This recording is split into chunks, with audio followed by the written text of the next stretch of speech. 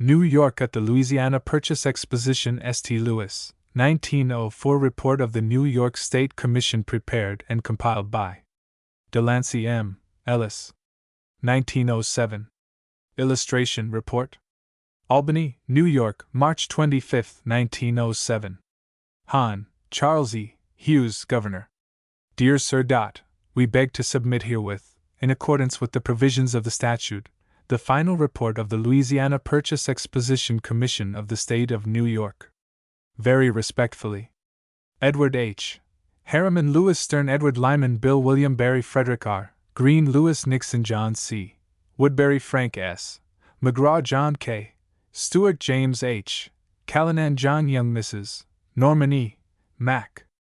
Charles A. Ball, Secretary and Chief Executive Officer. Transcriber's note: certain cross-references originally appearing as see page N have been changed to refer to chapter and section instead. Table of Contents, Chapter 1. Introduction and Historical Sketch. 2. Louisiana Purchase Exposition Commission, State of New York. 3. New York State Building. 4. Functions held in the New York State Building. 5. Dedication Day. 6. New York State Week. 7. Brooklyn Day. 8. Thanksgiving Day. 9. Educational Exhibit and Schedule of Awards. 10. Fine Arts Exhibit and Schedule of Awards. 11.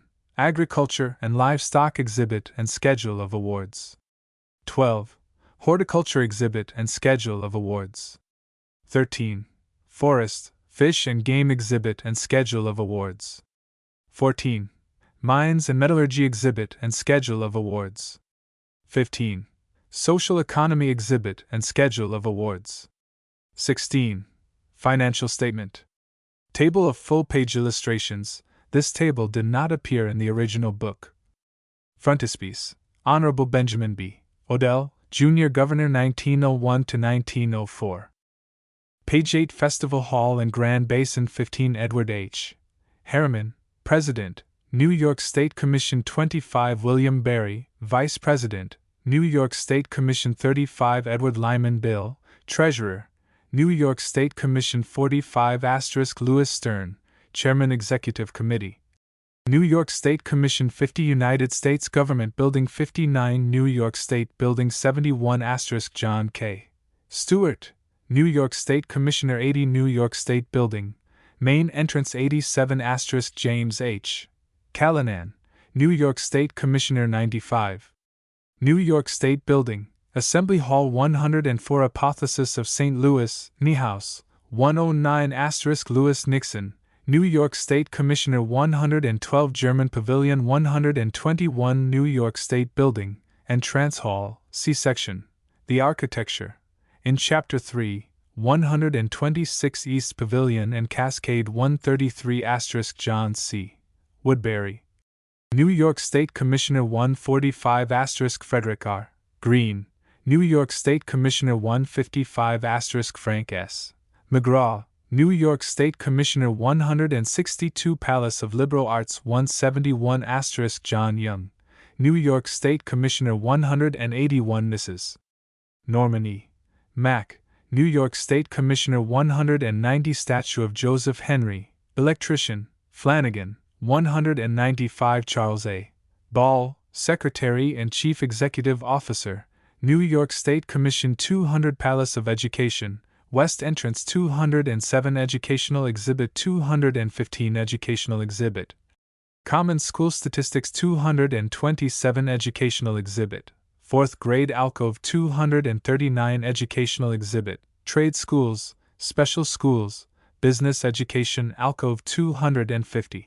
Shooting Up the Town, Remington. 257. Festival Hall and Cascade Gardens, 267. Delancey M.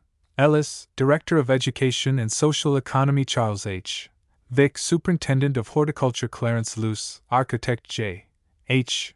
Durkee, Superintendent of Agriculture and Livestock. Harry W. Watrous, Chairman Committee on Art 277 Grand Basin and Palace of Electricity 284 Floral Clock and Agricultural Building 287 Agriculture Exhibit, Display of Vegetables 301 Agriculture Exhibit, Display of Seeds 313 Agriculture Exhibit 325 New York City Building, see Chapter 6. 337 Educational Exhibit, from entrance, see section, the installation, in Chapter 9, 349 Louisiana Purchase Monument, Plaza St. Louis, and Varied Industries Building 360 Grand Basin, Boat Landing 365 Horticulture Exhibit 373 Horticulture Exhibit, Display of Grapes 385 Horticulture Exhibit 397 Exhibit of State Institutions for Juvenile Delinquents, see section. State Board of Charities. In Chapter 15, 409 Exhibit of Bertillon and Fingerprint Systems of Identification, see section. State Department of Prisons. In Chapter 15, 421 Mines and Metallurgy Exhibit, Slate Mantle, see section, Slate. In Chapter 14, 427 Forest, Fish and Game Exhibit, Camp Adirondack 436 Approach to West Pavilion 445 Forest, Fish and Game Exhibit, Native Birds 457 Forest, Fish and Game Exhibit, Camp Adirondack. Interior, see section, Attractive Features. In Chapter 13, 470 Physical Liberty, McNeil, 477 Magnetic Separator Working on New York Ores 487 Mines and Metallurgy Exhibit 495 Mines and Metallurgy, Liberal Arts, and Lagoon 500 Machinery Building and Lagoon 507 Ancient and Modern Methods of Caring for the Insane 515 Exhibit of State Department of Prisons, see section. State Department of Prisons. In Chapter 15, 523 Exhibit of State Board of Charities, Care of Destitute Adults, see section. State Board of Charities. In Chapter 15, 528 On the Pike 535 Exhibit of State Commission in Lunacy, Hospitals for the Insane, see section. State Commission in Lunacy. In Chapter 15. These photographs are also labeled. Copyright 1903 or 1904 by Peary MacDonald, Photographer of Men, N.Y. Chapter 1. Introduction and Historical Sketch. Historical Significance, Illustration. The Louisiana Purchase Exposition was held in the city of St. Louis in 1904, in commemoration of the acquisition in 1803 of the vast territory west of the Mississippi, then called Louisiana. The transfer is generally regarded as one of the most important events in our national history and stands on record as the greatest acquisition of territory ever made by peaceful methods. An American historian of great prominence says, "The annexation of Louisiana was an event so portentous as to defy measurement. It gave a new face to politics and ranked in historical importance next to the Declaration of Independence and the adoption of the Constitution." The territory was ceded to France by Spain by the secret Treaty of San Ildefonso in 1800. This aroused to intense excitement the people of the West, who were inclined to give credit to the rumor that the army of 40,000 men sent by Napoleon, who was responsible for the negotiation of that treaty, were in reality to take military possession of Louisiana and the Floridas instead of to suppress the insurrection in San Domingo, the ostensible object. France and England had been struggling for many years for supremacy in the western continent, and in the possession of this vast territory Napoleon foresaw a prosperous New France. But there were many complications arising at home. Important political questions demanded attention, and the great Napoleon soon realized that he could not hope to cope successfully with the two great problems lying at such a great distance apart. Negotiations for transfer of territory.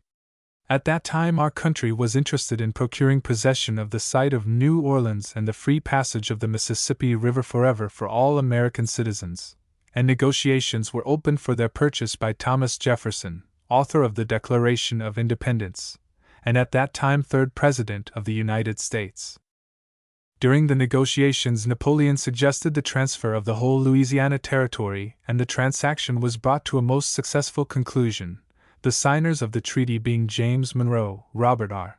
Livingston, and F. B. Marbois, the representative of Napoleon. It was a significant bargain. By it, Napoleon formed closer bonds of friendship between France and the United States, and prevented any possibility of the territory falling into the hands of Great Britain. He prophesied that this republic would eventually become a world power and a commercial rival to England. How completely his prophecy was fulfilled! Our country attained possession of a vast territory embracing more than 1,000,000 square miles, an area greater than the combined areas of the British Isles, France, Germany, Spain, Belgium, the Netherlands, and Italy, the consideration being a figure less than that representing the value of a single square block in any one of our great cities, or an amount much smaller than has been yielded by any one of many mines within the boundaries of the territory. 12 flourishing states and 2 territories have since been carved out of Louisiana, and the center of our population is rapidly moving towards that region which was once known as the Wilderness of the West. Robert R. Livingston. It is a matter of the utmost gratification that the state of New York played so important a part in this great event in the person of Robert R. Livingston, who was then United States Minister to France. Dr. Livingston, the title of Doctor of Laws having been conferred upon him by the University of the State of New York, was one of the leading statesmen of his day. A graduate of King's, now Columbia, College, he began his career in the practice of law in New York City, and was made Recorder of the City in 1773. Elected to the Continental Congress in 1775, he was appointed one of a committee of 5 to draft the Declaration of Independence, but enforced absence from Philadelphia made it impossible for him to sign the document. He was soon after elected Chancellor of the State of New York, and as such administered the oath of office to George Washington as first President of the United States. His previous training in public affairs admirably fitted him for assuming the important duties leading to the transfer of the Louisiana Territory, and to him as much as to any individual belongs the credit for the successful consummation of the transaction. At the Exposition, a handsome statue of Livingston, by Luke Mann, was erected in the Cascade Gardens, on the approach to the West Pavilion.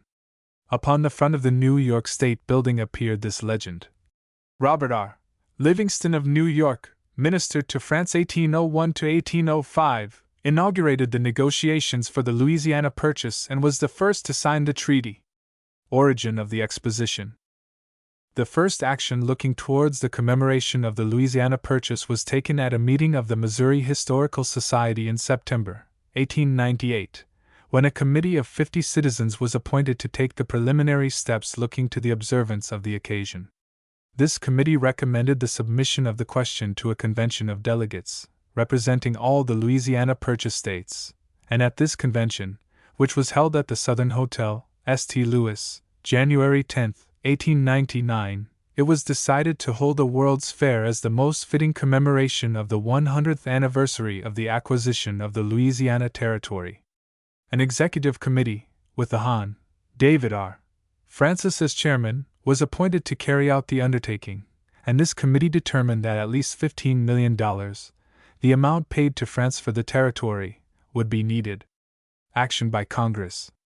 Congress passed a bill in June 1900, carrying a provisional appropriation of $5 million, and pledging governmental support if the city of St. Louis raised $10 million. The people went to work with a will and had raised $5 million by popular subscription early in January 1901, and the following January 30th an ordinance was passed by the St. Louis Municipal Assembly authorizing the issuance of $5 million in city bonds. On March 12, President McKinley appointed a national commission of 9 members, and in August issued a proclamation inviting all the nations of the world to participate in the Exposition. Owing to labor difficulties and delay in securing construction material, it soon became evident that it would be impossible to hold the fair during the year 1903, as originally planned. Legislation being necessary in order to provide for the necessary postponement, a bill was passed by Congress and approved by President Roosevelt June 25, 1902, authorizing the holding of the fair in 1904 instead of 1903, as originally determined. Beginning with the basic appropriation of $15 million, footnote, in the winter of 1904 a bill was passed by Congress authorizing a government loan of $4,600,000 to the Exposition Company, to be repaid in installments from the gate receipts. The loan was entirely cancelled early in November 1904, as described above, to which had been added $1 million appropriated by the state of Missouri. The great enterprise was projected on a $50 million basis. It was planned to make the Universal Exposition at St. Louis the most comprehensive and wonderful that the world had ever seen. How well its projectors succeeded is a matter of recent history. How completely all previous expositions were eclipsed has been told many times in picture and in print. The site. The site chosen for the exposition included the western portion of Forest Park, one of the finest parks in the United States. Its naturally rolling ground afforded many opportunities for effective vistas, which were quickly embraced by the Exposition Company's landscape artists. Containing 1,240 acres, it was a tract approximately 2 miles long and 1 mile wide. The grounds might be said to have been divided into 2 general sections, the dividing line being Skinker Road. To the east was the main picture, so called, which was formed by the grouping of 8 magnificent exhibit palaces around Festival Hall, the Colonnade of States and Cascade Gardens. The main picture. Festival Hall stood upon a rise of ground well above the principal exhibit palaces, and its majestic dome surmounted by a gilded figure of Victory. The first, Victory, to take the form of a man, was visible from most any part of the grounds.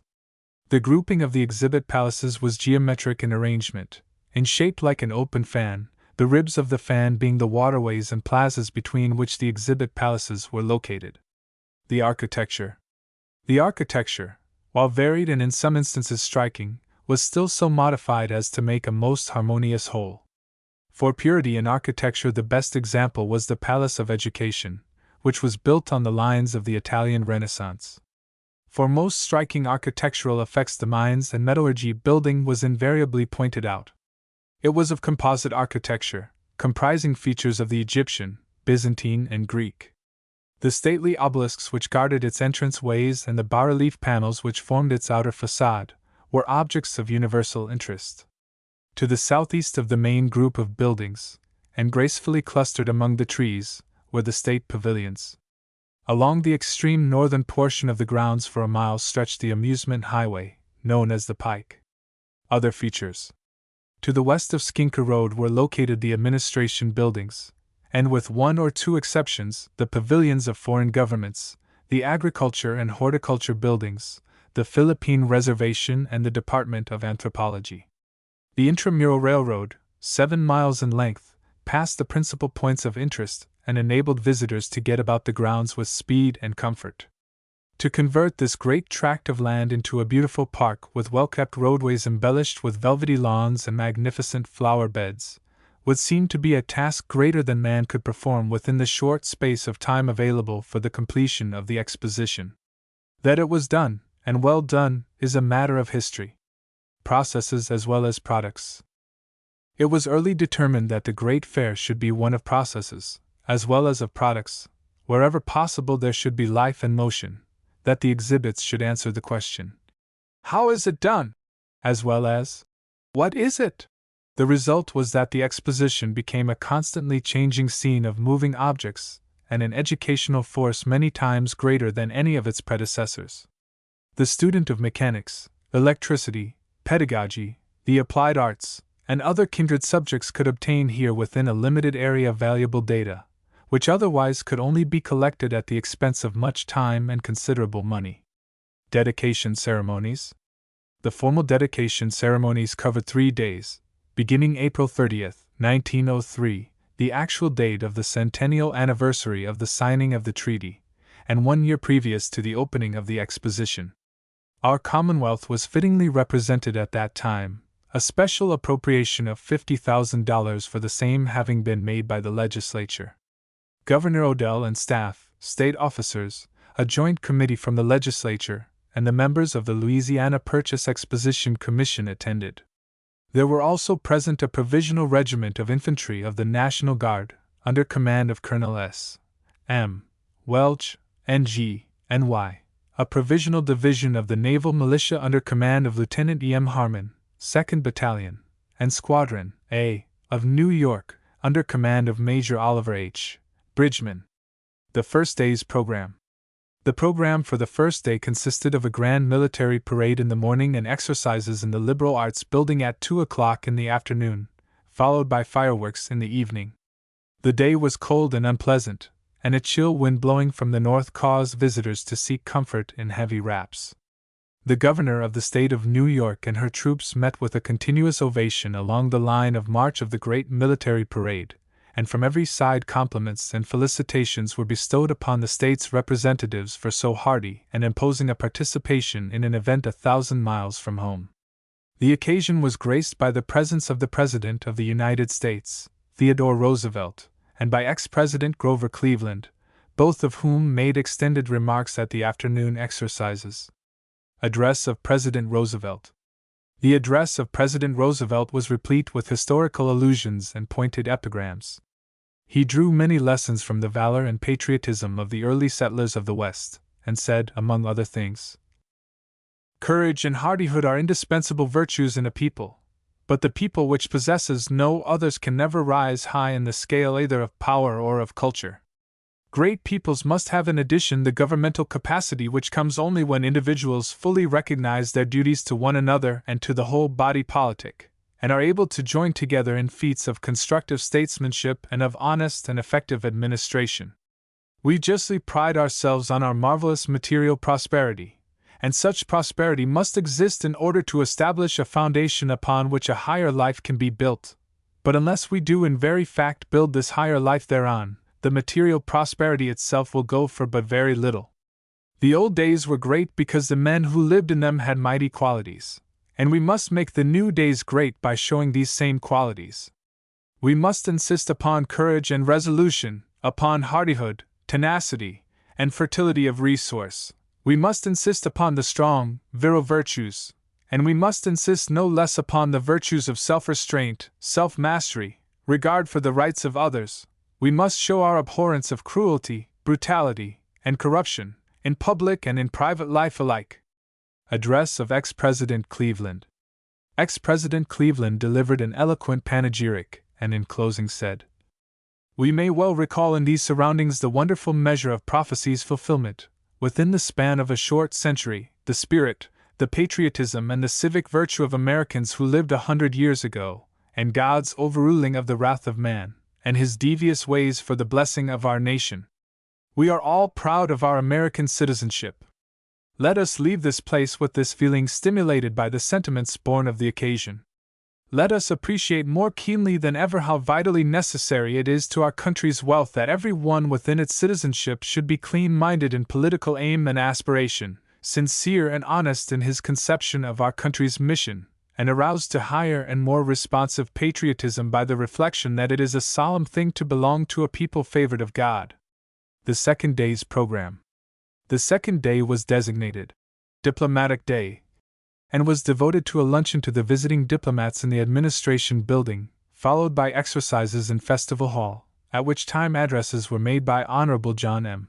Thurston of the National Commission, who was President of the day, Honorable David R. Francis, President of the Exposition Company, M. Jean J. Jusra, the French ambassador, and Señor Don Emilio de Ojeda, the Spanish minister. In the evening a brilliant reception was given to the diplomatic corps at the St. Louis Club. The third day's program.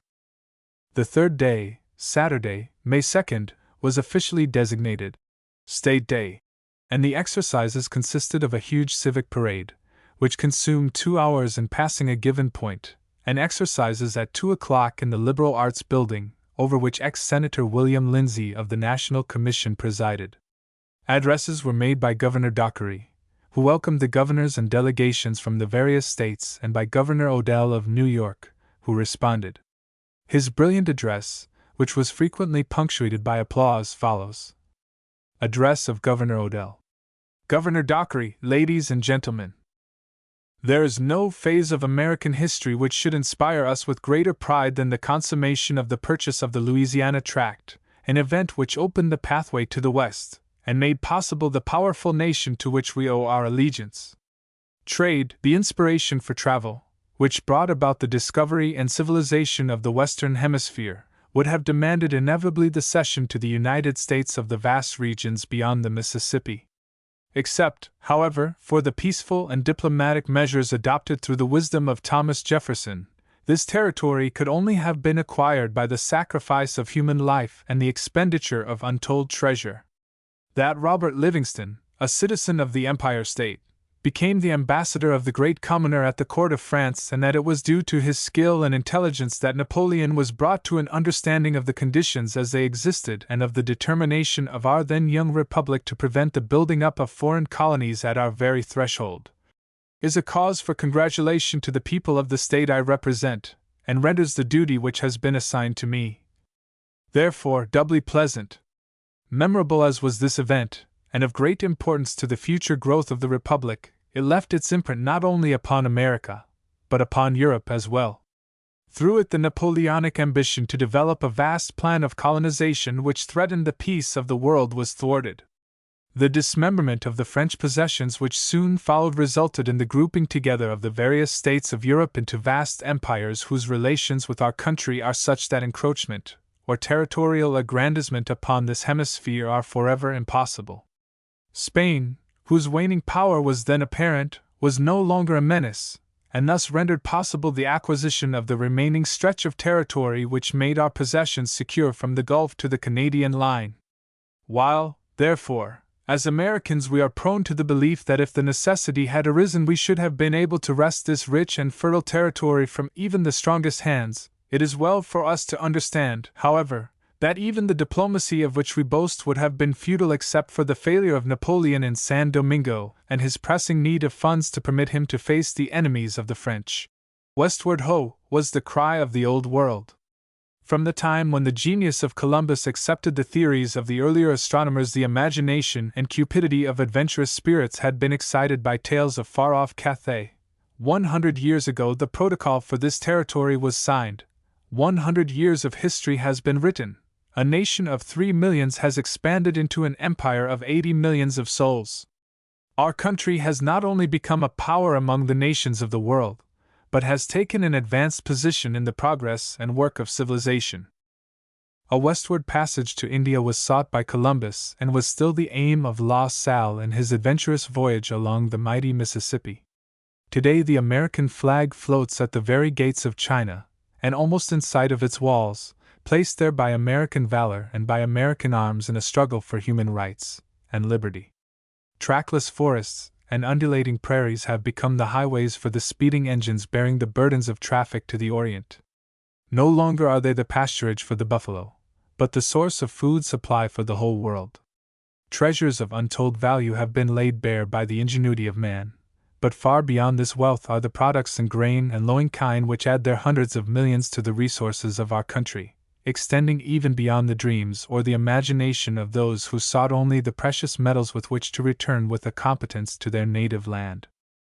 This is but the span of a century, and to commemorate its glories we come from the eastern section, from the earlier colonies, to congratulate the people of the West upon the results which we as a nation have achieved. So few the years, yet how notable the history. Upon this soil began those battles which ended in the emancipation of the slave. From this border, and almost from within this territory, came the great emancipator, a man who struggled with the vicissitudes of fortune in early life, who aided in developing the Great West, and whose name will be forever enshrined as the one who in his act as chief magistrate of this country removed the stain which the earlier Dutch had fastened upon our body politic like a festering sore. The past, with all of its achievements, with all of its successes, is to us but an incentive and guide for the future progress of our country. America still beckons to the oppressed of all lands and holds out the gifts of freedom, and we at this time, and upon this occasion, should renew our adherence to those policies which have made us great as a nation. The future is before us, and the patriotism and self-sacrifice of those who made the country's history so glorious should be an inspiration to us all for higher ideals of citizenship. Through the golden gates of commerce pours an unceasing stream of immigration, which must be amalgamated with American ideas and American principles. From the earlier settlers has come a blending of the vigor of the Anglo-Saxon with the Teutonic and Latin races, resulting in that composite type which we are wont to recognize and regard as the type of the true American.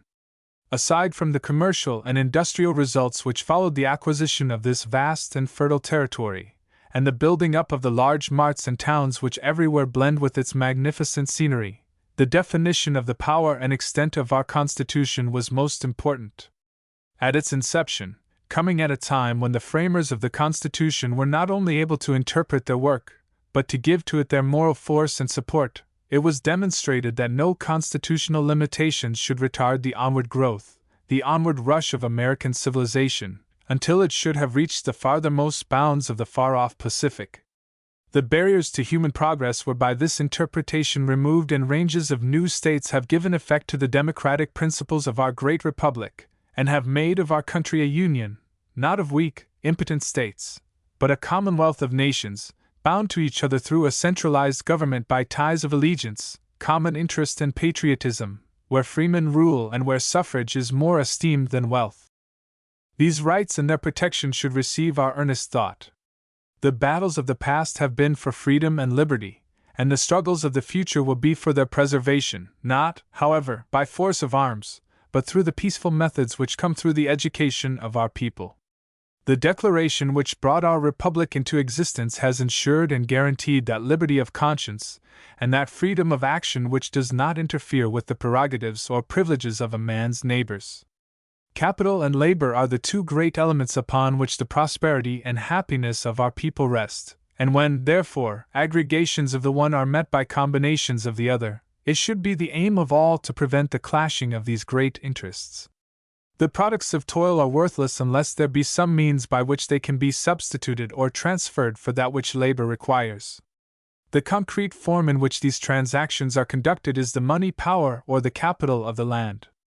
Without work, all of these fertile fields, these teeming towns, would have been impossible, and without a desire to benefit and elevate humanity, its onward progress would have been useless. To work, to labor, is man's bounden duty, and in the performance of the tasks which have been placed upon him, he should be encouraged, and his greatest incentive should be the knowledge that he may transmit to his children and his children's children a higher civilization and greater advantages than he himself possessed. Trade conditions which would permit to the toiler but a bare sustenance, the bare means of a livelihood, would be a hindrance to human progress, a hindrance not to be removed by all of the maxims of the philosopher or the theories of the doctrinaire. Promise without fulfillment is barren, but when you can place before the mechanic the assured fact that the performance of his duty means success in life, and that his non-performance means failure, when you can show him that this law is immutable, you have made of him a useful citizen and have instilled into his mind a firm belief that the freedom and liberty of which we boast is not an inchoate substance to be dreamed of and not enjoyed. But this desired result cannot be secured if combinations of capital, which produce the necessaries of life cheaper and better, are assailed as the enemies of mankind. There is always a mean between those who seek only a fair recompense and return for that which they produce, and those who seek undue advantages for the few at the expense of the many. The laws which have been enacted, if properly executed, are sufficient in their force and effect to encourage the one and to punish the other, but in our condemnation let us not forget that with the expansion that has come to our country, an expansion of our business relations is also necessary.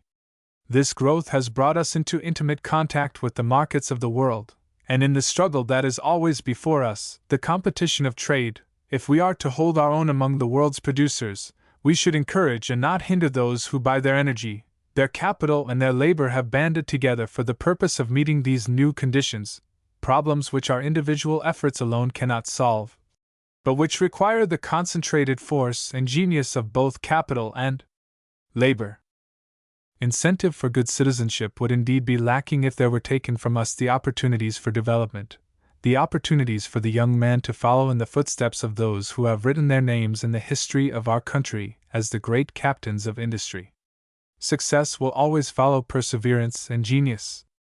Every heresy, every doctrine which would teach the young man of this country differently, is an insult to the intelligence of our people, and is in the direction of building up a dangerous element in American society which in time would threaten not only the peace and prosperity we enjoy, but our very institutions themselves. When you have placed before the young man all of his possibilities, you have made it impossible to make of our republic a plutocracy controlled by the few at the expense of the many. The individuals should count for as much as the aggregation of individuals, because an injury to the one will lead to the destruction of the many. The question of adjusting and harmonizing the relations of capital and labor is the problem before us today, and is one which will become more urgent in the future. Its solution must be along those lines of constitutional right which every citizen has been guaranteed. Every man is entitled in the prosecution of his work to the broadest possible liberty of action and the protection of law, of that law which is the outgrowth of necessity, and which seeks to encourage and not to oppress. Such recognition can always be secured if there is a determination upon the part of those charged with the responsibility of government to have it. And who is not? Every man possessed of a ballot is responsible and has the power, not only to formulate but to criticize and to punish as well. If this right be properly exercised, an honest and efficient administration of our affairs can always be secured. To aid in this work we have given to the press the broadest possible liberty, a freedom which, however, should never be abused. It should never be used as the medium for the circulation of charges or of calumnies which are without foundation, and which please but the fancies of those in whose minds there always exists envy and discontent. Such a misuse of privileges should be condemned by all right-minded citizens. In its virtuous indignation with those who abuse public place and power, it should be careful to do exact justice because in our busy and active lives we have come to depend to a very great extent upon the wisdom and the honesty of these who edit our newspapers for the information rightly to judge of the conditions, events, and necessities of our country. By means of the press, and with an intelligent citizenship, we may always feel sure that there will come into our public life influences for good which will render our government more stable, will add to its renown and to its glory, and will ensure for all the perpetuation of those principles which have come down to us through the wisdom of our forefathers and which have been amplified by the knowledge of succeeding generations. The greatest solvent for political heresies, for doctrines which are antagonistic to popular government, is education. To the educated mind there comes a conception of duty which is not possible to the ignorant. The great colleges and schools with which we are blessed are performing a vital work, and these institutions for developing a higher order of citizenship are of far more worth and of greater importance than all of the ships of war or the arms of the nation in maintaining and upholding those policies which have been adopted for our protection against foreign and domestic foes. But it is not alone a theoretical education which is necessary for this higher citizenship. It must be linked with the knowledge which comes of the study of the character, of the manner and methods of other nations than our own, which leads the artisan to inspect and to improve upon the ingenuity of his fellows of other lands. It is this feature in the Exposition which is to take place upon this ground next year that is particularly significant and important in the solution of the problems to which I have referred. It is the contact, the friendly rivalry thus created, which brings about a betterment and improvement of conditions. It is appropriate, therefore, that at the 100th anniversary of this great event of our nation's history, we should gather here all of the ingenuity and the genius of the past and the present, that we may contrast and make note of our progress. This will be an inspiration for us in the performance of our duty, and will add to our affection for our native and adopted land, and thus make of America a still greater power for good. A patriotic people is possible only when there exists a love of country which has been inspired by the stories of the past. It is the stories of the glorious past which encourage us to grapple with the problems of the present, and to look with disdain upon those who fail to solve them. What fills our mind with more gratitude, what inspires us with greater heroism, what instills more patriotism than the struggles of the early colonial wars? The Anglo-Saxon energy which swept from this continent the dominion of those who sought only wealth, and which substituted the thrift of the voyagers of the Mayflower and of the settlers of Jamestown, which speaks of the battles with the Indians, which tells of the glories not only of victories but of the defeats of the heroes of the Revolution, all are incentives for purer and better citizenship. And so, too, as we recall the struggles to the death of the descendants of these earlier settlers in the greatest civil war that the world has ever known, let us today, both in charity and in patriotism, remember them all as heroes. While we may differ as to the principles for which they fought, there is no conflict of opinion, no divergence in thought, which bids us today to withhold our admiration for all those who took part in that great struggle. It was but a page in our nation's history, but a page shaded by human blood. It was but the working out the will of divine providence, so that from its baptism of blood our republic might emerge greater, stronger, and more powerful than ever before, that there might thereafter be no sectional hate, no dividing line in the patriotism of our people. This it is which should inspire us today. More progress, a further advance in civilization, the extending of a helping hand to the afflicted and the welcoming word to the oppressed, should be concrete evidence of America's greatness and of the devotion of her people. Then it will be that our flag, now honored and respected, honored because of the power and the intelligence of our people, will take on additional luster and additional significance as that of a nation that has accepted its duty to protect humanity at home and abroad, and to stand as the pacificator and preserver of the peace of the world. At the conclusion of the afternoon exercises, Governor Odell reviewed the New York State troops on the plaza in Forest Park. The review was held in the presence of a large assemblage and was an inspiring sight. Opening Day. 1 year later, on April 30, 1904, the Exposition was formally opened to the public, elaborate exercises being held at 11 o'clock at the foot of the Louisiana Purchase Monument on the Plaza St. Louis. There were present a distinguished assemblage, including a delegation of the Senate and the House of Representatives, the National Commission, the Board of Lady Managers, representatives of foreign governments, governors of states and their staffs, state commissions, United States Government Board, Exposition officials, and others. The exercises were opened by a prayer by Rev. Frank W. Gonzales of Chicago, which was followed by an address by President Francis. The treasurer of the Exposition, William H. Thompson, as chairman of the Committee on Grounds and Buildings, introduced Isaac S. Taylor, who delivered the gold key to the buildings to President Francis and presented diplomas to his staff. An address followed by Director of Exhibits F.J.V. Skiff, who presented commissions to his staff, the chiefs of the various exhibit departments. Next followed addresses in behalf of the city of St. Louis by Hon. Rolla Wells, Mayor, in behalf of the National Commission by Hon. Thomas H. Carter, its president, in behalf of the United States Senate by Senator Henry E. Burnham, in behalf of the House of Representatives by Hon. James A. Tawney.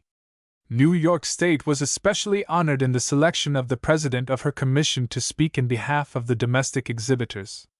Hon. Edward H. Harriman was then introduced by President Francis. Address of President Harriman. After briefly complimenting the president and directors of the Exposition, Mr. Harriman said, "Our domestic exhibitors could have no higher testimonial than that furnished by the magnificent buildings and grounds of this Exposition. We have here combined in brilliant variety the charms and beauties of garden, forest, lake, and stream, embellished by these splendid structures, forming an harmonious whole certainly not equaled by any former Exposition. All credit is due the President and Directors, whose intelligence and untiring labors have conquered all obstacles and brought this World's Fair to a most auspicious and successful opening. One cannot view the result of their labors without being deeply impressed with the magnitude of their undertaking, and when we consider the exhibits which have been assembled within these grounds, we are led irresistibly to an appreciation of the multitude of forces which contributed to this great work, and particularly to the cooperation which must have existed to produce the result before us. I have the honor on this occasion to speak for our domestic exhibitors. They are well represented by their works before you, and by these works you can know them. These exhibits represent in concrete form the artistic and industrial development of this country, and in viewing them one cannot but be impressed with the great improvement in the conditions affecting our material and physical welfare and with the corresponding advancement in our intellectual and aesthetic life. Let us consider for a moment the processes by which this result has been reached. We have here collected the products of our artistic, scientific, and industrial life. The raw materials of the farm, the vineyard, the mine, and the forest have been transformed by the skilled artisan, the artist, and the architect into the finished products before you. By the cooperation of all these resources, of all these activities, of all these workers, this result has been accomplished. From the felling of the trees in the forest, the tilling of the soil, and the mining of the ore, through all the steps and processes required to produce from the raw material the complicated machine or the costly fabric, there must have been cooperation, and all incongruous elements and resistant forces must have been eliminated or overcome. The chief factor, therefore, which has contributed to these results is the cooperation of all our people. The first law of our civilization is the cooperation of all individuals to improve the conditions of life. By division of labor, each individual is assigned to or takes his special part in our social organization. This specialization of labor has become most minute. Not only is this true in scientific and philosophic research, in professional and business life, but in the simplest and earliest occupations of men, such as the tilling of the soil, the specialist is found bringing to the aid of his industry expert and scientific knowledge. In the division of labor and the resultant specialization of human activity, we have necessarily different classes of workers, some of whom have adopted the cooperative idea by forming organizations by which they seek to better their conditions. No doubt each class of workers has its particular interests, which may be legitimately improved by cooperation among its members, and thus far the labor organization has a lawful purpose, but while standing for its rights it cannot legitimately deny to any other class its rights, nor should it go to the extent of infringing the personal and inalienable rights of its members as individuals. On the contrary, it must accord to its own members and to others the same measure of justice that it demands for itself as an organization. In working out this problem there has been much conflict. Indeed, according to human experience, such conflict could not entirely be avoided, but in the end each class must recognize that it cannot exist independently of others. It cannot strike down or defeat the rights or interests of others without injuring itself. Should capital demand more than its due, by that demand it limits its opportunities, and correspondingly, the laborer who demands more than his due thereby takes away from himself the opportunity to labor. No one can escape this law of cooperation. Self-interest demands that we must observe its just limitations. We must be ready to do our part, and accord to all others the fair opportunity of doing their part. We must cooperate with and help our co-labor. We should approach the solution of each question which may arise with a reasonable, and better still, a friendly spirit. He who obstructs the reasonable adjustment of these questions, who fosters strife by appealing to class prejudice, may justly be regarded by all as an enemy to the best public interests. In conclusion, permit me to advert to the Louisiana Purchase, which we are now celebrating, and call attention to the importance of that event in securing to our people the fullest benefit of the cooperative idea. Manifestly, if our government were restricted to the original territory of the United States, as defined by the Treaty of 1783, we must have encountered in many ways the opposition of governments, some of them European, which would have occupied the territory beyond our original south and west boundaries. Our trade and commerce moving from or to our original territory would, necessarily, have been largely restricted by hostile foreign powers. The Louisiana Purchase not only more than doubled our territory by adding a country rich in material resources, but gave us control of the Mississippi River, and made possible the acquisition of the Oregon Territory, the Mexican cessions, and the annexation of Texas. Though much has been done towards the development of this imperial domain, yet we may truly say that we have only seen the beginning of that development. The possibilities for the future are boundless. With a land of unparalleled resources, occupied by a people combining the best elements of our modern civilization and governed by laws evolved from the highest and best progress of the human race, no eye can foresee the goal to which a cooperation of all these forces must lead. The Mexican Commissioner, A.R. Nuncio, spoke in behalf of the foreign exhibitors. The concluding address was made by Hon. William H. Taft, Secretary of War, who attended as the special representative of the President. At its conclusion, the President of the United States, in the White House at Washington, pressed the key that started the machinery, unfurled the flags, set the cascades in motion, and thus opened the Exposition. Beneficent results. To the question, was the Louisiana Purchase Exposition a success? The answer must be an unqualified affirmative. The value of any great exposition cannot be measured in dollars and cents any more than it can be measured in pounds and ounces. The Great Fair at St. Louis was not projected as a money-making undertaking. It was held to commemorate a great event in American history and was designed to arouse a popular interest in the story of the acquisition of the Louisiana Territory and its glorious results, to more closely knit together the peoples of the earth in good fellowship and brotherly love, to give to all nations an opportunity to demonstrate to each other their progress in material things, to awaken in the American people a sense of civic pride and a determined resolution to maintain and advance the prestige which they now enjoy among the nations of the earth.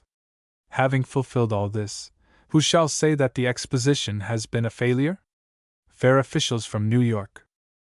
The state of New York has every reason to be proud of her connection with the great fair, not only in her official participation, which through the generous action and hearty support of the executive and the legislature was on a most liberal and comprehensive scale, but many of her sons were prominent in its building, in the creation of its artistic effects, and no less in the administration of its various departments. At the very inception of the work, New York was honored in the appointment of Martin H. Glynn, of Albany, N.Y., as a member of the National Commission. Mr. Glynn was afterwards elected vice chairman of the commission and was one of its most active members. Lawrence H. Graham, of New York City, was secretary of the National Commission. His genial personality, his wide acquaintance, and his long experience in newspaper work admirably fitted him for the duties of the position, which he performed with fidelity. Mrs. Daniel Manning, of Albany, was president of the Board of Lady Managers. The position was one requiring marked executive ability, dignity, and tact. Mrs. Manning performed the arduous duties falling to her lot with a grace and cordiality which won for her the love and esteem of the official delegates to the Exposition from throughout the world. She was signally honored on many occasions and is one of New York's most distinguished daughters. Judge Franklin Ferris, the general counsel for the Exposition Company, and one of St. Louis's most eminent lawyers, went forth from our state many years ago to seek and find his fortune in the West. Chiefs of Exhibit Departments. Of the 13 chiefs of departments in the Division of Exhibits, New York lays claim to 6.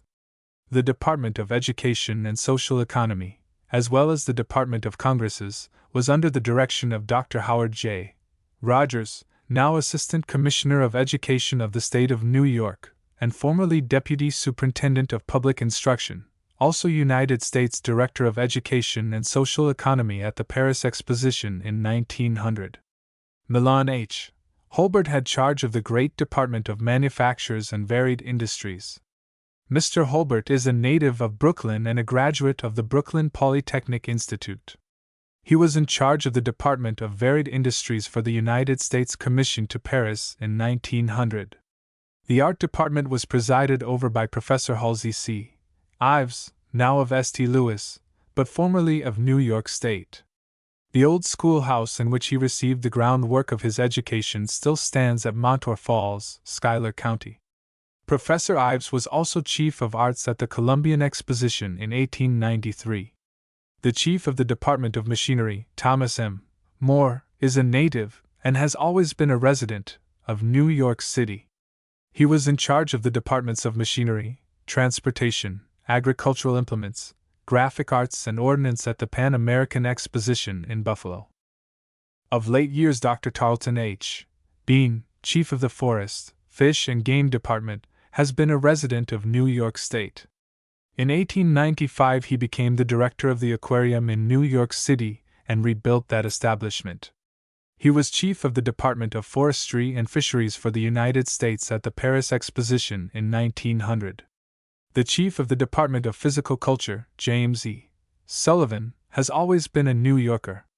He is an acknowledged athletic record authority and editor of the official athletic almanac. He was in charge of the American contingent that competed in the Olympic Games at the Paris Exposition, and was also director of athletics at the Pan American Exposition. Sculptors. The heroic equestrian statue, the apotheosis of St. Louis, generally considered one of the finest works of its kind, which stood at the very gateway to the fairgrounds, symbolizing the cordial welcome extended by the city to her guests from every part of the world, was the work of Charles H. Niehaus, of New York City. The sculpture of the Louisiana Purchase Monument, the surmounting figure typifying peace, and the base decoration of groups representing scenes connected with the purchase, was by Carl Bitter, Chief of Sculpture of the Exposition, another New Yorker. Just in front of the monument, and looking upon the Grand Basin, were 4 groups portraying frontier life, entitled The Buffalo Dance, A Step to Civilization, Peril of the Plains, and A Cowboy at Rest, all being the work of Solon Boardlam, another New Yorker. The crowning artistic and architectural effects of the whole fair were embraced in Festival Hall and the Cascades. These were the work of two New York men, Cass Gilbert and Emmanuel S. Masqueray.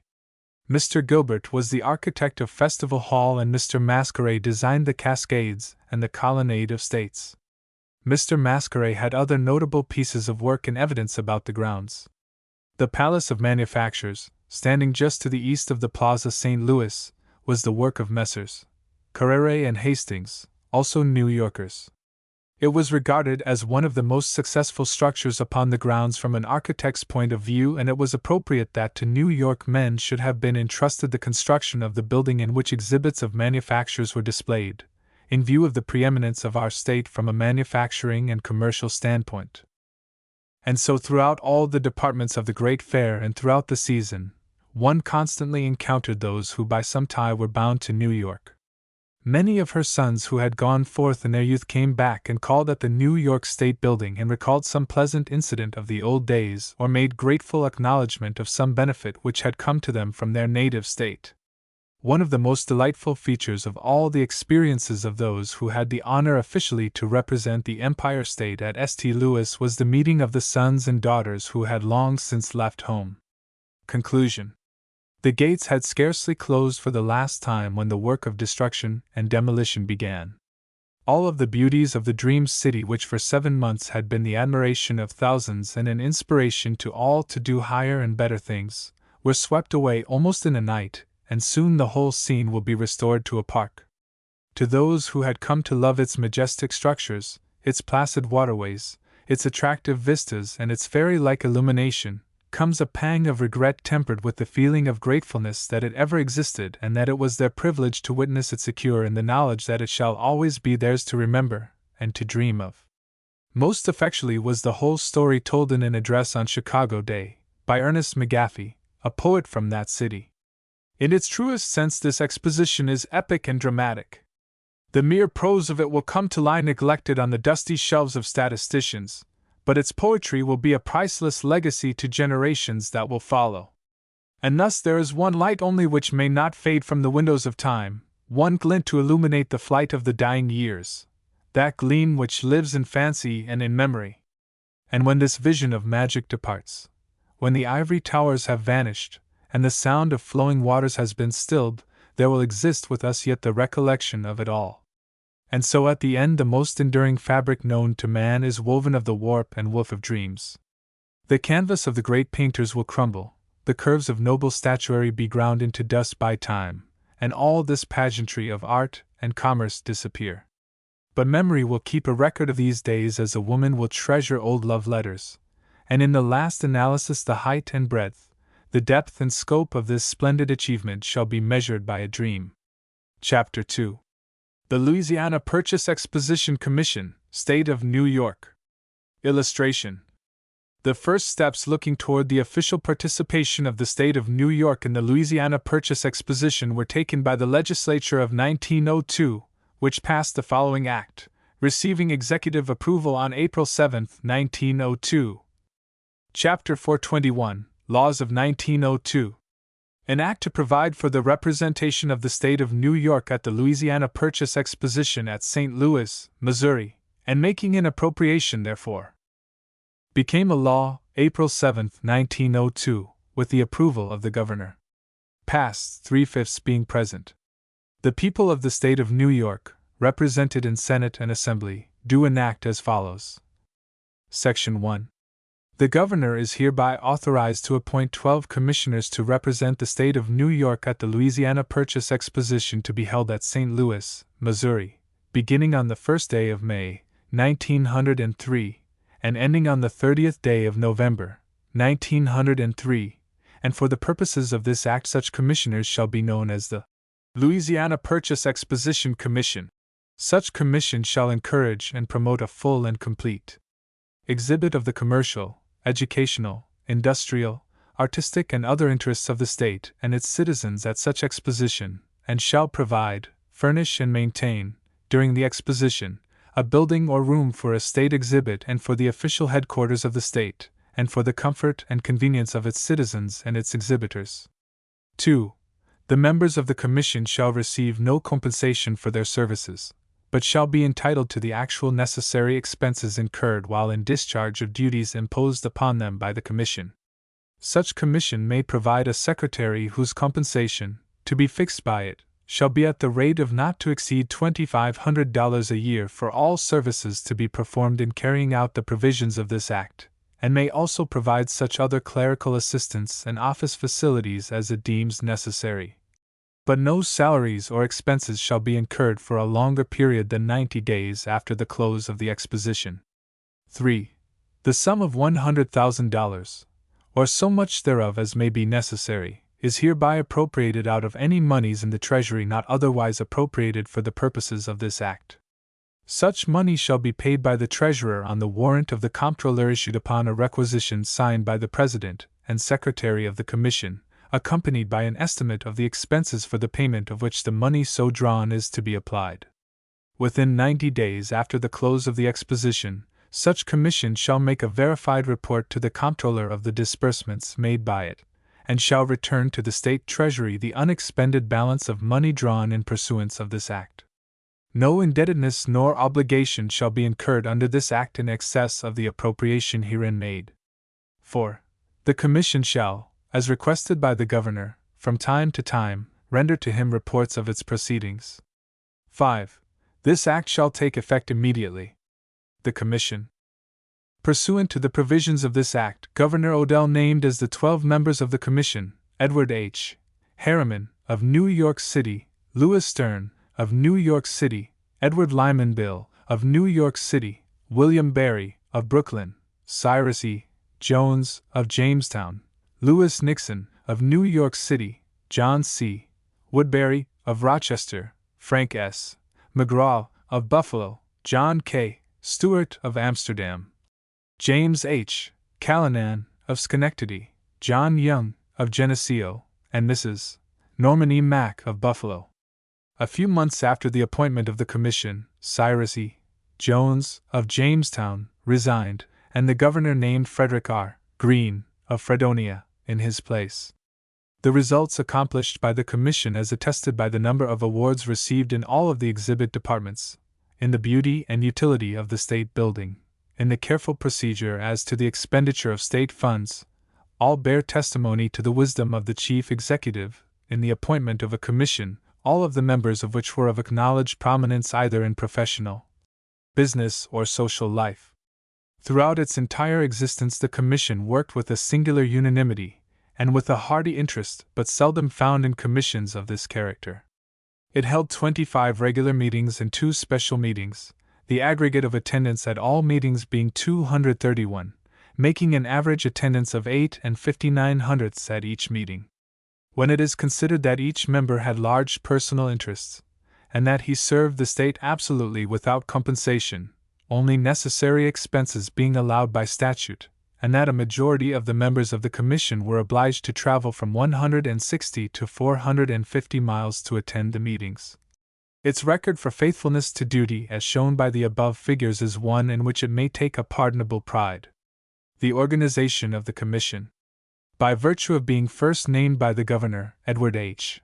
Harriman, of New York City, became President of the Commission, which completed its organization as follows: Vice President, William Barry; Treasurer, Edward Lyman Bill; Executive Committee, Louis Stern; Chairman, William Barry, Louis Nixon, John K. Stewart, and James H. Callanan; Auditing Committee, James H. Callanan and John K. Stewart. There was but one name presented for Secretary of the Commission, that of Mr. Charles A. Ball, of Wellsville. He was unanimously elected, with compensation of $2,500 per annum, the appointment taking effect December 8, 1902. In its choice of this officer, the Commission was most fortunate. Efficient, faithful, and courteous, and with a wide circle of acquaintances, particularly among the prominent men of the Empire State, Mr. Ball was peculiarly qualified for the duties of the position.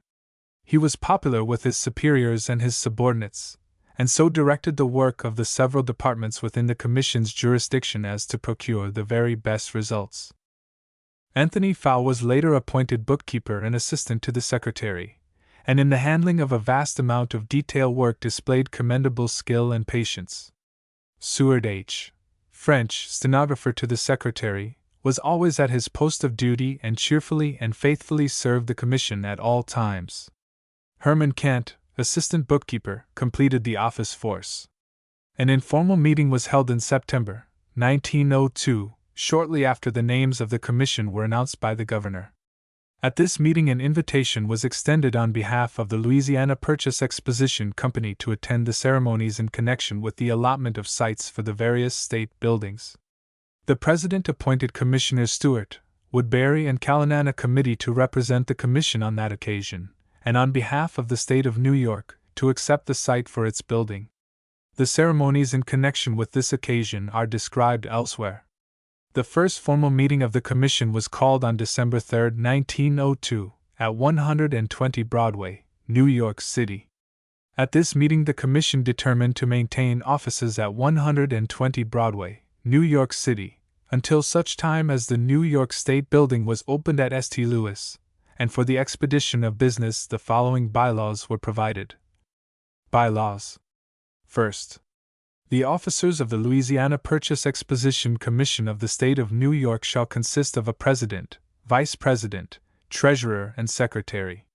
Second, regular meetings of the Commission shall be held in the rooms of the Commission in New York City on the second Wednesday of every month, at 2:00 p.m., and all members shall be notified by the Secretary 1 week in advance of such meeting.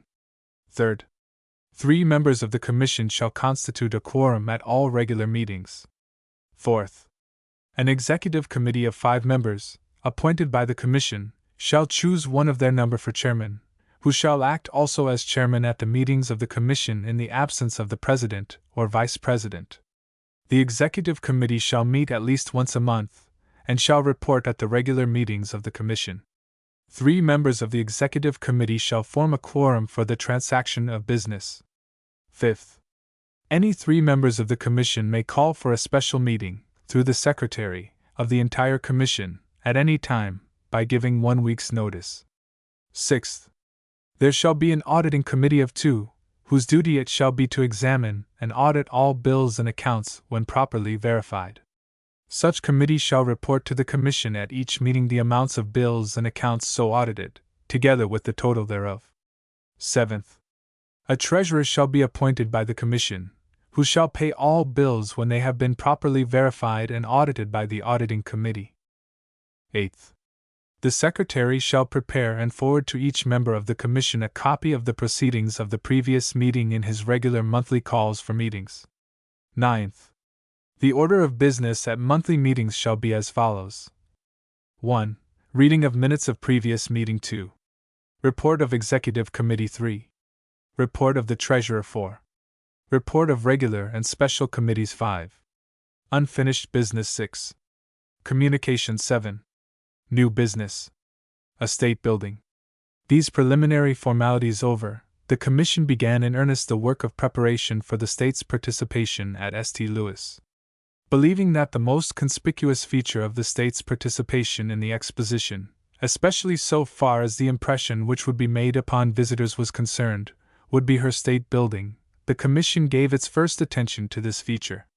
Having been assigned such a commanding site, the Commission kept in mind that it was incumbent upon them to erect upon it a building of appropriate dignity and dimensions.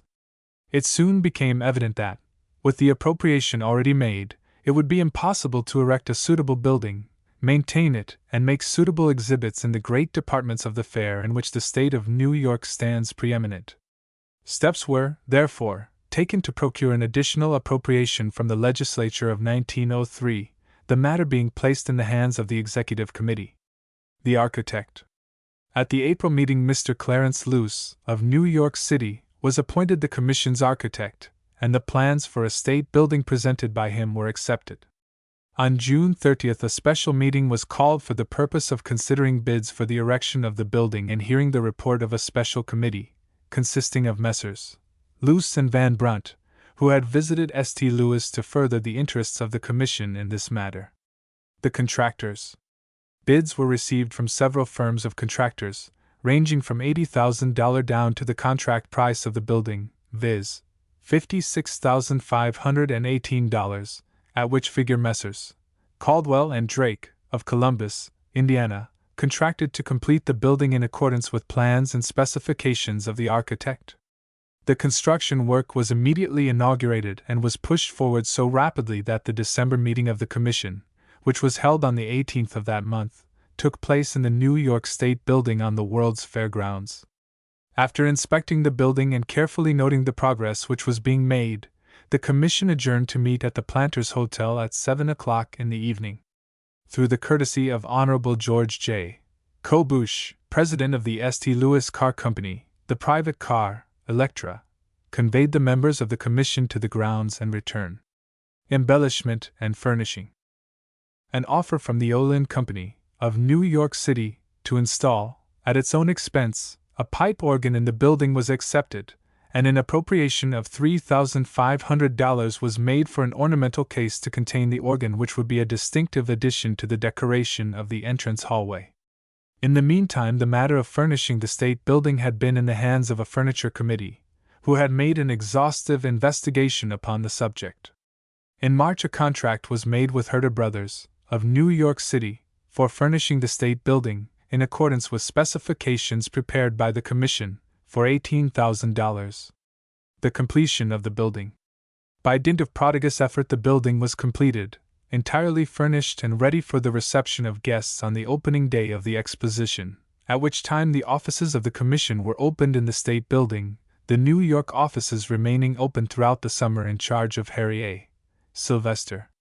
The architect was commended for the prompt completion of his work in the following resolutions.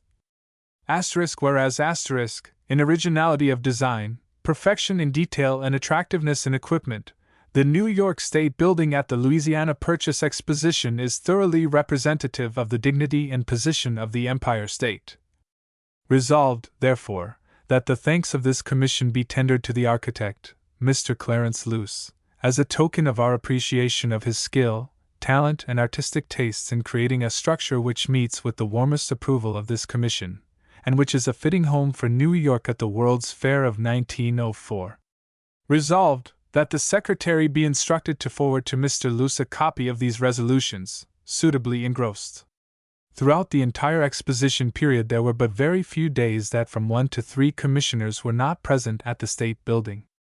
By resolution the Commission determined that the Lady Commissioner, and the wives of commissioners, assisted by the official hostess, should be hostesses of the State Building during the period of the Exposition, and in the absence of those, that the official hostess should act in that capacity. And it was further determined that any commissioner or a majority of the commissioners present at the New York State Building at any time should constitute a House Committee, and have full charge of the State Building. Plans for participation. During the earlier meetings of the Commission they were waited upon by representatives of the Exposition Company, and by committees or representatives of organizations within the state either offering to cooperate with the Commission in the preparation of exhibit material or requesting appropriations from the Commission's funds to enable them to prepare exhibits. In February 1903, Honorable George L. Parker, a representative of President Francis, addressed the Commission, urging them to see that New York State was properly represented. He stated that the people of the West expected great things of New York State, that the city of St. Louis and the territory the acquisition of which was commemorated by the fair, spent large sums of money in the city of New York alone, and for that reason it was hoped and expected that New York should lead the other states of the Union. Later in the year, Dr. J. A. Holmes, chief of the Department of Mines and Metallurgy, appeared before the Commission by invitation and made some interesting remarks concerning the scientific exhibit, which he felt it incumbent upon the state to make. He stated that there was no geological survey, either national or state, as valuable as that of the state of New York, and strongly advocated that a model oil well derrick be erected. The legislature of 1903 passed 2 acts which affected either directly or indirectly the work of the Commission. The first act provided $50,000 for participation in the dedication ceremonies of the Exposition and is as follows. Chapter 189, Laws of 1903. An act making an appropriation for the due and appropriate participation by the state in the ceremonies attending the dedication of buildings of the Louisiana Purchase Exposition. Became a law, April 22, 1903, with the approval of the governor. Passed, 3/5 being present. The people of the state of New York, represented in Senate and Assembly, do enact as follows. Section 1. The sum of $50,000, or so much thereof as may be necessary, is hereby appropriated out of any money in the Treasury, not otherwise appropriated, payable to the order of the governor, as he may require the same, to be expended by him in such manner as he may deem proper. For the due and appropriate participation by the state in the ceremonies attending the dedication of buildings of the Louisiana Purchase Exposition, to be held on April 30th, and May 1st and 2nd, 1903, in the city of St. Louis, and for the transportation, subsistence, and other necessary expenses of the Commander-in-Chief and his staff, and of such portion of the National Guard or Naval Militia of this state as may be directed to attend, and for the replacement by purchase of such military property of the state, as may be rendered unserviceable by this duty, provided that officers and men performing this duty shall serve without pay. Section 2. This act shall take effect immediately. The second act amended the original act providing for state representation, and increased the Commission's appropriation by $200,000, making $300,000 in all. The act follows. Chapter 546, Laws of 1903. An act to amend Chapter 421 of the Laws of 1902, entitled, An act to provide for the representation of the state of New York at the Louisiana Purchase Exposition at St. Louis, Missouri, and making an appropriation therefor, became a law, May 11, 1903, with the approval of the governor. Passed, 3/5 being present. The people of the state of New York, represented in Senate and Assembly, do enact as follows. Section 1. Sections 1, 2, and 3 of Chapter 421 of the Laws of 1902 are hereby amended so as to read as follows. Section 1. The Governor is hereby authorized to appoint 12 commissioners to represent the state of New York at the Louisiana Purchase Exposition to be held at St. Louis, Missouri, beginning on the 1st day of May, 1904, and ending on the 30th day of November, 1904, and for the purposes of this act such commissioners shall be known as the Louisiana Purchase Exposition Commission. Such commission shall encourage and promote a full and complete exhibit of the commercial, educational, industrial, artistic and other interests of the state and its citizens at such exposition, and shall provide, furnish and maintain, during the exposition, a building or room for a state exhibit and for the official headquarters of the state, and for the comfort and convenience of its citizens and its exhibitors. Such commission shall have power and authority, in their discretion, to sell or otherwise dispose of any building, furniture, fixtures or other property which shall have been acquired by it pursuant to the provisions of this section. Section 2. The members of the Commission shall receive no compensation for their services, but shall be entitled to the actual necessary expenses incurred while in discharge of duties imposed upon them by the Commission. Such Commission may provide a secretary whose compensation, to be fixed by it, shall be at the rate of not to exceed $4,000 a year for all services to be performed in carrying out the provisions of this Act, and may also provide such other clerical assistance and office facilities as it deems necessary. But no salaries or expenses shall be incurred for a longer period than 90 days after the close of the exposition. Section 3. The sum of $200,000, in addition to the sum of $100,000 heretofore appropriated by Chapter 421 of the Laws of 1902, which is hereby reappropriated for the above specified purposes, or so much thereof as may be necessary, is hereby appropriated out of any moneys in the Treasury not otherwise appropriated for the purposes of this Act. Such money shall be paid by the Treasurer on the warrant of the Comptroller issued upon a requisition signed by the President and Secretary of the Commission, accompanied by an estimate of the expenses for the payment of which the money so drawn is to be applied. Within 90 days after the close of the Exposition, such commission shall make a verified report to the Comptroller of the disbursements made by it, and shall return to the State Treasury the unexpended balance of money drawn in pursuance of this Act. No indebtedness nor obligation shall be incurred under this Act in excess of the appropriation herein made. No member of such commission, nor such officer, shall be personally liable for any debt or obligation created or incurred by him as such commissioner, or such officer, or by such commission, or any such officer. Section 2. This Act shall take effect immediately. Chief Executive Officer. The title of the Secretary was thereupon changed to that of Secretary and Chief Executive Officer, and he was clothed with all the authority and duties pertaining to the latter position, his salary being increased to $4,000 per annum. Later his duties were further prescribed by the following resolution. Resolved, that the Chief Executive Officer shall exercise such direction and management of the office as shall make effective the various agencies employed. He shall nominate to the Commission all clerks and employees in all the departments.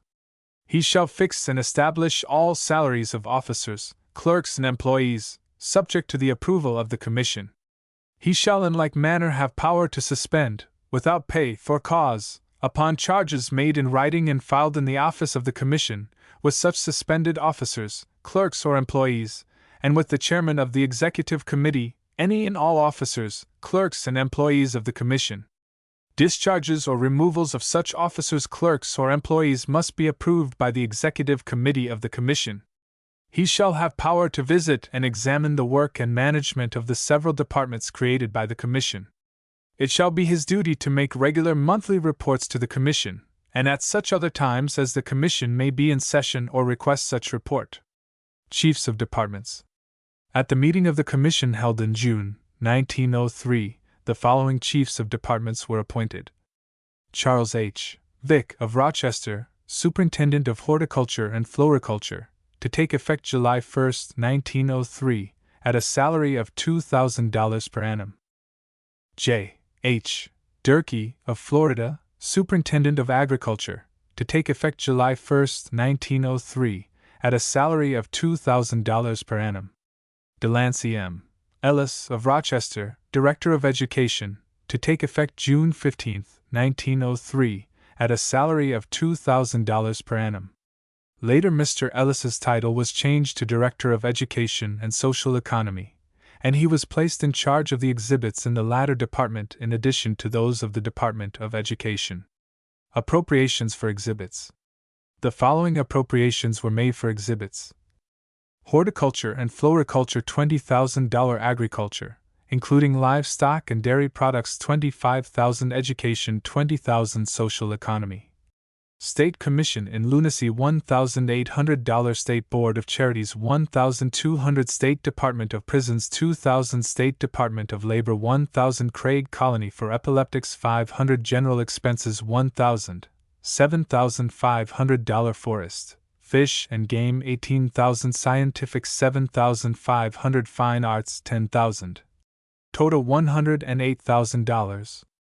In the departments of Agriculture, Horticulture, and Education and Social Economy, the work was placed in charge of the chiefs above named.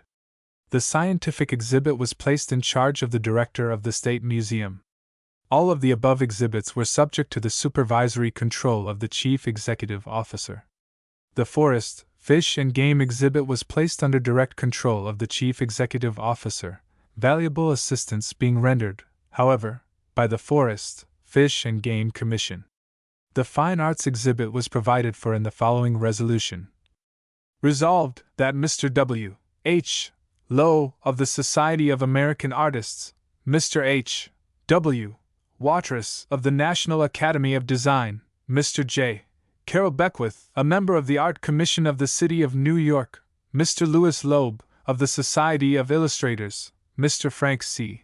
Jones, delegate to the Fine Arts Federation from the National Academy of Design, Mr. Grosvenor Atterbury, of the Architectural League of New York, and Mr. Herbert Adams, of the National Sculpture Society, be named as an executive committee on art for the State of New York, whose duty it shall be to aid the chief executive officer of this commission to develop the New York State art exhibit at the Louisiana Purchase Exposition, said executive committee to serve without expense to this commission. By means of the various agencies provided for the preparation of exhibits, the work was pushed forward as rapidly as possible, the Commission keeping in touch with its progress through monthly reports filed with the Chief Executive Officer by the heads of various departments. Assistance by exposition officers. By the time the Commission held its meeting in St. Louis in December, space had been assigned for most all of the state exhibits. There was an evident disposition on the part of the Exposition Company to do all in their power to assist the state of New York in making its participation an unqualified success. In appreciation of this attitude, the following resolution was passed at the meeting held in the city of St. Louis in December. Resolved, that the members of the New York Commission desire to express to the President of the Louisiana Purchase Exposition Company and the heads of the various departments with whom they have been brought in personal contact, their appreciation of the delightful courtesy extended them. It is obvious that there is a desire on the part of the exposition authorities to facilitate the departmental work of New York in connection with the exposition. We cannot fail to express our admiration of the gigantic task which the officers of this great international fair have carried to such a successful culmination. In the entire history of expositions, there has been evidenced no greater progress, and such work could not have been accomplished save through the most prodigious efforts on the part of the projectors of this vast enterprise.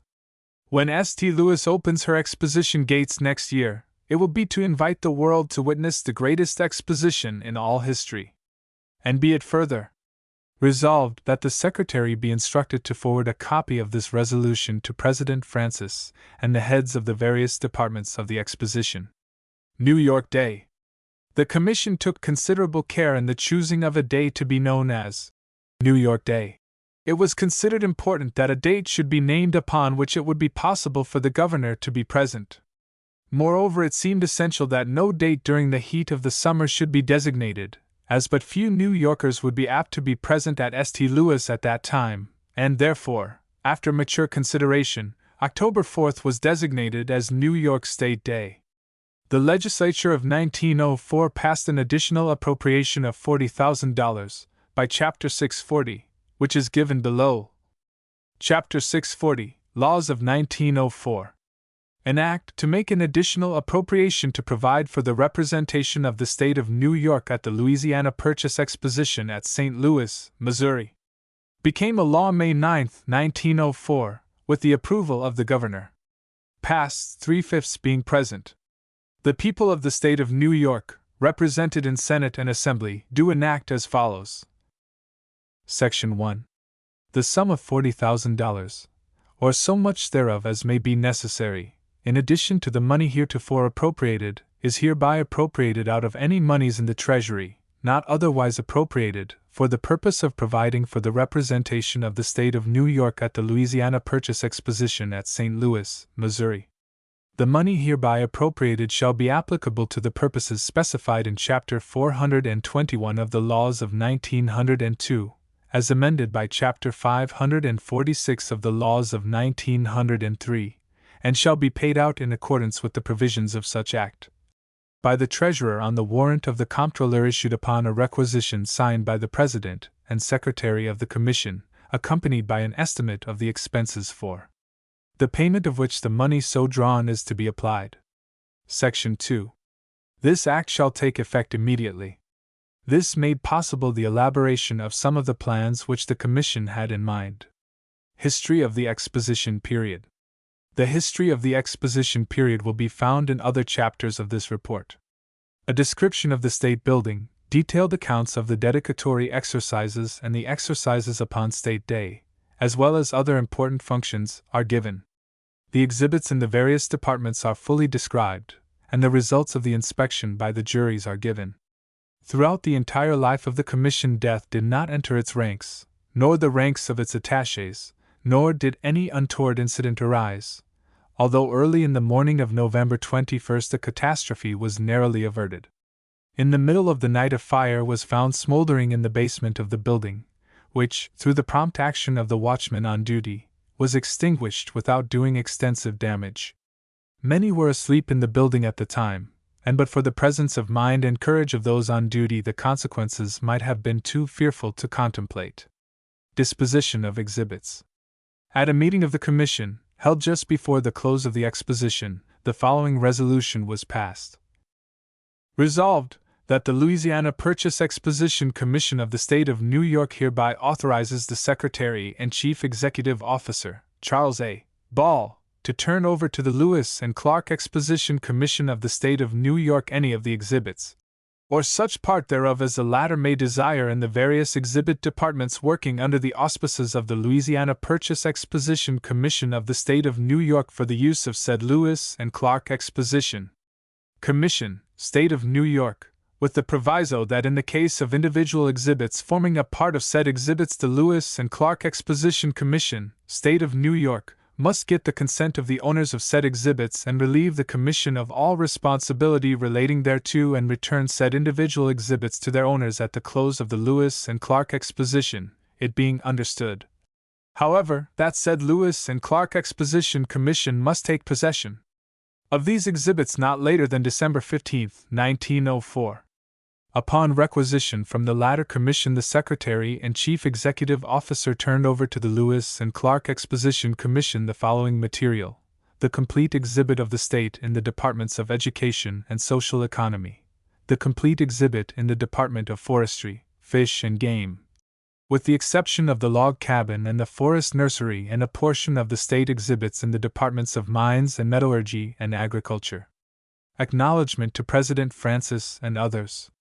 President Francis and the Exposition officials generally throughout the entire Exposition period extended to the Commission every courtesy and evinced a hearty interest in the work of New York, endeavoring to further the interests of the Commission in every possible direction.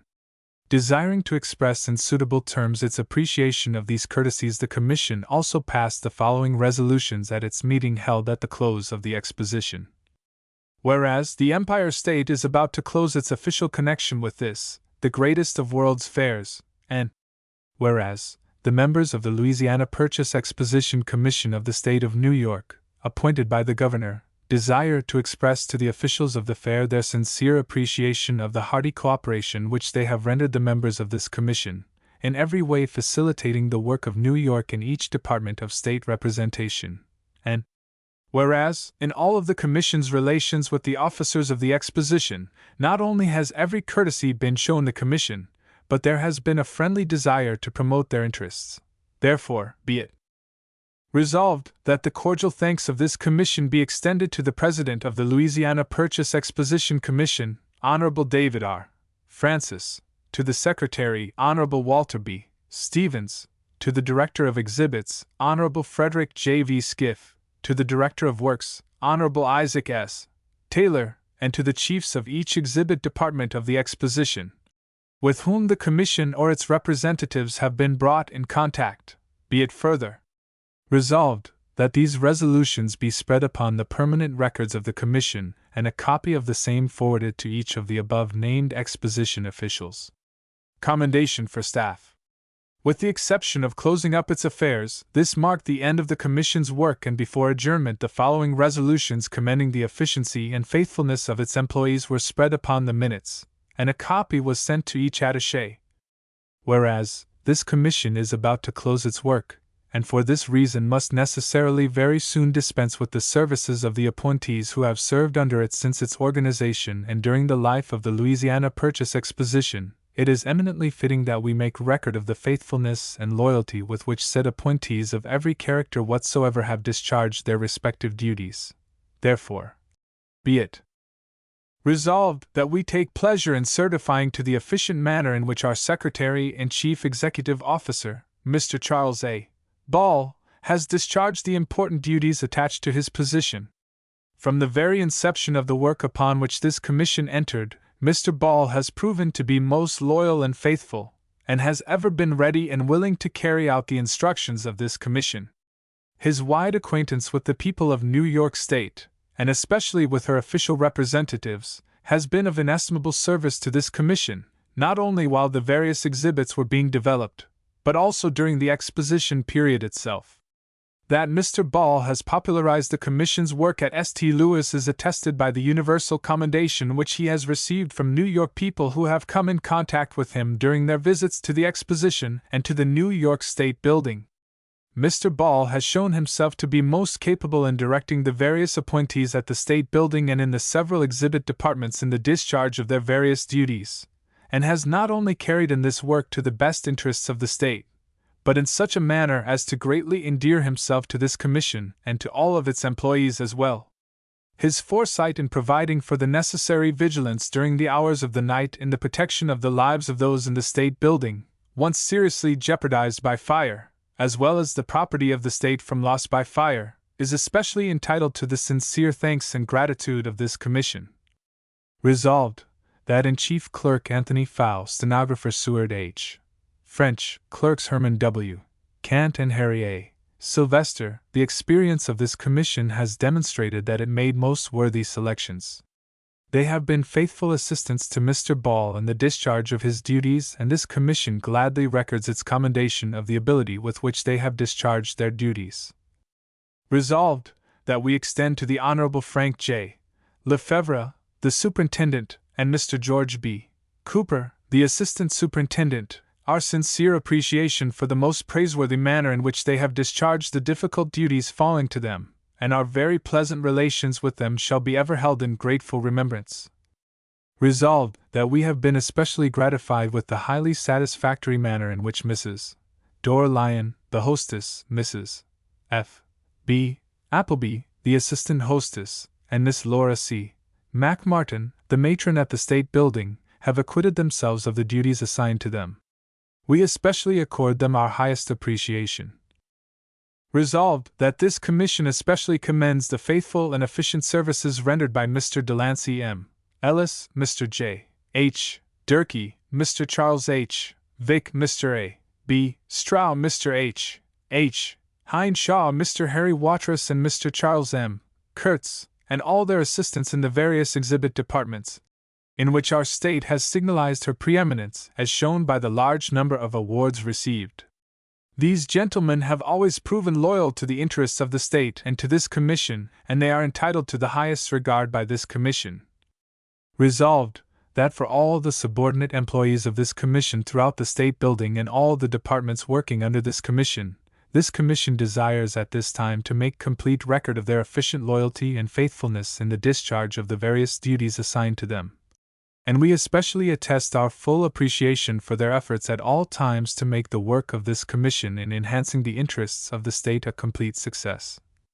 Resolved, that we cannot forget the efficiency of Mr. Hugh J. Baldwin, who, we believe, by his watchfulness at the time of the fire in the State Building, saved the lives of many of the occupants of the building as well as the property of the State, for Mr. Hugh W. Bingham, also on duty during that night, who so efficiently aided Mr. Baldwin in protecting life and property. We here record our sincerest gratitude, and be it further resolved, that these resolutions be spread upon the minutes of the proceedings of this Commission, and the Secretary is hereby authorized to transmit a copy of these resolutions to each of the employees of this Commission. Illustration: Varied Industries Building. Chapter 3. New York State Building. The New York State Building was admirably located upon one of the most attractive sites within the gift of the Exposition Company, to whom the Commission, in behalf of the State of New York, desired to make grateful acknowledgment. The site. The building stood on the brow of a hill, the land sloping off gently to the north, and faced upon a broad plaza, through which ran one of the most frequented highways within the grounds, known as Commonwealth Avenue. For its neighbors were the buildings of Kansas, Iowa, Massachusetts, Ohio, Wisconsin, and Oklahoma, while westward, at the foot of the hill, was located the great cage erected by the United States government, which held the exhibit of live birds from the Smithsonian Institute. To no state, with the possible exception of Missouri, the home state, was so large a site assigned as to New York. Its extent, the undulating character of the grounds, and the presence of many beautiful, stately trees, afforded countless opportunities for landscape effects. From the opening day the grounds presented a charming appearance, the well-kept lawns giving place here and there to large beds of nasturtiums, poppies, canny, and rhododendrons, while at the lowest point on the grounds, near the northeast corner, was located a lily pond. It was filled with the choicest aquatic plants of every variety, which were furnished through the courtesy of Shaw's Gardens and the Missouri Botanical Society. During the season, many beautiful bouquets of varicolored blossoms were gathered, and its surface was almost entirely covered by odd-shaped leaves from which peeped here and there the buds of pond lilies. Transfer of site to the state. The site was formally turned over to the Commission on October 1, 1902, and was received by a committee appointed by the President, consisting of Commissioners John K. Stewart, John C. Woodbury, and James H. Callanan. The ceremony took place in the presence of Honorable David R. Francis, President of the Exposition Company, the Director of Works, and other Exposition officials, the Committee of the New York State Commission, and invited guests. The exercises were brief but impressive. President Francis spoke as follows. Remarks of President Francis. A universal exposition, either in the United States or elsewhere, would be incomplete if the Empire State of the American Union were not represented. This site has been selected for the great state of New York, and upon this location we trust there will be erected a structure which will be in keeping with the glorious record New York and her sons have made from the beginning of this country. New York needs no encomium from me, none in fact from her sons. She speaks for herself. The Director of Works will present to the Chairman of the New York Commission the site for the building of the State of New York. Honorable Isaac S. Taylor, Director of Works, then formally presented the site to the Commission, handing to Commissioner John K. Stewart a handsome banner of purple silk, upon which was painted the coat of arms of the State of New York. Driving the staff in the ground, thus marking the site, Commissioner Stewart said. Remarks of Commissioner Stewart. Mr. President and gentlemen of the Commission, in behalf of New York State I receive this emblem. We shall erect here a building suitable for the great Empire State of New York. I wish to introduce to you Honorable James H. Callanan, of Schenectady, who will respond in behalf of the Commission. Commissioner James H. Callanan then made the following address. Address of Commissioner Callanan. In behalf of the Commission representing the Commonwealth of New York, I take pleasure in accepting the site allotted for the Empire State's building at the Louisiana Purchase Exposition. With this acceptance I beg you to receive the assurance from our Commission that New York will do her share to make the Exposition an unquestioned success. Upon this site we expect to erect a handsome and commodious structure where New Yorkers may meet one another during the Exposition, and where they may welcome their fellow citizens from every section of our common country. New York is also desirous of having exhibited here upon these spacious grounds the evidences of her prestige in the domain of manufacture, of commerce, of agriculture, of science, and of art. The American people are progressive. The indomitable courage and ambition of the American knows no cessation of effort, no lagging behind. The expositions held in our country have celebrated great epochs of our advancement, and they will be pointed out to future generations as evidences of the onward march of a people unparalleled in the history of the human race. To these great achievements of a mighty people it is impossible to estimate the share contributed by the sturdy pioneers and their descendants of this vast tract of country, the cession of which more than doubled the area of our country a century ago. What great states have been carved out of this territory! What wonderful wealth of resources have been brought forth here! What a splendid citizenship has been established in this vast region! New York rejoices with you in the giant strides made by this newer section of our country. It certainly is most appropriate at this time when the Republic is reaching out as a world power that we should celebrate the anniversary of the first great chapter in the history of our national expansion. Time has proven that Jefferson and his compeers built greater than they knew, for by that acquisition of territory there was developed a spirit of national progress that did not cease even when we first learned to know no superior among the nations of the earth. Representatives of half a dozen different nations met in the smoking room of an ocean liner some time ago. It was suggested that each nation be toasted. An Englishman paid a glowing tribute to his country. A Frenchman lauded his nation and a Russian eulogized the land of the Tsar. Then an American arose and said, "Here is to the United States, bounded on the north by the North Pole, on the east by the rising sun, on the south by the South Pole, and on the west by the setting Sunday. As he finished, another American present requested that he be permitted to attempt an improvement on the toast given by his countrymen, which request was granted. He then toasted the United States in this fashion: "Here's to the United States, bounded on the north by the aurora borealis, on the east by infinite chaos, on the south by the procession of the equinoxes, and on the west by the day of judgment." This indeed is extravagant language, but that fellow possessed the American spirit which recognizes no limit to the possibilities of our future. I recognize that this is no occasion for state boasting. Each state, territory, and American possession is unselfishly interested in the success of this exposition. However, in connection with what New York is expected to do for this grand enterprise, you will pardon, I know, this very brief reference I make to New York's supremacy in population, in wealth, in manufactures, and in commerce. I think it less than 20 years ago that New York was ahead in agricultural productions, too. Agricultural supremacy has been tending westward for nearly a half-century, however, and we cheerfully surrender to your broad prairies. Iowa, Ohio, and Illinois now outrank us in farm industry, the first once a part of the Louisiana tract, and the other two cut from the Northwest Territory. An Eastern farmer on his first visit to the West asked his Western brother how it was that he could plow such straight furrows over such enormous fields. "That's easy," said the native, "we follow the parallels of latitude and the meridians of longitude." That reply was significant. It demonstrates quite fully where agriculture is king in the United States. The end of the great strides that you are making here in the West is not in sight.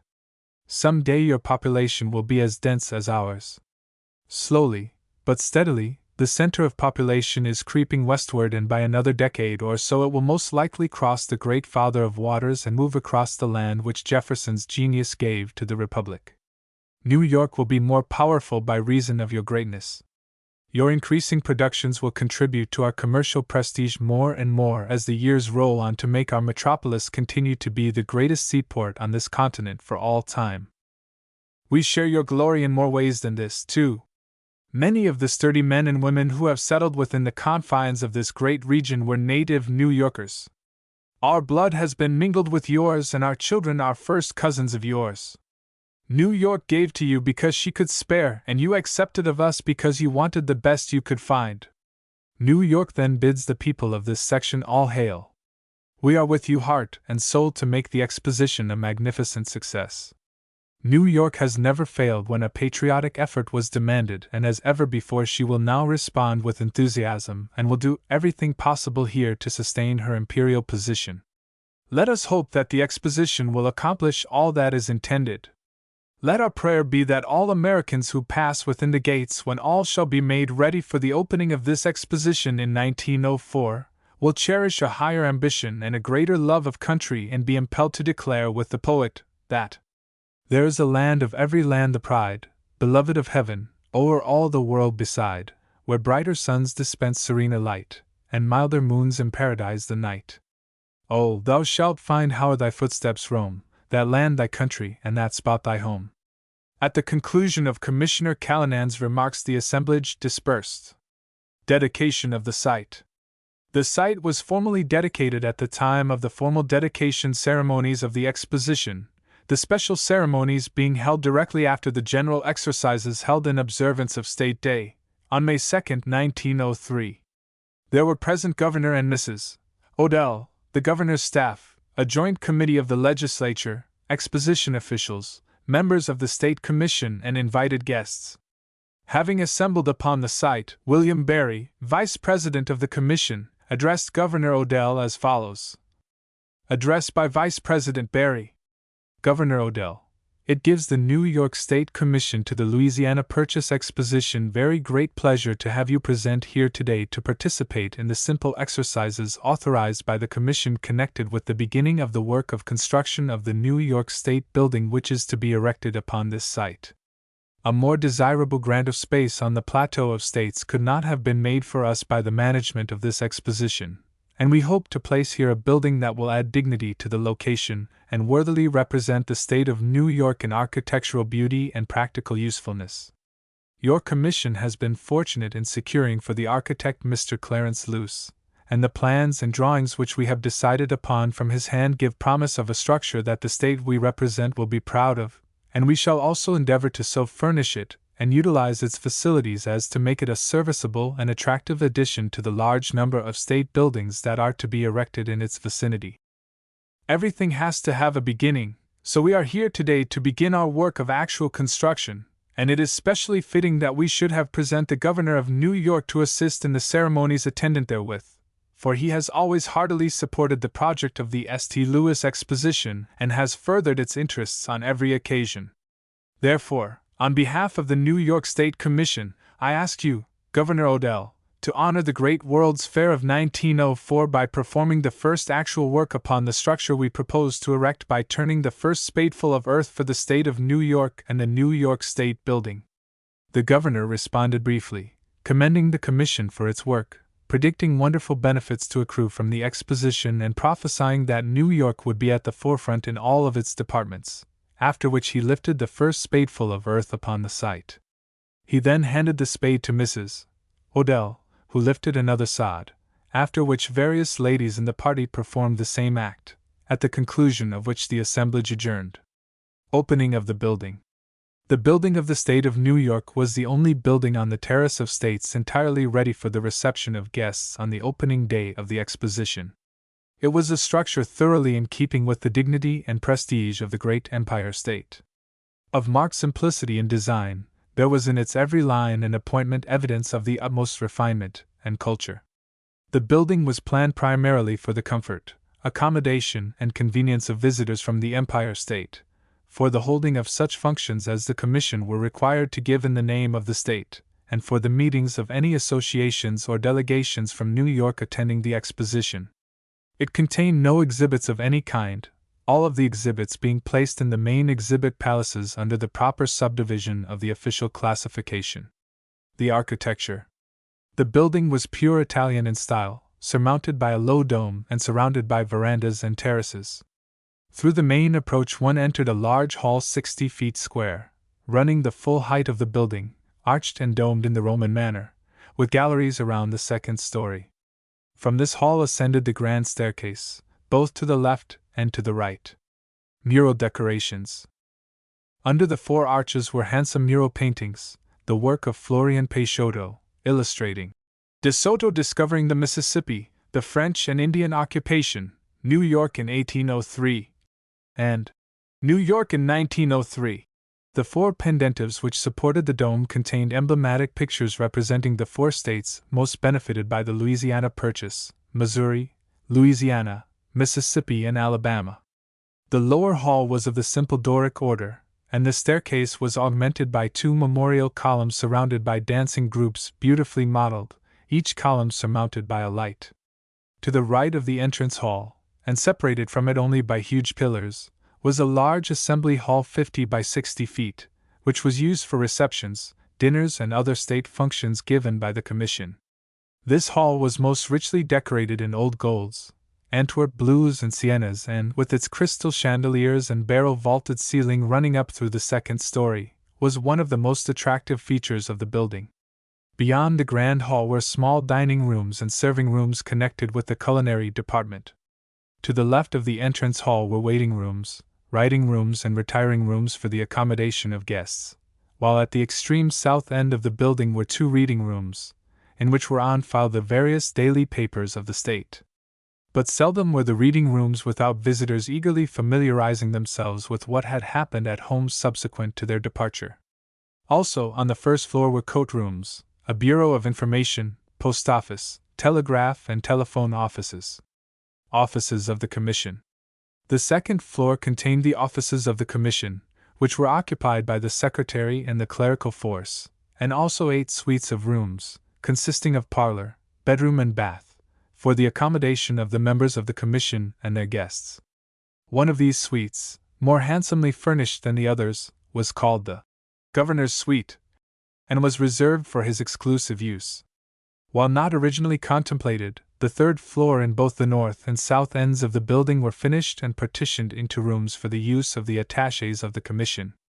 This increased the capacity of the building by 8 rooms. The sculpture. Eminent sculptors were employed to prepare the statuary for the building, which was generally conceded to be as fine as any upon the Exposition grounds, being most admirably adapted to the building as to scale. There were 2 massive quadrigi flanking the dome, typifying the progress of art and the progress of commerce, which were the work of Philip Martini, to whom was also entrusted the work of preparing the elaborate group, crowding the main entrance to Festival Hall and entitled Apollo and the Muses. About the huge columns flanking the steps which formed the approach, and again about the columns at the foot of the grand staircase, were dancing groups, most gracefully modeled by Oscar L. Lenz. The same sculptor was also responsible for the figure of Greeting, which stood in the lower niche at the north end of the building. The coat of arms of the state, which appeared frequently in the scheme of decoration, was by Allen G. Newman. The work of reproduction in staff of the models prepared by the artists was performed by Messrs. Barth and Stake. The lighting of the building throughout was by electricity, and was particularly effective in the main entrance hallway, in that the lights, for the most part, were concealed behind cornices, giving a very soft effect, and displaying to the best advantage the mural paintings.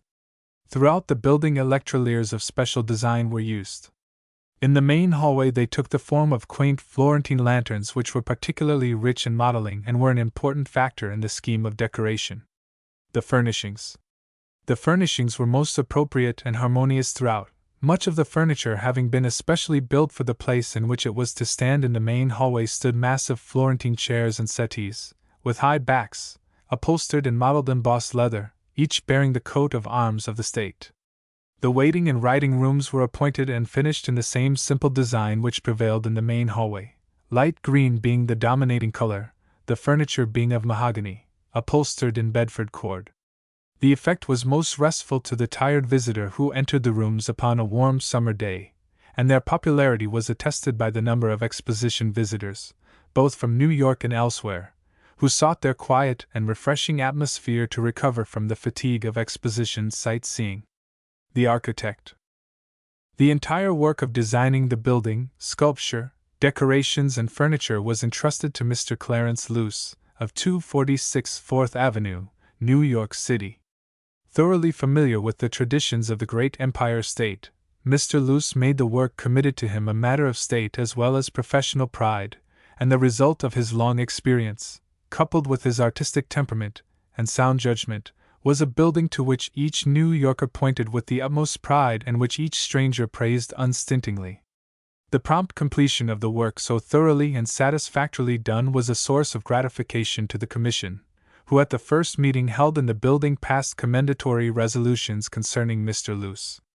There were state buildings which represented an outlay of considerably more money, but none which typified the Commonwealth for which it stood more thoroughly than did the New York State Building. The restaurant. A pleasant feature was a private restaurant, conducted by Messrs. Baino and Pindat, of New York City, the former being the inventor of an electric range which was used in the preparation of food. The kitchen and commissary department was in the basement at the north end of the building.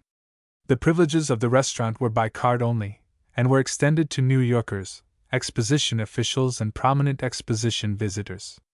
The cuisine was most excellent, and throughout the season appetizing meals were served on the spacious verandas at the north end of the building, over which canopies had been erected, the illumination being furnished in the evening by electric lights, contained in Japanese lanterns. No restaurant upon the grounds enjoyed a greater popularity among those who were privileged to use it than did that of the New York State Building. The organ. To the Oland Company, of New York City, the Commission is indebted for one of the features of the building. This company placed a magnificent pipe organ in the east balcony of the rotunda, and in the gallery north of the Grand Hall, nearly 100 feet away, was installed an echo organ, while a set of cathedral chimes sounded softly from still another distant part of the building. All three instruments were under control of the organist at the console located upon the main floor of the entrance hall, and could be played either by hand or by music rolls manufactured by the Oland Company. The organ was equipped with an electric keyboard which permitted the playing of all three instruments or any single one, as the operator desired. The main instrument was contained in an artistic case, which, with its decorative ornament, was built by Charles and Jacob Blum, of New York City, and was an important enrichment of the hall. Mr. S. H. Grover, a representative of the company, was in attendance throughout the summer and gave a recital each day at 3 o'clock in the afternoon. These recitals soon came to be a feature of the exposition, and were largely attended by music lovers. The program played on New York State Day is given below, and is a fair specimen of the programs rendered throughout the season. Overture, Oberon, von Weber Serenade, Schubert The Nightingale, Delibes Overture, Stradella, Flautaubergers, Jocelyn, Goddard Selections, No. 11, La Bohème, Puccini and Mir Schubert Introduction, Act 3, Lohengrin, Wagner. The piano. The Commission also acknowledges the courtesy of Steinway and Company in placing in the State Building one of the finest instruments ever turned out by this famous firm of piano builders. Its purity of tone and singing qualities were remarkable, and during the season several recitals were given upon it by eminent musicians. The piano was appropriately named The Wave, illustrating as it did the wonderful waterways of the Empire State. The case was made of white hard maple, admirably adapted for fine carving. Some distance from the edge of the top the smooth surface commenced to take the undulations of the surface of water, gradually increasing in volume until the edge was reached, where the waves seemed to flow over in an irregular line down the sides, here and there forming panels. The 3 supports were composed of female figures sculptured in wood. One supported by a dolphin suggested the mythical origin of the harp, another was poised upon a dolphin's back, and the third was a water nymph nestled among the rocks and spray. The music desk contained a picture of sunrise on Lake Erie. All of the carving was colored with translucent greens and blues, enhancing the graceful undulations and wave movements. The panels were all designed to illustrate some of the most important views of the waterways of New York State. The first represented New York Harbor, the next East River spanned by Brooklyn Bridge, another the Hudson, with its palisades. The panel over the rear support was a view of Albany, showing the Capitol on the hill at sunset. Another showed Cohoes Falls and the Erie Canal. The next contained a picture of Little Falls, the last being a picture of Buffalo Harbor. On the top, as a fitting finale, was a large picture representing the American Falls at Niagara. Underneath the front half of the top was painted the coat of arms of the state. The staff. The State Building was at all times in charge of a competent and obliging staff, which always stood ready to minister to the comfort and pleasure of the guests of the Empire State. Honorable Frank J. Lefevre of New Paltz was superintendent. He performed the arduous duties of directing the actions of the force and attending to a multitude of details with cheerfulness and efficiency. He was ably assisted by George E. Cooper of Olean, the assistant superintendent. The social functions given in the name of the State Commission were directed by Mrs. Norman E. Mack, the lady member of the Commission, whenever she was present. In her absence, the social duties fell upon Mrs. Dora Lyon, who invariably extended the State's hospitality with grace and tact. The assistant hostess, Mrs. F. P. Appleby, won many friends in the course of the season through her courteous treatment toward all guests. The comfort of the Commission and their house guests was admirably provided for by Miss Laura Mac Martin, the matron. Acknowledgment is also due to those who faithfully served the Commission in the State Building in various capacities throughout the Exposition period. Illustration: Livingston Memorial Tablet. Chapter 4. Functions held at the New York State Building. Illustration: The State Building was generally recognized as the social center of the Exposition. Many functions were given throughout the season by the Commission in the name of the State, and the building was constantly in demand for private entertainments. The use of the building was freely granted by the Commission so long as the date did not conflict with that of an official function. To enumerate all of the social events taking place in the State Building is not within the province of this Commission. A list of the official and the more important unofficial functions is given below. Saturday, April 30th. Opening Day. A luncheon was given to members of the Commission and distinguished guests. Wednesday, May 4th. Luncheon given by the State Commission for Mrs. Martin H. Glynn, of Albany, wife of National Commissioner Glynn, and for Mrs. John K. Stewart, wife of Commissioner Stewart. Ladies only were present.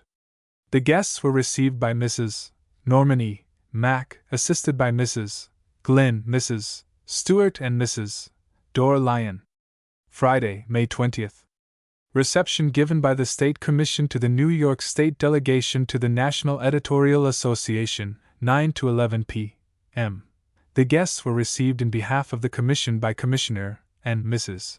James H. Callanan, of Schenectady, and by Commissioner and Mrs. John C. Woodbury of Rochester, assisted by Mrs. Dora Lyon. Monday, May 23rd. Reception given by the National Society of New England Women.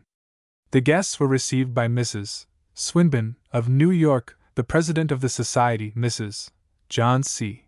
Woodbury, and Mrs. James H. Callanan. Tuesday, May 24th. Reception given by the State Commission to the Federation of Women's Clubs, 4 to 6 p.m. Wednesday, June 1st.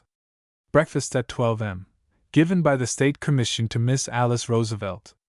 Only ladies were present. The guests were received by Commissioner Mrs. Norman E. Mack, Mrs. James H. Callanan, Mrs. John Young, and Mrs. Dora Lyon. There were about 200 ladies present. Tuesday, June 7th. Ball given by President David R. Francis and Mrs. Francis in behalf of the Louisiana Purchase Exposition Company to the West Point Cadets, 9 to 12 p.m. Music was furnished by 2 bands stationed in the north and south galleries of the entrance hall. Refreshments were served upon the verandas. Among the distinguished guests were General Nelson A. Miles and General H. C. Corbin. Saturday, June 11th. Reception tendered by the Executive Commissioners Association to the State Commissioners and World's Fair officials. This was an informal affair for the purpose of bringing the state's representatives into closer relations. The receiving line consisted of Honorable J. A. Yarrington, President of the Association, Mr. Charles A. Ball, President of the Executive Committee of the Association, Mrs. F. B. Appleby, Mr. and Mrs. F. R. Conaway, and Mr. Stacy B. Rankin. Wednesday, June 15th. Luncheon by the State Commission in honor of Mrs. William Berry, wife of Vice President Berry, and Miss Stern, of New York City. The guests were received by Commissioner Mrs. Norman E. Mack, Mrs. Berry, and Miss Stern. Friday, June 18th. Dinner given at 7 p.m. by Mr. Louis Stern, Chairman of the Executive Committee of the Commission, in honor of President and Mrs. Francis. Mr. Stern was assisted in receiving by Miss Stern and Mrs. Norman E. Mack. Saturday, June 25th. Dedication of the New York State Building. Exercises described in Chapter 5. Thursday, June 30th. Reception given by the State Commission to officers and members of the Council of the National Educational Association and to New York State teachers. The guests were received by Vice President and Mrs. William Berry, Commissioner, and Mrs. John K. Stewart, Mrs. Dora Lyon, Honorable Howard J. Rogers, Chief of the Department of Education of the Exposition, and Mrs. Rogers, John W. Cook, President of the National Educational Association, and Mrs. Delancey M. Ellis. An organ recital was played by S. H. Grover, and refreshments were served in the Grand Hall. Monday, August 1st. Reception given by the Executive Commissioners Association. Thursday, September 1st. Reception given by the Executive Commissioners Association. Thursday, September 8th. Reception given by Mrs. Dora Lyon to the Hostesses Association. Monday, September 12th.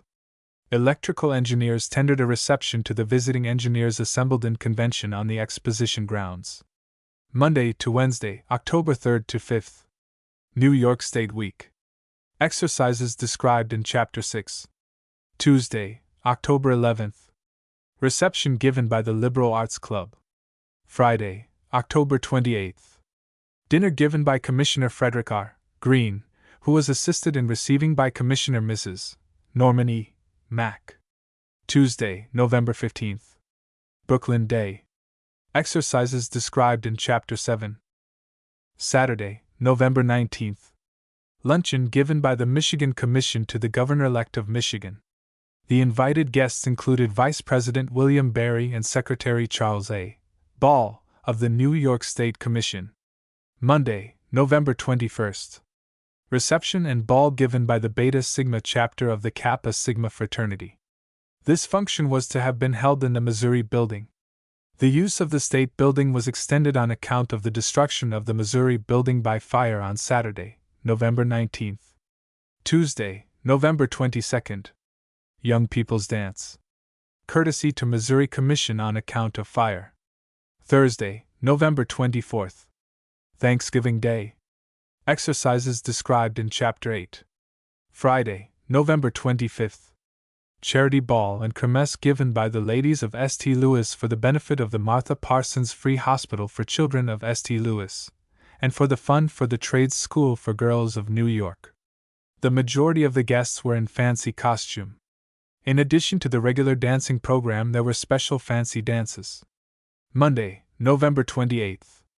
Dinner given by the State Commission in honor of Honorable Oscar S. Strauss and Mrs. Strauss, and Honorable St. Claire McElway and Mrs. McElway. Vice President Berry of the Commission presided, and the guests were received by Vice President and Mrs. Berry and Mrs. Norman E.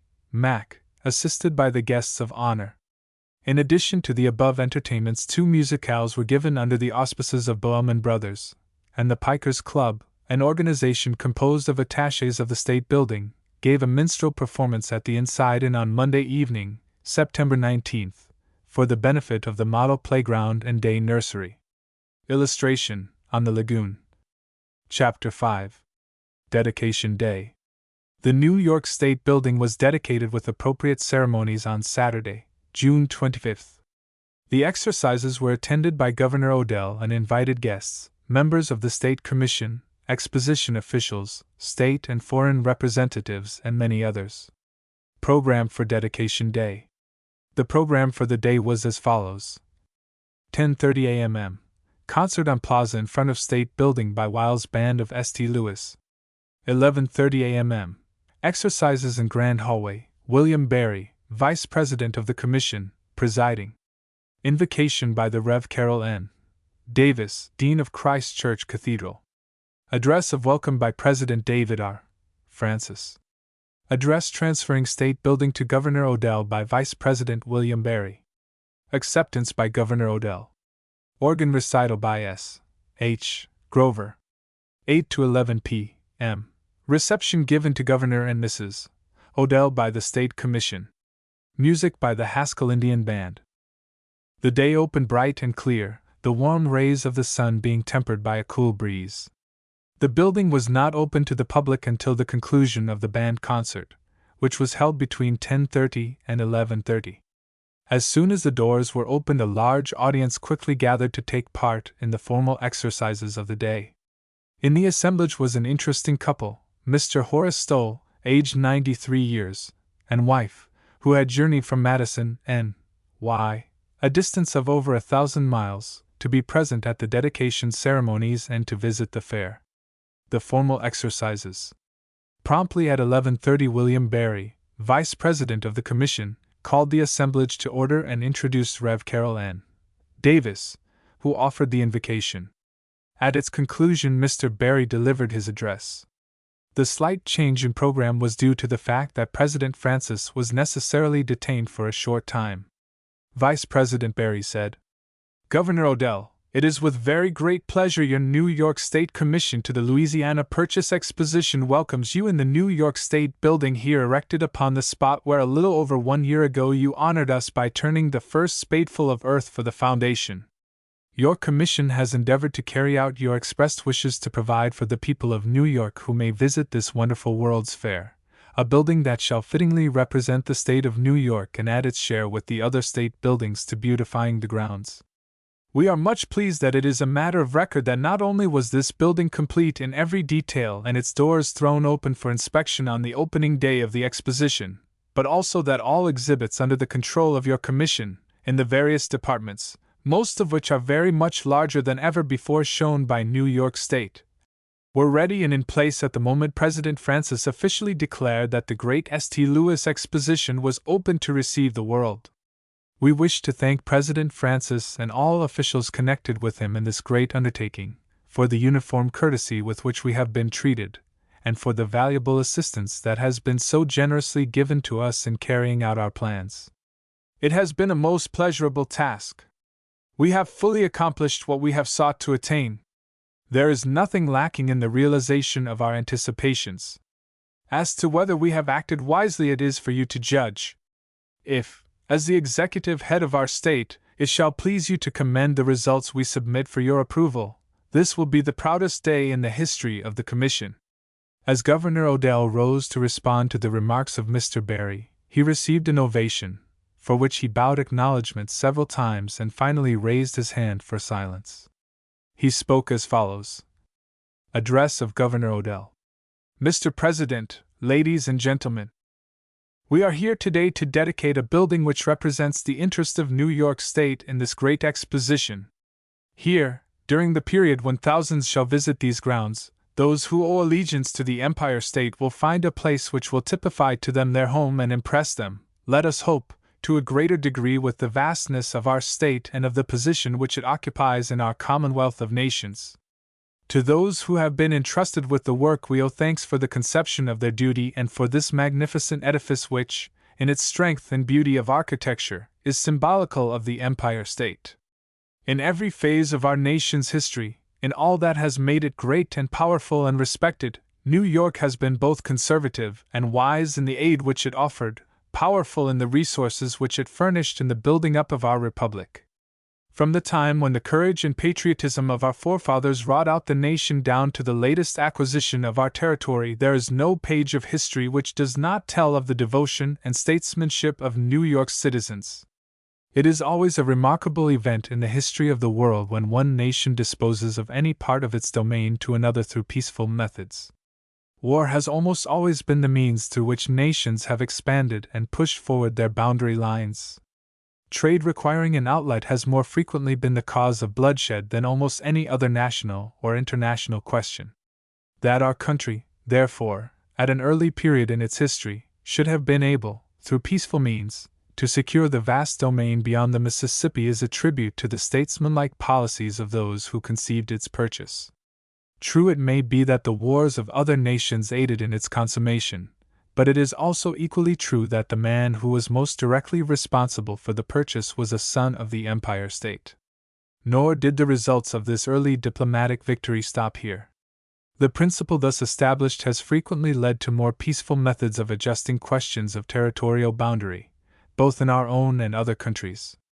It may be that much that has since been accomplished through arbitration is but the evolution of this idea, and it may lead, let us hope, to the time when such questions will no longer render necessary the arbitrament of the sword. It was proper, therefore, that our state, in its dignity, with its conservatism and with its intense patriotism, should be among the first to contribute of its means to make of this exposition the grand success which it promises. With each succeeding international exposition the world becomes wiser, artisans more skillful, the contributions to science and art more valuable. In a word, they raise the standard of civilization and hasten the time when all men shall pay homage to the ruler of the universe. As inventions are developed which make the worker more effective, which broaden the field of usefulness, there come responsibilities and problems which require education and discernment to meet and solve.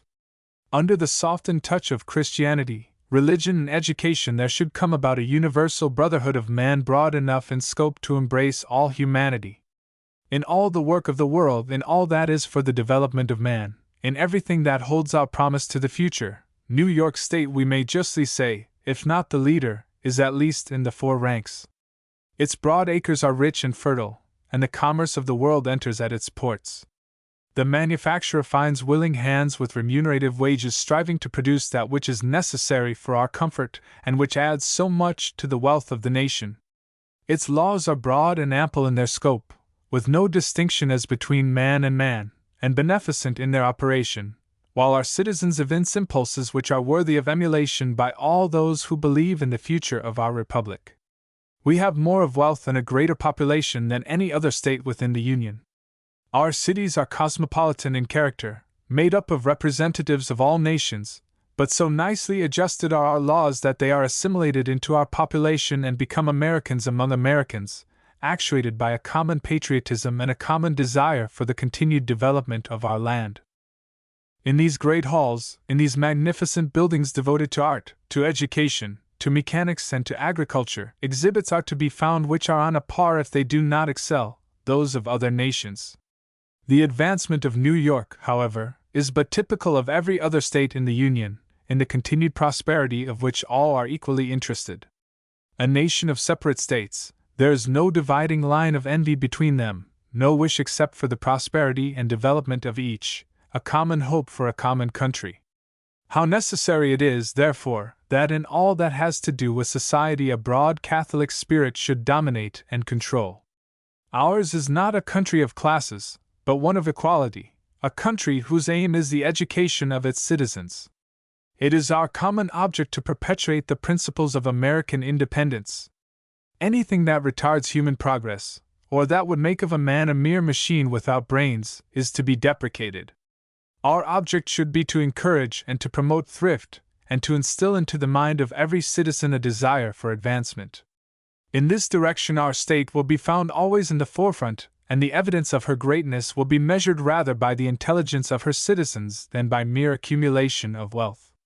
Therefore, that which protects labor, which encourages capital, should be the aim of modern legislation. While we participate in the celebration of this great national event, as we mark our progress along every line, we feel a natural pride in all that has been done in other states, in all that has been accomplished by other people. As we look into the future, as we consider its possibilities, let us hope that our nation will never forget that this government is won by the people, and that its power and influence among the nations of the world will continue only so long as due weight and consideration is given to the rights of individuals.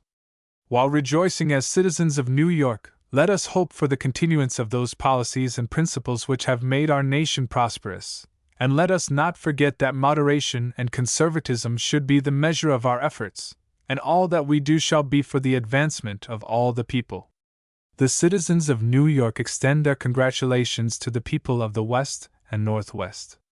We hope that from this great exposition there shall come a closer communication between all the people of the earth, a broadening of human effort, the advancement of civilization, and a growing respect for our country and our flag, which will make us a power for the good and peace of the world. It is a great pleasure for me to accept on behalf of the state of New York this magnificent building, and again to congratulate you as the president of the commission, and the architect who has wrought this wonderful work, for the painstaking care that you have exercised in the development of New York's interests in this great exposition. During the address of the governor, President Francis quietly entered and was introduced at its conclusion. He was warmly received and made a characteristic address. He paid a warm tribute to the Empire State and her chief executive, and complimented the State Commission upon the work it had performed, and spoke of the New York State Building as one of the social centers of the Exposition. His remarks in part follow. Your distinguished son, Robert R. Livingston, was the man who first negotiated for the purchase of Louisiana. No exposition would be complete without a representation from the Empire State. The Exposition management has already pointed with pride to the New York building, the social functions of which have been among the marked attractions of the Exposition. I am here to thank New York not only for her material contribution to the World's Fair, but for the spirit her citizens have given to this Exposition. We of the West flatter ourselves that we have arrived at that stage of our progress when we can invite every people on the globe to come and see for themselves what a century of Western civilization has accomplished. At the conclusion of the ceremonies, Governor Odell held an informal reception, during which Mr. S. H. Grover, of New York, played an organ recital. The evening reception. The State Building was appropriately decorated for the evening reception given in honor of Governor and Mrs. Odell, and many hundred guests called to pay their respects between the hours of 8 and 11. The receiving party consisted of Governor Benjamin B. Odell, Jr., Mrs. Odell, Mr. and Mrs. William Barry, Mrs. Norman E. Mack, Mr. and Mrs.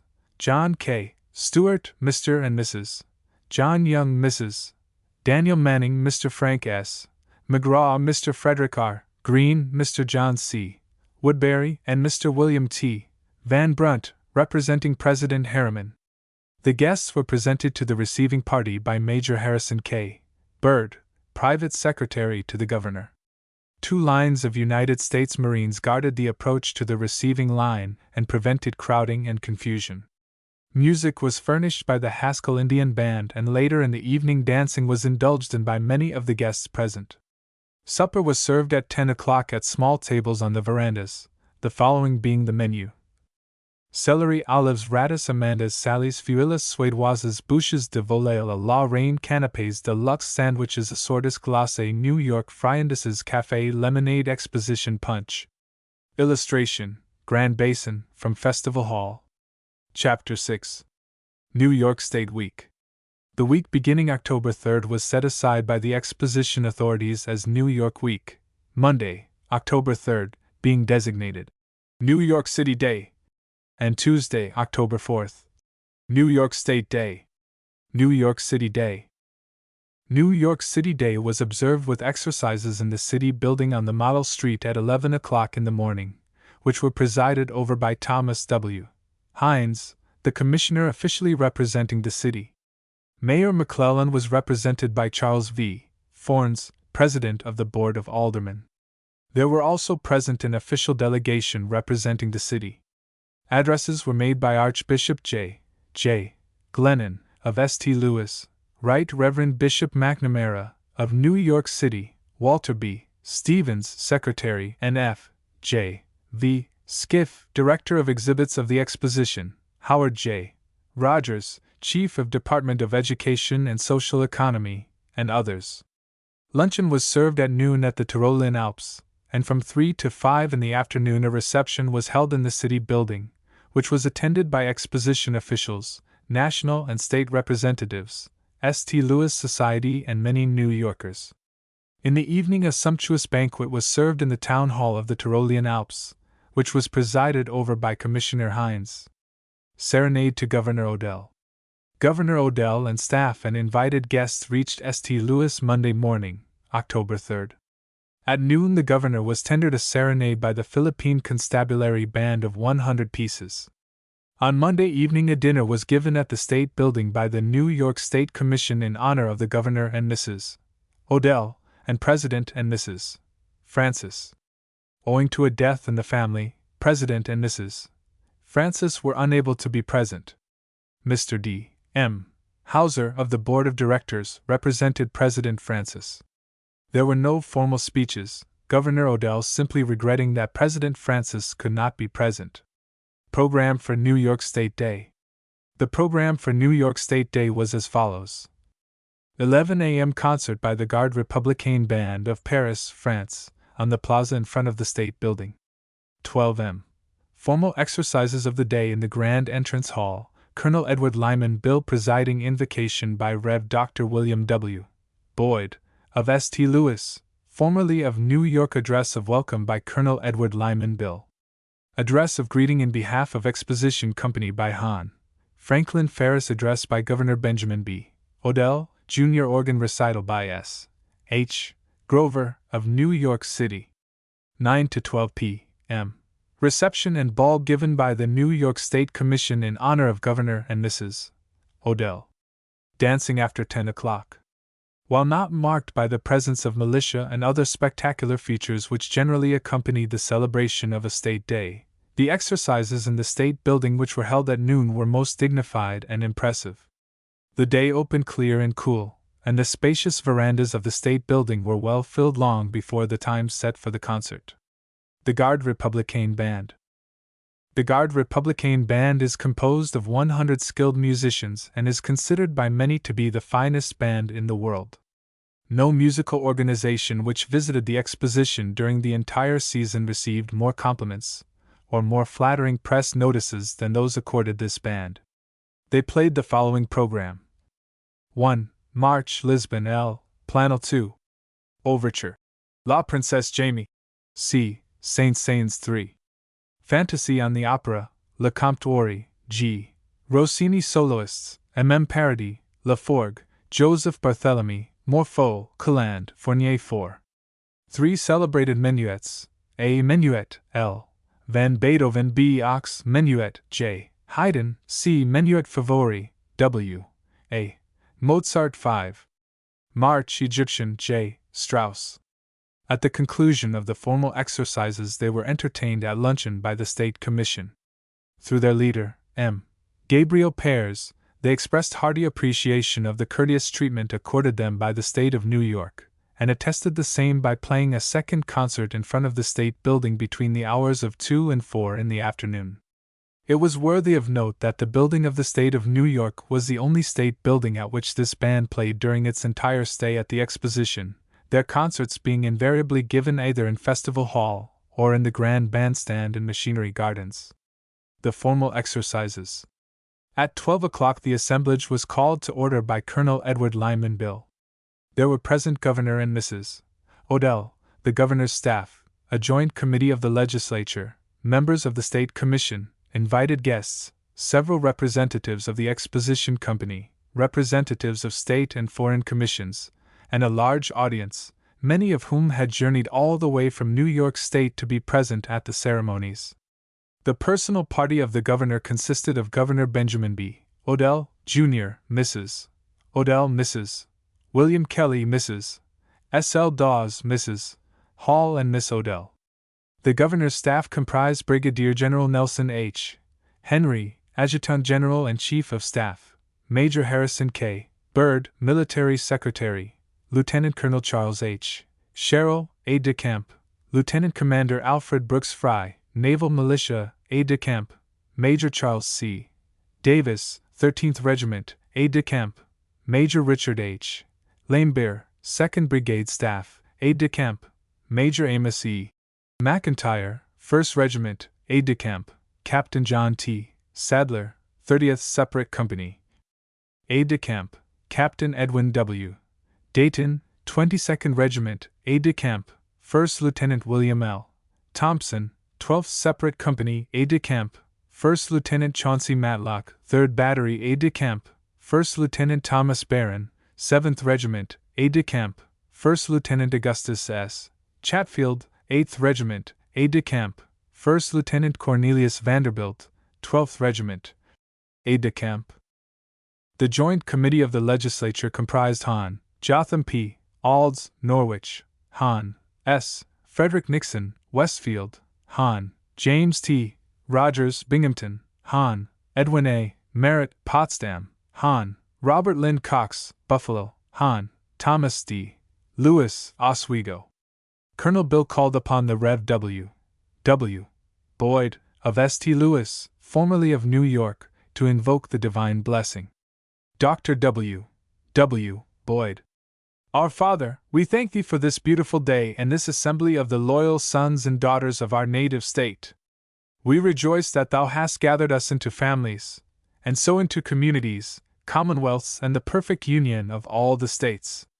We bless Thee for the history of this great state, its part in the glorious Revolution, in the preservation of the Union, its development in every branch of human industry, its material prosperity, but above all, for its humanities, its growth in philanthropy, education, and religion. Bless, we beseech Thee, His Excellency the Governor, and all associated with him in making, interpreting, and executing the laws. Bless the President, directors, and all who have helped to create and develop this marvelous exposition, especially the Commissioners of the State of New York, who have erected this splendid building, and by the varied exhibits in the palaces of the Exposition portrayed the wonderful progress of the Empire State. And grant, O most merciful Father, that the fruits of this great exposition may be enlarged national prosperity, international comity and peace, and the strengthening of the ties of human brotherhood throughout the world. May Thy special blessing be upon the exercises of this hour. May the words of our mouth and the meditation of our hearts be acceptable in Thy sight, O Lord, our strength and our Redeemer. Amen. Colonel Bill then delivered the following address. Address of Colonel Bill. On behalf of the New York State Commission, I extend greeting and hearty welcome to the official representative of President Francis, to Governor Odell, our distinguished guests, to the sons and daughters of New York, and to all who have honored us with their presence here today. It was on this site, upon May 2, 1903, Governor Odell lifted the first spadeful of earth where this beautiful structure has since been erected. Upon that occasion, New York was represented by our chief executive, his staff, and troops numbering nearly 1,500 men from all branches of the military and naval service of the state. On last April 30th, this building, sumptuously appointed, was formally opened to the public. I may say, with pardonable pride, that the report which the Commission made at that time showed that not only was our building complete in every detail, but all of the state exhibits as well were ready for inspection. The work of our Commission has been along pleasant lines, and we have been constantly stimulated by hearty support from the Exposition authorities. It is fitting that we should express our sincere appreciation to President Francis and the sterling coterie of men with whom he is surrounded for the aid and assistance which they have so willingly rendered this Commission in every way. Our Governor has taken a warm interest in New York's participation at this fair, and on many occasions he has made manifest his desire that New York's representation should be ample and complete in every particular. In many of the magnificent places, such as education, agriculture, horticulture, forestry, fish and game, mines and metallurgy, our state has collective exhibits which show her varied resources. In this beautiful structure will be evidenced further proof of New York's generous participation in this great exposition. The Louisiana Purchase Exposition has a deep interest for New York, for one of the principal figures instrumental in bringing about that purchase was Livingston, a distinguished son of the Empire State, and it was he who negotiated the treaty and was first to sign it. And yet the real authors of that great transaction on this side of the ocean were neither Jefferson, Madison, nor Livingston, and I think historians will agree with me when I say it was more the influence of those hardy frontiersmen of Kentucky who demanded free navigation for the magnificent inland river which rolls by us in its eternal flow to the Gulf of Mexico. The influence of those men, the vanguard of civilization, could not be disregarded by those who were at the head of our governmental affairs more than a century ago. Then, the more we look at this transaction, the more evident it is that the outcome of it was due to that man whose shadow even now falls sharply athwart the whole continent of Europe, Napoleon Bonaparte. It was his ambition which threw into the grasp of the infant republic the splendid empire out of which have been carved 12 sovereign states and 2 territories. At that time Napoleon uttered one of those far-seeing expressions which is important in its prophecy. Perhaps, he said, it will be objected to me that the Americans of 2 or 3 centuries hence may be found too powerful for Europe, but my foresight does not embrace such remote fears. Besides, we may hereafter expect rivalries among members of the Union. Confederacies that are called perpetual last only until one of the contending parties finds it is to its interests to break them. It is to prevent the danger to which the colossal power of England subjects us that I would provide such a remedy. No such vision of the future came to our American statesmen, many of whom bitterly opposed the purchase of the Louisiana Territory. When the bill came up for discussion on the floor of Congress, Josiah Quincy, afterwards mayor of Boston, and for many years president of Harvard College, said, speaking of the incorporation in the Union of the Territory of Louisiana, "It appears to me that this measure would justify revolution in this country. I am compelled to declare it as my deliberate opinion that if this bill passes, the bonds of this Union are virtually dissolved, that the states which compose it are free from their moral obligation, and that, as it will be the right of all, so it will be the duty of some to prepare definitely for a separation, amicably if they can, violently if they must." He said further, "If this bill passes, it is a death blow to the Constitution." Strange words, indeed, in our ears at this time, and it shows that the American statesmen of those days had not the imagination of Napoleon. What has this purchase meant to New York to have in this Union this great empire? What has it meant to the Union itself to have this splendid territory incorporated in it? It has meant for New York prosperity and increased commerce to the people of all our land and furnished homes for the sons and daughters of New York. The states carved out of that great empire have all borne their share in the heat of our national life, and they have contributed immeasurably to the nation's growth and development, and we have come in this country, notwithstanding the immense separation and diversity of interests, to work together under one flag, with one interest for a common country. And this great exposition should teach not only us of the East but of all other sections of the country that we should avoid the danger of finding ourselves separate in sentiment from one another. In this great Western Empire we all take a common interest, and the success of this exposition redounds to the credit and honor, not only of the men who have carried it to such successful issue, but upon the whole country. We all shine in the reflected glory of the Louisiana Purchase Exposition, which shows the high water mark of human progress. It is indeed the greatest of all international fairs and a lasting credit to the artistic skill of the men who planned and executed it. It is the culmination of all that has been done in the wide expanse of territory purchased from France in 1803, and the achievements of all nations in the world since that day. It is a far cry from the early Oriental fairs in the East, which were perhaps the early ancestors of this great exposition, and all honor and credit and glory is due the men who stood shoulder to shoulder in carrying this great enterprise to such a magnificent culmination. It represents American skill, American enterprise, American endeavor, and its influence will be felt upon this country long after those men who have played their successful part in this great moving drama have passed from earth. Words are inadequate to fittingly describe the beauties of this magnificent exposition. It is individual effort as well as concerted effort which has brought about these splendid results. It is one of the brightest pages in American history, and what glorious memories a perusal of these pages arouse. We can turn the pages of recorded history from the time when the boats of the adventurous Genoese unfolded their white wings in the harbor of Palos and sped across the unknown seas to bring back upon their return evidence of the existence of a new world far across the wide waste of waters. In fancy we picture that sturdy band kneeling with Columbus, richly attired, upon the tropic sands, while over them floats the blood and gold banner of Spain, as the priest clothed in vestments of his office asks the blessings of Almighty God upon the land which Columbus claims in the name of the House of Castile. In the background we see waving palms and dark-skinned men who gaze with awe upon the white discoverers. In another scene we see the cold wintry waves surge and dash around the frail craft fighting its way across dark tempestuous seas from Plymouth, the little bark tossed like a feather here and there until she lands on that rock-bound coast known as New England. We see that little colony, freedom's seed, germinate and thrive, first the grain, then the tender plant, ever exposed to severe conditions, then matured into the oak of a giant nation.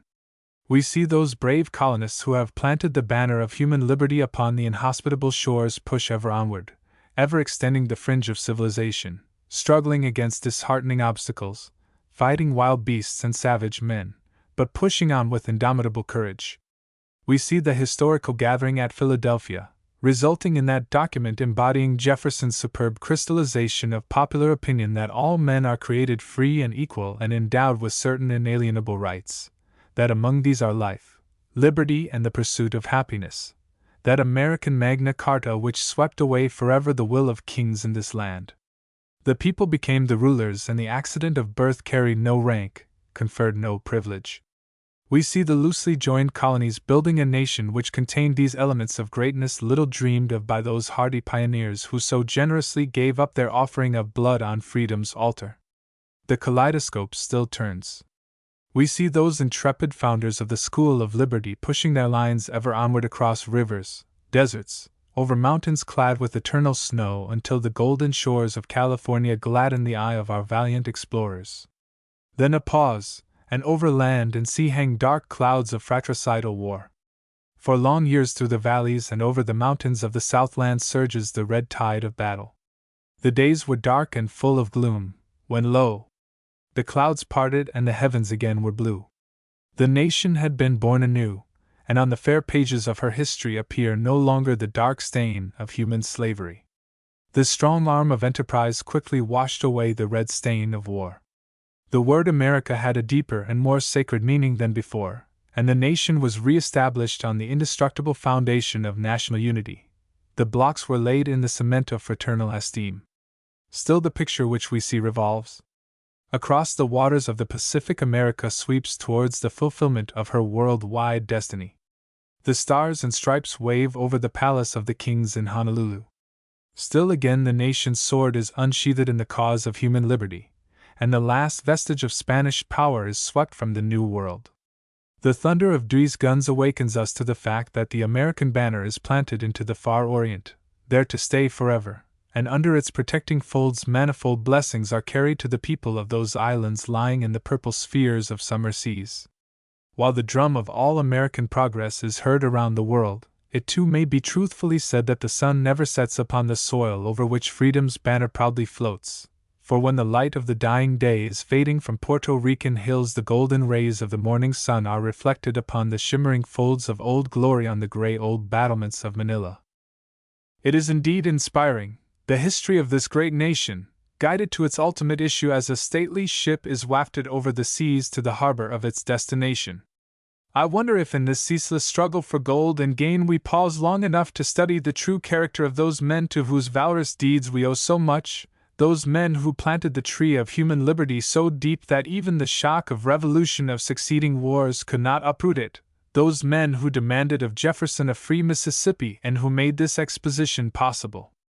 All honor to those heroes who stood shoulder to shoulder in the days which tried men's souls, who, in the gloom and suffering of Valley Forge, saw in the distance the rainbow of hope shining over the dark clouds of defeat.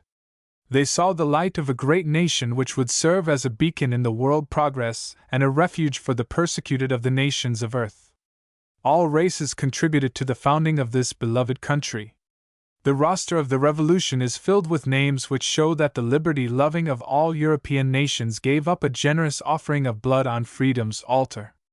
In our veins courses blood of all nations, and it is the healthy commingling of that blood which has produced a race of world conquerors. It has produced the men who have made possible this great exposition. We have been placed in the world's crucible, have been melted in the glowing heat of a nascent life, and have been forged into a weapon which shall carve the world.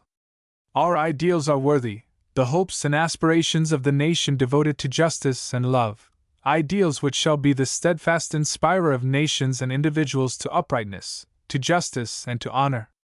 The presiding officer then expressed regret at the unavoidable absence of President Francis on account of bereavement in his family. He introduced Judge Franklin Ferris, General Counsel to the Louisiana Purchase Exposition Company, who delivered the following address. Address of Judge Ferris. I regret extremely, for your sake and his, that the brilliant man who stands at the head of this exposition cannot be here today to greet you in person. Still, I must admit that I am not unmindful of the fact that I owe to his misfortune and yours the very great privilege of appearing before you to extend a welcome to the people of my native state. The President of the Exposition bids me say to you that there has been no occasion on these grounds, that there will be none in the future, in which he would more gladly participate than this. The Exposition management feels under peculiar obligations to the state of New York. We are indebted largely to her prompt and liberal cooperation for the high stand which the Exposition has taken. We are indebted to the Governor, to the New York Commission, to the gracious hostesses of this building, to the splendid woman who has, with rare tact and dignity, cooperated with the Exposition as President of the Board of Lady Managers. In the building of this exposition, science, invention, art, manufacture, the field, the forest, the mine, the air, and the water have contributed their choicest treasures. How well we have succeeded in presenting them you must judge. But I wish to say to you that no matter how high a standard we have reached, still more important than all else is the representation upon these grounds of our splendid American man and womanhood. No man can walk about this plateau of states, view these beautiful structures, see the people coming together from the north and the south, the east and the west, uniting in common loyalty and respect for our institutions, without feeling his heart swell with pride and gratitude. It is no disparagement to our sister states, for me, a loyal son of New York, to say that it is most fitting that the Empire State should be preeminent here also in the beauty of her building, the character of her exhibits, and the magnificent representation of her people. I am proud of the state of New York, proud of her history, her scholars, her statesmen, her soldiers, proud of her material prosperity, proud of the great metropolis through whose gates thunders the commerce of the United States. I love the state of New York, her broad and fertile valleys, her stately rivers, the lakes which glisten like jewels on her bosom, her mountains which rear their tops to the clouds. But most of all I love the quiet life of the country home, the honesty and industry of the plain people. Our old home. Who can forget it? The great barn with its huge beams and fragrant mows of hay, the sparkling brook whose shining shallows bathed my naked feet, the broad meadow with its fence corners of luscious berries, the old schoolhouse, whose desks are impressed with generations of jackknives. Was there ever so sweet a draught as that which we drew from the shining depths of the old well? And yet the country boy grew restless. With his ear to the ground, he heard the distant hum of industry.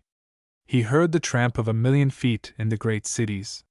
He felt that the battle of life was on, and that he must take his place in the struggle. And so he turned his back upon the old home. Ah! How many grave-faced fathers and tender, sweet-faced mothers have watched their boys, one by one, go out into the world, and have turned back in solitude, cheered by an occasional visit, an occasional letter, to wait until their days should be fulfilled. And how many of us must now say that their days have been fulfilled, and that a simple stone marks their last resting place in the village churchyard? What have we gained by this? Contentment? They had it. Respect of our fellow men? They had it. Success in life? They had it.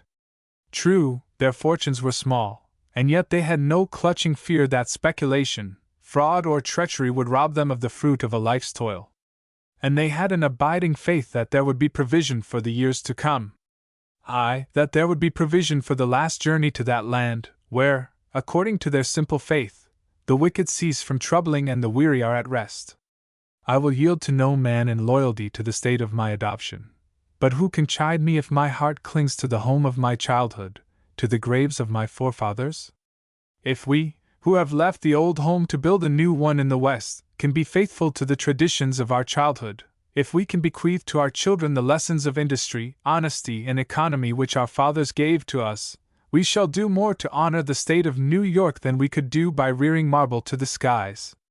The presiding officer then introduced Honorable Benjamin B. Odell, Jr., Governor of the state, who received a great ovation, it being some time before the governor was able to proceed with his remarks. His speech was punctuated with liberal applause. He said, Address of Governor Odell. The diplomacy which led up to the acquisition of the Louisiana Territory furnishes one of the most interesting incidents in the world's history. The establishment of a republic devoted to the interests of, and affording liberty of conscience and freedom of action to its citizens, was an experiment in government which could not have succeeded if any restraint had been placed upon that liberty, or if its constitution had not been broad enough to meet the demands of a growing country. From the settlement of America down to the Revolutionary War, sanguinary strife had been the lot of the American people. The thrifty Dutch and the stolid, determined Anglo-Saxons sought not in this country a mere temporary home, for, unlike the Spaniards, their dream was not of gold, but rather their hope was for a liberty so broad and catholic in its character that it would grow with succeeding years and make certain that peace they had sought for in vain in the land of their birth. The earlier colonial and Indian wars had drawn upon the resources and heroism of our forefathers. Hardship and toil had imbued them with a consciousness of their strength and instilled into them that spirit of independence which enabled them, after long years of strife, to establish our republic. It was this people, after having gained their independence, in the belief that foreign complications were forever at an end, who, at the close of the Revolution, turned their attention to peaceful pursuits and endeavored to meet every requirement of a growing country. With characteristic skill and industry they began the development of those tremendous resources of our country, the measure of which is almost beyond human conception. Here, under liberal laws and wise administration, the people found that which had been heretofore lacking in the government of the world. Invention had not yet made possible the intercommunication facilities which we of the present enjoy. Upon water transit, therefore, they were obliged to depend for an outlet for the commerce of their western territory. The barriers which were sought to be interposed to communication over the mighty river which rises in the northwest brought forth vigorous protests from those who had just begun to cultivate its fertile fields. Angry passions were aroused, and the people of our country who had been so successful in carving out the republic demanded that this barrier should be removed. Livingston and Monroe, clothed only with power to effect a treaty which should ensure this right of transit, with no possible opportunity of quick communication with their government, took upon themselves the responsibility which brought to a successful consummation the relinquishment of this vast territory. Thus was brought to the people of the United States a question which had never been contemplated by the framers of the Constitution. That instrument had been the production of the wisest men of the times. They had successfully met the problem of drawing into an indissoluble union the 13 states, many of which were acting under peculiar laws which were contrary to the Declaration of Independence, under which the battles for freedom had been fought and won. While there was authority for the admission of new states, there was no constitutional permission for the purchase of territory. The power of the federal government to perform acts of sovereignty had not yet been passed upon, and there was grave doubt as to the wisdom of ratifying the treaty without a constitutional amendment. When we look over the results which have followed this expansion of our country, when we calculate our manifest growth in population, in wealth, and in industry, all of these appear insignificant beside the result which was accomplished in showing to the world that we were living under a constitution broad enough in its provisions to be so interpreted as to ensure success to popular government. That Jefferson and his advisers acted wisely in so construing their power at that time is undoubted. If there were no other achievements of that wonderful administration, then this alone would suffice to make it a memorable one. Doubt, lack of courage, and insincere opposition are always the refuge of a coward. Here was a nation demanding that which was necessary for its trade, desirous of reaching a solution through peaceful means if possible, but determined to acquire it at all hazards if necessary. There was no question as to the consent of those whom we took over, and to whom we gave the protection of our flag, or as to nice points of constitutionality, when the greater object in view was the onward progress of civilization, the building up of hope, and the fulfillment of our destiny as a nation, to perpetuate those principles which mean so much in the redeeming of the world. The exigencies of a later war found a precedent in the courage of Jefferson, and enabled Lincoln to wipe from the escutcheon of state the blot of slavery which had too long tarnished it. That the acquisition of this territory was accomplished through peaceful means rather than by bloodshed was another triumph for civilization. While wars have come since, and may come in the future, the plan of arbitration which has been adopted so generally by this and other nations may perhaps have had its inception in this peaceful solution of a burning and important question to this country. Our Union now is one that is composed of commonwealths bound together by all that means common interest, the common weal and common protection of all the people. It leads to the hope that when the representatives of all of the states have decreed by a majority that which is for the best interest of the whole country, then these questions should no longer be the subject of partisanship or party differences, but the government should have the loyal support of all who believe in America and her future. The same laws govern us, the same protection should be and is accorded to every citizen, and there is no individual or isolated community that does not share in the prosperity of all others whose interests are on the same plane of equality. For a time, natural advantages may unduly favor one section of the country, but the accumulation of wealth brings about the development of the natural resources by which other sections are built up, and their people share in the general prosperity. Our state perhaps has benefited more through the development of the West and the Northwest Territory than almost any other commonwealth. The natural valleys which permitted the building of the Erie Canal and the connection of the Great Lakes with the harbor of New York brought this territory in close communication with the Atlantic seaboard. The growing demands of the world led to the cultivation of the fertile fields of the West, the development of the mines, and the building up of cities and manufactures. Until today, we have other ports whose facilities have been increased by the improvement of waterways and the building of thousands and thousands of miles of railroad. While there may be an apparent decrease in some localities and a corresponding benefit in others, yet so intimate are our connections and associations that the prosperity of one, instead of being a menace to the growth of any other locality, really aids in building it up. So diversified are our interests, so skillful our people, that we may compare the whole Union to a great workshop, one vast cultivated field of industry, all laboring, not for the advancement of separate cities or localities, but for the continued growth of our common country. It is only through ignorance that people have a misconception of these truths. The development of the human mind is no less important than the development of the physical condition of man. His education, therefore, is a paramount duty of the state, and his protection against the weakening of his physical condition is equally important. That legislation has recognized these facts is shown in laws, not only of the nation, but of each individual state, which seek to guard and protect the youth against unwise labor, which seek to instill into his mind that intelligence which comes only from wise and broad educational facilities. Every able-bodied citizen of our country is an asset, and those who through weakness, however painful the admission may be, are incapacitated from labor, must be entered upon the debit side of the national ledger. Therefore, the laws that guard against burdensome toil, too long hours of labor, and against ignorance, are not only humanitarian in their character, but are best calculated to promote the interest of all the people. In the division of society, those who labor and those who represent capital should always be in accord, and the demands of either should never trespass upon the rights of the other. It is too frequently the case that through misunderstanding of our laws and the higher economical conditions that friction does arise between these two great elements of society. The right of every man to sell his products or his labor in the best market is unquestioned, and any interference with this principle of sound government is a menace to the republic itself.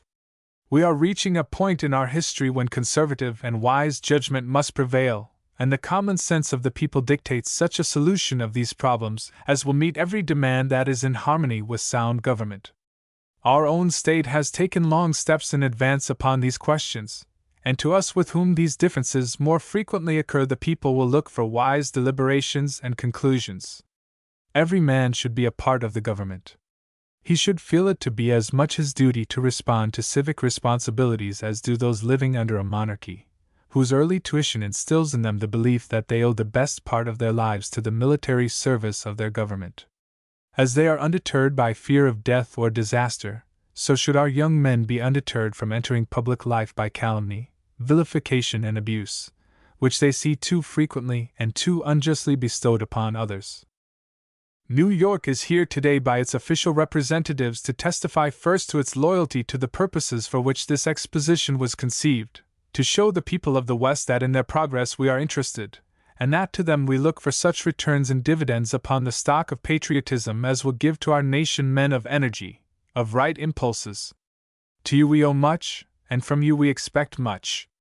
Our efforts will be to aid you in every laudable undertaking, to stand behind you in all that means the prosperity of our common country. You have here an exposition of which you may be justly proud. Nothing like it has ever been known in the annals of the world. Skilled workmen from all parts of the earth are here to aid in its success. Here you witness not only the steady progress that has been made in the sciences, the arts, and agriculture, but you have before you also exhibits from some of the possessions which have recently come under our control. We may study here some of the problems which demand solution at the hands of the American people. Our flag has been planted in a far-off land, and we must face responsibilities which it would be cowardly to shirk. A message has come to us as to all other nations, to do the Master's bidding and to spread Christianity and civilization into the remotest parts of the earth. To us have been entrusted duties that have cost us the blood of some of the bravest men of the North and of the South, of the East and West. Here we may see something of that which has been accomplished, as well as a presentation of those conditions which it is our duty to correct. It is our privilege to give to others the same liberty which we enjoy ourselves, to establish some form of government such as ours whenever these people are ready for it, and it is our duty to protect them in their weakness until they are prepared for it. It was the dream of our forefathers that our country should be confined between these two magnificent oceans, but despite these hopes in later years additional responsibilities have come, which the American people are too proud to shirk and too courageous to abandon. There is no one who has seen the progress which is here represented who does not believe that the work for civilization which is ours to perform has already had such an impetus that the time will come when we shall bless those who had the courage to stand for it against those who demanded another solution of this important question. To our credit be it said that no true American demands the surrender of these possessions, and that the only question of difference between the people of our country is whether they shall be given their independence now, or when they are in a condition to enjoy it. This exposition stands, not only as a monument to our progress, but to our united and determined effort to take a prominent part in all that means the advancement of mankind and the prosperity of the whole world. We owe that which we are at present to the devotion and heroism of the men of the past, and to protect and guard the inheritance which has come to us should be our aim. To be broad and conservative in our conception of our duties and responsibilities should be our purpose. To instill into the minds of our youth a determination to meet every question with true American courage should be our object. Every effort that makes for the good of humanity is a fitting tribute to that national policy which has taught us that there is no responsibility too great for our citizens to bear, and that in the onward progress of civilization America recognizes her duty and will not fail in its performance. At the conclusion of the governor's address, the benediction was pronounced by the Rev. W. Boyd, after which Governor Odell held a public reception, shaking hands with several hundred people, who pressed forward to greet him. During the progress of the reception, Mr. S. H. Grover, of New York City, rendered an organ recital. Luncheon was served the governor and party in the offices of the commission, and the afternoon was devoted to sightseeing. The evening reception. In the evening was held the grand reception and ball in honor of Governor and Mrs. Odell. 6,000 invitations had been issued for the function, those invited including the President of the United States and his cabinet, judges of the United States Supreme Court, United States Army and Navy officers, governors of all the states, New York State officers, members of the New York State Legislature, judges of the Court of Appeals and Appellate Division and Supreme Court, Exposition officials, members of the National Commission, members of state and foreign commissions, the Board of Lady Managers, and many prominent citizens of the Empire State and St. Louis. In spite of the fact that the day assigned to the state of New York, a year before by the Exposition Company, fell upon the date of the greatest festival of all the year in St. Louis, viz., the Veiled Prophet's Ball, which is similar to the Mardi Gras festival at New Orleans, it did not affect the attendance at the reception in the least, many people attending both functions. Throughout the evening the capacity of the building was taxed to the utmost by those who came to enjoy New York's proverbial hospitality. The exterior of the building and the grounds were illuminated on a lavish scale by the Payne Pyrotechnic Company, of New York City. The entire building was outlined by means of thousands of fairy lamps, and many strings of Japanese lanterns were festooned from the roof line to the veranda balustrade. Fairy lamps were used in profusion about the grounds, forming unique figures, and at various points spelled the words, New York. At no other function during the entire exposition were such elaborate illuminations attempted on the part of any state commission. The interior decorations consisted of the national and exposition colors, gracefully wound here and there about the pillars, supplemented by festoons of smilax, which was used in profusion in the entrance hallway. Special music for the event was furnished by Fanquilli's Band, of New York City, and Schoen's Orchestra, of St. Louis, which were stationed respectively in the south and north galleries of the grand entrance hall. The receiving party. The receiving line was stationed at the foot of the grand staircase, the guests entering at the south portal of the building and approaching through the reception rooms. Receiving with the Governor and Mrs. Odell were Mrs. Norman E. Mack, Colonel and Mrs. Edward Lyman Bill, Mr. and Mrs. John C. Woodbury, Mr. and Mrs. Frank S. McGraw, Mr. Frederick R. Green, Mrs. Daniel Manning, Hon. S. Frederick Nixon, Mrs. Dore Lyon and Hon. James T. Rogers. The guests were presented to the Governor by Major Harrison K. Byrd, his military secretary, 2 lines of United States Marines guarding the approach to the receiving party. The Governor's military staff, resplendent in varicolored uniforms, formed a line directly in front of the receiving party, and while adding eclat to the occasion, prevented any crowding about the receiving line. Supper was served at 11 o'clock at small tables upon the verandas. The following was the menu: radishes, celery, olives, salted almonds, bonbons, oysters, a la Paulette, chicken, salad, assorted sandwiches, ice cream, petit fours, lemonade, coffee, claret, punch. Dancing began at 10 o'clock and continued until the wee SMA hours. Concluding function. The final event of State Week was a breakfast given by the State Commission on Wednesday noon in honor of Governor and Mrs. Odell and Mrs. Daniel Manning, President of the Board of Lady Managers. The breakfast was perfectly informal, no set addresses being delivered. The functions of the entire period were voted by one and all to have been most successful in every respect, and New York again proved its right to the title of a most gracious and generous host. Illustration: Colonnade of States. Chapter 7. Brooklyn Day. One of the last special days to be observed during the Exposition was Brooklyn Day, the exercises of which were held on November 15th. As one of the speakers on the occasion aptly said, it was the only day throughout the Exposition period which was formally set apart by the Exposition management in honor of a political division less than a municipality. A special train bearing a large delegation of representative Brooklynites arrived in St. Louis Monday, November 14th. Although the date was late in the season, the weather was ideal, and everything was done for the pleasure and comfort of the visitors. The ceremonies were divided between the New York State Building and the New York City Building, upon the Model Street, and consisted of exercises at 11:30 a.m., followed by a luncheon at 1 o'clock at the New York State Building, and a reception at the New York City Building from 8 to 10 in the evening. The program for the formal exercises in the New York State Building was as follows. Address of welcome, William Barry, Vice President, New York State Commission. Address, Hon. J. Edward Swanstrom, on behalf of the Committee of 100. Permanent Chairman, Colonel William Hester, President of the Brooklyn Eagle. Response, Major Peter J. Collins. Address, Hon. Rollo Wells, Mayor of St. Louis. Response, Hon. Charles A. Sheeran, ex-mayor of Brooklyn. Oration, Hon. Thomas P. Peters, editor of the Brooklyn Times. Eolian organ recital. Promptly at 11:30 a.m., the assemblage was called to order by Vice President William Barry, who, in behalf of the State Commission, extended a cordial welcome to all present.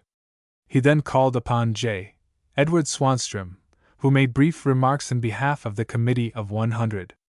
At the conclusion of Mr. Swanstrom's remarks, Colonel William Hester was installed as permanent chairman. Upon taking the chair, Colonel Hester said, Colonel Hester's remarks: I am very sensible of the honor conferred upon me, but will be unable to fulfill the duties, except in a most perfunctory way. It is very much to be regretted that the Honorable Martin W. Littleton is not able to be with us today. As the official head of the government of the borough, he was to have presided on this occasion. In his absence, Major Peter J. Collins, who was at the head of an important department, will respond for his chief. I now introduce to you Major Collins. Speech of Major Collins. Your Honor, Mr. Francis, and ladies and gentlemen, in responding as the representative of the administration of the borough of Brooklyn, I feel that you must realize the unenviable position I occupy of appearing on such brief notice and of acting as the mouthpiece of our president, the Hon. Martin W. Littleton. Mr. Littleton instructs me to convey his most sincere regrets to your Honor, to Mr. Francis, and to the ladies and gentlemen constituting the Committee of 100, on his enforced absence on this occasion. As some of you are aware, there has been an election in this land. Previous to this election there was carried on what some of us supposed was a political campaign.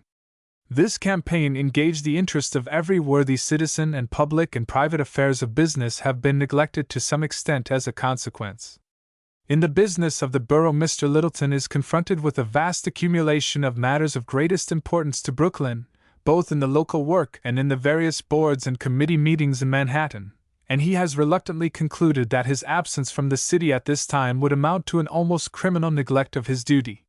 He asks me to convey to you the congratulations and good wishes of the many thousands of our people who are unable to be with us today. Brooklyn has had a deep sympathy with your fair city in this tremendous enterprise, and has watched with keen interest and satisfaction your success in overcoming the many difficulties that lay in your way.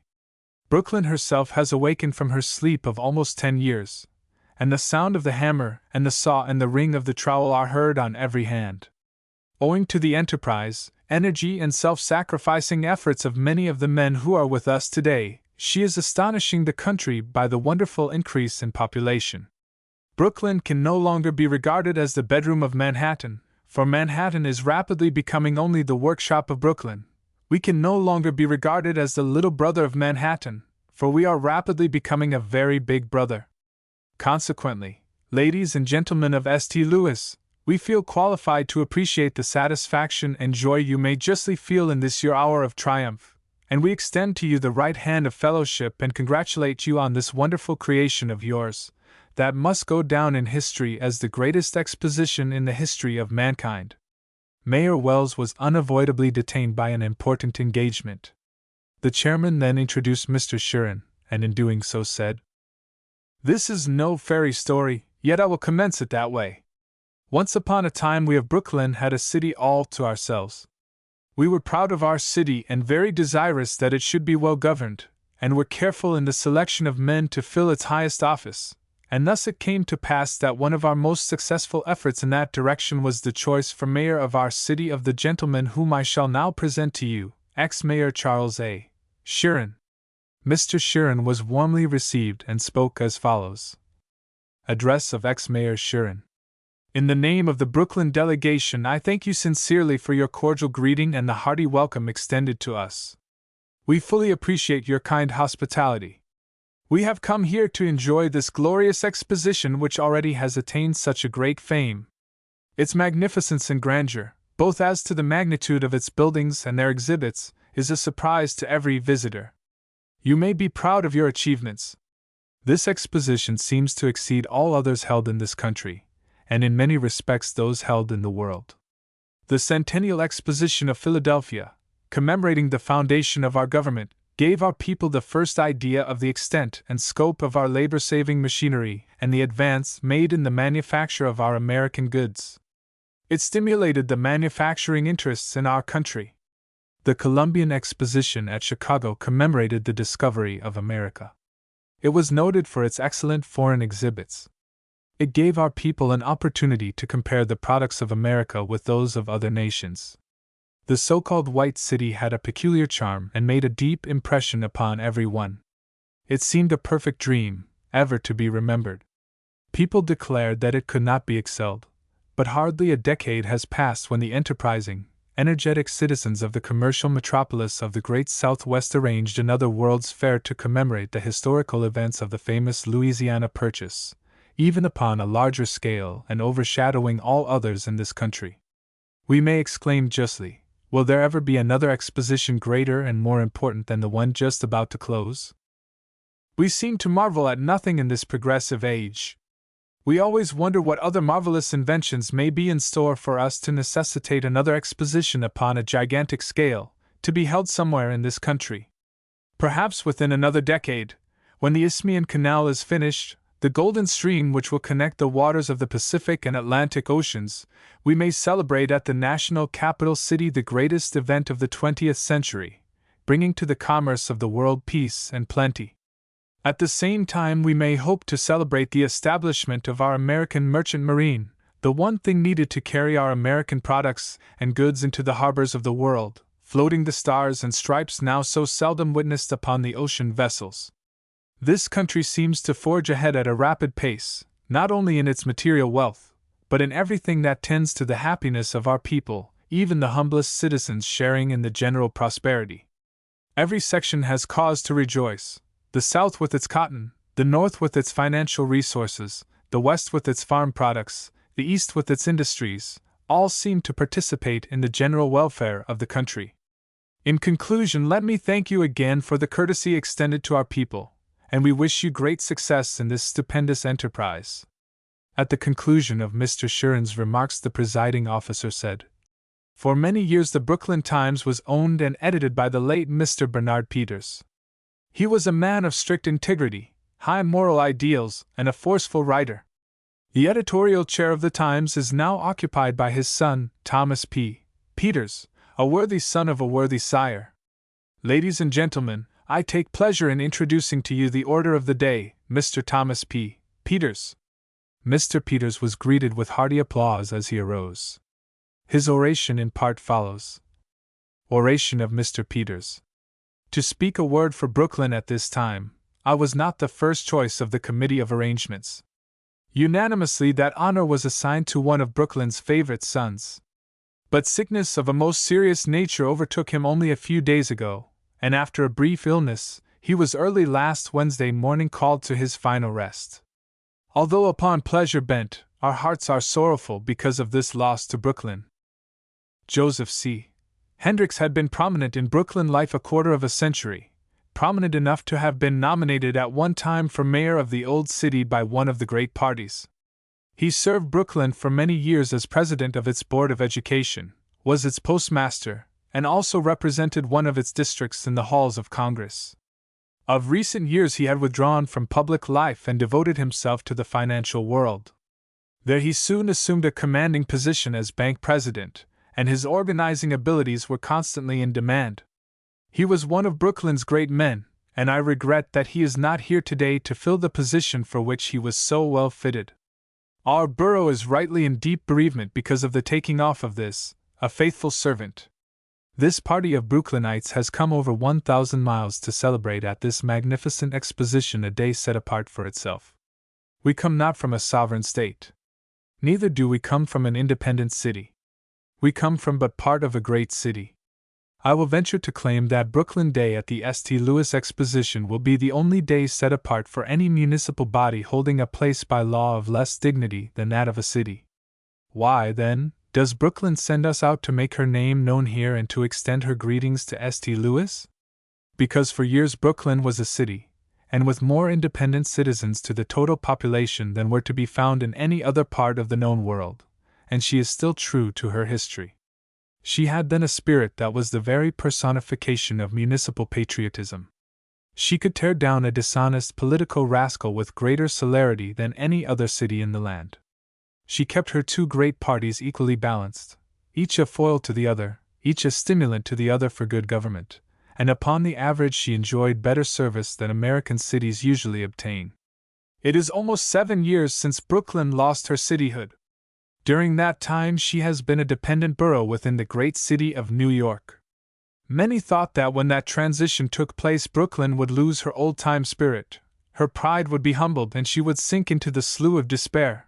But we are here today to make known to these United States that Brooklyn's old-time courage is as high, her spirit is as heavily charged with municipal energy, and her pride is the same pride as of old. Brooklyn is a peculiar community. She differs from all others. The wits have long fed upon her. General Horace Porter has called her a city of 4 million, 1 million of whom are alive. Another has said that there are 2 places to which every dead New Yorker goes, either to heaven or to Hades, and to Brooklyn. He may escape one or the other of the 2 former. He cannot escape the latter. Simeon Ford has declared that Brooklyn lies midway between the quick and the dead, midway between reckless, extravagant and wicked old New York and sober, somber and serene Greenwood. McKinley ran for president upon the issue of the full dinner pail. The students of Princeton College recently asserted that Roosevelt was running upon the issue of a full baby carriage. The president must have secured his inspiration from the manner in which the cartoonists always pictured the Brooklyn man, behind the perambulator. We ourselves recognize that Brooklyn is peculiar and unusual. Her like is not known to the world. That fact is proved to an extent by my former assertion, that Brooklyn is the only community without municipal rank that will have here a day of her own. The fact that we are here in body and that she is here in spirit clearly shows that the old courage is still in her heart. Brooklyn may be only a borough, she may be only an abutment for bridges, as President Littlejohn once feared she would become, but she is today the same independent Brooklyn she was back in her cityhood, and she is as proud of the things that make her great as many of the cities of the things that make them merely flashy. Her former spirit lives. It lives because since consolidation Brooklyn has assumed a commanding place in the councils of the greater city.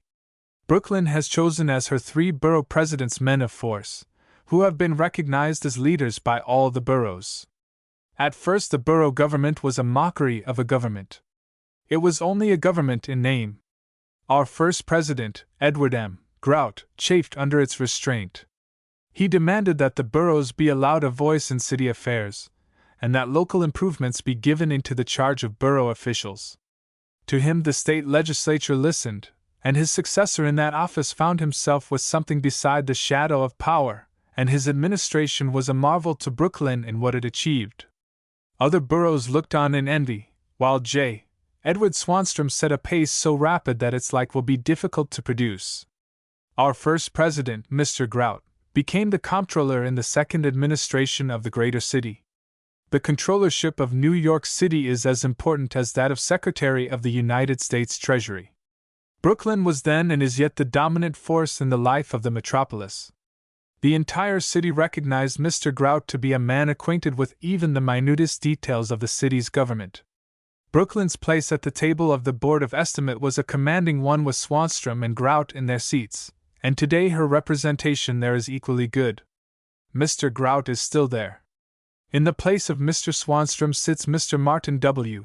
Littleton, and by him the name of Brooklyn has been made famous from ocean to ocean, and throughout the entire South, for in him Brooklyn has a mouthpiece that thrills, and through him she speaks with a tongue of eloquence. Since consolidation, Brooklyn has been the second borough in point of population and of wealth, but in statesmanship, in oratory, and in achievement she has stood preeminent. And while many believe that after consolidation she would lose her independent spirit, she has rather increased her old pride in herself, and this pride has been fostered and strengthened because of the worthy sons who have represented her in the government of the great city of New York, two of whom we have brought with us, that St. Louis, at times herself deceived by those she trusted, may look upon their like for once at least. Loyal to Brooklyn have been Grout, Swanstrom, and Littleton, and thus inspired, has Brooklyn proved loyal to herself and faithful to her traditions. Brooklyn is a gigantic borough. She is 3 times as large as Buffalo, the home of the Pan American Exposition. She is twice as large as St. Louis, the home of the present Exposition. Brooklyn territorially is large enough and properly adapted to hold a population of 7 million, and still remain less congested than the present borough of Manhattan. Brooklyn is devoid of many of the characteristics that mark other great cities. She is almost totally lacking in hotel life. A city of 1/10 her population would have more hotels. But municipal greatness never rested upon hotel life. It breeds corpulence, not courage. It discourages the rearing of children, a thriving industry in Brooklyn. Brooklyn has not the wealth in proportion to her size that she should have. Brooklyn sat for long years under the shadow of old New York, contributing to the wealth of the metropolis, but obtaining nothing in return. Her population contributed to the real estate values upon Manhattan Island. Her factories and forges made many of the fortunes that were spent across the East River. Only since consolidation have we received any dividends upon that ever-increasing investment.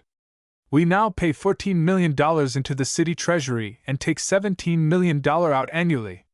Brooklyn has often been described as the bedroom of old New York.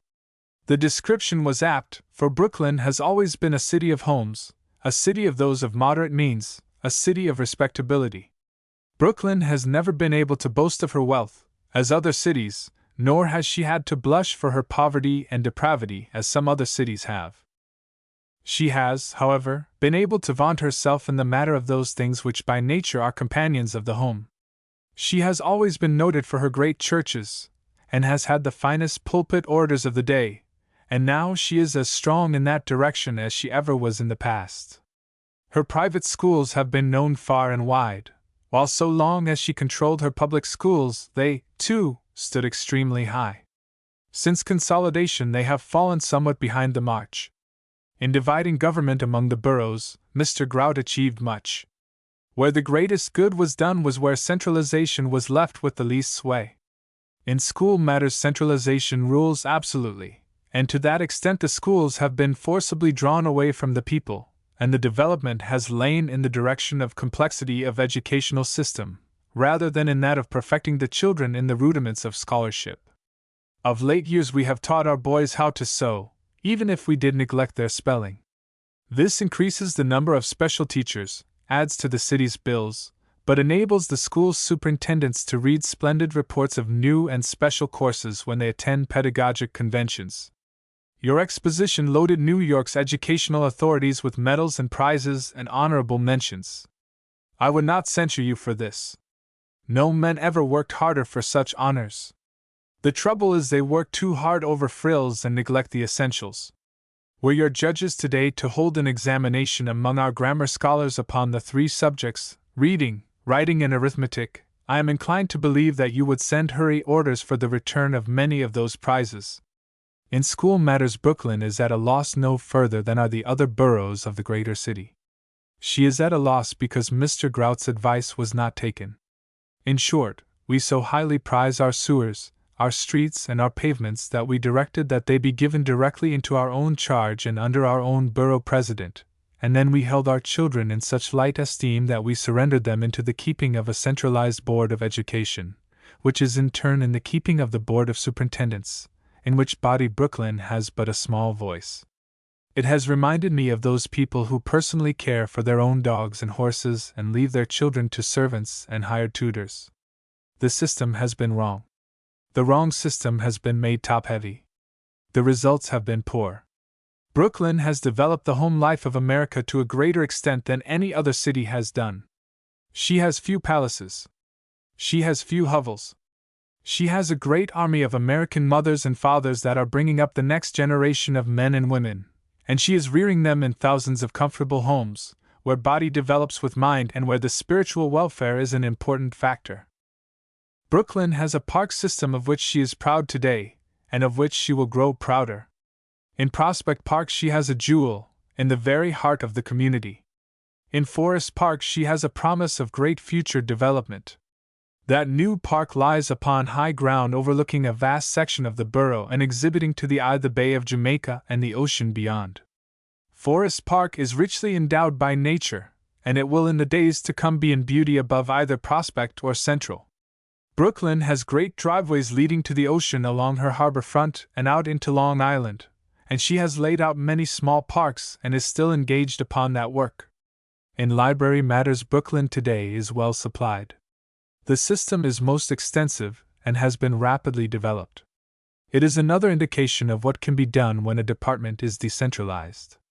The Brooklyn Public Library is under the control of Brooklyn men. The Board of Estimate makes it an annual allowance. Andrew Carnegie gave to Brooklyn $1,600,000 for library construction. With that money 20 branch libraries are to be erected in time. 5 are up, 1 is in operation. Today there are over 20 branch libraries. Most of them are in rented quarters, and they circulate over 1 million books a year among the people. As another indication of the life of Brooklyn, brief reference should be made to the Institute of Arts and Sciences, the great college of those beyond school years. It has been referred to as the intellectual bargain counter of Brooklyn. It offers at very moderate prices literary, historical, musical instruction and entertainment and lectures in all the sciences. It is well supported, and the city is building it a central building that will be the Mecca of the ambitious and the cultured. No other city in the land supports such an institution, and it is a great credit to us. Brooklyn's spirit is due in a great measure to the nature of the press that caters to her. Her newspapers are intensely local in character. They give to her institutions such support as is not given to the institutions of any other city in the United States. It is this that has encouraged an intelligent and independent breadth of mind in Brooklyn. She keeps alive the old New England custom of a close watch over her government, and of a constant discussion of all public questions. Englishmen are noted for their unremitting guard of their personal rights. They are not to be compared in this with Brooklynites who, in spite of a callous railroad system, still persist in demanding their rights. Her press has called into being all over Brooklyn numerous boards of trade and taxpayers' associations, and they, encouraged by the attention given to them, devote themselves to their neighborhoods.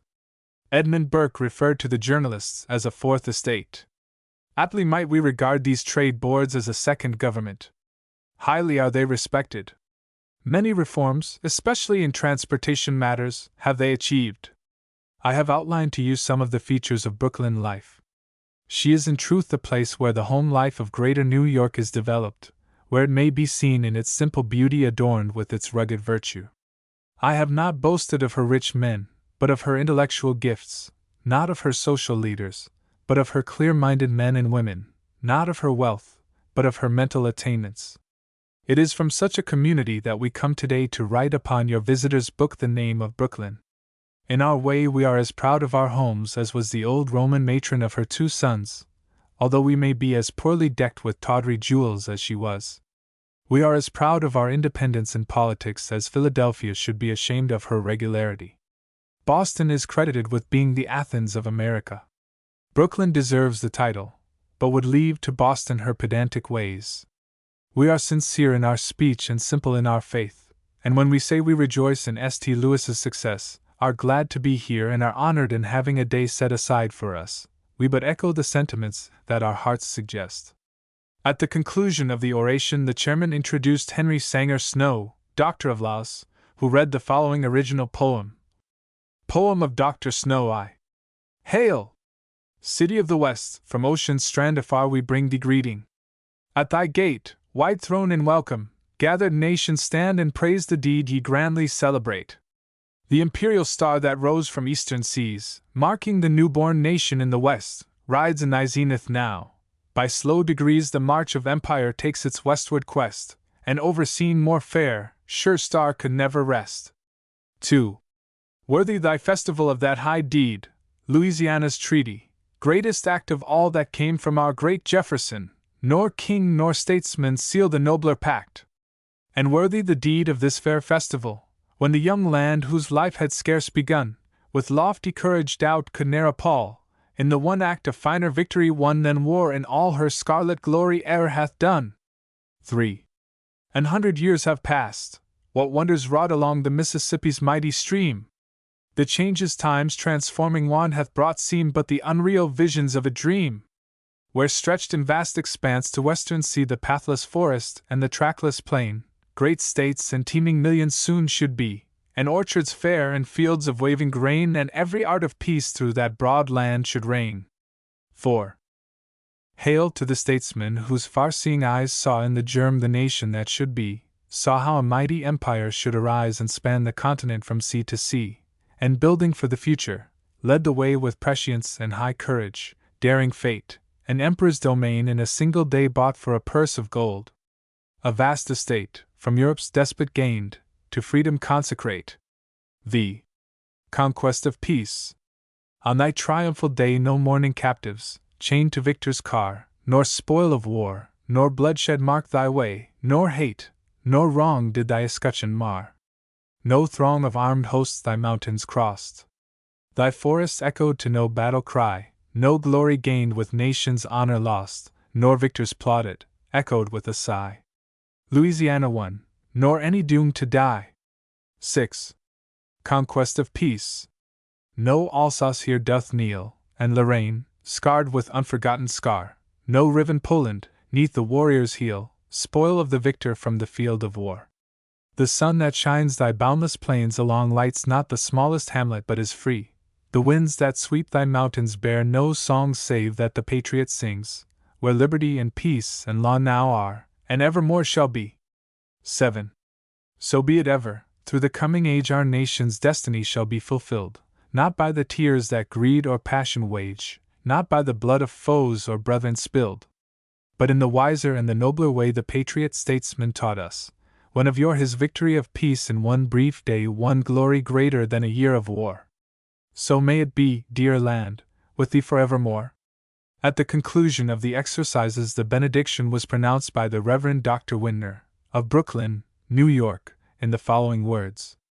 May the Lord our God, Creator of the universe and Father of mankind, bless all those in our home city afar off, and also those near here, and may He look down upon you in His kindness and grace, and grant you peace forevermore. Amen. The luncheon. Immediately after the formal exercises, the delegation were guests of the State Commission at luncheon, at which Commissioner William Berry presided. Covers were laid for about 200. At the conclusion of the luncheon toasts were responded to by several. The program of remarks follows. A welcome to the fair. Honorable David R. Francis, President of the Louisiana Purchase Exposition. The Old Brooklynites. Ex-Senator Stephen M. Griswold. 'Tis the sunset of life gives us mystical lore. Brooklyn of the future. Dr. Henry Sanger Snow.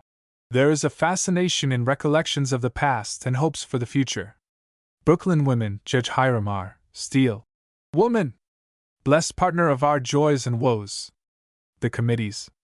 The local Brooklyn committee was as follows: President, Martin W. Littleton, Secretary, John B. Creighton. Executive Committee, Herbert F. Gunnison, Robert W. Half, Timothy L. Woodruff, Julian D. Fairchild, J. Edward Swanstrom, S. F. Rothschild, James J. McCabe, Frank E. O'Reilly, John N. Harmon and Thomas P. Peters. Entertainment Committee, Thomas P. Peters, James J. McCabe, James McClear, Robert W. Half and Timothy L. Woodruff. Program Committee, J. Edward Swanstrom, Julian D. Fairchild and S. F. Rothschild. Transportation Committee, Herbert F. Gunnison, Frank E. O'Reilly and William Barry. The Evening Reception. The New York City building on the Model Street, in which the evening reception was held, was elaborately decorated with colored lights, the word Brooklyn appearing in fairy lamps over the main doorway. Within, a wealth of palms and smilax was used. The reception took place between 8 and 10 and was attended by the Brooklyn delegation, Exposition officials, state and national representatives, and many invited guests. An orchestra furnished music, and throughout the evening a buffet luncheon was served. The receiving line consisted of Thomas W. Hines, Commissioner for New York City, and Mrs. Hines, Vice President Barry, of the State Commission, and Mrs. Barry, Colonel William Hester, Mr. and Mrs. J. Edward Swanstrom, Mr. and Mrs. R. W. Half, Mr. and Mrs. Thomas P. Peters, Mr. John B. Creighton, Mr. and Mrs. Clarence W. Siemens, Dr. and Mrs. Henry Sanger Snow, Mr. and Mrs. Hiram R. Steele, Mr. and Mrs. Stephen M. Griswold, Mr. and Mrs. J. Adolph Mollenhauer, Mr. and Mrs. J. H. Raymond, Mr. Herbert F. Gunnison. The exercises of the day were marked by an enthusiasm which invariably characterizes the undertakings of Brooklynites, and the large delegation which had journeyed all the way from home to spend 4 short days at the fair felt more than repaid for the journey. Illustration: Singhalese Stick Dancers. Chapter 8. Thanksgiving Day. Illustration: The fact that the exposition did not close until December 1st compelled all employees to remain in St. Louis Thanksgiving Day, that day which, of all others, generally marks a family gathering. The Commission thoughtfully extended an invitation to all of its employees and their families in St. Louis to be their guests at Thanksgiving dinner in the State Building. The number included about 65 people, every attaché who was in town accepting the invitation. The official colony of the Empire State at the Great Exposition assembled at the State Building at 1 o'clock. All were cordially greeted by Vice President Barry, Mrs.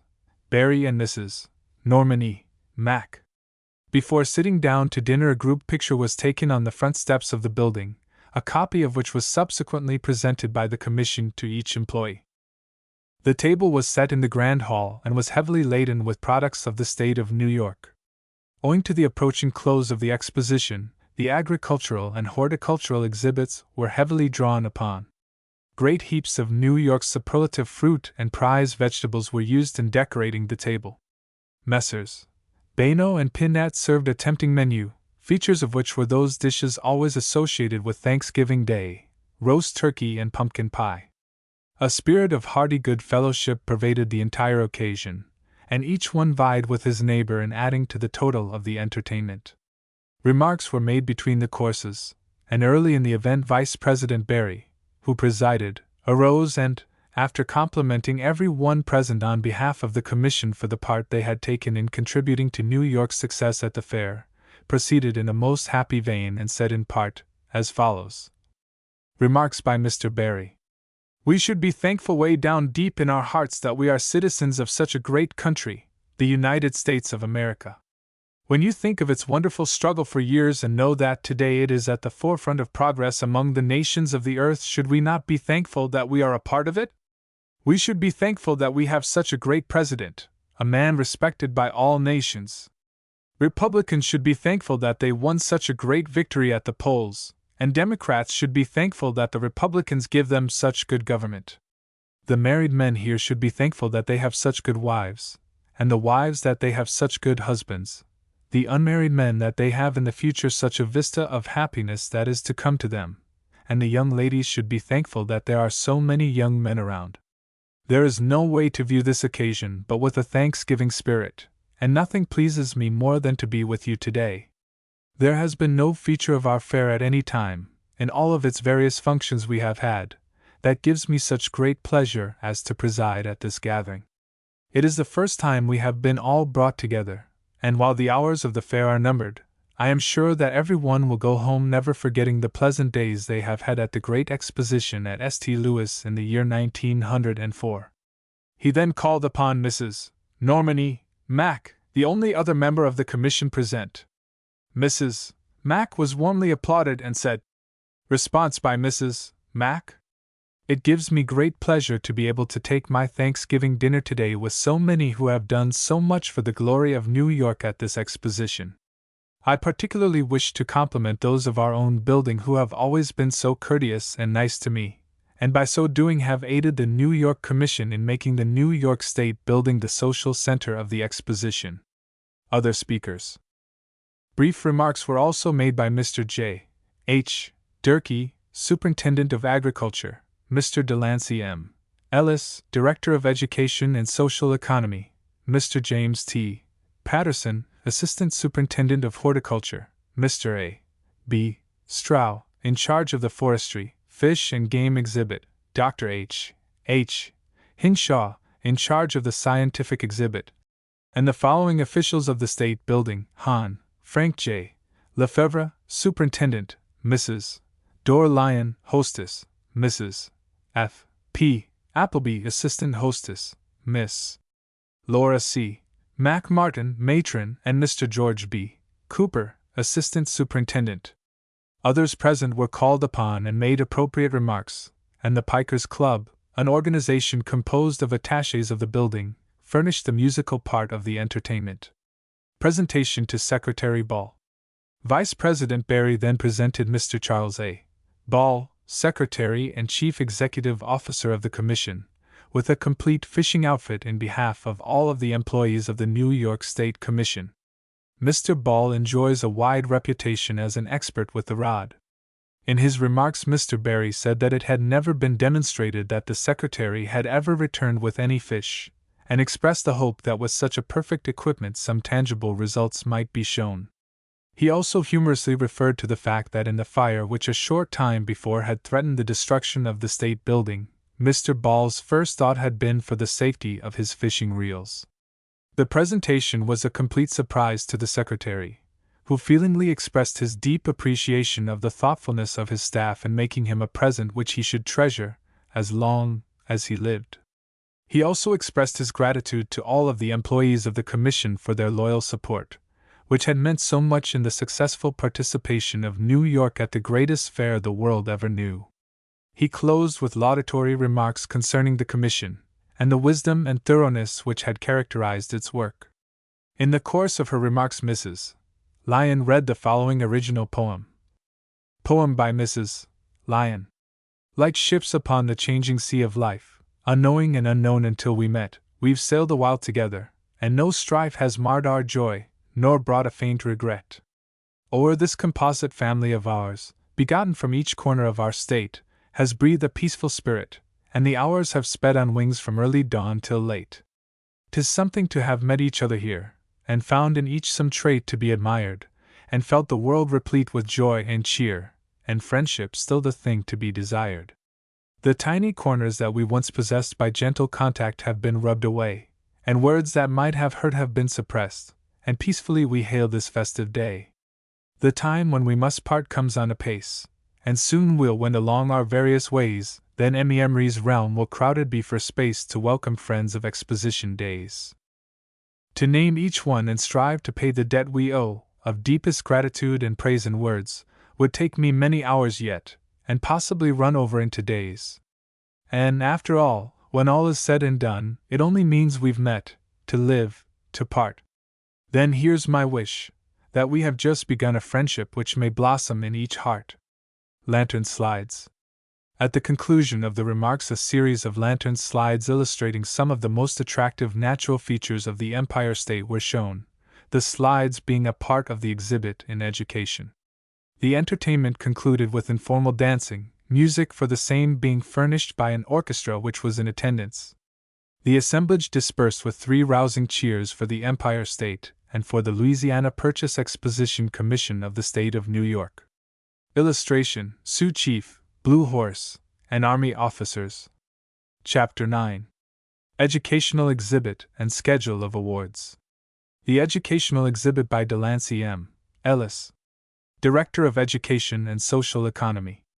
Illustration: The movement for an educational exhibit of the State of New York at St. Louis was inaugurated at a meeting of the State Teachers Association, held at Saratoga in July 1902, at which a resolution was offered inviting the various educational associations of the state to cooperate with the above association in promoting an exhibit commensurate with the state's educational importance. An immediate response was forthcoming.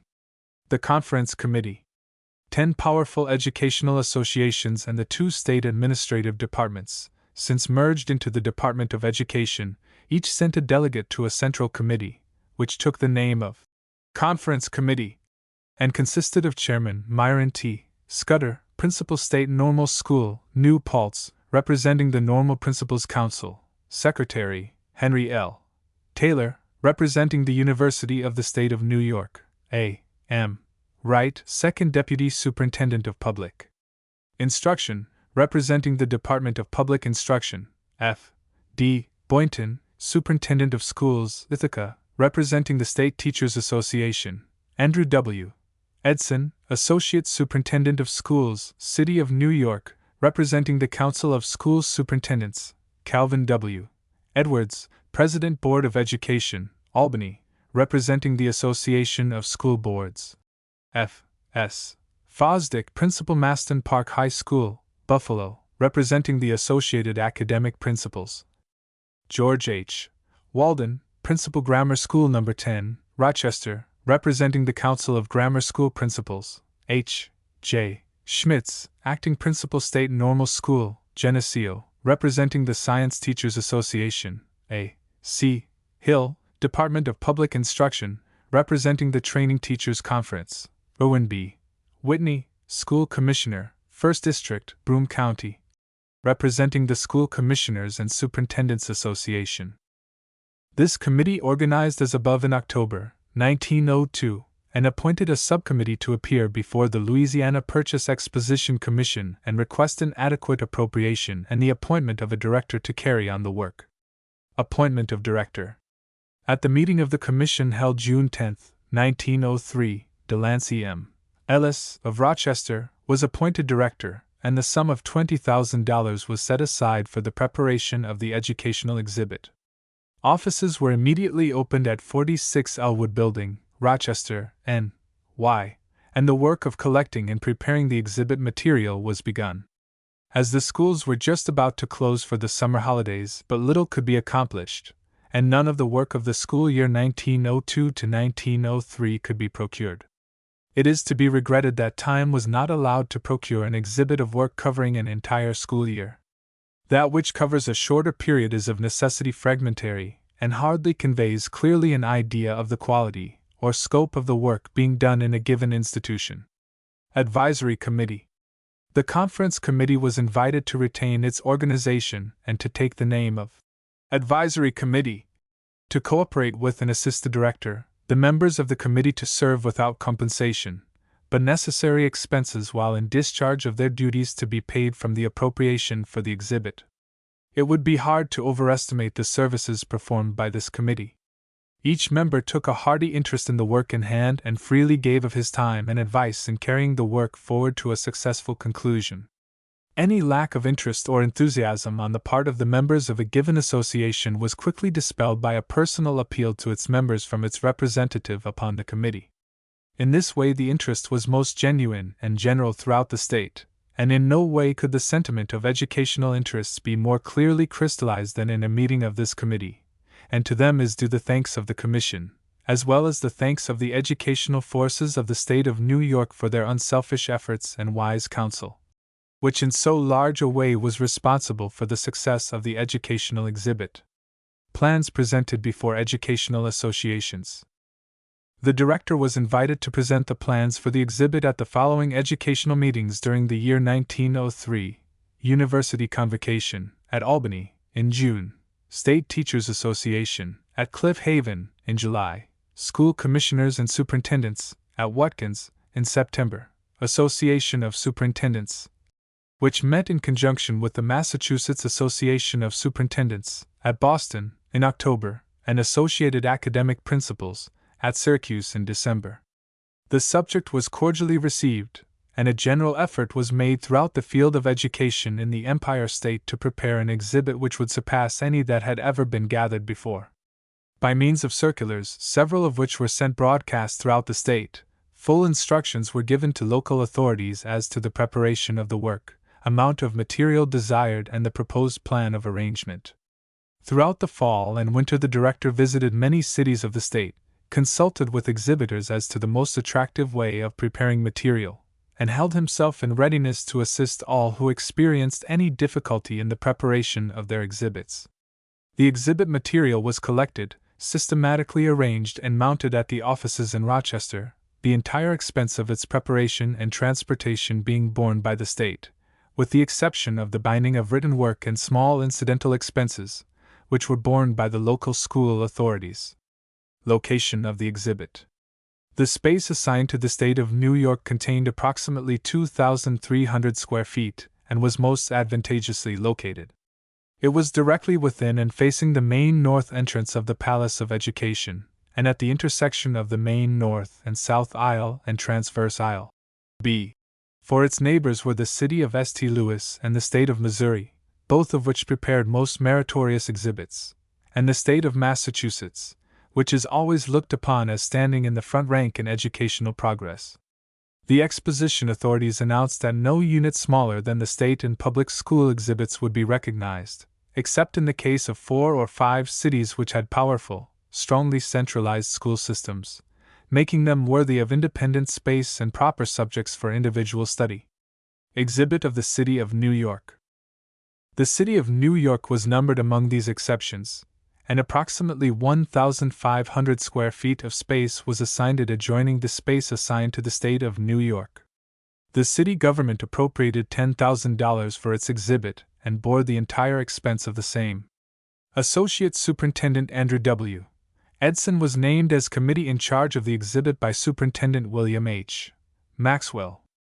The city authorities early expressed a willingness and desire to cooperate with the state authorities in the preparation of an exhibit and agreed to follow the same general style of installation and arrangement.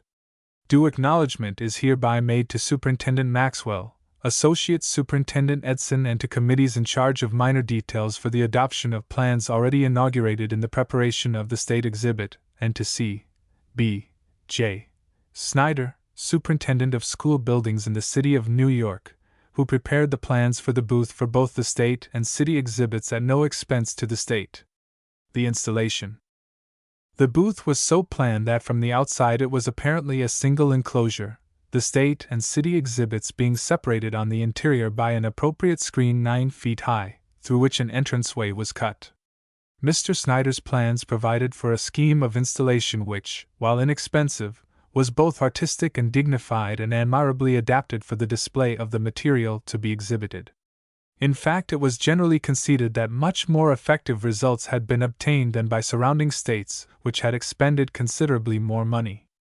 The enclosure was massive, the woodwork being an effective imitation of Flemish oak, and the hanging surface a burlap of a neutral green tint, the facade, 16 feet in height, being broken every few feet at fixed intervals by fluted pilasters with ornamental caps.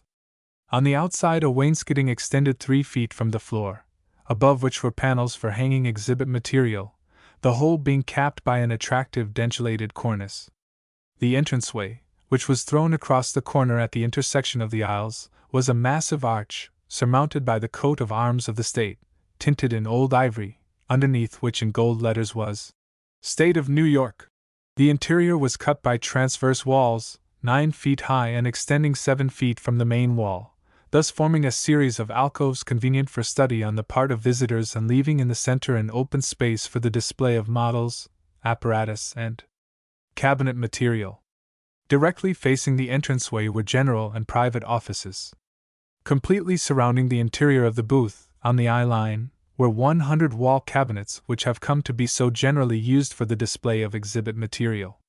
The wall space above the cabinets was used for the display of especially meritorious and attractive material, while below was a counter shelf upon which, here and there, rested a showcase for the display of sewing, clay modeling, botanical specimens, etc. Underneath the counters were shelves for bound books and cupboards for the storage of printed matter and supplies.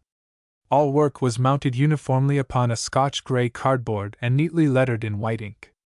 Scope of the exhibit. Instead of confining the exhibit to the work of the public schools, as was quite generally done by other states exhibiting, it was decided to show, so far as possible, work now being done in all forms and phases of education in the Empire State. Space was freely given to private institutions to demonstrate the place which they are filling in the educational work of the state. Every subdivision of the official classification found an exemplification within the New York State exhibit. The participation of 24 cities and numerous incorporated villages, both in elementary and high school work, made the exhibits of those departments thoroughly representative of the work of the state as a whole. It is unfair to pick the work of a few progressive school systems, and endeavor to make it stand for the work of the state at large. Plan of arrangement. The plan of arrangement was arrived at only after the most careful thought and discussion, the desire being to so arrange the material as to be most serviceable to the educator and to those seeking suggestions and helpful ideas. In arranging an educational exhibit, emphasis must be placed either upon political divisions, subjects, or grades.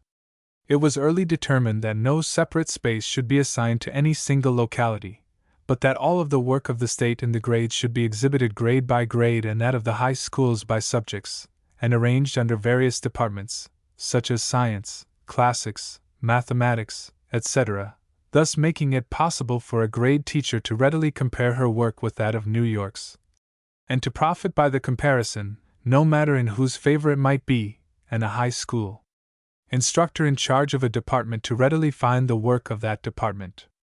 This method rendered it unnecessary to look over the exhibits from several cities to find the particular work desired. Moreover, a further subdivision was made, in that the work was arranged according to the population of the contributing cities and villages. That is, the work from the city of the largest population contributing was installed first, and so on in order.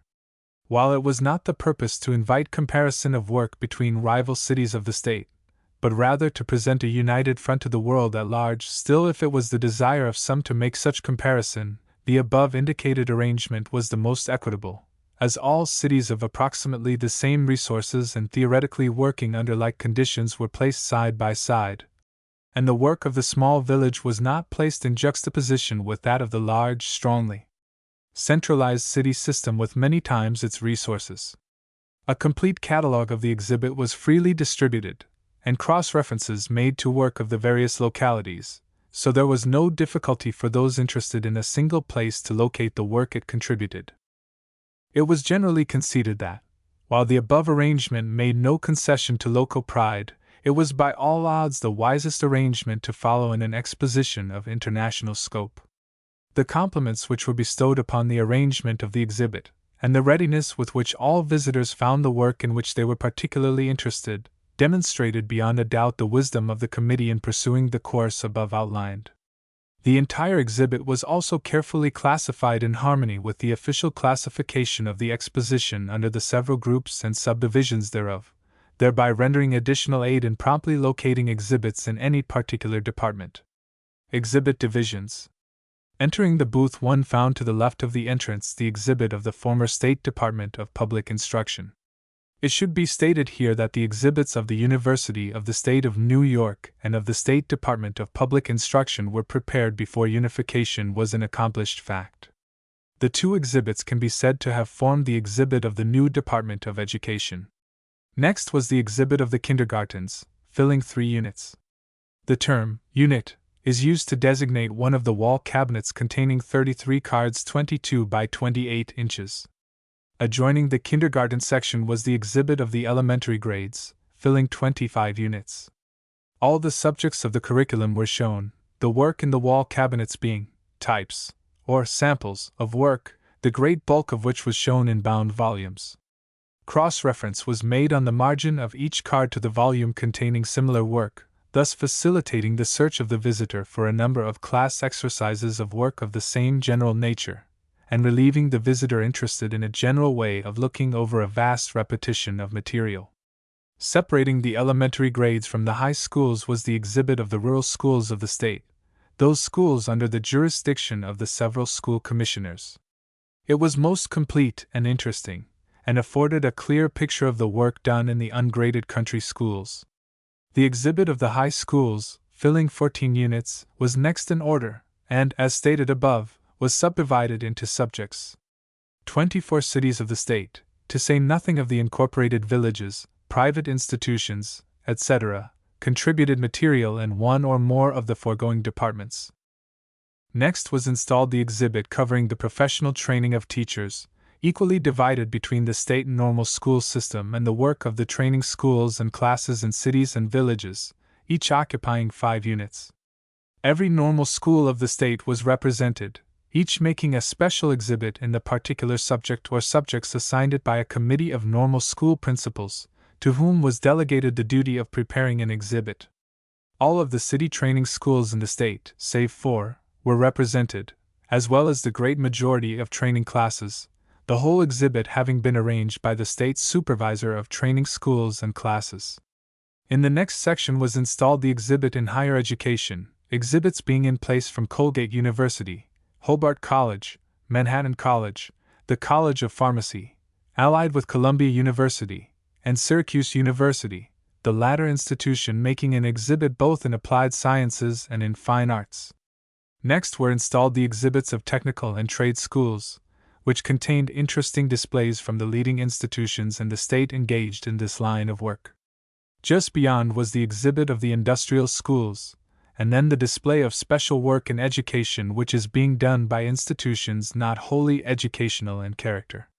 A unique unit was that devoted to the work of the Indian schools of the state, each of the several reservations being represented, and the whole exhibit being arranged by the State Inspector of Indian Schools. The next alcove was devoted to the education of defectives.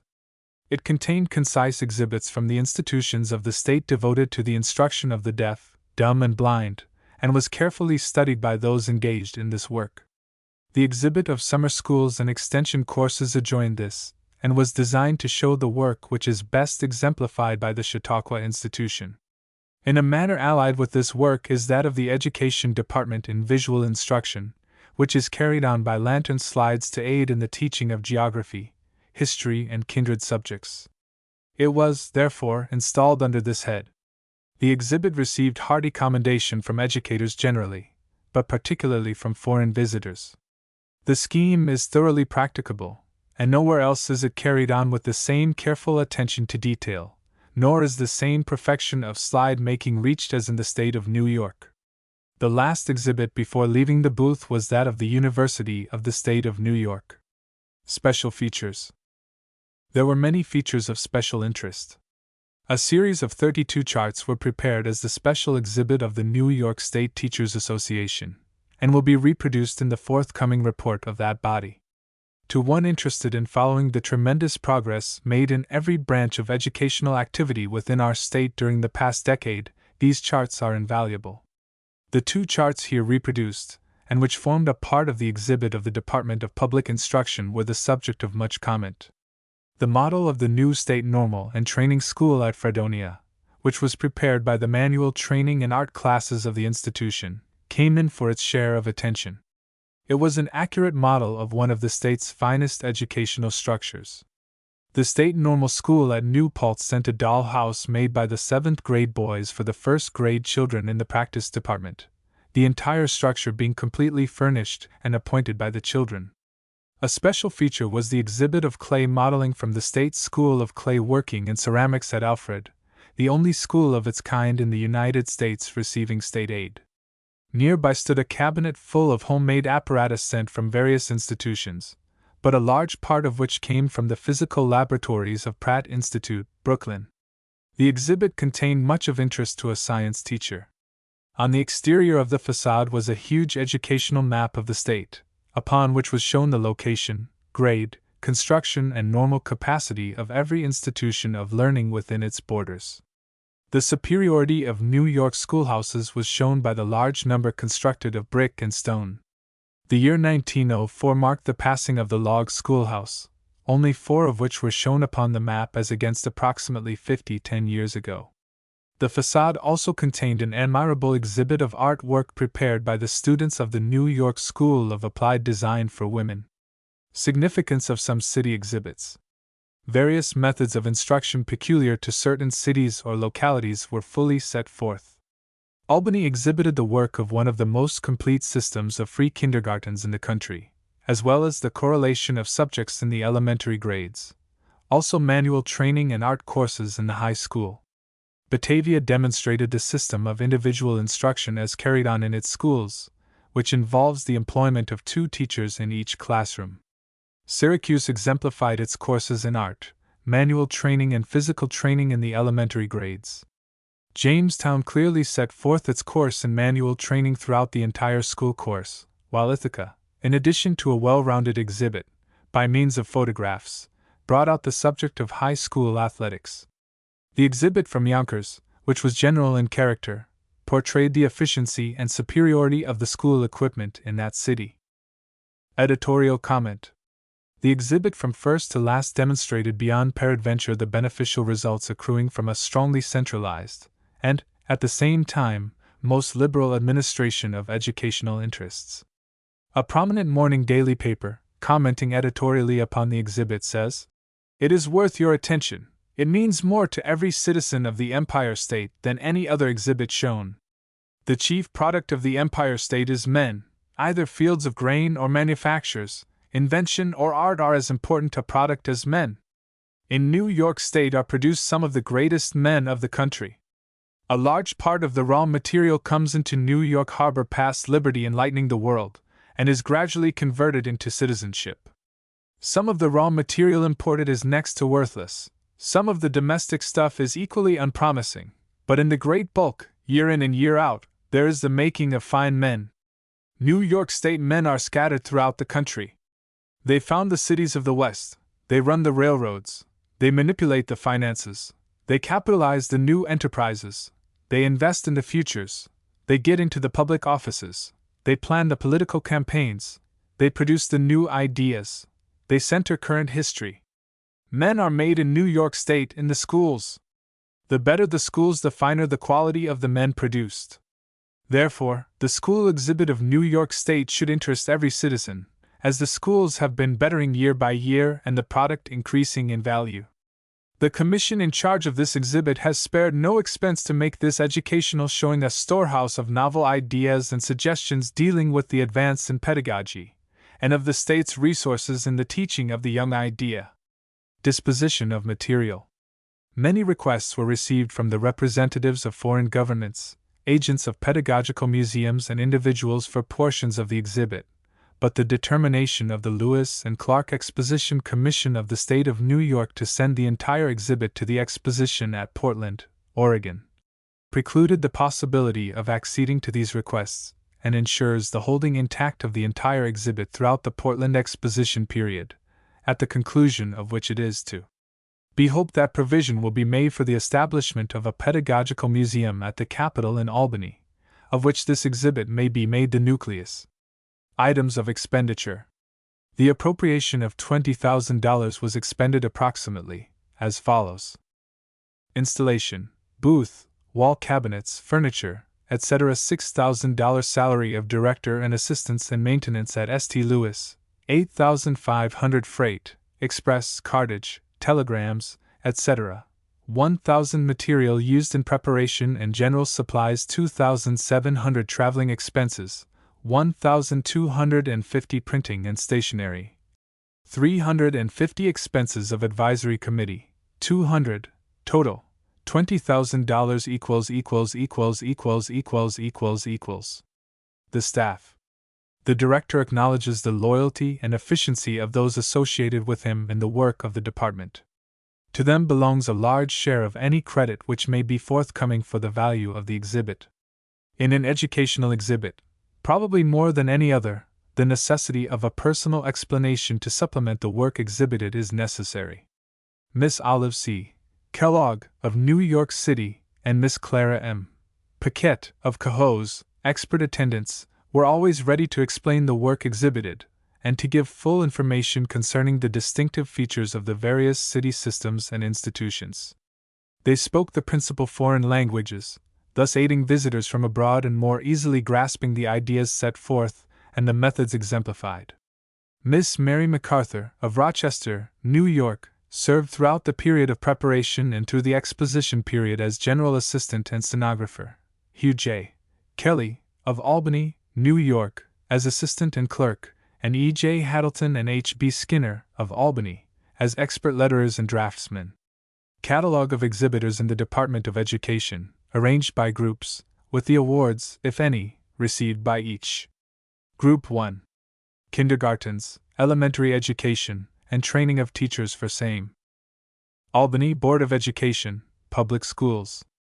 Gold Medal Administrative Blanks 41 volumes Class Exercises Photographs Course of Study in Drawing and Drawings Ballston, Board of Education, Training Class. Collective Award Gold Medal Students Written Work Batavia, Board of Education, Public Schools.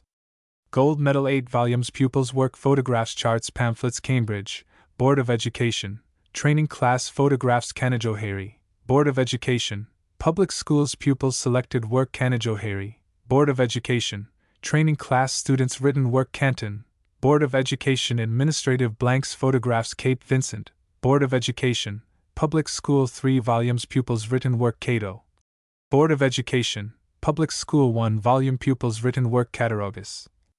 Board of Education, Training Class. Collective Award Gold Medal Students Written Work Clayton, Board of Education, Training Class. Collective Award Gold Medal Students Written Work 2 volumes Drawings Clyde, Board of Education, Training Class. Collective Award Gold Medal Students Selected Work Cohoes, Board of Education, Public Schools Pupils Drawings Colton, Board of Education, Training Class. Collective Award Gold Medal Students Selected Work Corinth, Board of Education, Public Schools 6 volumes of Pupils Written Work Photographs Corinth, Board of Education, Training Class. Collective Award Gold Medal Students Written Work Cortland, Board of Education, Public Schools Photographs Administrative Blanks Pupils Selected Work Annual Report Depew, Board of Education, Public Schools 6 Industrial Charts DeRuyter, Board of Education, Teachers Training Class. Collective Award Gold Medal Students Written Work East Aurora, Board of Education, Public Schools 6 volumes Pupils Written Work.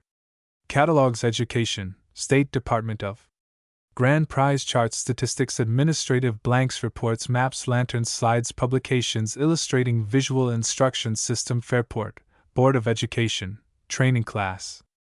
Collective Award Gold Medal Students Written Work Freeport, Board of Education, Public Schools 3 volumes Pupils Written Work Froebel Normal Institute, New York City.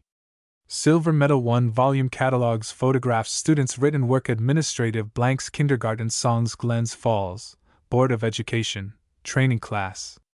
Collective Award Gold Medal Students Written Work Governor, Board of Education, Training Class.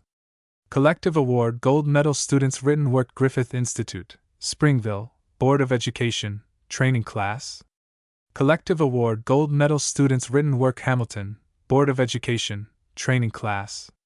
Collective Award Gold Medal Students Written Work Herkimer, Board of Education, Public Schools Pupils Selected Work Hornellsville, Board of Education, Training Class. Collective Award Gold Medal Students Work Hudson, Board of Education, Public Schools 1 volume Pupils Work in Penmanship Ithaca, Board of Education, Public Schools. Gold Medal 16 volumes Pupils Written Work Sloyd Work Administrative Blanks Photographs Jamestown, Board of Education, Public Schools. Silver Medal 19 volumes Pupils Written Work Statistical Charts Cabinet of Manual Training Work Administrative Blanks Photographs Johnstown, Board of Education, Public Schools. Collective Award Gold Medal 6 volumes Pupils Written Work Industrial Charts Annual Report Johnstown, Board of Education, Training Class Students Written Work Kingston, Board of Education, Public Schools. Collective Award Gold Medal 7 volumes Pupils Written Work Drawings Photographs Little Falls, Board of Education, Public Schools Pupils Selected Work Malone, Board of Education, Training Class. Collective Award Gold Medal Students Written Work Map, Educational Map of New York State, see Award to Louisiana Purchase Exposition Commission, Mechanicville, Board of Education, Public Schools 6 volumes Pupils Written Work Medina, Board of Education, Public Schools 6 volumes Pupils Written Work Map Drawing and Relief Maps Mexico, Board of Education, Training Class Students Written Work Mohawk. Board of Education, Public School 4 volumes Pupils Written Work Newark, Board of Education, Public Schools 1 volume Pupils Written Work Catalogs and Administrative Blanks New Rochelle, Board of Education, Public Schools. Collective Award Gold Medal 18 volumes Pupils Written Work Drawings Photographs North Collins, Board of Education, Training Class. Collective Award Gold Medal Students Written Work Norwich, Board of Education, Training Class. Collective Award Gold Medal Students Written Work Nunda, Board of Education, Training Class. Collective Award Gold Medal Students Written Work Ogdensburg, Board of Education, Public Schools 4 volumes Pupils Written Work Drawings Administrative Blanks Ogdensburg, Board of Education, Training Class. Collective Award Gold Medal Students Written Work Oneida, Board of Education, Public Schools 7 volumes Pupils Written Work 1 volume Annual Reports Administrative Blanks Oneida, Board of Education, Training Class. Collective Award Gold Medal Students Written Work Onondaga, Board of Education, Academy Pupils Nature Study Work Phelps, Board of Education, Public Schools 5 volumes Pupils Written Work Phoenix, Board of Education, Training Class.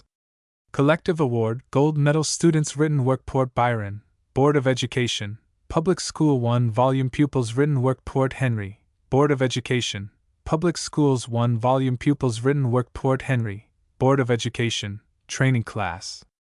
Collective Award Gold Medal Students Written Work Port Jervis, Board of Education, Union School Drawings Administrative Blanks Port Leiden, Board of Education, Union School 2 volumes Pupils Written Work Photographs Public Instruction, State Department of, see Award to Louisiana Purchase Exposition Commission, Administrative Blanks Pamphlets Charts Statistics Publications 56 volumes. Report of Superintendent Pulaski, Board of Education, Training Class. Collective Award Gold Medal Students Work Richfield Springs, Board of Education, Training Class. Collective Award Gold Medal Students Written Work Rochester, Plan of Clifford Street Embellishment Rural Schools, Collective Exhibit from following counties Broome County. Collective Award Gold Medal Pupils Written Work Photographs Cattaraugus County. Collective Award Gold Medal Pupils Written Work Photographs Chautauqua County. Collective Award Gold Medal Pupils Written Work Photographs Chenango County. Collective Award Gold Medal Pupils Written Work Photographs Columbia County Pupils Industrial Work Cortland County. Collective Award Gold Medal Pupils Written Work Dutchess County. Collective Award Gold Medal Photographs Genesee County Photograph Herkimer County. Collective Award Gold Medal Pupils Written Work Lewis County. Collective Award Gold Medal Pupils Written Work Madison County. Collective Award Gold Medal Photographs Monroe County. Collective Award Gold Medal Pupils Written Work Nassau County. Collective Award Gold Medal Pupils Written Work Photographs Niagara County. Collective Award Gold Medal Pupils Written Work Photographs Oneida County. Collective Award Gold Medal Pupils Written Work Onondaga County. Collective Award Gold Medal Pupils Written Work Photographs Ontario County. Collective Award Gold Medal Pupils Written Work Oswego County. Collective Award Gold Medal Pupils Written Work Rensselaer County. Collective Award Gold Medal Pupils Written Work and Industrial Work Schuyler County. Collective Award Gold Medal Pupils Written Work Photographs Ulster County. Collective Award Gold Medal Photographs Washington County. Collective Award Gold Medal Pupils Written Work Rushford, Board of Education, Training Class.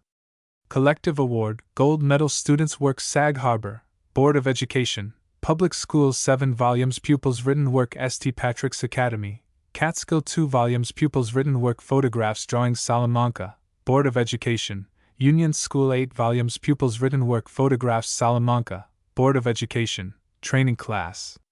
Collective Award Gold Medal Students Written Work Sandy Hill, Board of Education, Public School Photographs Sandy Hill, Board of Education, Training Class Photographs Schenectady, Board of Education, Public Schools.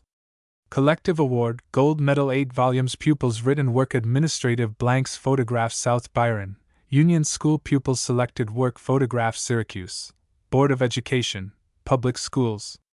Gold Medal Pupils Selected Work in Drawing Photographs Illustrating Physical Training Course Manual Training Work Unadilla, Board of Education, Training Class Photographs Union, Board of Education, Training Class. Collective Award Gold Medal Photographs Utica, Board of Education, Public Schools. Collective Award Gold Medal 9 volumes Pupils Written Work Manual Training and Construction Work Graphic Charts Photographs Warrensburg, Board of Education, Public Schools 9 volumes Pupils Written Work Waterloo, Board of Education, Public Schools Pupils Selected Work Catalogs Administrative Blanks Photographs Homemade Apparatus Watertown, Board of Education, Public Schools. Collective Award Gold Medal 13 volumes Pupils Written Work Drawings Annual Reports Watkins, Board of Education, Public Schools. Collective Award Gold Medal 6 volumes Pupils Written Work Photographs Administrative Blanks Watkins, Board of Education, Training Class Students Written Work Wellsville, Board of Education, Public Schools. Collective Award Gold Medal 7 volumes Pupils Written Work White Plains, Board of Education, Public Schools 9 volumes Pupils Written Work Course of Study in Drawing and Manual Training Drawings, Manual Training, and Venetian Iron Work Photographs Administrative Blank Statistics Whitney Point, Board of Education, Training Class. Collective Award Gold Medal Students Written Work Yonkers, Board of Education, Public Schools. Gold Medal 19 volumes Pupils Written Work Drawings Photographs of Buildings Photographs Illustrating Physical Training and School Plans. The following awards were made in this group to exhibits not a part of the collective state exhibit. New York City, Department of Education, Collective Exhibit. Grand Prize A. School System B. Collective Exhibit of Elementary Grades C. Collective Exhibit of Vacation Schools and Evening Schools D.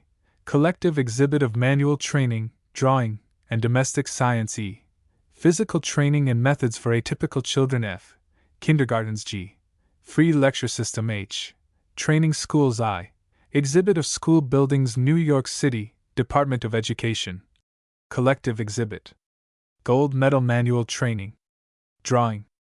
Domestic Science New York City, Department of Education, Collective Exhibit. Gold Medal. Vacation Schools. Evening Schools New York City, Department of Education, Collective Exhibit. Gold Medal Physical Training Methods for Atypical Children. The following awards were made to collaborators: Andrew S. Draper, Albany. Grand Prize Education Department Charles R. Skinner, Albany. Gold Medal Department of Public Instruction Delancey L. Ellis, Rochester.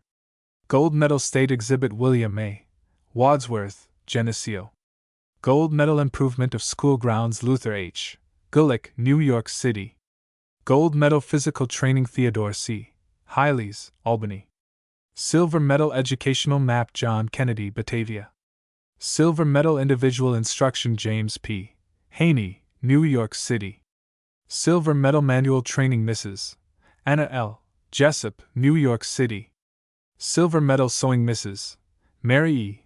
Williams, New York City. Silver Medal Cooking Evangeline E. Whitney, New York City. Silver Medal Vacation Schools Matthew J. Elgis, New York City. Silver Medal Evening Schools C. P. J. Snyder, New York City. Silver Medal Facade of Exhibit. A grand prize was also awarded to the Louisiana Purchase Exposition Commission of the State of New York for its collective exhibit in this group, with special mention of the Department of Education, Administrative Features, Department of Public Instruction, Administrative Features, Visual Instruction System, and the Educational Map. Group 2. Secondary Education. Training of Teachers for same. Adelphi Academy and College, Brooklyn Catalogs Albany, Board of Education, High School. Gold Medal 15 volumes Students Written Work Photographs Illustrating Manual Training Course Drawings Albany, Board of Education, Training School 1 volume Students Written Work Photographs Avon Club, Jamestown High School Administrative Blanks Program of Exercises Batavia, Board of Education, High School. Gold Medal 1 volume Students' Written Work Photographs Drawings Beck Literary Society, Albany Academy. Bronze Medal Historical Sketch Administrative Blanks Programs List of Members Brockport, State Normal School.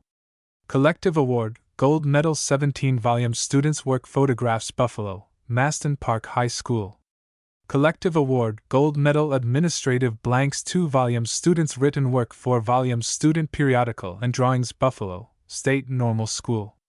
Collective Award, Gold Medal 2 volumes Science Notebooks Illustrated Science Work 10 volumes Publications Photographs Buffalo, Board of Education, Teachers Training School.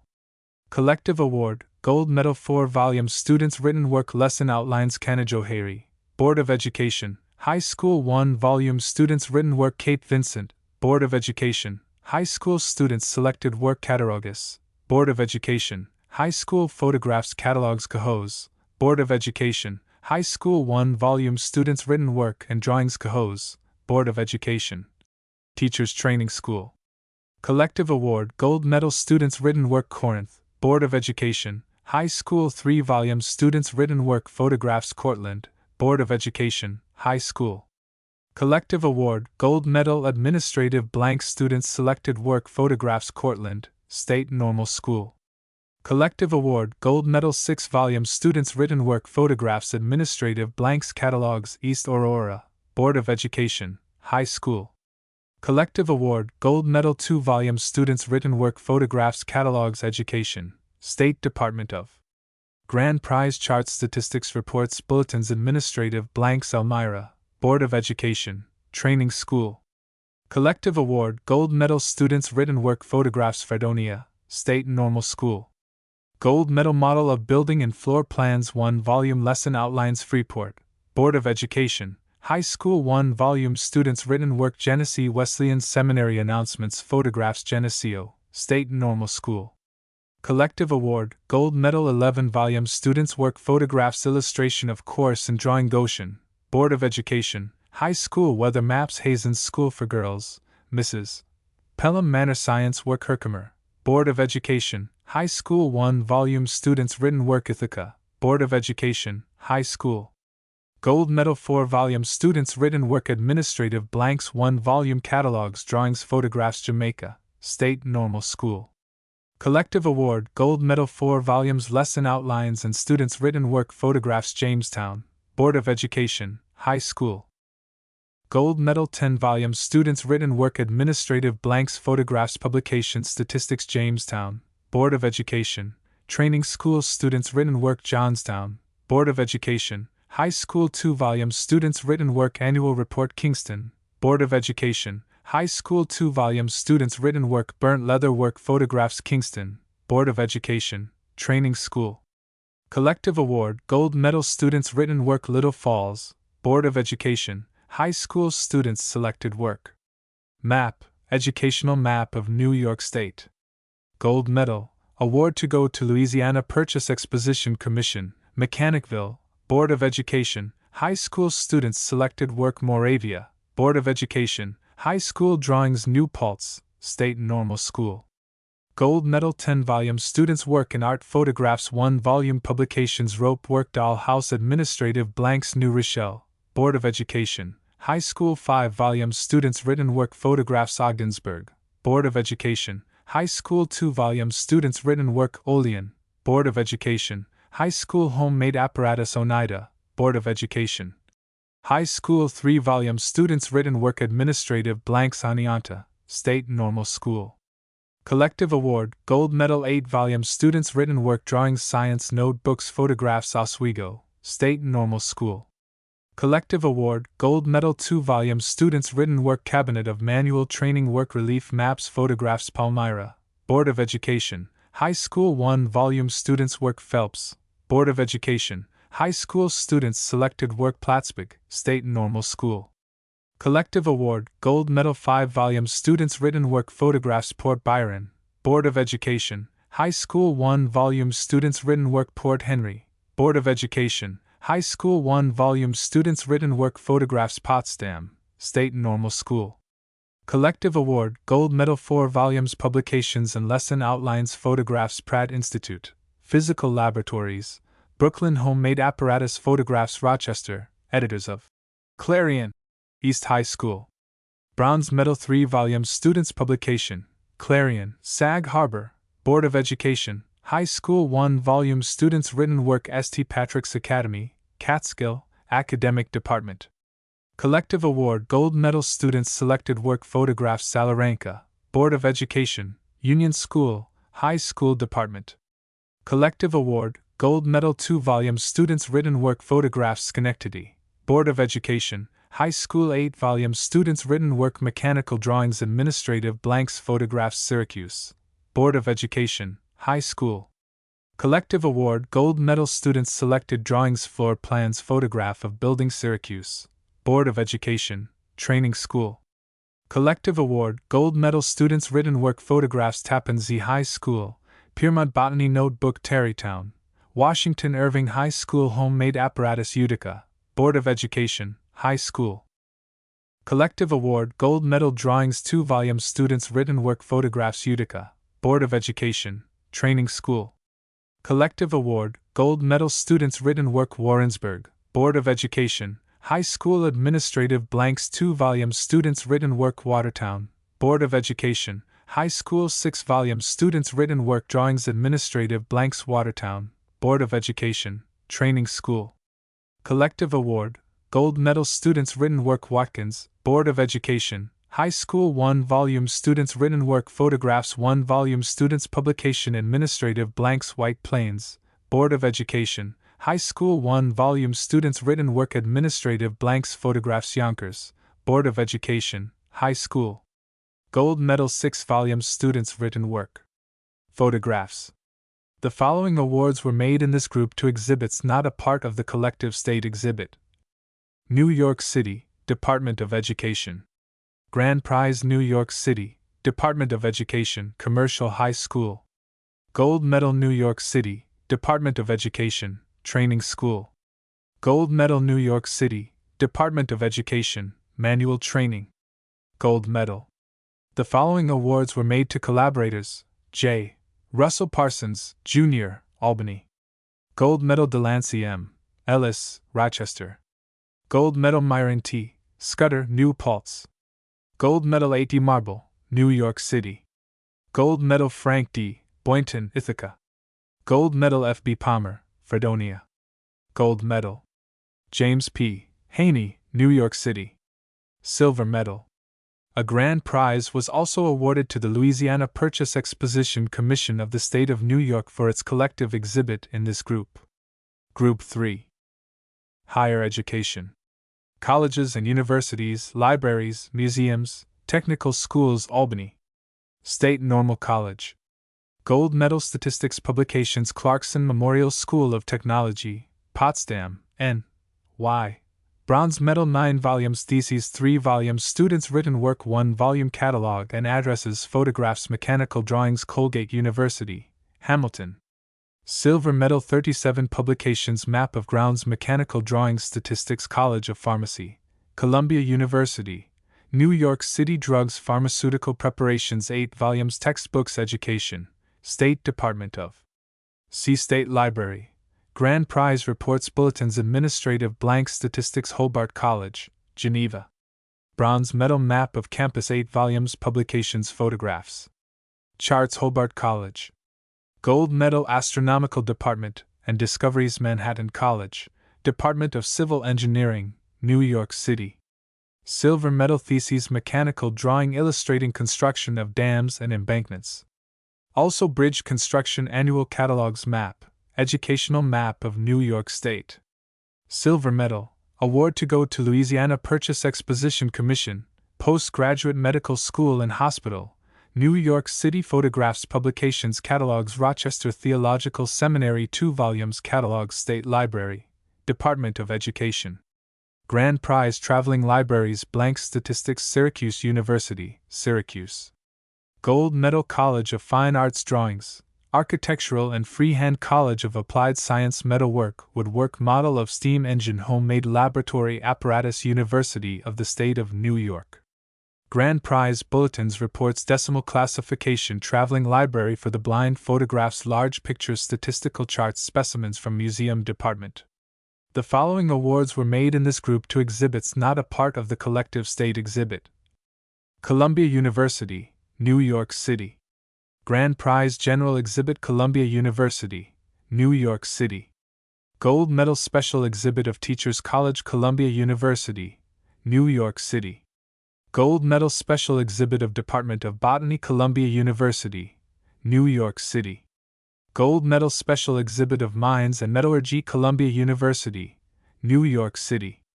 Bronze Medal Special Exhibit of Department of Indo-Iranian Languages Cornell University, Ithaca. Grand Prize General Exhibit Cornell University, Ithaca. Silver Medal Special Exhibit of Watercolor Sketches Cornell University, Ithaca. Silver Medal Special Exhibit of Sibley College Rensselaer Polytechnic Institute, Troy. Grand Prize General Exhibit Vassar College, Poughkeepsie.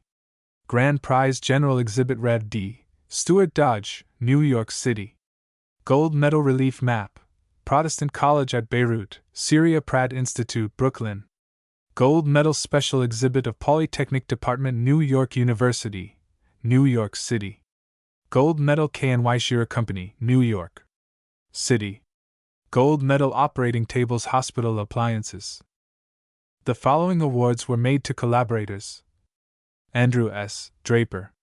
Gold Medal Monograph James Russell Parsons, Jr., Albany. Gold Medal Monograph James McKean Cattell, Columbia University, New York. Gold Medal Monograph Edward DeLevin Perry, Columbia University, New York. Gold Medal Monograph Melville Dewey, Albany.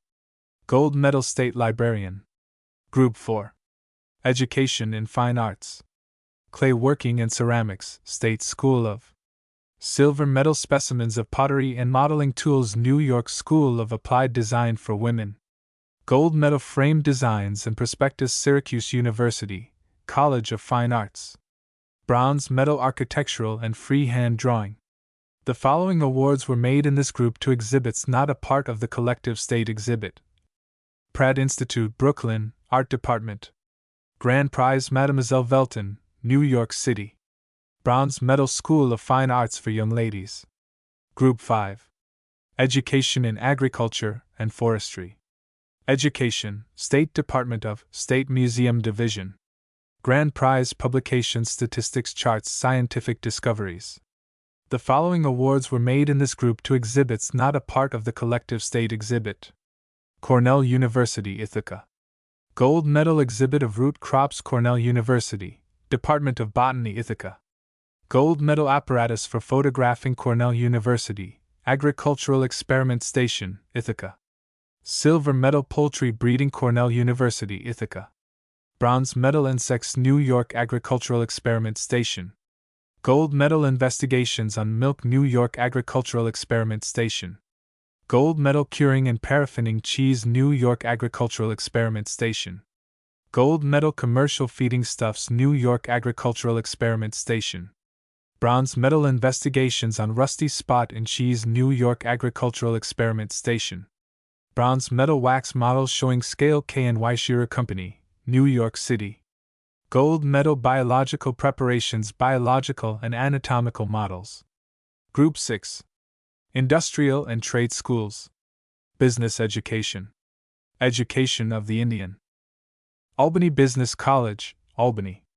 Gold Medal Pen Drawing 6 volumes Students' Written Work Photographs Binghamton School of Business, Binghamton Photographs and Prospectus Clara de Hirsch Home for Working Girls, New York Photographs Industrial Work Education, State Department of Indian Schools, Henley Business School, Syracuse Photographs Administrative Blanks Students' Written Work Indian Schools.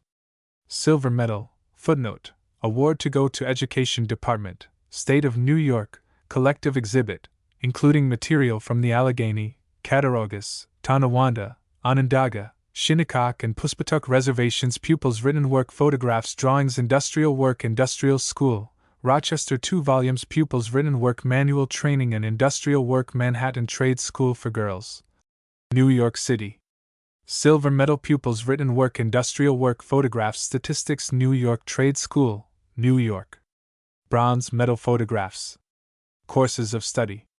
The following awards were made to collaborators: S.E. Bartow, Albany Business College. Silver medal pen drawings. Group 7. Education for defectives. The blind, deaf and dumb, feeble-minded. New York Institution for the Improved Instruction of Deaf Mutes, New York City. Photographs, New York Institution for the Instruction of the Deaf and Dumb, New York City. Gold medal photographs, drawings, pupils, written work, pyrography, publications, 18 volumes of reports, textbooks, administrative blanks, Northern New York Institution for Deaf Mutes. Malone pupils, selected work in drawing, New York Institution for the Blind, New York City. Bronze medal cord, rattan and raffia work, New York State School for the Blind, Batavia. Silver medal 3 volumes, pupils work, basketry, broom making, mattress making, piano action, repairing, sewing, photographs, administrative blank, State Library, Home Education Division. Silver medal traveling library for the blind, Western New York Institution for Deaf Mutes, Rochester. Bronze medal 4 volumes, pupils written work, 5 volumes, reports and catalogs, 20 volumes, publications, photographs, administrative blanks, drawings, charts. The following awards were made in this group to exhibits not a part of the collective state exhibit: American Association for Instructors of the Blind. Grand Prize, New York State Collaborators, State School for the Blind, Batavia, New York School for the Blind, New York City Association of Medical Officers of Institutions for Idiots and Feeble-Minded Persons. Grand Prize, New York State Collaborators, State Custodial Asylum for Unteachable Idiots, Rome State Institution for Feeble-Minded Children, Syracuse Convention of American Instructors of the Deaf. Grand Prize, New York State Collaborator, Wright Oral School for the Deaf, New York City, Department of Education. Gold medal for the establishment of a special school for the education of atypical children, New York Institution for Feeble-Minded, Syracuse. Gold medal Wright Oral School for the Deaf, New York City. Bronze medal. Group 8. Summer schools, extension schools, popular lectures, educational publications and appliances. Adirondack Summer School, Saranac Lake photographs and pamphlets, Chautauqua Institution, Chautauqua, N.Y. Grand Prize photographs, publications, administrative blanks, prospectus and syllabi, City History Club of New York. Bronze medal 6 volumes, pupils written work, photographs, charts, statistics, People's Institute, New York City. Silver medal 1 volume. Working with the People. Prospectus, photographs, Teachers Association, New York State. Gold medal statistical exhibit, 32 graphic charts, Training School for Deaconesses, New York City. Silver medal administrative blanks, catalogs, photographs, Young Women's Christian Association, New York City. Silver medal 1 volume of reports, administrative blanks, clay modeling, pyrography, artistic design and art furniture. The following awards were made in this group to exhibits not a part of the collective state exhibit: Funk and Wagnalls Company, New York City. Grand Prize Dodd, Mead and Company, New York City. Grand Prize Dr. Nicholas Murray Butler, New York City. Grand Prize American Book Company, School and College Textbooks. Grand Prize Silver, Burdett and Company, New York City. Grand Prize Prang Educational Company, New York City. Grand Prize Charles Beseller Company, New York City, Stereopticons and Appliances. Gold medal Pitt Manick Institute, Phonographic, New York City. Gold medal C.W. Bardeen, Syracuse. Silver medal S.S. Packard, New York City. Silver medal. The following awards were made to collaborators: Henry L. Taylor, Professional Education in the United States. Gold medal. A grand prize was also awarded to the Louisiana Purchase Exposition Commission of the State of New York for its collective exhibit in this group. A special commemorative diploma was conferred by the department jury upon Andrew Sloan Draper, Commissioner of Education of the State of New York, in recognition of his distinguished service to education. Recapitulation of the awards made to the State of New York in the Department of Education: Grand Prize Gold Medal Group I. 5 Group I. 63 Group 2. 3 Group I Collab. 2 Group 3. 7 Group 2. 36 Group 4. I Group 2 Collab 5 Group 5 I Group 3 14 Group 6 Group 4 I Group 7 3 Group 5 6 Group 8 8 Group 6 I Special I Group 7 3 Group 8 4 * total 29 Special 4 * total 139 Silver Medal Bronze Medal Group I 2 Group I Group 1 Collab 8 Group 2 2 Group 2 I Group 3 3 Group 3 5 Group 4 2 Group 4 I Group 5 3 Group 5 I Group 6 I Group 6 2 Group 7 3 Group 6 Collab I Group 8 I Group 7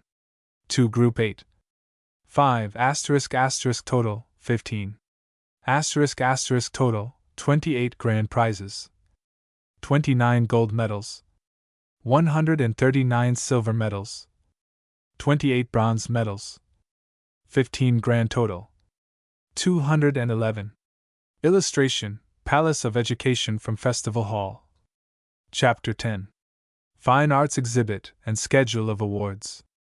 The Fine Arts Exhibit. By Charles M. Kurtz, Acting Secretary of the Executive Committee on Art. Illustration. Up to the time of the organization of the Committee on Art for the State of New York, appointed by the New York State Louisiana Purchase Exposition Commission, very little had been accomplished in the direction of securing a collection of representative works by the artists of New York for exhibition at the World's Fair at St. Louis. Professor Ives, Chief of the Department of Art of the Louisiana Purchase Exposition, and Assistant Chief Kurtz had visited New York at frequent intervals. The first time in January 1902, had aroused considerable interest in the exposition among the artists, and had secured the appointment of advisory committees of painters, sculptors, architects, mural painters, miniature painters, engravers, wood engravers, illustrators, and workers in the applied arts to look after the organization of exhibits in their respective fields of expression and the interests of the Department of Art of the Louisiana Purchase Exposition in connection therewith. Ways and means. It was impossible, however, for the work to be carried on in an adequate and worthy manner without state cooperation and assistance, and a committee of artists, representing the various advisory committees, appeared before the Commission, asked that a committee of artists representing the state of New York be appointed to cooperate with the advisory committees in the organization of a creditable art exhibit, and that a suitable sum of money be appropriated from the funds placed at the disposal of the Commission to defray the cost of organizing the exhibit, packing, transporting it to and from St. Louis, and insuring it while in transit. The exposition authorities having agreed to pay the cost of unpacking in St. Louis, installation, insurance while in the Art Palace, and repacking and forwarding at the close of the exposition. Executive Committee on Art. After several meetings at the offices of the Commission in New York City and a forceful presentation of the condition of affairs, and the urgent necessity of action by the Commission, by Mr. Watrous, of the Artists' Committee, the Commission formally resolved to appropriate the sum of $10,000 for the purpose indicated, and appointed the following Executive Committee on Art for the State of New York to assume general direction of the work within the limits of the appropriation: Herbert Adams, sculptor; Grosvenor Atterbury, architect; J. Carroll Beckwith, painter; Francis C. Jones, painter; Louis Loeb, painter and illustrator; Will H. Lowe, painter, illustrator and mural painter; and Harry W. Watrous, painter. These men variously represented membership in the National Academy of Design, the Society of American Artists, the National Sculpture Society, the Society of Mural Painters, the American Watercolor Society, the Society of Illustrators, the New York Etching Club, the American Fine Arts Society, the American Institute of Architects, the New York Architectural League, the Municipal Arts Society of New York, and the Fine Arts Federation of New York. The committee formally organized by the election of Harry W. Watrous as chairman. Charles M. Kurtz, Assistant Chief of the Department of Art of the Louisiana Purchase Exposition, was appointed acting secretary without salary. At a general meeting of the members of all the advisory committees in New York City, called by Chairman Watrous at the National Academy of Design, for each committee representing a group of the classification, a chairman and a secretary was elected and general plans were formulated for the carrying on of the work. Thereafter, frequent meetings were held by the various committees, at nearly all of which the chairman of the executive committee and the acting secretary were present and participated in the work. Careful selection of material. The juries of selection for the different groups of the classification of the Department of Art, constituted from the membership of the advisory committees representing various sections of the country, met and acted during the last 2 weeks of March, 1904, in the city of New York, passing upon upwards of 4,000 works submitted for exhibition.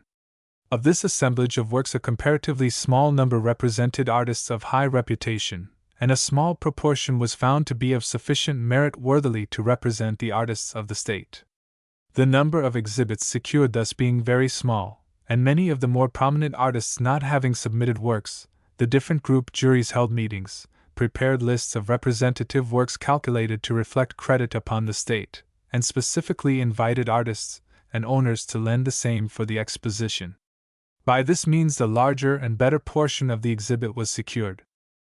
The state of New York, the Louisiana Purchase Exposition, and the artists in general in the state of New York are under great obligations to the members of these juries who so freely, unselfishly, and devotedly gave their valuable time and effort to the organization of the art exhibit which represented so comprehensively the best achievement of New York artists.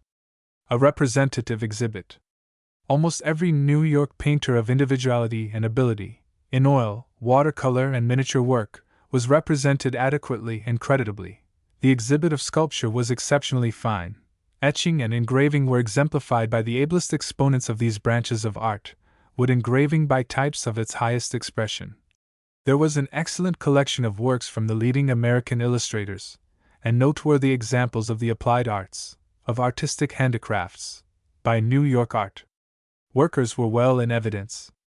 In architecture, while the exhibit was creditable, it might have been more comprehensive and representative, and the same might be said of the exhibit of mural painting. The latter, however, as readily may be understood, is extremely difficult of representation at an exposition, most of its examples having been executed in place, and only cartoons or photographs of achieved works usually being available for exhibition. Advisory committees. The members of the various advisory committees in charge of the organization of the group exhibits were as follows. For oil paintings, Cecilia Bowes, J. Carroll Beckwith, J. G. Brown, Howard Russell Butler, William M. Chase, William A. Coffin, Frederick Dielman, R. Swain Gifford, H. Bolton Jones, John Lafarge, Alexander T. Van Laer, Harry W. Watrous. For watercolors, pastels, and lithographs, F. S. Church, Charles C. Curran, Francis C. Jones, Will H. Lowe, J. C. Nichol, Will S. Robinson, Henry B. Snell. For miniature painting, William J. Bear, Lucia Fairchild Fuller, Laura C. Hills. For sculpture, Daniel C. French, H. A. McNeil, A. Mr. Proctor, Augustus St. Gaudens, J. Q. E. Ward. For etchings and engravings, other than wood engravings, Carlton T. Chapman, C. F. Melatz, J. C. Nichol, Alexander Schilling, James D. Smiley. For wood engravings, George T. Andrew, Frank French, Henry Wolfe. For drawings for illustration, Henry S. Fleming, Charles Dana Gibson, Arthur I. Keller, Louis Loeb, Howard Pyle. For architecture, Grosvenor Atterbury, Arnold W. Brunner, Walter Cook, H. J. Hardenberg, John Galen Howard C. Grant Lafarge, Charles F. McKim, Henry Rutgers Marshall, George B. Post. For mural painting, Will H. Lowe, George W. Maynard, Charles Y. Turner. For applied arts, William Couer, John Lafarge, Frederick S. Lamb, Louis C. Tiffany, Stanford White, Douglas Volk. Harry W. Watrous, Chairman of Executive Committee, ex officio member of all committees. Exhibits of New York artists arranged by groups, together with the number of works contributed, an award, if any, received by each. Group 9. Paintings and drawings. Oil paintings. Alexander John W. 8. Gold medal Anderson Carl J. 1 Bars, George R. 1 Balos Zelna 1 Beal, Gifford 2. Bronze medal Bose Cecilia 3. Gold medal Beckwith Carol 3. Silver medal Bell Edward A. 1. Silver medal Bernie W. V. 2. Bronze medal Blakelock R. A. 1 Blenner Carl J. 2. Bronze medal Blum Robert F. Deceased 1 Bogart George H. 2.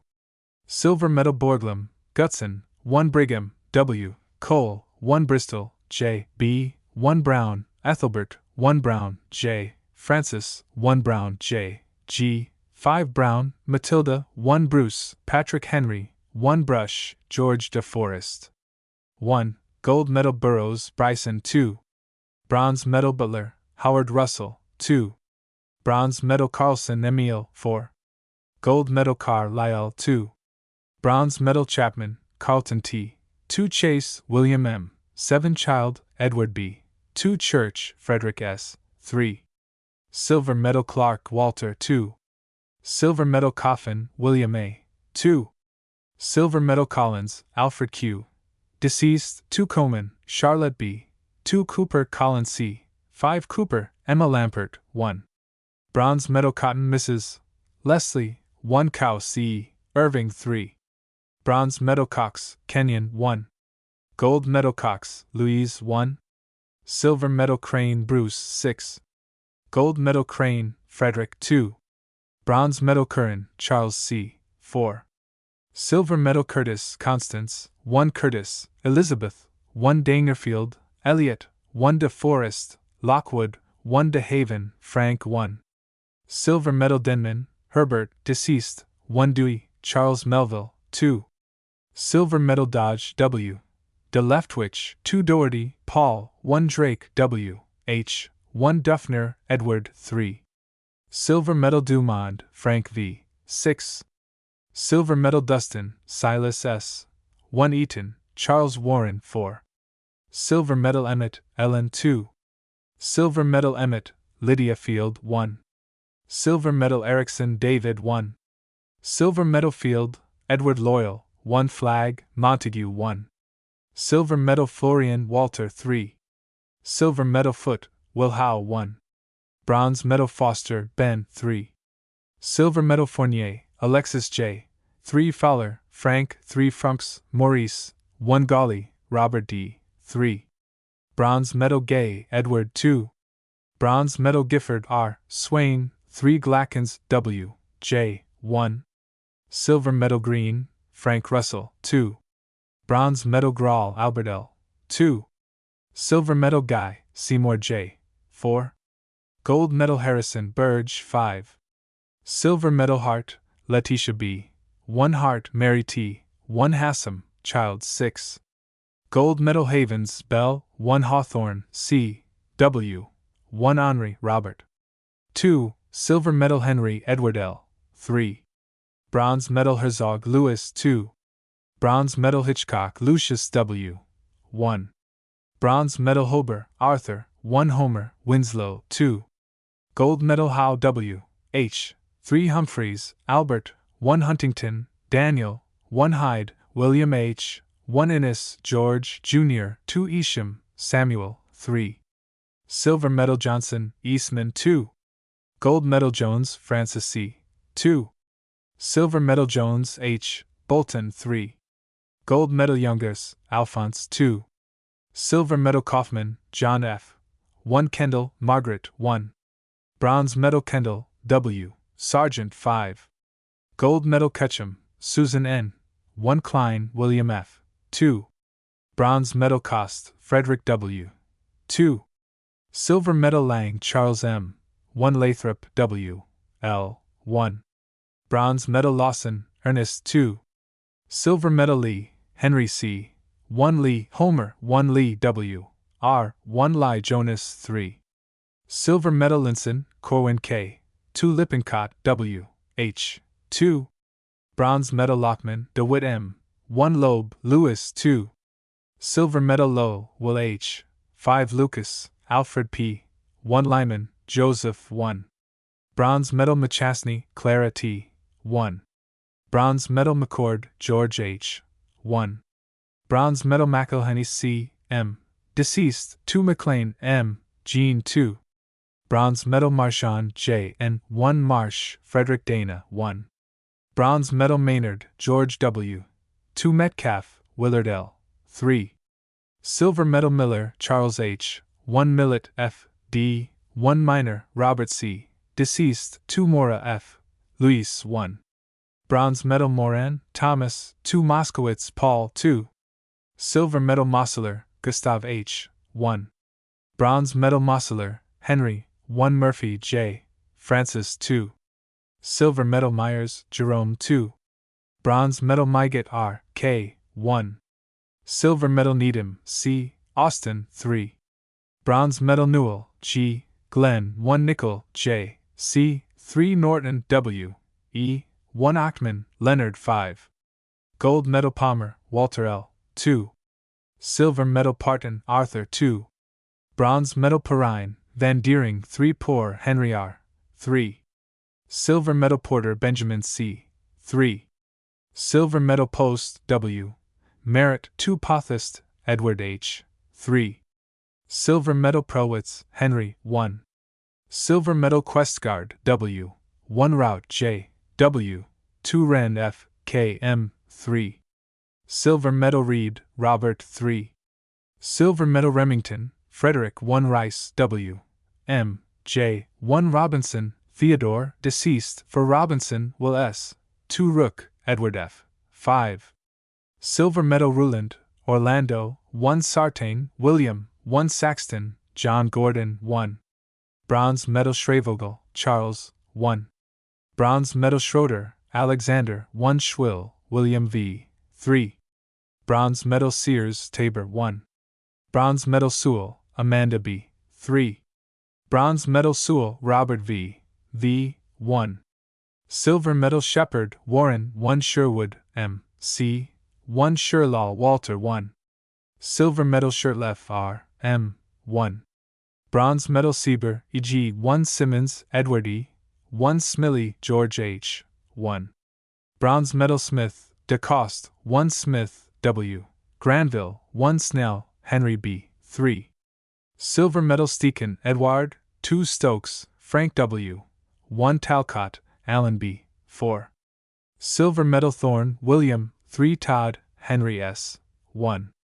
Bronze medal Tryon D. W. 4. Gold medal Turkes, Jules 1. Bronze medal Twatchman, J. H. Deceased, 3 Van Boskirk R. W. 3. Silver medal Van der Veer, Mary 1. Bronze medal Van Lier, Alexander T. 3 Voke, Douglas 3. Silver medal Von O, Robert W.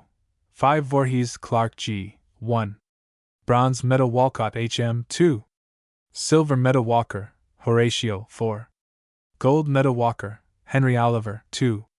Silver medal Watrous, Harry W. 2 Weber, F. W. 1 Weir, J. Alden 2. Gold medal Whitmore, W. J. 1 Whitredge, Worthington 3.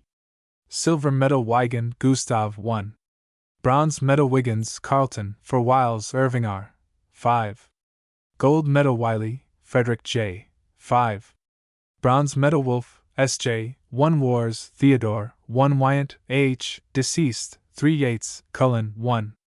Bronze medal total, artists, 207, works, 423. Watercolors and pastels. Anne and Alice H., 1 Bars, George R., 1 Beckwith, Carroll, 2.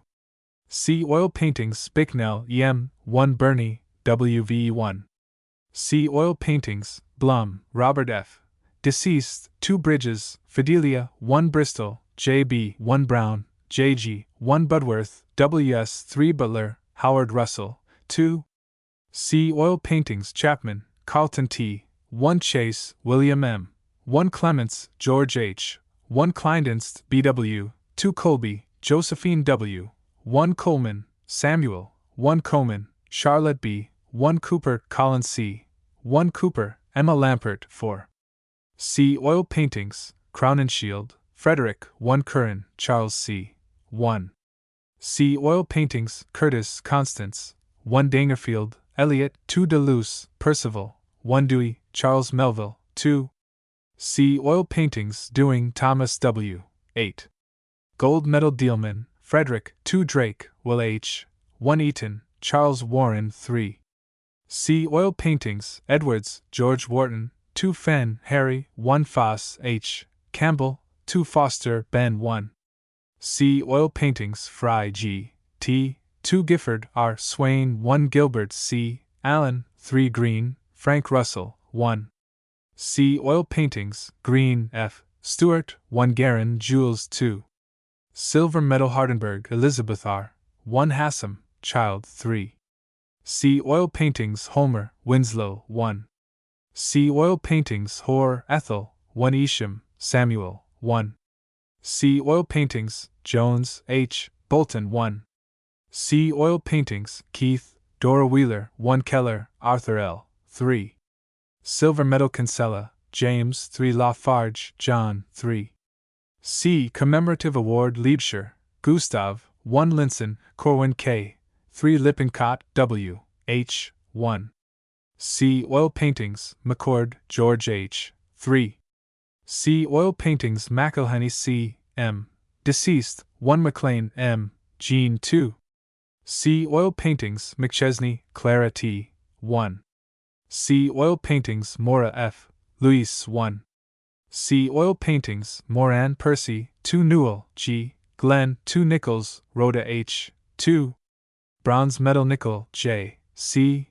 2 O'Leary, Angela, 1 Achtman, Leonard 1. C. Oil paintings of George F. Jr., 1 Palmer, Walter L. 4. C. Oil paintings Platt, Alethea H. 2 Post, W. M. 1 Pothist, Edward H. 1.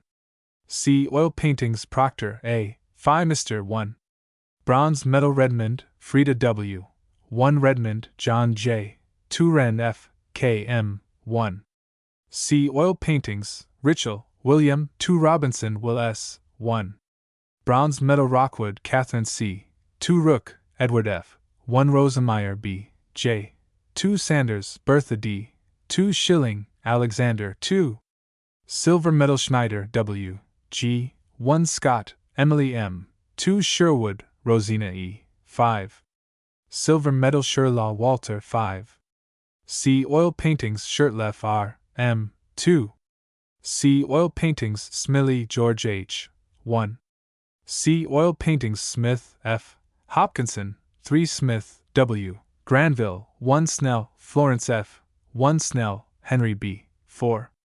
C. Oil paintings Soper, James H. Gardner, 1. Bronze medal Spafford, Myra B. 1 Stoll, M. Louise, 1 Tryon D. W. 15. C. Oil paintings Twatchman, J. H. Deceased, 3 Van Laer, Alexander T. 1 Walker, Horatio, 3. C. Oil paintings Weir, J. Alden, 3. C. Oil paintings Weldon C. D. 2 Whitmore, W. J. 2 Yates, Cullen 2. C. Oil paintings Zogbaum, Rufus F. 1 Total, Artists, 102, Works, 194. Miniatures Bear W. J. 3 Baxter, Martha W. 2 Bayliss, Lillian, 1 Beckington, Alice 4. Bronze medal De Haas, Alice P. T. 1 Dix, Ullaby, 1 Emmett, Lydia Field, 1. C. Oil paintings Holly, Caroline E. 3 Howard, Clara, 1 Kendall, Margaret, 3. C. Oil paintings King, Paul, 1 Nichols, Rhoda H. 3. C. Watercolors Searle, Alice A. 1 Shuttleworth, Claire, 1 Saboni, Emma B. 5 Streen, Maria J. 2 Thayer, Theodora W. 3 Turner, Helen M. 3 Underwood, Edith B. 1 Voke, Ellen S. 1 Widener, Carl, 3 West, and Shaw 1 Wing, Alice B. 1. Bronze medal Worrell R. 2 Total, Artists, 24, Works, 48. Mural paintings and designs Armstrong, Helen M. Blashfield, Edwin H. 14. Gold medal Breck, George W. 2. Silver medal Burgess, Ida J. 1 Burroughs, Bryson 3. C. Oil paintings, Cowles, Maud Alice, 1 Cox, Kenyon 2. C. Oil paintings, Crawford, Earl S. 1 Curtis, Constance, 1 Dealman, Frederick. 6 Deming, Edward W. 3. Bronze medal Dodge W. De Leftwich, 3 Kaufman, J. F. 1 Klein, William F. 1. C. Oil paintings, Lamb, Ella Condi, 1 Lauber, Joseph, 5 Lichtenauer, J. M. Jr. 2 Lowell, Will H. 6 Marsh, Frederick Dana 4. C. Oil paintings, McLean M. Jean 1. C. Oil paintings, Mora F. Luis 1. C. Oil paintings, O'Brien, Madeline 1 Sears, Tabor 2 Sewell, Robert V. V. 2. C. Oil paintings, Sheen, Charles M. 1. Bronze medal Sherlaw, Walter 3. C. Oil paintings, Turner C. Y. 5. Silver medal Valiant, Louis D. 2 Walker, Henry Oliver 10. C. Oil paintings, Wenzel A. B. 2. Silver medal total, artists 30, works 92. Drawings for illustrations. Chapman, Carlton T. 1 Child, Edward B. 3 Clay, John Cecil, 3 Cowles, Genevieve, 1 Cowles, Maud A. 1. Bronze medal Dumond, Frank V. 5. C. Oil paintings, Edwards, George Wharton, 3 Fogarty, Thomas, 5 Gibson, Charles Dana, 3. Silver medal Gillam, Victor, 3 Glackens, W. J. 8. Bronze medal Hambidge, J. 1 Hinton, Charles L. 6 Hitchcock, Lucius W. 4. Silver medal Hutt, Henry, 1 Keller, Arthur I. 6. Gold medal Lawrence, William H.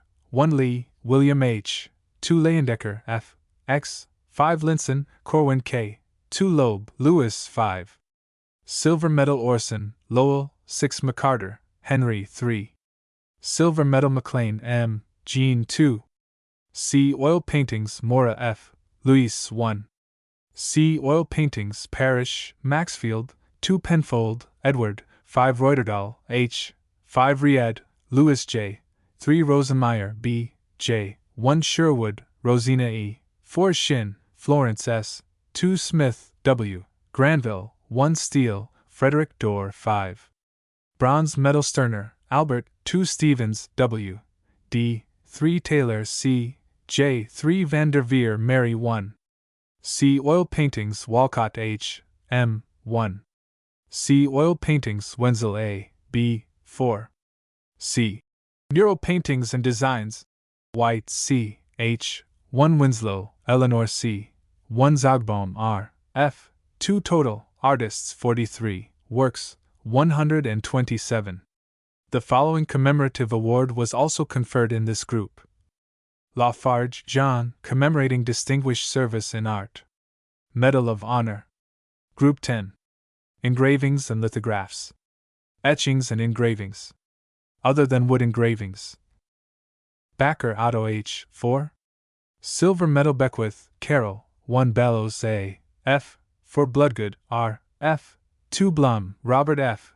Deceased, 3 Chapman, Carlton T. 8 Dealman, Frederick 2 Farrar, Henry deceased, 1 Guy, Seymour J. 1 Hale, Walter 6 Hambidge, J. 1 Hovenden, Thomas, deceased, 2 Jones, H. Bolton, 1 King, James S. 1 Lathrop, W. L. For Lobby, Joseph, 7 Lewis, Arthur Allen, 3. Bronze medal Lippincott, W. H. 3 Lowenberg, N. 2 Milatz, Charles F. W. 21 Moran, Mary Nimmo, deceased, 7 Nickel, J. C. 9 Osgood, Harry H. 7 Reich, Schock, 2 Robbins, Horace W. Deceased, 1 Roth, Ernest D. 4 Sandrexky, Otto W. 1 Schilling, Alexander, 10 Schneider, Otto J. 5 Scholl, E. 2 Sensony, George, 1 Shelton, W. H. 1 Smiley, James D. 12 Stern, Maurice J. 13. Bronze medal Trowbridge, Vaughan, 7 Vondras, John C. 6 White, Charles H. 3. Bronze medal Weir, J. Alden, 21. Silver medal Wood, Thomas W. Deceased, 1 Yale, Leroy M. 7 Yule, George H. 3 total, artists 41, works 200. Wood engravings. Bernstrom, Victor 2. Silver medal Chadwick C. W. 4. Bronze medal Cole, Timothy 10. Grand prize Evans, John W. 5 French, Frank 1. Gold medal Heinemann E. 2 Klotz H. 1.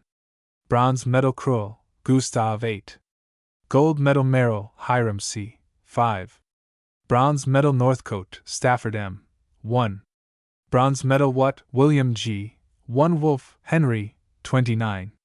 C. Commemorative award, total, artists 12, works 69. The following commemorative award was also conferred in this group. Wolf, Henry, commemorating distinguished service in art. Medal of Honor. Group 11. Sculpture. Adams, Herbert 5. Gold medal Alfano, Vincenzo, 2 Bissell, Georgie, 1. Silver medal Bitter Carl T. F. 4. Gold medal Borglum, Gutson, 8. Gold medal Borglum, Solon, 9. Gold medal Boyle, John J. 5. Silver medal Brenner, Victor David, 28. Silver medal Bush Brown, H. K. 7 Carpenter, Margaret S. 1. Bronze medal Eberly, Mrs. A. V. 1. Bronze medal Flanagan, John 4. Silver medal French, Daniel Chester, for Glennie, Alice R. 1 Goodwin, Mrs. Frederick, 1 Harvey Eli 9. Bronze medal Heber C. A. 1. Bronze medal Hyatt, Mrs. A. V. 2. Bronze medal Jaegers, Albert 1. Bronze medal Conti Isidore 2. Gold medal Linder, Henry 1. Bronze medal Longman, Evelyn B. 4. Silver medal Lopez, Charles A. 6. Gold medal Lukeman, Augustus 1. Bronze medal McNeil, Herman A. 3 Mears, Helen F. 1. Silver medal Miranda, Fernando, 1 Niehaus, Charles H. 8. Gold medal Piccirilli, Attilio 4. Silver medal Piccirilli, Furio 1. Silver medal Proctor A. Finister 4. Gold medal Rind J. Massey 1. Bronze medal Roth, Frederick G. R. 7. Silver medal St. Gaudens, Augustus 1. C. Commemorative award, Salvatore, Victor 1. Bronze medal Schwarzschild, Maximilian 1. Bronze medal Scudder, Janet 1. Bronze medal Stillman, F.E. 3. Bronze medal Tonetti F. M. L. 3. Bronze medal Treble C. E. 1 Usher, Layla, 1 Vaughn O. Bessie Potter 10. Gold medal Ward, Elsie 1. Bronze medal Ward, John Quincy Adams 1. C. Commemorative award, Warner, Olin L. Deceased, 2 Weinert, Albert, 1 Weinman, Adolph A. 5. Silver medal Yandel, Enid 1. Bronze medal Zolney, George Julian, 2 total, artists 49, works 173. The following commemorative awards were also conferred in this group. Augustus St. Gaudens, commemorating distinguished service in art. Medal of Honor John Quincy Adams Ward, commemorating distinguished service in art. Medal of Honor. Group 12. Architecture. Atterbury, Grosvenor 3. Silver medal Babb, Cook and Willard, 2 Boring and Tilton 6. Silver medal Brunner, Arnold W. 4. Gold medal Carrere, Brunner and Burnham, 6 Carrere and Hastings 7. Gold medal Coulter W. L. 2 Flag, Ernest, 14 Friedlander J. H. 3 Gilbert Cass 3. Gold medal Green and Wicks, 1 Hardenberg H. J. 1 Hines and Lafarge 4. Silver medal Langton D. W. 1 Lord and Hewlett for total, architects 15, works 61. The following commemorative award was also conferred. John M. Carrere. Gold medal. Group 14. Original objects of art workmanship. Applied arts. Adams, Ralph R. 2 Archer NEM, 1 Bell, Peter 1 Binns, Charles F. 5. Silver medal Burdick, Bessie, 2 Crosby, Mrs. W. G. 2 Farnham, Paulding 15. Gold medal Foote, Florence 4. Bronze medal Fry Marshall, 7 Hicks, Amy M. 2 Hoagland, Jane, 3 Lamb, Frederick S. 1 Lawrence F. Walter, 27 Leonard, Anna B. 7. Silver medal McNeil, Mrs. Carol B. 5. Bronze medal Perkins, Mrs. Annie F. 2 Perkins, Lucy F. 4. Bronze medal Pond, T. H. 1 Randolph, Isabella, 2 Robineau, Mrs. A. 7 Sanders, Bertha D. 1 Solon, L. M. 1 Tiffany, Louis C. Designer, 79. Silver medal Volk, Mrs. Douglas, 2. Silver medal Volk, Wendell D. 1 Volkmer, Charles, 9. Bronze medal Von Ridingsvard, Carl, 1 Worath, Frederick E. 2. Bronze medal Yandel, Charles R. 9 total. Artists, 29. Works, 205. The following special commemorative awards were also conferred in the Department of Art. Harry W. Watrous, for valuable assistance in the formation of the exhibit of the United States section. Gold medal. Charles M. Kurtz, for service in connection with the Department of Art, direction of installation, etc. Gold medal. George Julian Zalney, for service in connection with the Department of Art, direction of installation, etc. Gold medal. Recapitulation. Showing the relative importance of the participation of the State of New York in the United States section of the Department of Art of the Louisiana Purchase Exposition, St. Louis, 1904. New York's participation compared with that of the entire United States including New York.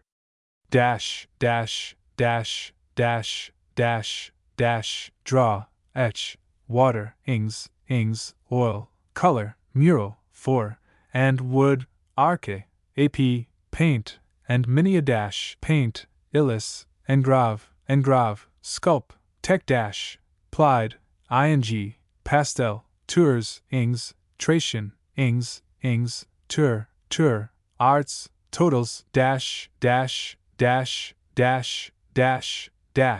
asterisk, total number of artists represented in the United States section. 472, 185, 52, 41, 54, 59, 14, 92, 74, 200, 1243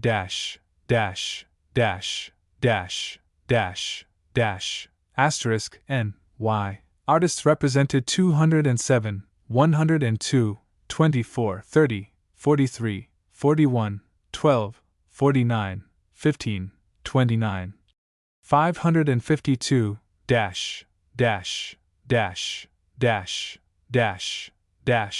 total number of works in the United States section 904, 314, 90, 114, 178, 269, 82, 354, 290, 946, 3541,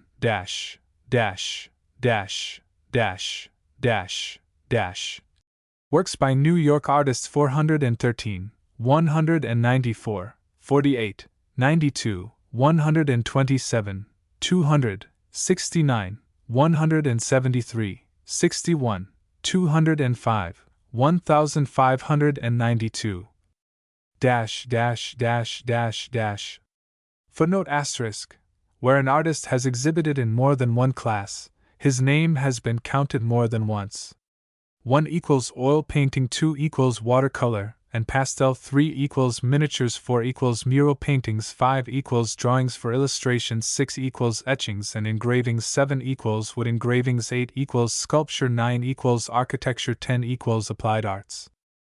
New York's participation compared with that of the entire United States including New York 1, 2, 3, 4, 5, 6, 7, 8, 9, 10 totals. 1. Sales effected for all United States artists. 87 34 26 10 14,375,546 for New York artists. 54 22 20 10 13 10 129 awards com to all U.S. Gold artists 1124 medals to New York of Honor artists 1124 to all U.S. Grand Artists 111-36 prizes, to New York artists. To all U.S. gold, artists 36-4-12-7-8-67 medals, to New York. Artists 19-3-9-4-136, to all U.S. silver.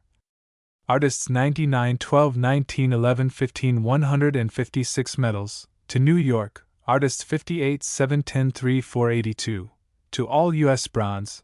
Artists 103-17-294-22-175 medals, to New York. Artists 52-10-16-583, totals to all United States. Artists 240-35.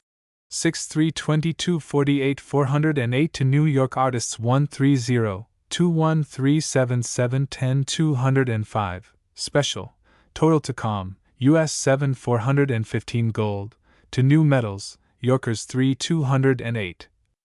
Footnote 1.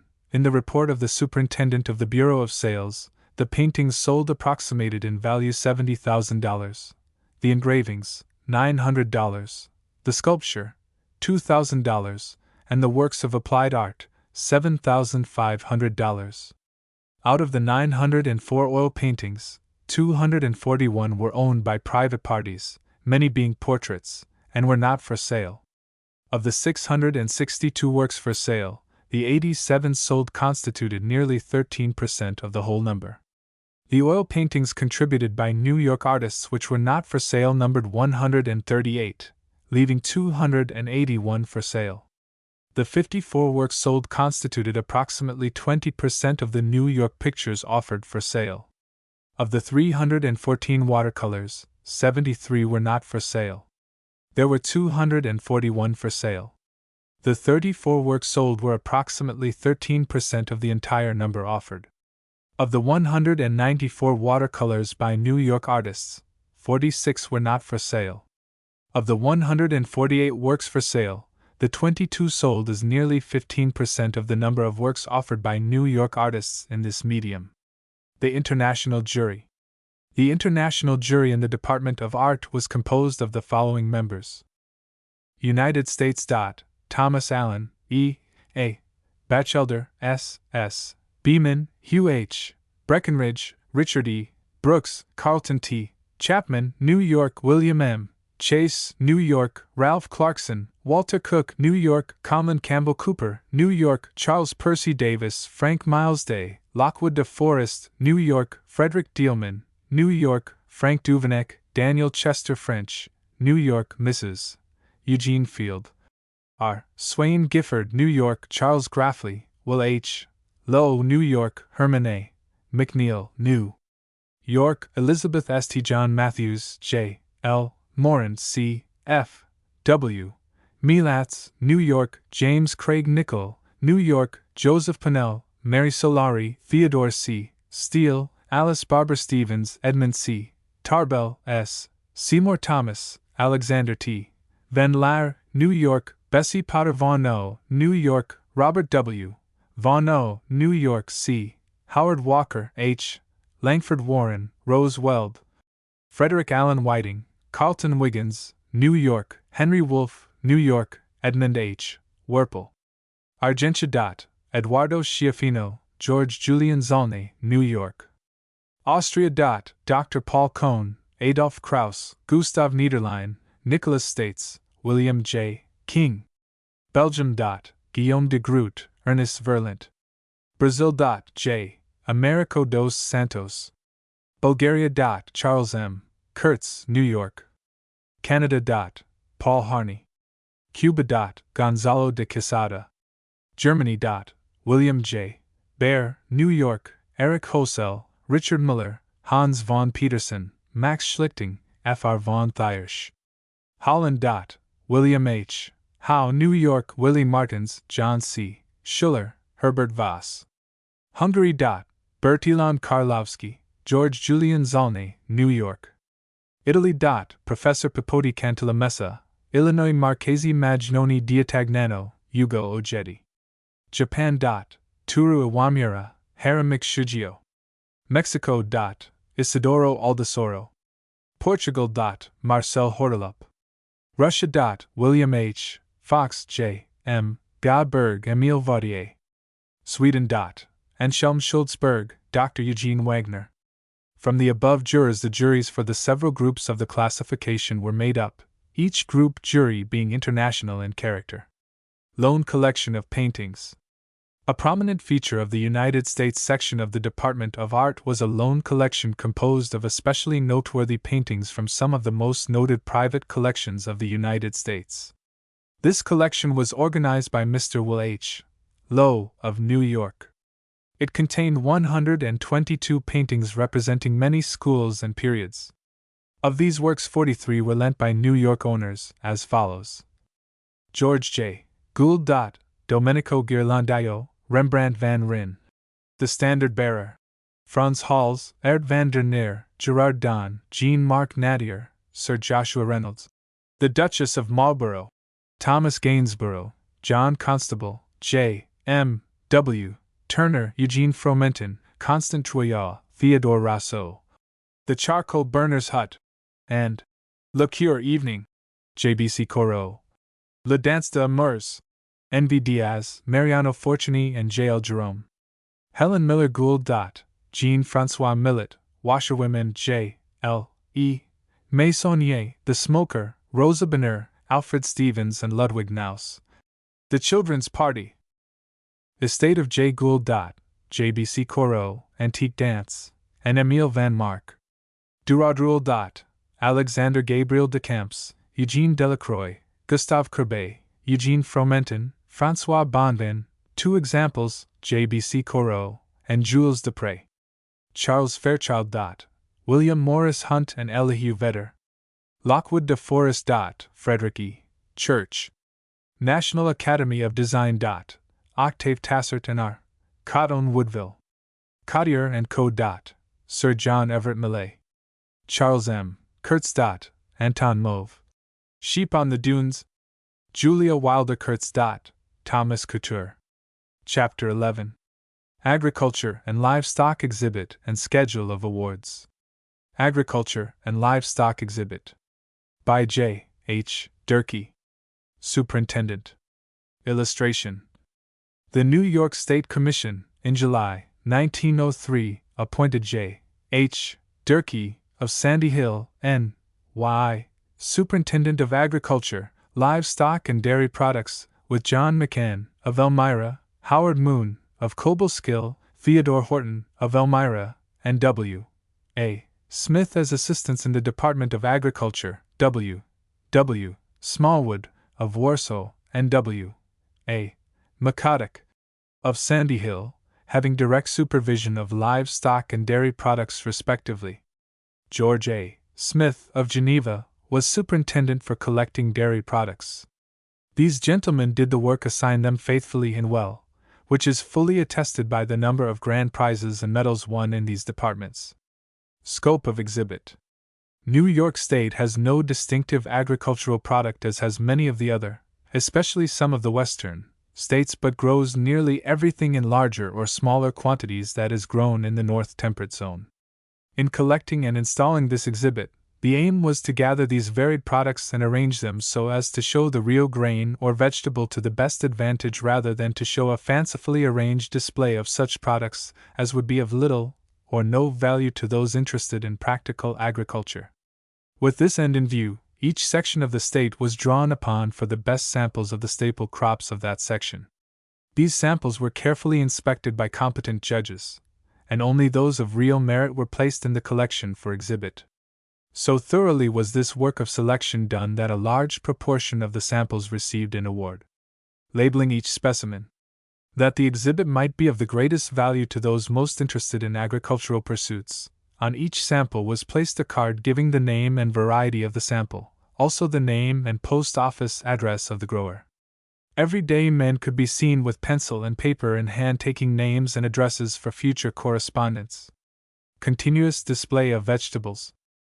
New York was one of the few states that had its exhibit complete at the opening of the Exposition, and was the only state that made a large and continuous display of fresh vegetables. Its display was greatly admired and favorably commented upon by the press, as well as by individuals. From the opening of the Exposition until the crop of 1904 was ready, The tables of the New York exhibit were kept filled with the standard vegetables of 1903, which had been placed in cold storage and were brought out as needed. At the close of the exposition, December 1, 1904, New York had over 40 varieties of potatoes as well as many other vegetables on exhibition that were gathered in 1903, having been out of the ground over 15 months. To the inexperienced eye, they could not be distinguished from the crop of 1904. In October and November, New York's vegetable display was unusually fine. The judges who passed upon it said it was the finest collection of vegetables they had ever seen. Awards. The catalogue of exhibitors which follows shows conclusively that New York is truly the Empire State so far as agricultural products are concerned. It was the only state that was awarded a grand prize on fresh vegetables alone. J. M. Thorburn and Company of New York, Glendale Stock Farm, Glens Falls, and Cornell University, Ithaca, also received grand prizes on vegetables. Catalogue of the exhibitors in the Department of Agriculture, with the award, if any, received by each. Group 84. Vegetable food products, agricultural seeds. Almshouse Farm, Veriberg Wheat Oats, White Michigan J. B. Anderson Kennedy. Brown's Meadow Barley, 6 Road Oats, Swedish R. I. Anderson, Florida Corn, 8 Road Red C. S. Baldwin, Wellsville. Brown's Meadow Corn, Red Glazed Ears W. H. Bellamy, Wellsville. Brown's Meadow Oats, Swede, White Russian F. J. Bellinger Hammond. Silver Meadow Oats, Clydesdale E. A. Bentley, Wellsville. Brown's Meadow Corn, 8 Road Yellow Ears T. T. Blodgett, Fishkill. Silver Meadow Rye, Dark Oats, White Swede L. G. Brainerd, Ellington. Silver Meadow Rye, Winter C. E. H. Brecken, Clarence. Brown's Meadow Beans, White Kidney Charles Bryan, Perry. Silver Meadow Wheat, Klondike Briggs Brothers, Rochester. Brown's Meadow Corn, Leeming, Golden Beauty George Bronson and Son, Bath. Brown's Meadow Oats, New Lincoln Buckwheat, Gray Wheat, Gold Coin Corn, Dibbs 90-8 8 Road Yellow, Ears L. M. Bronson, Bath Wheat, White Winter Brooks Brothers, Painted Post. Silver Meadow Wheat, Gold Bullion Buckwheat, Silver Gray Corn, Red Beauty Pop Oats, Russian, Lincoln, White Swede George W. Brooks, Painted Post. Brown's Meadow Buckwheat, Silver Gray Beans, Coffee Mustard Black M. D. Bennett Elmira R. F. D. No. 1. Silver Meadow Buckwheat, Silver Hull, Japanese Louis J. Brundage Starkey. Silver Meadow Wheat, Duck Buckwheat, Silver Gray Wheat, Gold Coin, Prosperity Barley, 2 Road Beans, Red Kidney, White Kidney, Marrow Barley, Hullisar, R. Buck, Warsaw. Gold Meadow Wheat, Isaac Budlong, Scottsville. Brown's Meadow Wheat, Prosperity W. Carroll, LaGrangeville. Brown's Meadow Oats. White Corn. Early Mastodon, Ears Charles Caswell, Abbott. Brown's Meadow Corn. White Red Glaze, Ears W. L. Chapin, Warsaw. Silver Meadow Wheat. Malay Winter Perry E. Chapel, Warsaw. Silver Meadow Wheat. Fultz D. E. Chase, Warsaw. Silver Meadow Wheat, Red Clawson Oats. Lincoln C. W. Clark, Skaneatles. Silver Meadow Collection of Teasels J. H. Clute, Painted Post. Brown's Meadow Corn. 12 Road Yellow Wheat, Long Met Beans. Burlingame's Prolific, Marrow Miles Colburn, Ellington. Brown's Meadow Oats. Early Siberian Haricole, Canedia Corn. Yellow Ears M. D. Corbett, Bath. Silver Meadow Rye. White Cornell University, Ithaca. Brown's Meadow Wheat. White Chalmette, Reliable F. H. Crowley, Painted Post. Brown's Meadow Corn. 8 Road Yellow Buckwheat. Silver Hull, Small Silver Gray E. Crippen, Horseheads. Brown's Meadow Wheat. Clausen Crossman Brothers, Rochester.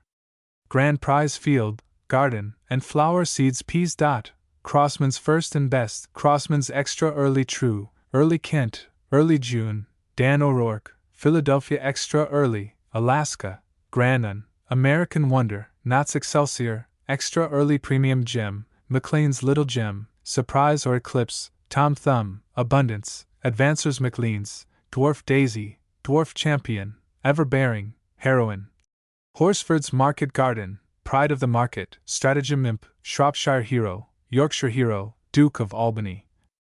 Telephone, Telegraph, Champion of England, 40-fold, Long Island Mammoth, Large White Marrowfat, Black-Eyed Marrowfat, Canada Field, Mammoth Pod Sugar, Melting Sugar, Dwarf Gray-Seeded Sugar, Tall Gray-Seeded Sugar, Laxton's Alpha Beans.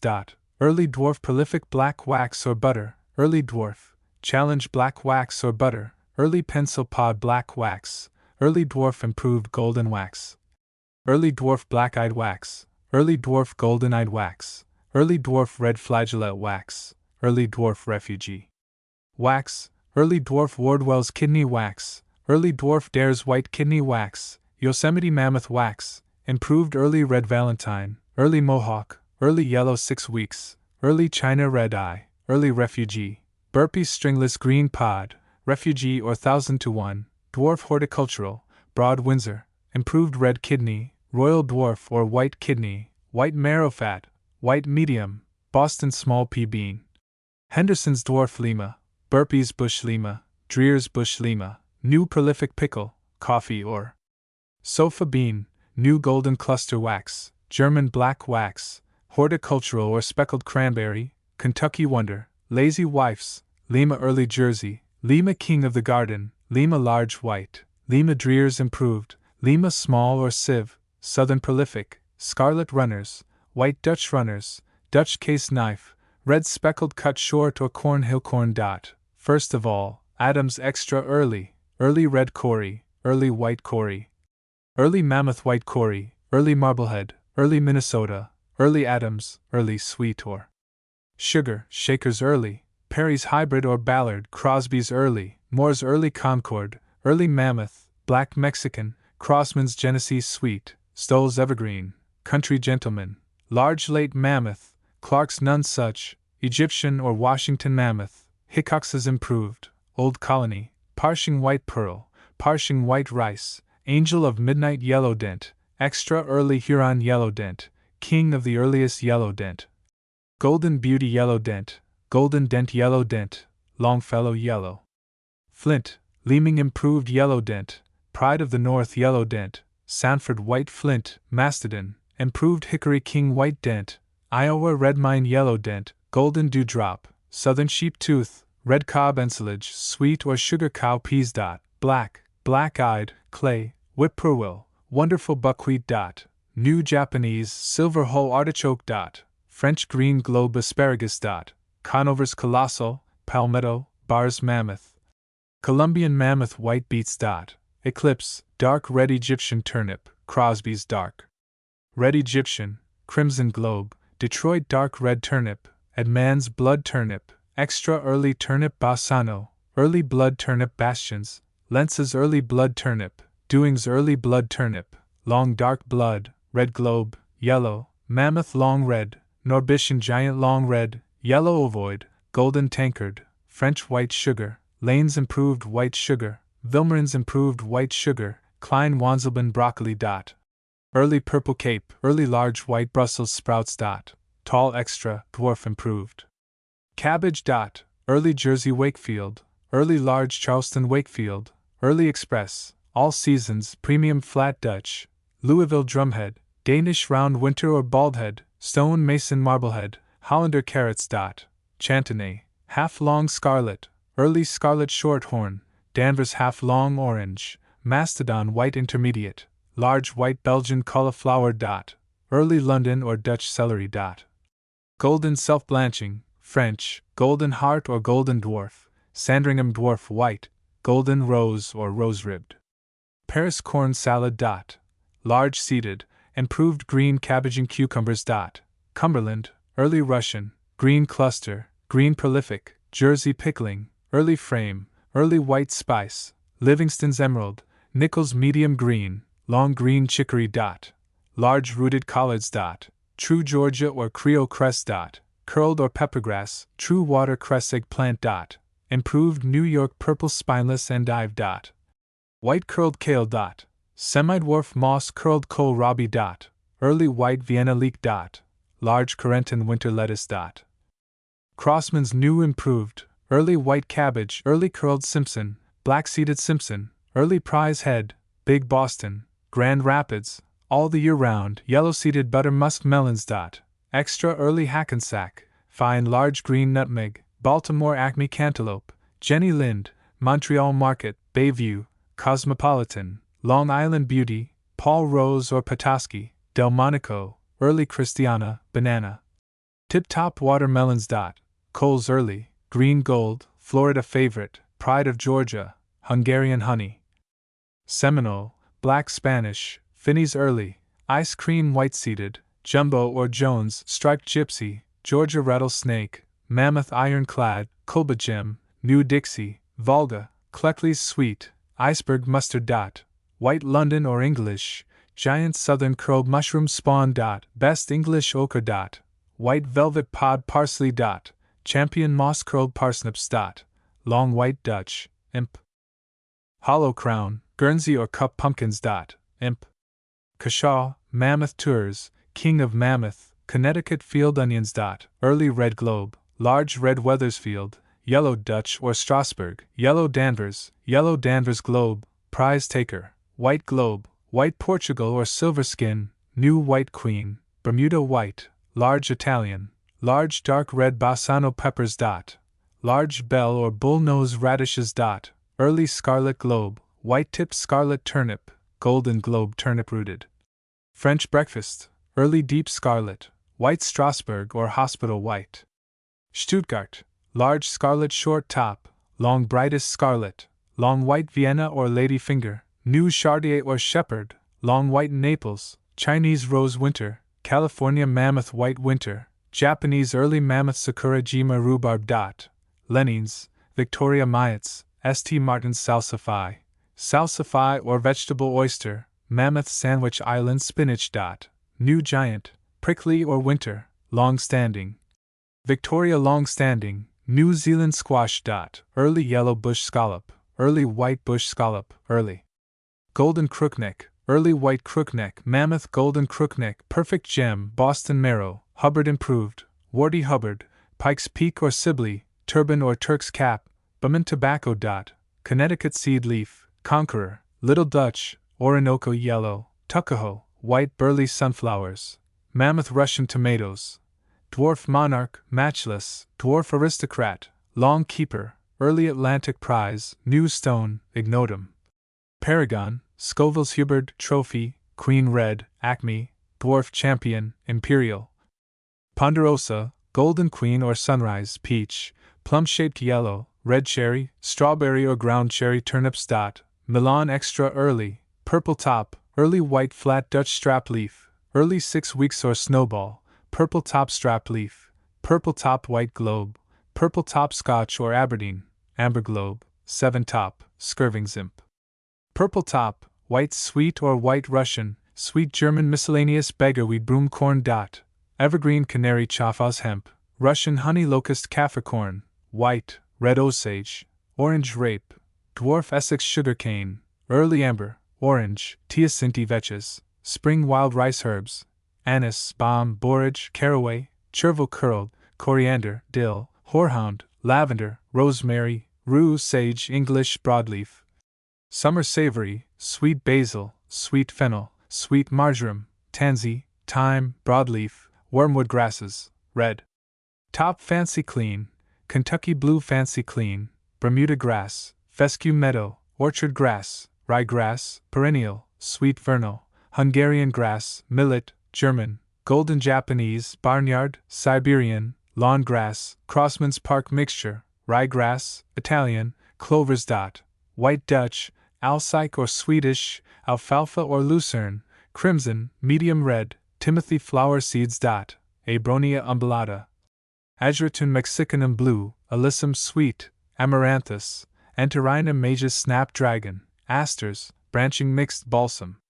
Double mixed. Bartonia aurea. Calendula Prince of Orange. Calaopsis mixed. Canary bird flower. Candy tuft. White mixed. Canna mixed. Carnation mixed. Celosia dwarf mixed coxcomb. Centenaria, Cyan's Bachelor Button, Cabaye Scandens Purple, Cosmos Mixed, Cypress Vine Mixed, Double Daisy Mixed, Eschscholtzia californica, Gaillardia laurentiana, Gomphrena globosa, gourd, apple-shaped, bottle-shaped, dipper-shaped, egg white, Hercules Club, mock orange, pear-shape, sugar trough, helichrysum. Hollyhock double mixed chatares, ice plant, larkspur, perennial mixed, Lobelia speciosa cristopalis, lupinus mixed colors, marigold French dwarf, Martinia proboscidea, marvel of Peru, mixed 4 o'clock, moonflower crossbred or hybrid, mignonette sweet large flowered, morning glory, convolvulus major, giant Japanese, Myosotis pilastris forget-me-not, nasturtium, dwarf mixed, tall mixed, pansy very large flowering mixed, petunia mixed hybrid, phlox Drummond grandiflori mixed, poppy, carnation double mixed, portulaca single mixed, ricinus sanguineus, castor oil bean, salpiglossus large mixed, scabiosa majus dwarf mixed, smilax Boston, stock German dwarf mixed, sunflower double globosus ficillitosus, swan river daisy, sweet William, double, thunbergia mixed, verbenas hybrid mixed, wild cucumber, quinea double dwarf mixed, sunflower white seeded, phoenix, reclinata, canariensis, dracaena, indivisa, australis, snails, wonus, dalishos, lab white, legumes ovatus, avena, stiralis, coix lacrymo, Z. japonica, amaranthus candatus sweet peas. America, Broughton, Emily Eckford, Firefly, Catherine Tracy, navy blue, Queen of England, Crossman's Special Mix James J. Culbertson, Groveland. Silver meadow wheat. Gold bullion, Dawson's golden chaff beans. Merrill Frank H. Cup painted post. Bronze meadow rye. White Albert J. Davis Spencerport. Bronze meadow corn Hiram Davis Gansford. Bronze meadow corn C. A. Davidson Cotton. Bronze meadow oats W. H. Detos, Johnsonville. Bronze meadow corn Henry Drudge, Clarence. Bronze meadow buckwheat J. H. Durkee, Florida. Silver meadow wheat F. E.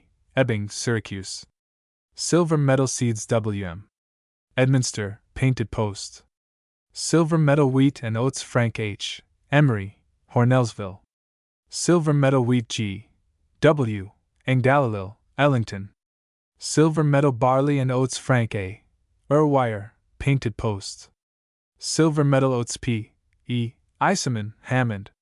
Bronze meadow corn James Fawcett, Bath. Silver meadow oats Henry M. Fisher, Warsaw. Gold meadow wheat Frank E. Ford, painted post. Bronze meadow grain M. C. Frisbee, Ellington. Bronze meadow barley M. E. Ferguson, Florida. Silver meadow wheat and oats M. L. Gamble, Groveland. Bronze meadow beans John Jarrow, Washingtonville. Bronze meadow corn M. O. Gilbert, Ellington. Gold meadow buckwheat Samuel Green, Florida. Bronze meadow buckwheat John E. Griffith, Ellington. Silver meadow oats L. P. Gunson and Company, Rochester. Gold meadow oats W.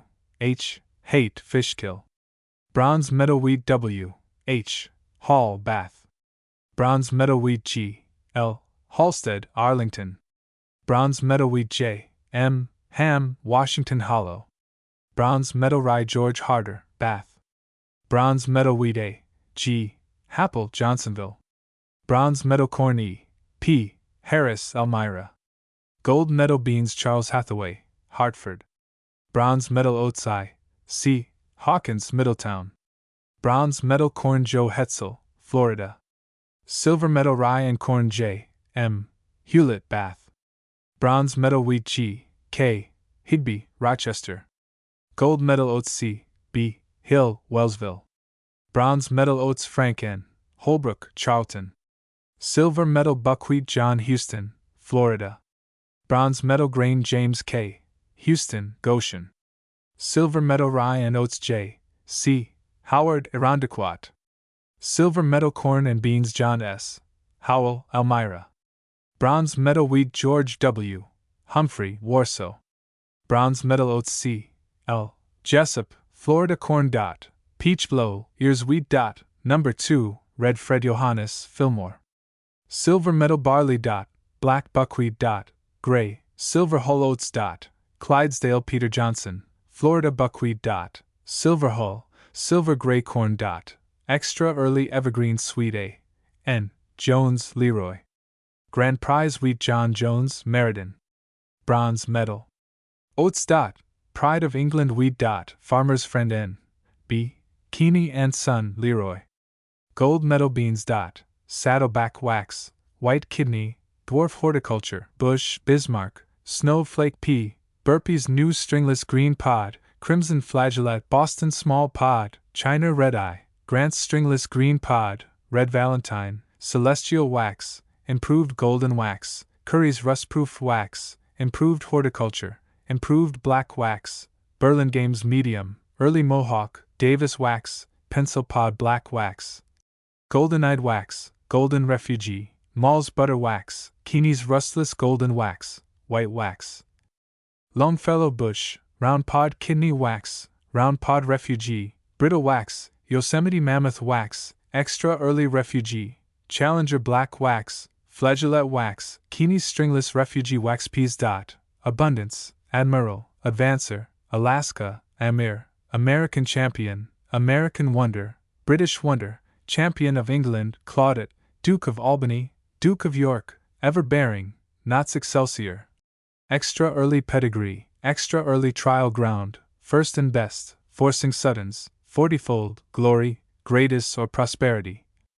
Heroine, Hearst William, Juno, prolific Laxtons, Laxton, Dawes, Long Island Mammoth, Market Garden, Horsfords, Marrowfat, Black-eyed, early Marblehead, white, premium gem, pride of the market, profusion, prolific early market, Reliance Hearst, seedling Suttons, Senator improved, Shropshire hero, station, stratagem, sugar mammoth pod, surprise Gregory's, telegraph, telephone, Tom Thumb, Yorkshire hero C. E. Knapp Little Britain. Bronze medal corn dot, white flint, ears Frank Lawrence, Ellington. Bronze medal barley dot, beardless oats dot, Siberian E. D. Lee, Whitesville corn dot, white flint, ears James Livingston, Cobleskill. Silver medal flax Timothy Charles Lovell, painted post. Silver medal oats dot, English wonder wheat dot, gold bullion D. Macbeth, Canona. Bronze medal wheat dot, Clausen Mrs. S. E. Manning, Elmira Heights. Gold medal wheat dot, red Russian Frank Marley, Hornellsville corn dot, red blaze Charles Martin, Hartford. Silver medal beans dot, apple Fred Martin, Fort and corn dot, King Philip Will Martin, Hartford oats dot, Lincoln Jacob Marzolf, Clarence Center. Bronze medal wheat dot, 100 Mark E. P. Mattice Middlebury wheat dot, Genesee Giant Harry J. McCann Elmira. Bronze medal corn dot, Queen's Golden Pop, Queen's Golden, ears pumpkin dot, Redfield James McCann Elmira. Silver medal corn dot, Klondike buckwheat dot, gray rye dot, white John McCann Elmira. Silver medal wheat dot, Rochester red Clausen, golden coin corn dot, white cap yellow dent, Queen's Golden Pop, ears, white pearl pop, ears buckwheat dot, Japanese clover dot, crimson beans dot, red marrow, gold eye rye dot, dark oats dot, banner S. J. McChesney, Canona. Silver medal wheat dot, white winter John McConkey, Galway. Silver medal oats dot, white Swede, welcome E. J. McLean, Troopsburg. Silver medal beans dot, white kidney barley dot, black buckwheat dot, silver gray, silver hull corn dot, popcorn, ears Stephen Merchant, Burn Hills. Silver medal rye dot, white D. W. Miller, Boonville. Bronze medal oats dot, Arctic Romatai Miller, Scottsville. Bronze medal wheat dot, Longberry red George E. Menard, Fillmore. Silver medal barley dot, black beardless, giant white corn dot, yellow flint, ears Howard Moore, Cobleskill. Bronze medal corn dot, early sunset yellow J. W. Moore, Fishkill Village. Bronze medal wheat dot, gold coin, white winter rye dot, white winter corn dot, white dent, ears Daniel Morris, Groveland. Bronze medal wheat dot, Number 8 Red Winter Munger Brothers, Warsaw. Silver Medal Barley. Beardless Oats. Golden Prolific J. Myers, Warnesville. Silver Medal Beans. Red Kidney New York State Grange. Butler Grand Prize Banner Collection of Grains E. Nichols, South Onondaga. Bronze Medal Rye. Dark Wheat. Gold Chaff, Red Winter Oats. Swede, Lincoln, White Russian Peas. Small Field Buckwheat. Japanese Corn. 8 Road White Ears, Early Red Corey Sweet, 1900 Sweet, Monarch Sweet Will Norton, Hartford. Bronze Medal Barley. Beardless Oats. Lincoln Oatka Farm, Scottsville. Silver Medal Rye. Dark Wheat. Dawson's Golden Chaff Hugh Osborne, East Hartford. Bronze Medal Corn. Atwood Ears F. R. Payne, White Plains. Silver Medal Beans. White Marrowfat Charles Perry, Wyoming. Silver Medal Wheat. Dawson's Golden Chaff N. S. Pearson, Painted Post. Silver Medal Rye. Dark Eye. B. Pipe, Prattsburg. Silver Medal Buckwheat. Silver Hull Oats. 20th Century F. C. Platt, Painted Post. Bronze Medal Oats. Golden J. P. Platt, Bath. Gold Medal Wheat. Gold Coin G. Pollock, East Hartford. Bronze Medal Oats. Provoster Peter Pretchell, Elmira. Bronze Medal Wheat. Clausen Frank Qua, East Hartford Oats. Swede, White Star George R. Qua, Hartford. Gold Medal Rye. Siberian G. L. Quick, Rochester Junction. Gold Medal Wheat. Dawson's Golden Chaff Oats. Clydesdale Anson Reed, Canona. Silver Medal Beans. White Kidney, Golden Eye James H. Russell, Hopewell Junction. Bronze Medal Corn. Early Mastodon, Ears H. Brown Richardson, Lowville. Silver Medal Maple Sugar Maple Syrup John K. Rowe, Florida. Bronze Medal Corn. Queen's Golden Pop E. N. Rollins, Andover. Silver Medal Wheat. Gold Coin W. H. Roper, Wyoming. Silver Medal Oats. Siberian Wheat. Genesee Giant M. J. Soller, Patton Kunk. Silver Medal Oats. 20th Century, American Improved Buckwheat. Japanese Jazz F. Saul, Syracuse Seeds Peas. Yorkshire Heroes, Everbearing, Telephone, McLean's Advancers, Extra Early Premium Gem, Duke of York, Juno, First and Best, McLean's Little Gem, Alaska, Prosperity, Champion of England, Black-Eyed Marrowfat, American Wonder, Horsford's Market Garden. Philadelphia Extra Early, Knott's Excelsior Beans. Red Kidney, Large Lima, Long Yellow 6 Weeks, Horticultural, Henderson's Bush Lima. Sofa Spelt Rye. Spring Clover. Medium, Mammoth, Crimson, White Grass. Orchard Corn. 8 Road Yellow, Black Mexican Barley. Imperial 2 Road, Fancy Red Top Wheat. Spring Kentucky Bluegrass Hemp Lettuce. Boston Onion. Red Weathersfield Squash. Summer Crookneck, Hubbard Canary Seed Rape. Dwarf Essex Melon. Rockford Watermelon. Ice Cream. Cobb's Gem Celery Beet Carrot Salsify Parsnip. Hollow Crown Spinach Radish Turnip Cowpeas Field Pumpkin Millet. Japan Cucumber. Early Cluster Kaffir Corn. Timothy Wilsonville, Hartford. Bronze Medal Corn. White Cap Dent Sydney Shell, Teresa Oates. Mortgage Lifter I. L. Schofield, Wappingers Falls. Bronze Medal Buckwheat. Japanese C. E. Schultz, Florida. Bronze Medal Corn. 8 Road Yellow R. F. Seeley, Waterloo. Silver Medal Timothy Rye. Mammoth White Corn. 8 Road Yellow Wheat. Jones Winter Fife, American Bronze Beans. Red Kidney Buckwheat. Japanese Jazz J. Settle, Kobelsko Rye. White S. C. Shaver, Albany. Gold Medal Hops. Albany A. M. Slight, Arlington. Bronze Medal Corn. 8 Road Yellow, Ears Fred W. Smith, Scottsville Oats. Genesee Valley White Ward L. Snyder, Carlisle Center. Bronze Medal Oats. 20th Century, Italian Edition Stevens, Warsaw. Bronze Medal Buckwheat. Gray F. C. Stevens, Attica. Silver Medal Wheat. Silver chaff, number 6 rye. Winter, dark Henry Stewart, Canona. Gold medal wheat. Red winter barley tea. L. Stone, Craig Colony, Sonia.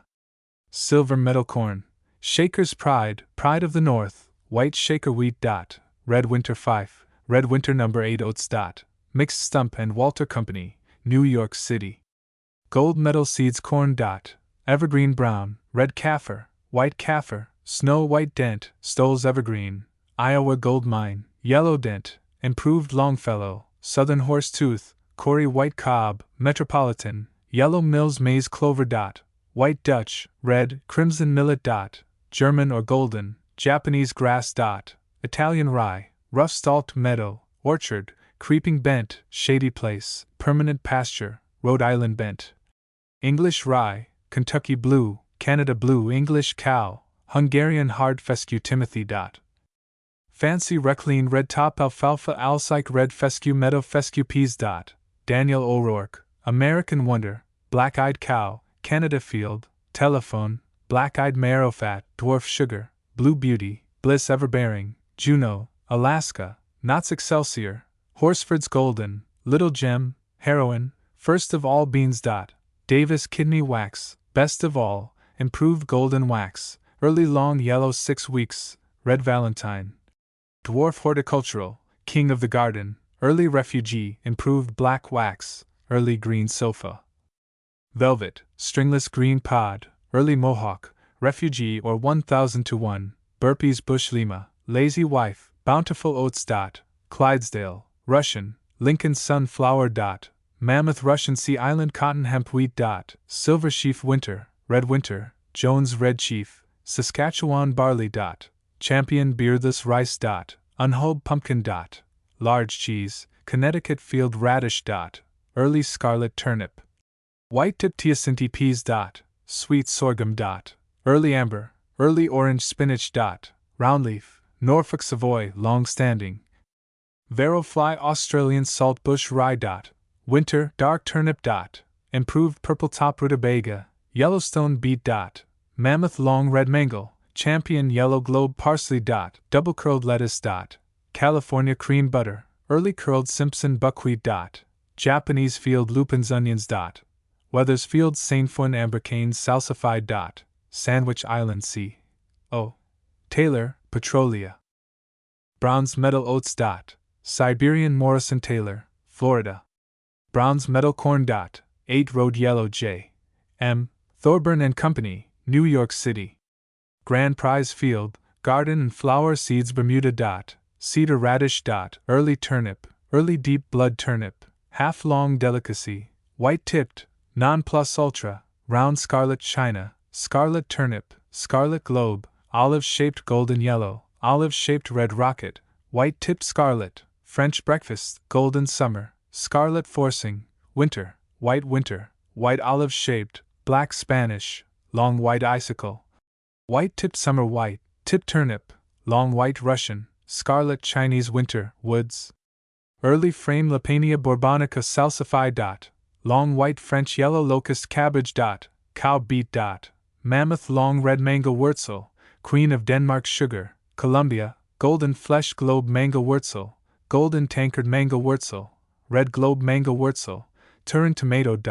Blush lemon, aristocrat, Fagmore, scarlet, yellow plum, Democrat, Thorburns novelty, Thorburns 1903. Thorburns Rosalind, Waldorf parsley. Moss curled asparagus marigold. Eldorado coffee tree. Kentucky millet. Barnyard, red Siberian. Watermelon. Imperial, ironclad, dark icing, Triumph, Hungarian, Van Close cucumber. Small gherkin, white pearl oats. Silver mine, black Tartarian squash. Marblehead, white chestnut, Canada crookneck, pineapple, orange marrow, red china, perfect gem, Bumans, Pike's Peak, Derwing, the Faxon, Japan turban, French olive, silver maple, Juglans cardifornis celery. Cooper's cutting. Thorburns fin de siècle sorrel. Garden mignonette sunflower. Large Russian musk melon. Pineapple, Golden Gate teosinte. Grass. Ribbed, red fescue, meadow fescue, pepper, Hungarian curled chervil borage pepper. Sweet Spanish caraway savory. Summer era Cespitosa French thyme wheat. Premium red New York, Rupert's Giant, Red Rover poppy. Double peony flowered calendula. Prince of Orange Coelurteria paniculata rough rice chicory. Large rooted lettuce. Thorburns mammoth black seeded tennis ball, Thorburns maximum, Hammersmith's hardy, green carrot. Bellet, Corentin anthoxanthum odoratum cherry. Mahalub coriander beech. American crab apple. French cherry. Black mazard leek. Large flag winter dill juglans. Seboldii kentia. Belmoriana musk melon. Ward's nectar lupins. Blue, white, yellow turnip. White Norfolk, Thorburns improved purple top rutabaga onion. Thorburns excelsior pickling lavender dandelion apricot pits endive. White curled sage fagus. Sylvatica lilumi. Italicum kale. Sea canary. Sicily canis Florida morning glory halcus linatus lalucui prennis. Thorburns selected dwarf. Prunes. Seratina rust. Copalina clover. Sand crimson, Japan, white, peavine spinach. Winter, long standing, lettuce leaf, New Zealand, summer beet. Swiss, charred Ampelopsis heteroaceae bene gourd. Sugar trough, dish cloth, mock orange catalpa lentils. Spanish buckwheat. Japanese, American silver hull butternut cypress. Bald rye. Excelsior winter rice. Wild elm. Common speldspurnet. Common field pumpkin. Tennessee sweet potato Saint Foin Saradella spring tares fen Greek linden. American tree of heaven Kentia. Fosteriana acer coriaceum Australian saltbush white birch Timothy. Fancy mushroom. French spawn Spispergula arvensis Scotch boom pinus. Meridima candytuft festuca ovina alsike. Clover abies. Nordmanniana Cynosurus suristatus alfalfa cole rabi. Large white acer. Campesta calendula mustard. Broad-leaved corylus. American aster Alopecuris prolensis pinus. Sembra poppy nasturtium. Tall mixed sweet marjoram French pear Virginian stock pinus. Pinea parsnip. Hollow crown. Scorzuina acer. Pseudoplatanus bromus mollis cauliflower. Gilt edge laburnum anemone coronaria poa trivialis jute almas. Oregonia thea voridis Brussels sprouts fax cymus excelsior Calliopesis anus convolvulus. Tricolor poa annua sweet fennel tulip tree peas. Stratagem, William Hurst, Prince of Wales, Horsford's Market Garden, Thorburns Early Market, sweet. Blue Beauty, Dr. McLean's, Alaska, Yorkshire Hero, Telephone, Premium Gem, Juno, McLean's Advancers, Clay Cow, Queen, Champion of England, American Wonder, Alpha, Telegraph, Pride of the Market, Heroine, Duke of Albany, Abundance, Knots Excelsior, Gregory's Surprise, Greatest, Everbearing, Magnum Bonum Corn. Leeming, Virginia Horsetooth, Snowflake, Early Yellow Canada, Farmer's Favorite, Compton's Early Flint, Sanford's White Flint, Angel of Midnight, Hickory King, White Surprise, Longfellow, Thorburns White Flint, Mastodon Dent. Golden Beauty, Stoll's Evergreen Sugar, Potter's Excelsior Sugar, Country Gentleman Sugar. Early Adams Sugar, Black Mexican Sugar, Egyptian Sugar, Triumph Sugar, Minnesota Sugar, Corn Salad, Perry's Hybrid Sweet Ears, Black Mexican Sweet Ears, Hickok's Sweet Ears, Early Minnesota Sweet Ears, Early Crosby Sweet Ears, Hickory King Ears, King Philip Ears, Legal Tender Ears, White Cap Yellow Dent Ears, Compton's Early Ears, Northern White Dent Ears, Pride of the North Ears, White Sanford Ears Beans. Tall July Runners, Vienna Forcer Sword, Long Pod, Challenger Lime, Improved Golden. Cluster, English House, Velvet Wardwell Kidney Wax, Scarlet Runner, Kentucky Wonder, Golden Refugee, White Snowflake, Lightning, Yellow Sofa, Castor, Early Valentine, Pole, NE Plus Ultra, Broad Windsor, Galega, Medium-eyed Sofa, Horticultural, Dun-colored Byers Dwarf, Marvel of Paris, Dwarf Chocolate, Canadian Wonder, Thornbuns Dwarf Lima, Longfellow Bush, Longfellow 6 Weeks Bush, Early Mohawk Bush, Early China Bush, everbearing bush, improved golden cluster bush, medium early green bush. Round pod kidney wax bush, lazy wife pole, golden-eyed wax bush, scarlet runner, pole, emperor of Russia, pole, round 6 weeks bush, southern Kreisbach bush, 1000 to 1 bush, black valentine bush, improved golden wax bush, white kidney bush, white marrow bush Peter S. Tower, Youngstown. Silver meadow wheat dot, early Arcadian corn dot, 8-road yellow, ears Miles Townsend, Bath. Silver meadow wheat dot, longberry red Morgan Vale, Stormville. Silver meadow oats dot, white tartari dot, white winter corn dot, white dent, ears Van Cott Brothers, LaGrangeville. Bronze meadow corn dot, pride of New Jersey, ears W. H. Dewson, Leroy. Gold meadow wheat dot, red Clausen Walter Van Loon, Bath. Gold meadow beans dot, Marrowfat Joseph Van Wyck, Arlington. Bronze meadow corn dot, 8-road yellow, ears James Vick's Sons, Rochester. Silver meadow clover dot, crimson cane dot, amber flax corn dot, champion white pearl pop, early mastodon, pride of the north, Kaffir pea dot, large white marrowfat, small field beans dot, black butter, white kidney, black wax, large marrowfat, red kidney barley dot, bullis, man's hung oats dot, new banner. Sunflower dot, white beauty, mammoth Russian F. L. Wailt, Ellington. Bronze meadow wheat dot, white winter Walter Ward, Rochester Junction. Bronze meadow corn dot, Longfellow yellow, ears John B. Y. Warner, Scottsville. Silver meadow barley dot, beardless Charles Watrous, Warsaw. Bronze meadow wheat dot, red Clausen oats dot, Clydesdale, Probuster Mrs. Emmeline Watrous, Warsaw. Silver meadow wheat. Joseph L. Weed, Ballston Spa. Bronze meadow corn dot, 8-road yellow, ears, 12-road yellow, ears, 8-road yellow dent, ears C. Whiting, Cobleskill. Silver meadow wheat dot, spring red W. H. Wheeler, Florida. Silver meadow wheat dot, red winter, Fulcaster C. W. and C. M. Wilcox, Delhi. Silver meadow maple sugar and syrup James Wilder, Warsaw. Silver meadow rye dot, white Charles Willor, Painted Post. Bronze meadow wheat dot, long met James M. Wisner, Edenville corn dot, Pedrick Perfect, ears O. M. Wixon, Elenira. Bronze meadow wheat dot, Clausen oats dot, early Scotch C. S. Wright, Hammond corn dot, New England Fline, ears Wyoming County Almshouse, Varysburg. Silver meadow wheat and oats A. Young, Bath. Bronze meadow corn dot, white rice pop, ears. Vegetables.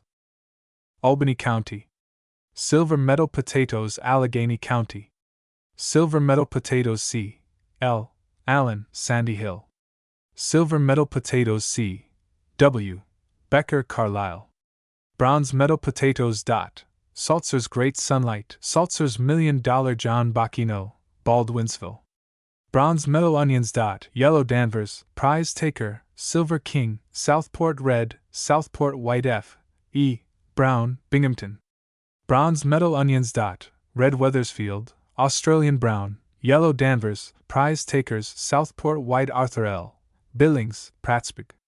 Silver meadow potatoes dot, Hobson's Choice, Uncle Sam, White Gilliel, New York Wonder, White Banner, Billings Favorite, Billings White Beauty, American Beauty, Billings Surprise, Early Gem, Sir Walter Raleigh, Sampson's Best, Vic's Early Perfection, Beauty Hebron, Excelsior, Golden Nugget, White Steuben Fred Coe, Fulton. Silver meadow potatoes dot, Blue Victor, World's Fair Prize, Early Northern, Early Michigan, Carmen No. 3 Bovie, Quick Crop, Late Hebron, Potentate, Burpee's Superior, Green Mountain, New Queen, Gold Coin, Delaware Beets dot, Turnip Blood James E. Cole, Fulton. Bronze meadow tomatoes dot, Golden Queen, Burpee's Matchless Squash dot, Hubbard Miss Mabel Churchill, Fulton. Bronze meadow onions dot, White Globe, Yellow Globe, Red Weathersfield Beets dot, Red Turnip Potatoes dot, White Mammoth Jesse T. Carrier, Fulton. Bronze meadow potatoes dot, Quick Crop, Early Market, Chemung County. Silver Meadow Potatoes, Cortland County. Silver Meadow Potatoes, Columbia County. Silver Meadow Potatoes, Cornell University, Ithaca. Grand Prize Beets. Lane's Sugar, Crimson Globe, Yellow Table, Sugar, Detroit Red, Long Red Mango, Golden Tankard Radishes. Summer, Winter Squash. Den Marrow, Yellow Bush Scallop, White Bush Scallop, Summer Crookneck, Turban, Boston Marrow, Warty Hubbard, Vegetable Marrow, Ford Hook Citron. Corn. 8 Road Yellow, 90-Day Monarch, Stoll's Evergreen Beans. Lima Turnips. Rutabaga, Purple Top Strap Leaf, White Sweet German, Sweet Russian, White Egg Pumpkin. Mammoth Chilean, Negro, Field, Mammoth Cheese Carrots. Long Orange, Short Orange, Ox Heart Salsify. Onions. Burpees Australian Brown, Mammoth White Yellow Danvers, Red, Mills White Portugal, Red Victoria, Southport Red Globe, Red Weathersfield, Mills New White Queen, Mammoth Red Pompet, Mills Brown Wonder, Fair's Early Red, Southport Yellow Globe, Mills White Victoria, Burpee's Early Golden Globe, Yellow Globe Danvers, Yellow Dutch or Strasbourg, Burpee's Cherry Pickle, Extra Early Red, Michigan Danvers Kohl Rabi. Red, White Parsnips. Martinia. Gourd Celery. White Plume Turnips. Sweet Rutabaga Squash. Delicate Beets. Early Egyptian, New Queen, Globe Mango, Red Turnip Squash. Hubbard Turnips. Purple Top Rutabaga, Purple Top, White Rutabaga, Flat Dutch, Purple Top Strap Leaf Pumpkin. Field Potatoes. Churchill Seedling, Rose of Erin, Uncle Sam, Sir Walter Raleigh, Mauls Early, Chases Early. Pan American, Early Fortune, Bliss Triumph, Nevada White, Chautauqua, Ohio Victor, Burpee's Perfection, Celtic Beauty. Centennial Blue, Livingston's Banner, Monarch of the West, Early Janet, Late Rose, Hammond's Early, Blue Christie, Early North, 20th Century, Maggie Murphy, Early Canada, Pure Gold, Early Vermont, Early 6 Weeks, Eames Early Cauliflower. Swiss Chard. Salsify. Okra. Celery. Turnip Rooted, White Plume, Parsley Cabbage. White Flat, Round White Leeks. Beets. Sugar, Detroit Red, Long Red Mangles Kohl Rabi. White Parsnips. Carrots. White Belgian Onions. Yellow, White Radish. Red Chinese Squash. Summer Crookneck Marrow Pumpkin. Red Gold Corn. Stoll's Evergreen Potatoes. Carmen No. 1, Burbank Celery. Roots Cabbage. Danish Bullhead, Surehead, Autumn King Turnips. Garton's Pioneer Hybrid, Magnum Bonum Swedes, Purple Top Cowhorn, White Cowhorn, Golden Ball, Hartley's Top Rutabaga. Mauls Improved Purple Top, Aberdeen Yellow, Garton's Monarch Rutabaga, Green Top Scotch Yellow Beets. Golden Tankard, Sugar Beets. Garton's Long Red Mango, Norbition Giant Mangles, Half Sugar Mangles, Yellow Globe Mangles, Chink's Castle Long Red Mangles, Sutton's Long Red Mangles Carrots. James Intermediate, Whittier Giant White, Yellow Belgium, Scarlet Intermediate, Lawbrich's Agricultural Parsnips. Hollow Crown Crossman Brothers, Rochester. Grand Prize Beets. Bassano, Doings, Egyptian Dark Red, Long Dark Red Blood, White French Sugar, Yellow Chilean, Swiss Chard or Silver Carrots. Dutch Horn, Oxheart Garens, Chaudenay, Danvers Half Long, Long Orange, White Belgium, Chicory Large Rooted Celeriac. Smooth Prayer Celery. Paris Golden, S. B. Cabbage. Red Dutch, Danish Baldhead Cucumbers. Peerless White Spine. Hybrid Forcing Cauliflower. Snowball Endive. Broadleaf Batavian, White Curled Kohl Rabi. Early Purple Vienna, Large Late. Green Leeks. Monstrous Carrington Mangles. Mammoth Long Red Kale. Semi-Dwarf Moss Curled Onions. Danvers Globe Peppers. Sweet Mountain Parsnips. Hollow Crown Pumpkin. King of the Mammoth, Mammoth Tours Small Sugar Parsley. Hamburg Turnip Rooted, Champion Moss Curled Salsify. French Squash. Summer Crookneck, White Bush, Yellow Bush, Improved Hubbard American Turban, Louisiana. Mammoth Golden Crookneck Ice Cream Patty Pan Turnips. Purple Top Strap Leaf, purple top, white globe, golden ball. Snowball, cowhorn, white top, strap leaf, watermelons. Red-seeded citron, Earl Daniels, Bath. Silver medal potatoes. Great divide, white giant, white flower, blue bell, Victor, early minister, golden bell, Excelsior C. W. Dear love, Prattsburg. Silver medal potatoes. Everett's early, Rupert's perfection, free silver, Rupert's early, stray beauty, rural New Yorker No. 2, farmer's beauty, Maine rose, Adirondack, Sarvia red, new queen, pride of the West, Cayuga chief, mammoth pearl, early thoroughbred, prize taker, white beauty, Mills new astonisher, early minister, Michigan russet, rose early, early Ohio, earth northern, English russet, white peach blow. Late rose, Isle of Jersey, pride of Jersey, money maker, snowdrop, late Prindies. John DeGraw, Middletown. Bronze medal potatoes. Early northern, blue Victor G. M. Durland, Florida. Bronze medal potatoes. Early sunrise, Dutchess County. Silver medal potatoes. A. M.P. Carlisle. Bronze medal potatoes. Early white Michigan, Freeman Leonard Fenton, Standards. Bronze medal potatoes. Early giant Charles W. Ford and Company, Fishers. Silver medal potatoes. Empire State, Queen E. C. Foster, Standards. Bronze medal potatoes. Blue Victor Geneva Experiment Station, Geneva. Silver medal tomatoes. Ponderosa, Early Anna, Success Trophy, Royal Red, Atlantic Prize, Golden Queen, Leicester's Prolific Beauty, Buckeye, Freedom, New Imperial G. Jessel, South Lerna. Silver medal celery, Burt Giddings, Fulton.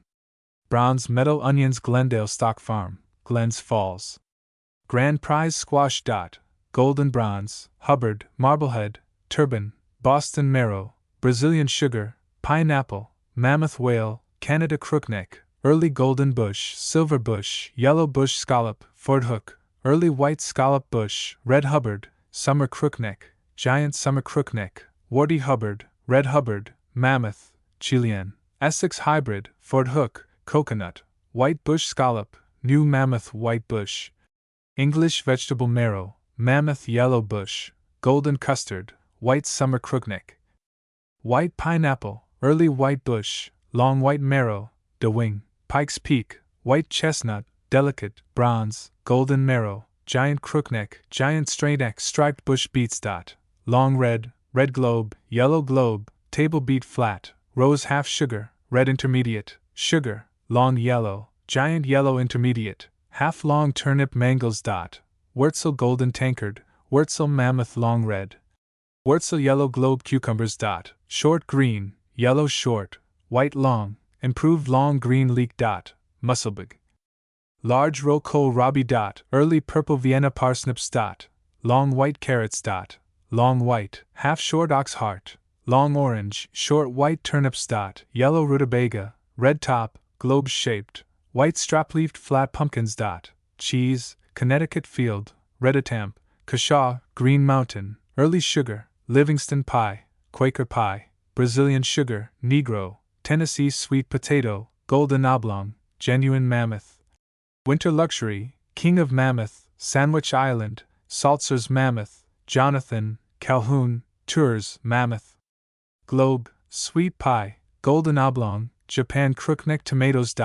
Acme, Canada, Cardinal, dwarf champion, early conqueror, Essex hybrid, General Grant, jumbo, Livingston's beauty, Livingston's favorite, Livingston's perfection, Mikado, new queen, Optimus, paragon, pear-shaped red, pear-shaped yellow, crimson cushion, yellow cherry, red cherry, stone cherry, combination, Henderson's ponderosa, mammoth prize. Honor bright, Burpee's noble, long keeper, Sutton's best of all, Fort Hook first, imperial. Climax, queen table, autocrat, beauty, golden queen, white excelsior, lemon bush, terracotta Larillard, yellow peach, red currant, matchless, yellow plum, red pear, trophy, volunteer watermelons.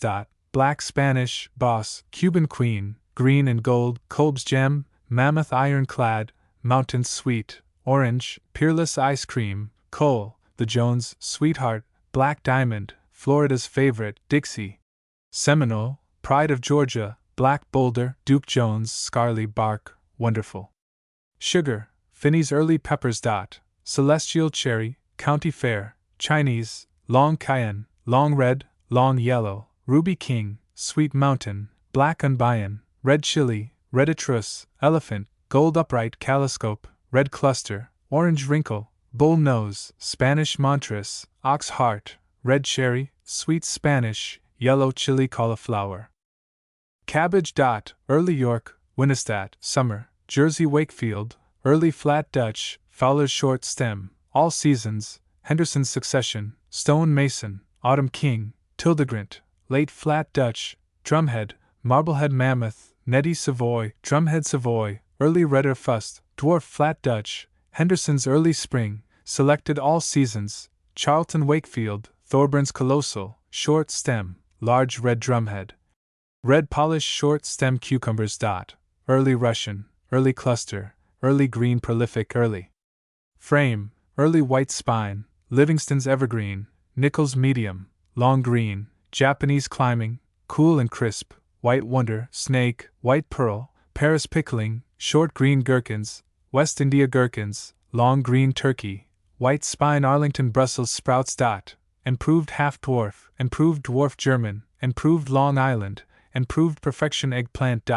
Improved New York, Early Dwarf Purple, Long Purple. Round French, Black Pecan, Mammoth Pearl, Scarlet Chinese, Round White, Long White. Striped White, Black Snake Leeks. Large Flag Winter, Large Rouen Winter, Large Musselburgh, London Summer Parsnips. Gurney, Long Smooth, Hollow Crown, Delmonico, Abbott, Maltese Student Salsify. Long White French, Sandwich Islands, Thick Rooted Brussels Sprouts. 7 Dwarf, Tall, Green, Dwarf Prolific, Lady Finger, White Velvet, Perkins Mammoth, Sugar Trough, Dipper, Nest Egg. Sposen Sage Thyme Summer Savory Dill Winter Savory Martinia Chicory Carrots. Ox Heart, St. Valerie, Early Scarlet Horn. Half Long Scarlet, Danvers Half Long, Long Yellow Stump Root, Long Orange, Short White Vosges, White Belgian, Yellow Belgian, Danvers, Henderson's New York, Early Forcing Onions. Yellow Globe Danvers, Yellow Strasbourg, Early Red, Red Weathersfield, Southport White Globe, Southport Red Globe, Southport Yellow Globe, Early Cracker, Silver Skin, Prize Taker, White Victoria Red, Early Barletta, Australian Brown, White Portugal. Silver Ball, Large Red Globe, Improved Michigan, Large White Globe. Giant Rocco, Burpees, Gibraltar, Queen, Ohio Yellow Globe Beets.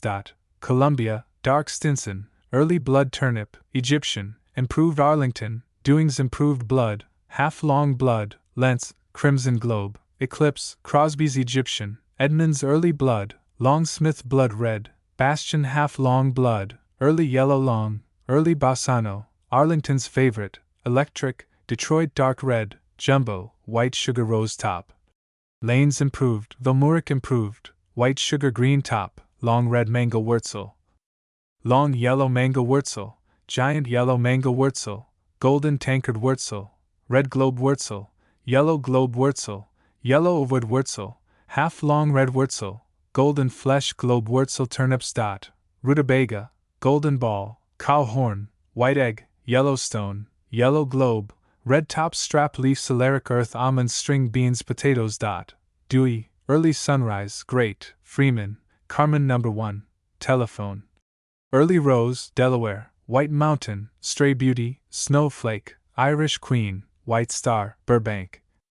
American Giant, White Elephant, Peerless, Blue Victor, Maine Rose, Monroe Seedling, Sir Walter Raleigh, White Hebron, Great Dixie, American Wonder, Lightning Express, Bovie, Dexter, Clark No. 1, Pat's First Choice, Carmen No. 3, Early Ohio, State of Maine, Early Vermont, Uncle Sam, Money Maker, Late Rose, Empire State, Rose of Erin, Victor Rose, Everett, Early 6 Weeks, Howell, Free Silver, Sunrise, Red Wonder, Early Market, Early Strawberry, Eureka, New Ideal, Thorburns Late Puritan, Hampton Beauty, Mall's Early Thoroughbred, Glendale Seedling, White Lily, Early Chicago Market. Gem of Bristol, Pan American, Early Ball, Early Harvest, Hebron Beauty, Early Ohio, Junior, Early Northern, Coastbang, Green Mountain, Great Divide, New Queen, St. Joseph, Signal, Chinese Yams, Rural New Yorker, White Rose, Jersey Red Sweet, Yellow Jersey, Ladyfinger, Early Russet, Blue Mercury, Early York, Bliss Triumph, Early Puritan Lettuce. Tennis Ball, Self-Folding, Golden Queen, Big Boston, Blackseed Simpson, New York, Boston, Curled, Iceberg, Silver Ball, Hanson, White Heart, Paris White Co-Endive.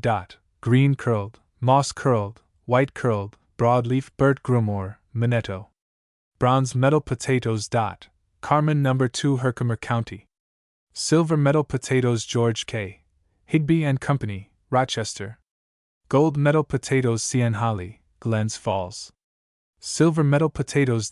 Early Thorburn, Early Hebron Bovey, Rural New Yorker No. 2, Early Norther, Carmen No. 1, Cream Howell, Uncle Sam, Crine's Lightning, The Queen, Early Fortune, Sweet Home, Pearl of Savory, Yellow Elephant, White Elephant, Chicago Market, Green Mountain, Early Witten, Early Roberts, Dakota Red, Great American, Dewey's Early, Potentate, Depew, Downing, Early Market.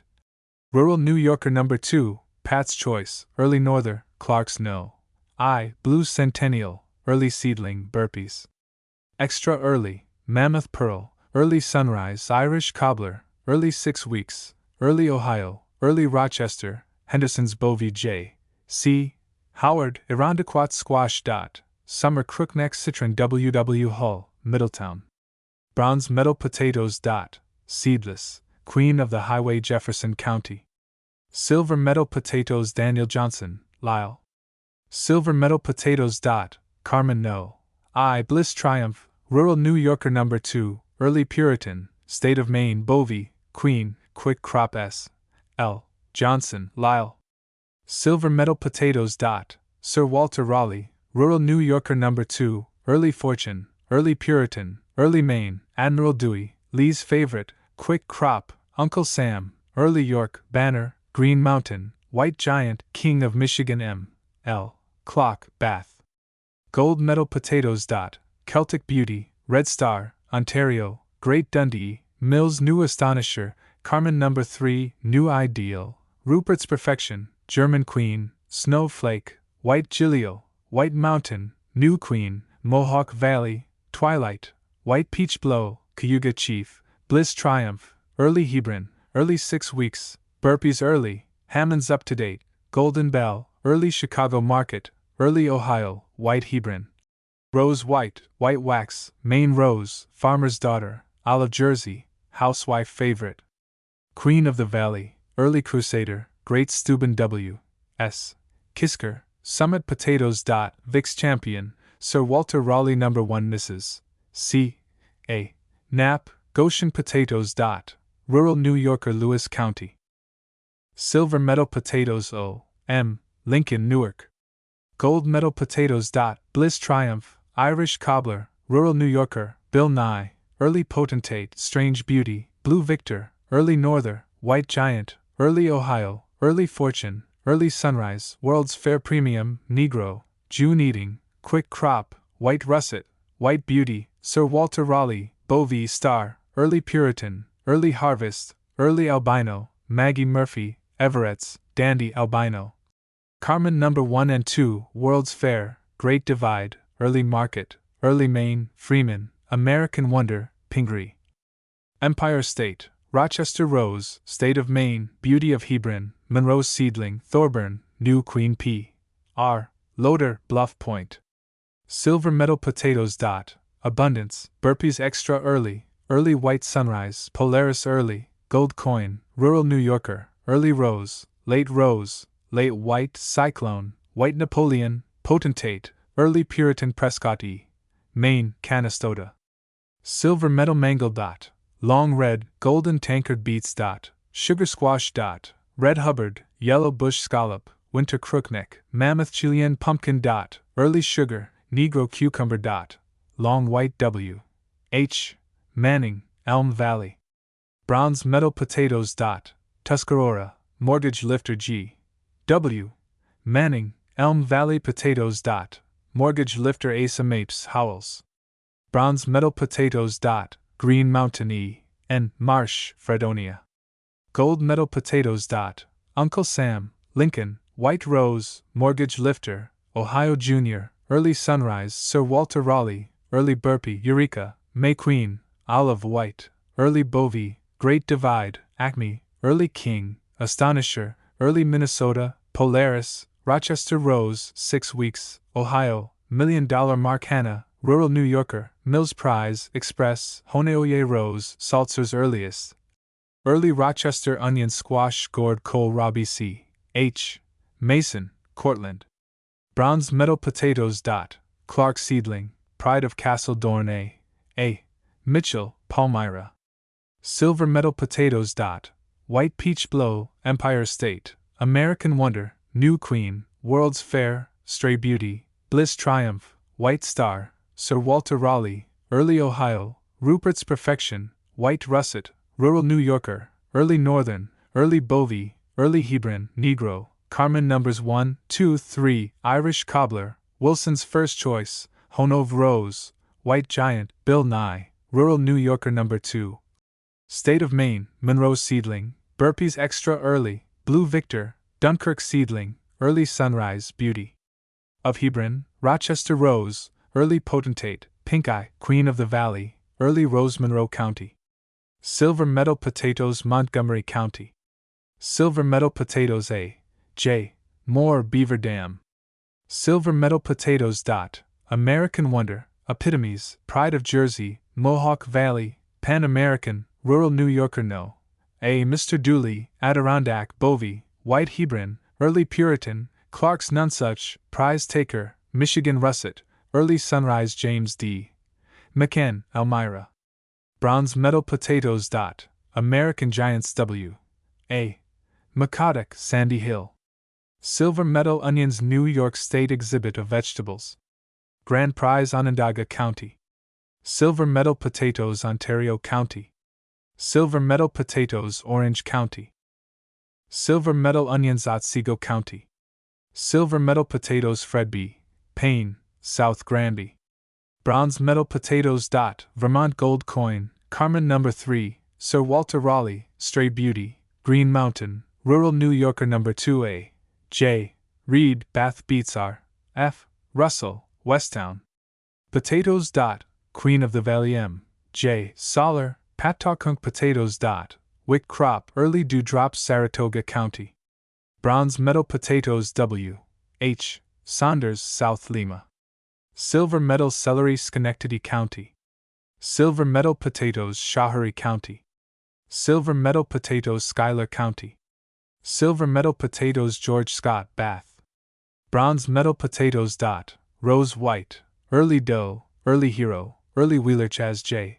Settle, Cobleskill. Bronze Medal Potatoes. Burbank, Sir Walter Raleigh, Money Makers, Carmen No. 1 Frank Shear, Standards Potatoes. Endurance W. C. Skiff, Davenport Center. Silver Medal Potatoes. Early Ohio, White Star, Early Puritan, Stray Beauty, Blue Victor, June Eating, Rock Rose, Early Sunrise, Everett, Calvert, White Peach Blow, Carmen No. 1, White Beauty, Dandy, Early Harvest, Empire State, Early Market, New Queen, Bovie, Pingree, Bliss Triumph, Quick Crop, Sir Walter Raleigh, Beauty of Hebron, American Wonder, White Giant, Great Divide. Maggie Murphy Ches Slocum, Freetown Corners. Bronze Medal Potatoes. Polaris C. C. Smith, Bath Carrots Mangles J. W. Smith, Fulton. Bronze Medal Potatoes. Vermont Gold Coin, Eureka, Potentate, Burpee's Extra Early, Early Northern, Irish Cobbler Steuben County. Silver Medal Potatoes, Steuben Nature Study Workers, Bath Potatoes. Cambridge Russet, Clark's No. 1, Allen's No. 1, Beauty of Hebron, King of the Roses, Clark's Nonsuch, Celtic Beauty, Saltzer's Peach Blow, Maggie Murphy, Blue Victor, Clark's Early, Abundance, Earl's Sunrise, Cream of the Field, American Beauty, Blue Bell, Rose No. 9, Cuban Giant, White Peach Blow, Giant White, Pan American. World's Fair, Peach Blow, Carmen No. 3, Hammond's Up to Date, Commercial, Wilson's First Choice, American Beauty Early, Kavuga Chief, White Flower, Vic's Favorite, Charles Downing, Rose Invincible, American Wonder White Star, Vic's Extra Early, Free Silver, Burpee's Empire State, John Bull, Samson's Best, Early Hebron, The Epitomist, Blue Bell, Vic's Harvest, Pride of the West, Uncle Sam, Twilight, Great Divide, Troy Seedling, Vic's Early Perfection, 20th Century, Snowdrop, Snowflake, Rural New Yorker No. 2. St. Patrick, Salzer's Earliest, Rupert's Perfection, Adirondack, Rural New Yorker No. 1, Prize Taker, Early Wheeler, Washington, Klondike, Sir Walter Raleigh, Rose Clay, Bliss Triumph, The Tramp, Ted Roosevelt, Great Steuben, Trumbull, Hammond's New Wonder, Rusty Coat, Paul, Pride of America, Purple Pole, Rupert's Early, Blue Mercer, Early 6 Weeks, Early Rose Improved, German Queen, Jersey Red, American Beauty Late, Jersey Peach Blow, Early Michigan, Early Cuban Giant, Cobbler Beauty of Rochester, Rose Yo. 9. Bovie Earl, Mammoth Pearl, White Mountain, Monroe Seedling, Rose Beauty, Early Harvest, Early Maine, Mills New Astonisher, Early Minister, Maine Hebron, White Banner, Golden Bell, Green Mountain, Mortgage Lifter, Mohawk Valley, German Ateen, Early Pingree, State of Maine, White Mammoth, Clark's Early, Columbia, Carmen No.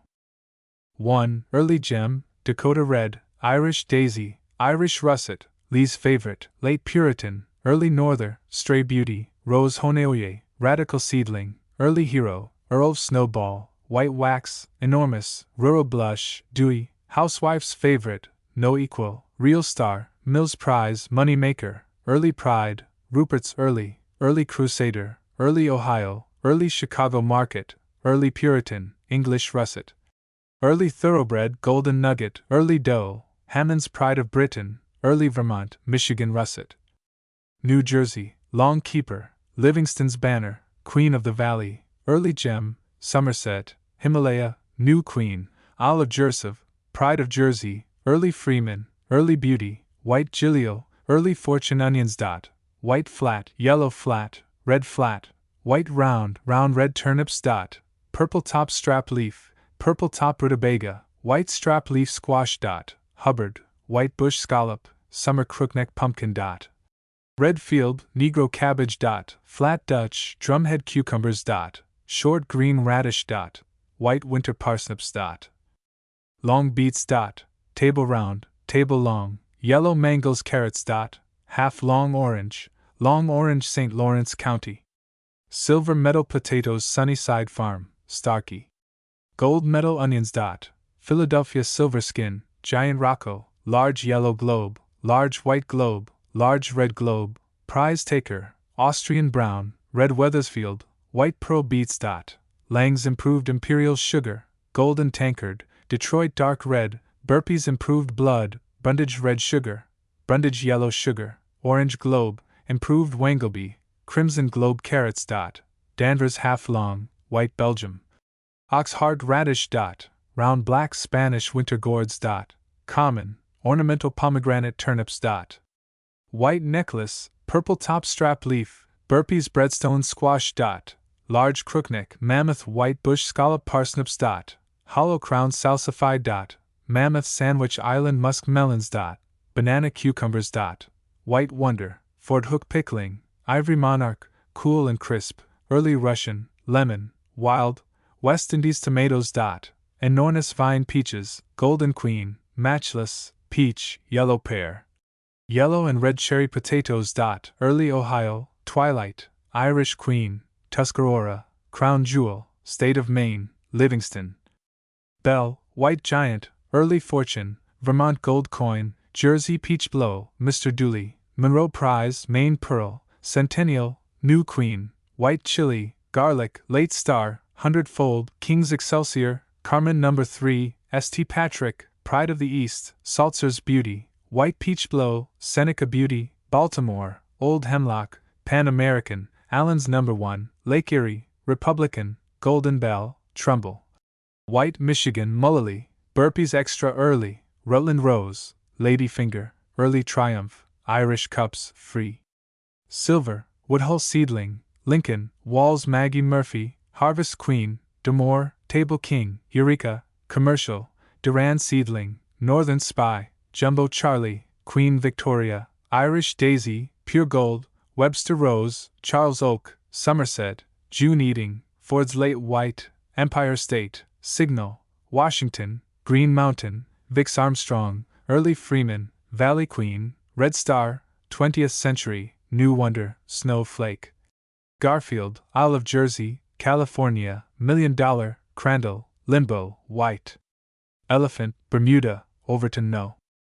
G. Rural New Yorker No. 2, DeLove No. 7, Farmer's Beauty, Alice Seedling, Vix Late White, Peach Blow Seedling, Belle of Nelson, New Jersey, Irish Cobbler, Vix Baker, White Star, Stray Beauty, White Hebron, Cuban Orange, Pullman Seedling, Dakota Red, American Beauty, Red Chili, Drake's Bermuda, Home Comfort, World's Fair, Strong Pride, Early Wonder, Rhode Island Peach Blow, June Holton, Roscoe.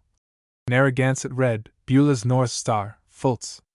Seedling, Irish Russet, Opart, Cowhorn, Monover Pride, Irish Grey, Burpee's Early Enormous, Red Astrakhan, Prolific Junior, White Whipper, Selena Red, Old Peach Blow Alfred's Sweet, Glens Falls. Silver Meadow Potatoes. North Star, Sir Walter Raleigh, Green Mountain, Early Ruby, Potentate, Early Rose, Aristoke Rose, Early Puritan, Weiss Rose, Sir Walter Raleigh, Early Ohio, Livingston Banner, Poodle, Rose of Erin, Early Vermont, Irish Cobbler, Mortgage Lifter, Early York, Cuba Orange, American Giant, Burbank, Snowflake, White Mountain, Early Rose, Carmen No. 1, Early Sunrise, Delaware. Yellow Jersey, Jersey Red, Irish Queen, Stray Beauty, White Elephant, Telephone, Freeman, Dewey Money. Maker, White Star Morrison Taylor, Florida. Bronze Medal Potatoes.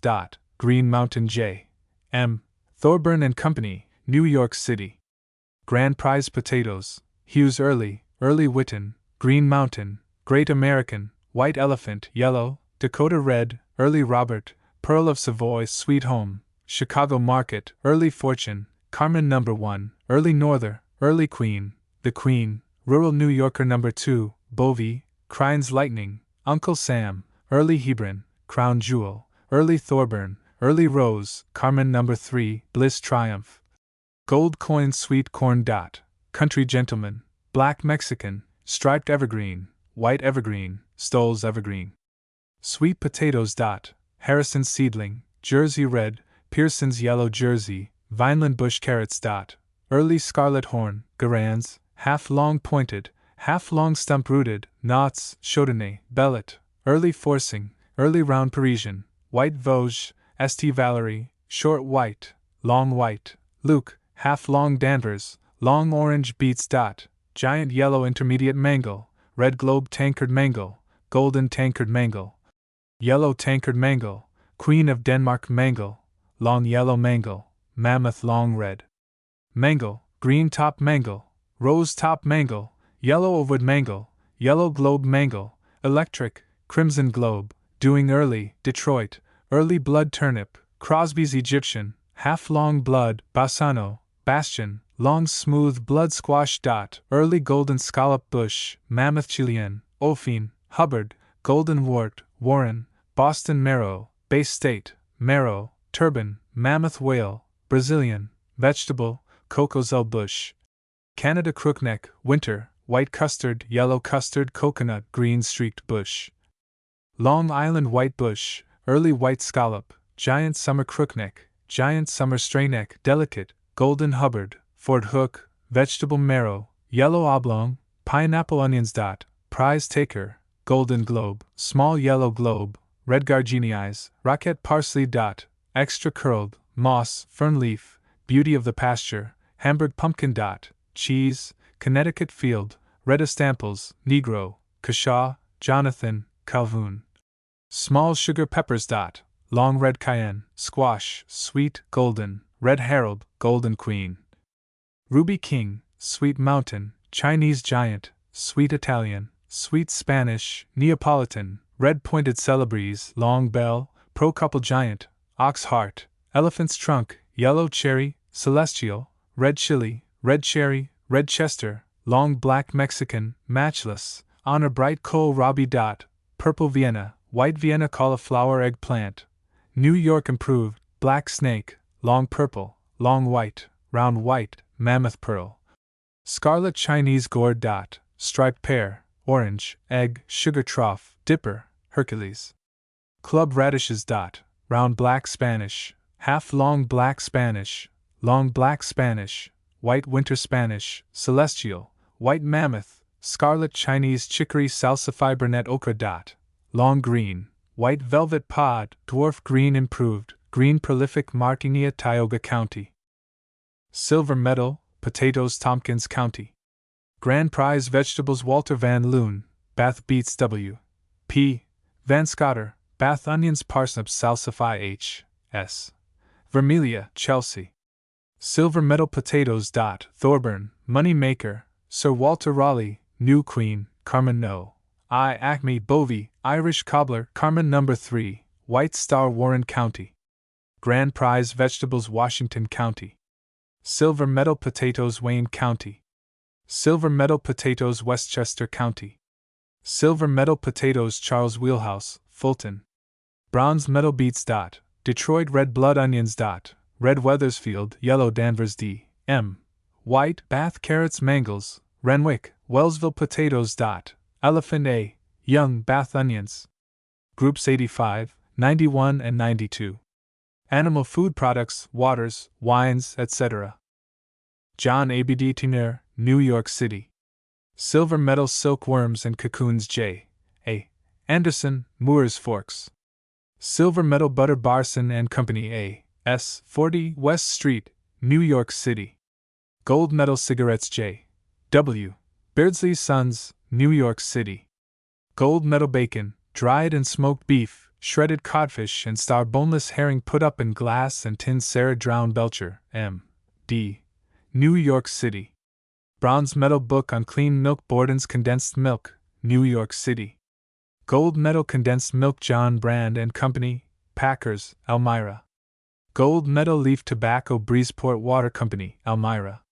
Silver medal carbonated table water Brotherhood Wine Company, New York City. Grand prize wines and champagnes A. C. Brown, Cincinnatus. Silver medal butter natural mineral water Company, Saratoga Springs. Gold medal carbonated table water Congress Spring Company, Saratoga Springs. Gold medal carbonated table water Curtis Brothers, Rochester. Gold medal canned fruits, vegetables, meats and catsups in glass and tin Dedrick and Son, P. K. Albany. Grand prize hay presses F. DeGarmo, Rochester. Gold medal tobacco Jonas Dillenbach, Cobleskill. Silver medal pressed hops Duffy's Malt Whiskey Company, Rochester. Gold medal whiskeys J. H. Durkee, Collaborator, New York State Exhibit. Gold medal collectively and installation specialty Henry Ibert, Thornhill. Silver medal butter Erie Preserving Company, Buffalo. Gold medal canned fruit and vegetables in tin and glass Excelsior Springs Company, Saratoga. Gold medal carbonated table water France Milling Company, Cobleskill. Gold medal buckwheat flour Germania Wine Cellars, Hammondsport. Gold medal champagnes Gleason Grape Juice Company, Fredonia. Silver medal grape juice Gordon and Dilworth, New York City. Gold medal canned fruits, meats and catsups in glass and tin Emmett Grainer, 78 John Street, New York City. Silver medal dairy glassware Hammondsport Wine Company, Hammondsport. Bronze medal wines and champagnes High Rock Spring Company, Saratoga Springs. Gold medal carbonated table water Irondequoit Wine Company, Rochester. Bronze medal wines and champagnes Lincoln Spring Company, Saratoga Springs. Gold medal carbonated table water New York State. Grand prize exhibit of canned goods, meats, preserves New York State Exhibit. Gold medal cheese New York State Exhibit. Gold medal butter Patterson's Mineral Springs, Saratoga Springs. Gold medal carbonated table water Kavik Spring Company, Saratoga Springs. Gold medal carbonated table water, Randall. Silver medal grape juice H. Brown Richardson, Lowville. Gold medal maple sugar and syrup Ripon Wine Company, New York City. Silver Medal Champagne Tea, F. Rutherford, Madrid. Silver Medal Butter Saratoga Seltzer Spring Company, Saratoga Springs. Gold Medal Carbonated Table Water Saratoga Vichy Water Company, Saratoga Springs. Gold Medal Carbonated Table Water Stachelberg and Company A.M., New York City. Gold Medal Cigar Star Spring Company, Saratoga Springs. Gold Medal Carbonated Table Water The Genesee Pure Food Company, Leroy. Gold Medal Jello The Natural Mineral Water Company, Saratoga Springs. Gold Medal Carbonated Table Water United Cigar Manufacturing Company, New York City. Grand Prize Cigars Urbana Wine Company, Urbana. Gold Medal Wines and Champagnes S. E. Van Horn, Durham. Silver Medal Butter C. A. Weatherly and Company, Milford. Bronze Medal Cheese J. O. Weeks, New York City. Silver Medal Ice Cream Powder Welch Grape Juice Company, Westfield. Silver Medal Grape Juice White Top Champagne Company, Hammondsport. Gold Medal Champagne Worcester Salt Company, New York City. Gold Medal Table and Dairy Salt. The following is a catalog of exhibitors in the Department of Livestock with the awards, if any, received by each. Group 98. Cattle. Ayrshires, 7 herds competing. W. P. Schenck Avon Bull, 3 years old or over. 5th premium, $30. Bull, 1 Veyer and under 2 years. 1st premium, $50. Cow, 3 years old or over. 5th premium, $30. Heifer, 2 years and under 4. 3rd and 4th premiums, $90. Heifer, 1 year and under 2. 3rd premium, $30. Get of 1 sire. 2nd premium, $65. Produce of 1 cow. 2nd and 5th premiums, $105. Aged herd. 4th premium, $65. Young herd. 3rd premium, $55. Aged herd bred by exhibitor. 2nd premium, $100. Young herd bred by exhibitor. 3rd premium, $55. Brown Swiss, 7 herds competing. F. R. Hazard, Syracuse Bull, 3 years old or over. 1st and 5th premiums, $70. Bull, 2 years and under 3. 1st premium, $50. Bull, 18 months and under 2 years. 2nd and 5th premiums, $60. Bull, 12 months and under I8. 1st and 3rd premiums, $60. Bull under 6 months. 2nd and 4th premiums, $50. Cow, 3 years old or over. 1st and 3rd premiums, $80. Heifer, 2 years old and under 3. 2nd premium, $40. Heifer, 18 months and under 24. 1st and 3rd premiums, $80. Heifer, 12 months and under 18. 3rd premium, $25. Heifer, 6 months and under 12. 2nd and 5th premiums, $45. Heifer, under 6 months. 3rd and 5th premiums, $40. Get of 1 sire. 1st premium, $50. Produce of 1 cow. 2nd and 3rd premiums, $75. Aged herd. 1st premium, $75. Young herd. 3rd premium, $35. Herd bred by exhibitor. 3rd premium. Champion bull, 2 years old or over. $80. Champion cow, 2 years old or over. $80. Grand Champion bull. $125. Grand Champion cow. $125. McClory Brothers and Freemeyer, Portlandville bull, 3 years old or over. 4th premium, $25. Bull, 2 years and under 3. 5th premium, $40. Bull, 18 months and under 2 years. 1st premium, $50. Bull, 6 months and under 12. 1st premium, $35. Bull under 6 months. 1st premium, $35. Cow, 3 years old or over. 2nd and 5th premiums, $60. Heifer, 2 years old and under 3. First premium, $50. Heifer, 12 months and under is. Fourth premium, $20. Heifer, 6 months and under 12. First premium, $35. Get of 1 sire. Second premium, $40. Produce of 1 cow. First and fourth premiums, $75. Aged herd. Third premium, $60. Young herd. First premium, $50. Herd bred by exhibitor. $200. Champion bull under 2 years old. $60. Champion cow under 2 years old. $60. Jerseys, 10 herds competing. McClory Brothers and Freemeyer, Portlandville bull, 2 years old and under 3. Third premium, $50. Cow, 3 years old and over. Fifth premium, $30. Heifer, 2 years old and under 3. Fourth premium, $40. Carries, 1 herd competing. G. M. Carnacan, New York City, 1 prize for herd. Scotch Highlands, 1 herd competing. Warner M. Van Warden's Rye, 1 prize for herd. Guernseys, 7 herds competing. C. C. Taylor, Lawton Station bull, 3 years old and over. First premium, $75. Bull, 2 years old and under 3. Fifth premium, $30. Bull, 1 year and under 2. Second premium, $40. Bull under 1 year. Second premium, $40. Heifer, 2 and under 3 years. Fourth premium, $40. Heifer, 1 and under 2 years. Third premium, $30. Heifer under 1 year. Third and fifth premiums, $50. Get of 1 sire. Second premium, $65. Produce of 1 cow. Fifth premium, $40.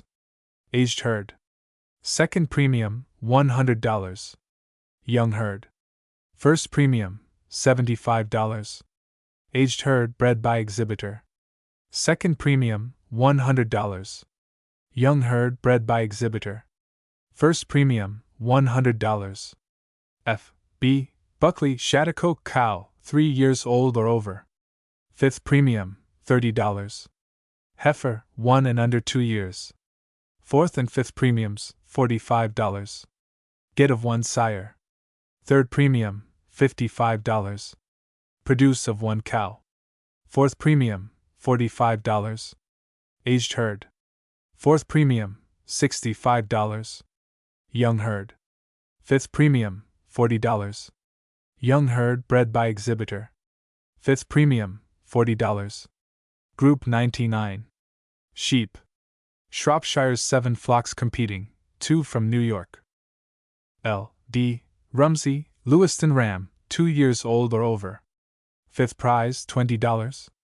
Ram, 12 months and under 16. Fourth prize, $30. Ram, 6 months and under 12. Fifth prize, $15. Ewe, 2 years old and over. First and fourth prizes, $80. Ewe, 12 months and under 18. Second prize, $45. Champion ewe, 1 year old or over. First prize, $80. Grand Champion ewe. First prize, $100. 4 animals, get of 1 sire. First prize, $60. 2 animals, produce of 1 ewe. First prize, $40. Aged flock. Fourth prize, $25. Young flock. Second prize, $40. H. L. Wardwell, New York City ram, 12 months and under 18. Fifth prize, $20. Ram, 6 months and under 12. First prize, $35. Ram under 6 months. Second prize, $30. Ewe, 2 years old and over. Second prize, $45. Ewe, 12 months and under 18. Fourth prize, $30. Ewe, 6 months and under 12. Fifth prize, $15. Ewe under 6 months. Second and fourth prizes, $50. Champion ram under 1 year old. First prize, $50. 4 animals, get of 1 sire. Second prize, $50. 2 animals, produce of 1 ewe. Fourth prize, $20. Aged flock. Third prize, $30. Young flock. Third prize, $25. Cheviot's 8 flocks competing. 1 from New York, William Curry and Son, Hartwick ram, 2 years old or over. Second prize, $30. Ram, 18 months and under 24. First prize, $35. Ram, 12 months and under 18. Second prize, $30. Ewe, 2 years old or over. First prize, $35. Ewe, 18 months and under 24. Third prize, $25. Ewe, 12 months and under 18. Fourth prize, $20. Ewe, 6 months and under 12. Third prize, $15. Champion ewe, 1 year old or over. First prize, $60. Grand Champion ewe. First prize, $75. 4 animals, get of 1 sire. Second prize, $30. 2 animals, produce of 1 ewe. First prize, $25. Aged flock. First prize, $50. Young flock. Second prize, $30.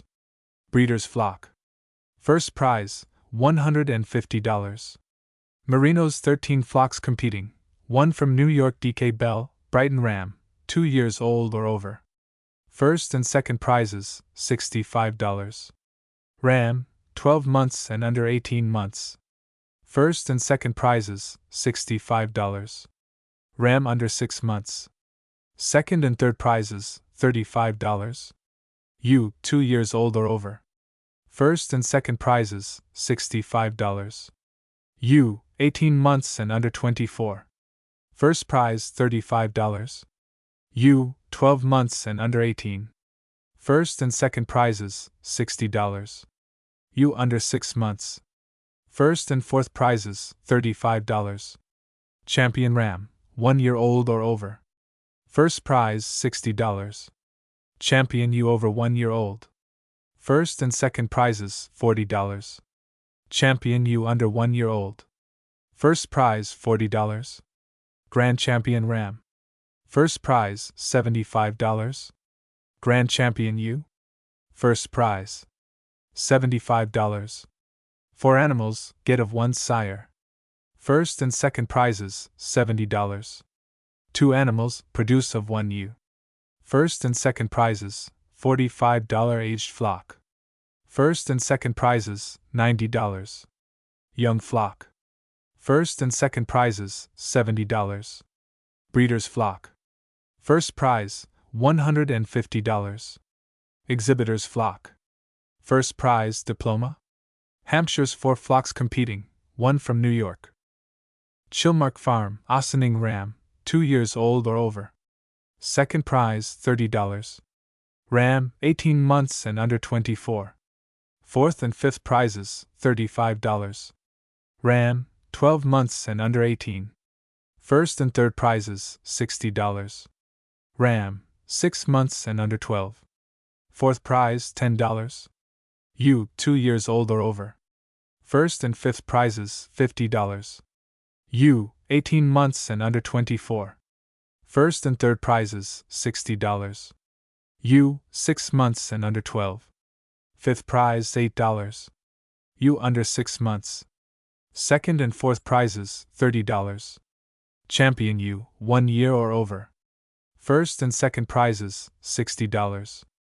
Grand Champion ewe. Second prize, diploma. 4 animals, get of 1 sire.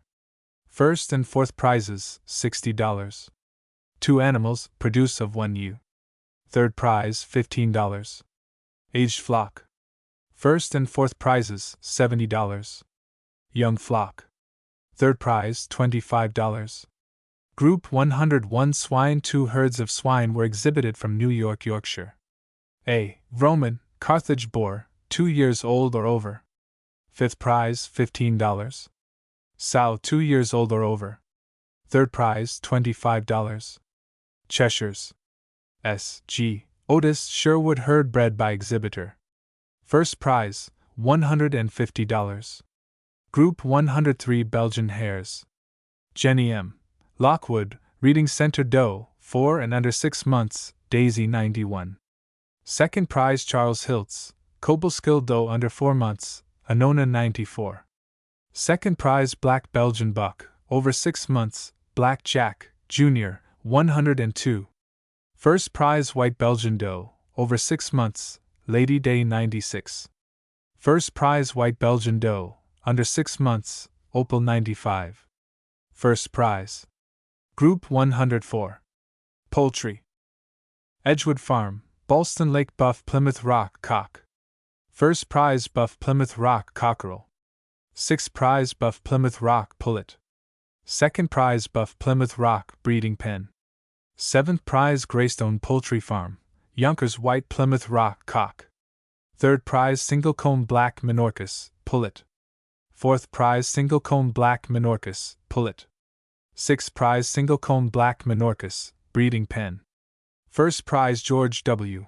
Hilson, Armenia White Plymouth Rock Pullet. First prize Dark Brahma Bantam, Breeding Pen. First prize Dark Brahma Bantam, Breeding Pen. Second prize Dark Brahma Bantam, Breeding Pen. Fifth prize Light Brahma Bantam, Cock.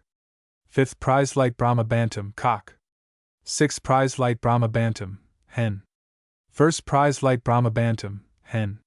Second prize Light Brahma Bantam, Hen. Third prize Light Brahma Bantam, Pullet. Fifth prize Light Brahma Bantam, Pullet. Sixth prize Light Brahma Bantam, Pullet. Seventh prize Light Brahma Bantam, Breeding Pen. Second prize Light Brahma Bantam, Breeding Pen. Fourth prize W.T. Lord, Troy Buff Wyandotte Cock. Third prize Buff Wyandotte Cock. Fifth prize Buff Wyandotte Cockerel. First prize Buff Wyandotte Cockerel. Fourth prize Buff Wyandotte Cockerel. Fifth prize Buff Wyandotte Hen. Sixth prize Buff Wyandotte Hen. Seventh prize Buff Wyandotte Pullet. First prize Buff Wyandotte Pullet. Second prize Buff Wyandotte Pullet. Third prize Buff Wyandotte Pullet. Fourth prize Buff Wyandotte Breeding Pen. Second prize Buff Wyandotte Breeding Pen. Third prize Buff Wyandotte Breeding Pen. Fifth prize E.G. Wyckoff, Ithaca Partridge Wyandotte Hen. Seventh prize Partridge Wyandotte Pullet. Sixth prize Partridge Wyandotte Breeding Pen. Second prize Silver Penciled Wyandotte Cock. First prize Silver Penciled Wyandotte Cock. Second prize Silver Penciled Wyandotte Cockerel. First prize Silver Penciled Wyandotte Hen. First prize Silver Penciled Wyandotte Hen. Second prize Silver Penciled Wyandotte Pullet. First prize Silver Penciled Wyandotte Pullet. Second prize Silver Penciled Wyandotte Breeding Pen. First prize Silver Penciled Wyandotte Breeding Pen. Second prize Black Leghorn Cock. First prize Black Leghorn Cock. Fourth prize Black Leghorn Cockerel. Second prize Black Leghorn Hen. Second prize Black Leghorn Hen. Third prize Black Leghorn Pullet. Second prize Black Leghorn Pullet. Fourth prize Black Leghorn Breeding Pen. First prize Black Leghorn Breeding Pen. Third prize Single-Comb Buff Leghorn Cock. First prize Single-Comb Buff Leghorn Cock. Fifth prize Single-Comb Buff Leghorn Cockerel. Second prize Single-Comb Buff Leghorn Breeding Pen. First prize Single-Comb White Leghorn Cock. Second prize Single-Comb White Leghorn Cockerel. Third prize Single-Comb White Leghorn Hen.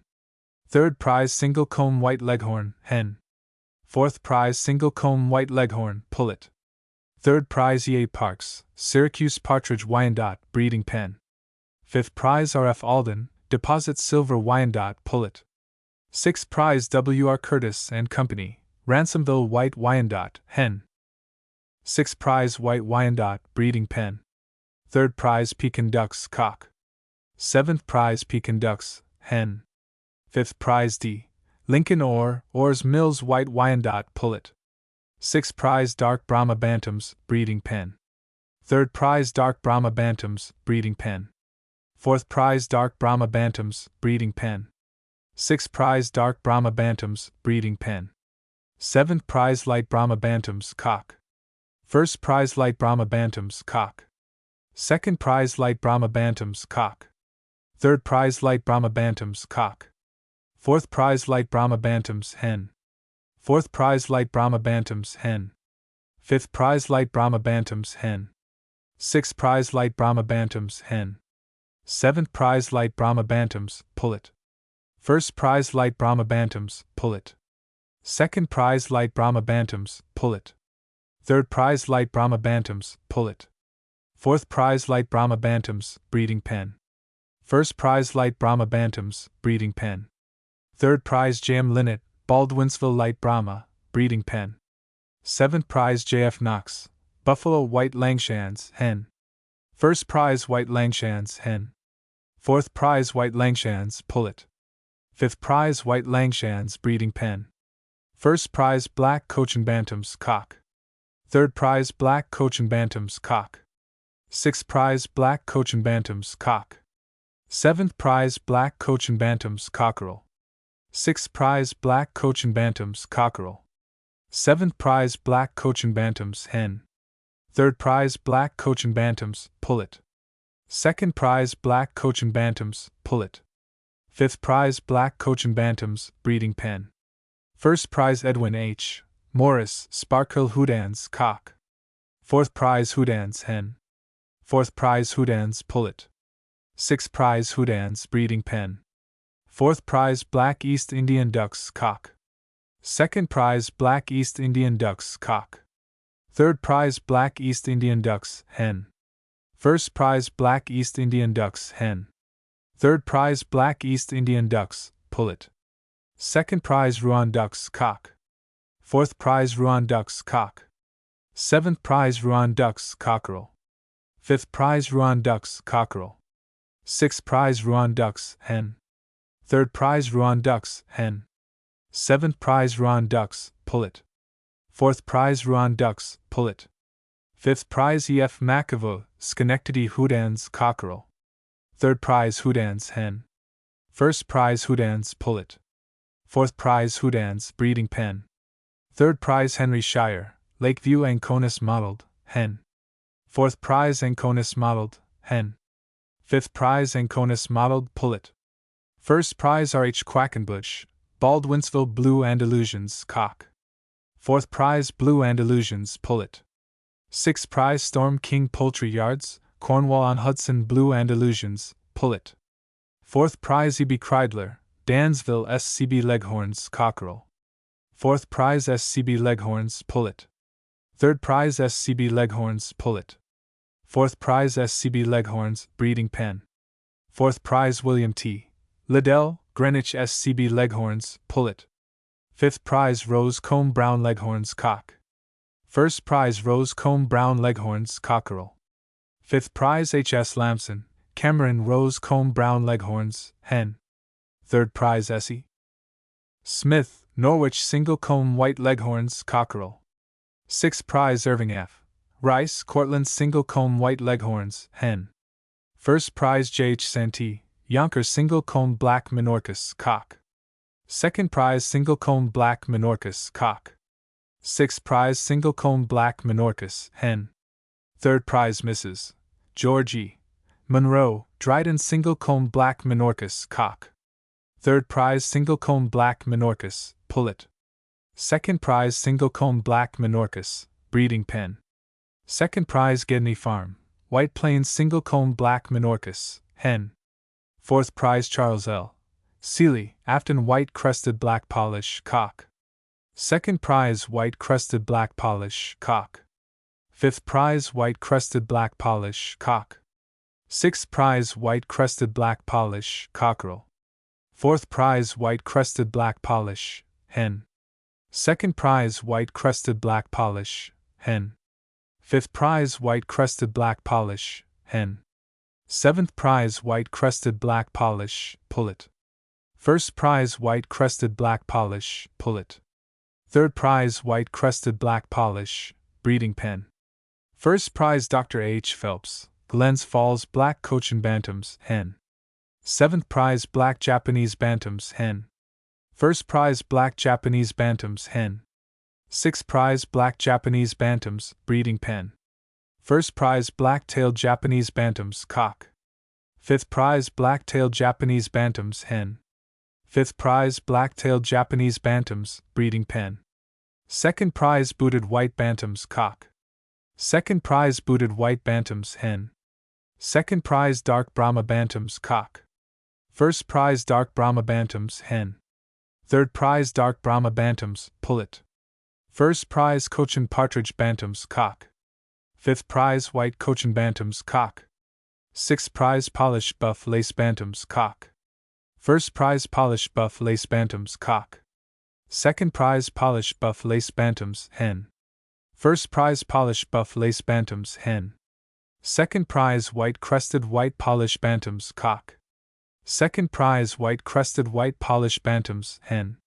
Fourth prize white crested white polished Bantams hen. Fifth prize white crested white bearded polished Bantams cock. Third prize white crested white bearded polished Bantams cockerel. Fourth prize white crested white bearded polished Bantams hen. Second prize white crested white bearded polished Bantams pullet. Fifth prize black African Bantams cock. Seventh prize white African Bantams cock. Third prize white African Bantams cockerel. Fourth prize white African Bantams hen. Fourth prize white African Bantams pullet. Fifth prize golden Seabright Bantams hen. Second prize silver Seabright Bantams cock. Sixth prize Birchen cock. First prize Birchen hen. First prize black breasted red Bantams cock. Second prize black breasted red Bantams hen. Fourth prize golden duckling cock. First prize golden duckling cockerel. Second prize golden duckling pullet. Second prize silver duckling cock. Second prize silver duckling cockerel. First prize silver duckling hen silver duckling pullet. Second prize red pile game Bantams cock. Second prize miscellaneous frissels cock. Second prize miscellaneous frissels cock. Third prize miscellaneous frissels hen. Second prize miscellaneous frissels hen. Sixth prize miscellaneous silkies cock. Third prize miscellaneous silkies hen. First prize miscellaneous sultans pullet. Second prize Indian game Bantams cock.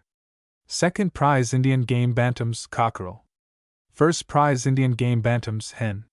Second prize Indian game Bantams pullet. Second prize NY salmon Faverolles cock. First prize NY ermine Faverolles cock.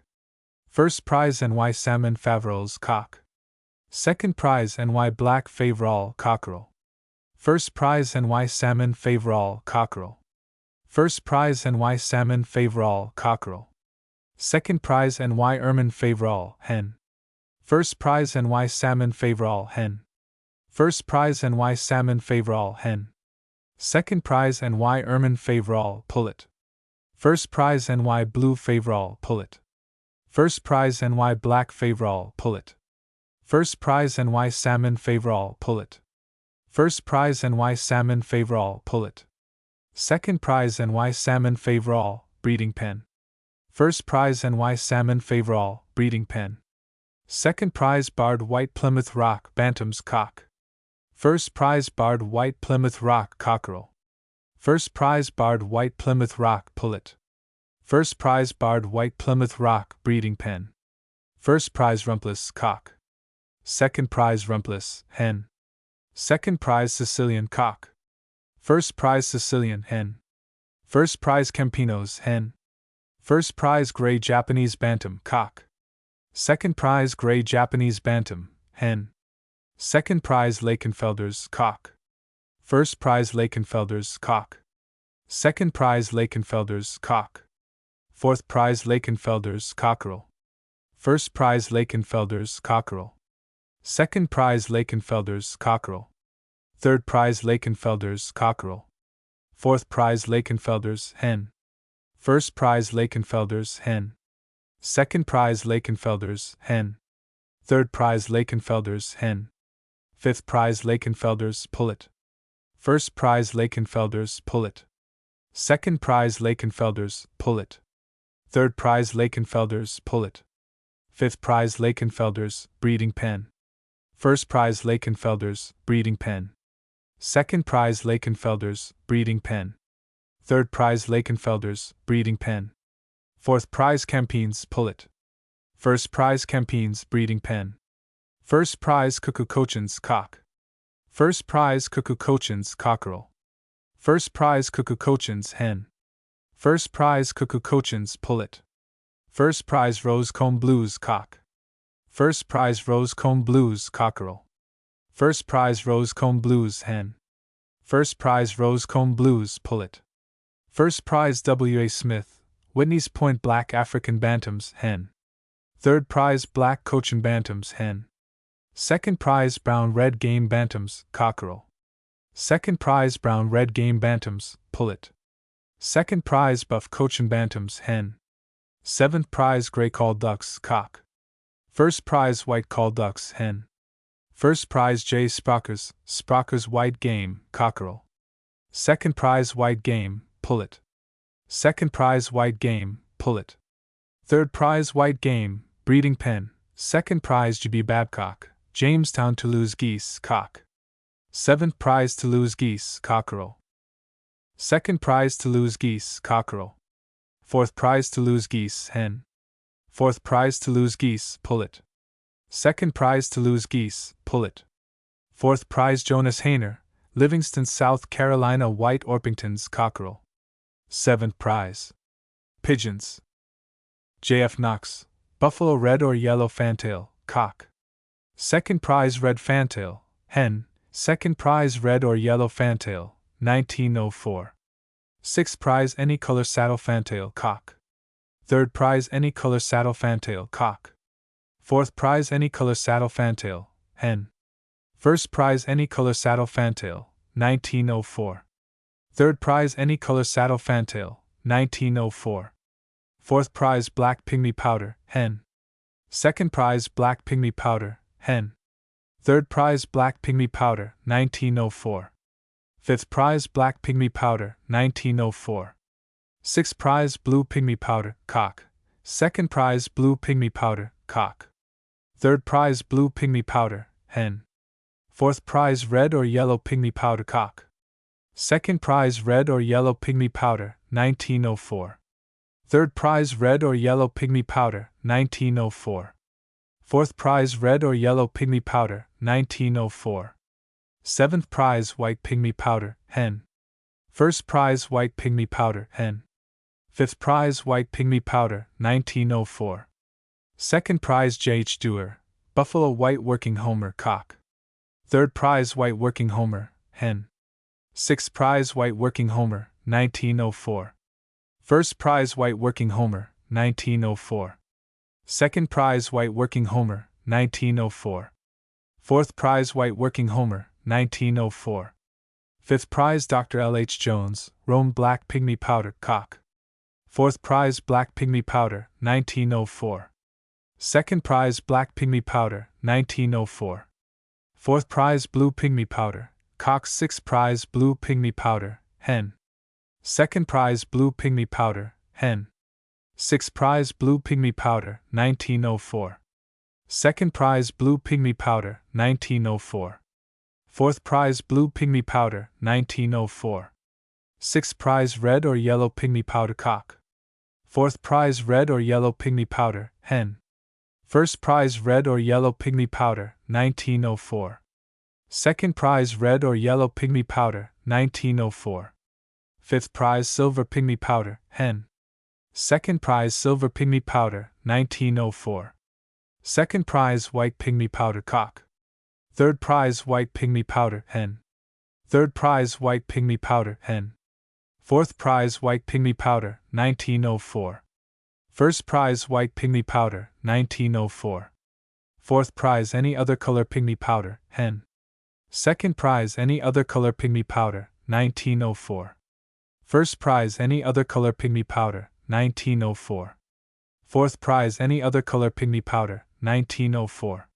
Fifth prize J. Sprockers Blue Runts, hen. Third prize Damascene, cock. First prize Damascene, hen. First prize A. Samuels, Buffalo Black Snip Swallow, cock. Second prize Black Snip Swallow, hen. Second prize black snip swallow, hen. Fourth prize black snip swallow, 1904. Second prize black snip swallow, 1904. Third prize blue snip swallow cock. Second prize blue snip swallow cock. Third prize blue snip swallow hen. Third prize blue snip swallow hen. Fourth prize blue snip swallow, 1904. First prize blue snip swallow, 1904. Second prize red snip swallow cock. Second prize red snip swallow cock. Third prize red snip swallow hen. First prize red snip swallow hen. Second prize red snip swallow, 1904. First prize red snip swallow, 1904. Second prize any other color snip swallow cock. Third prize any other color snip swallow hen.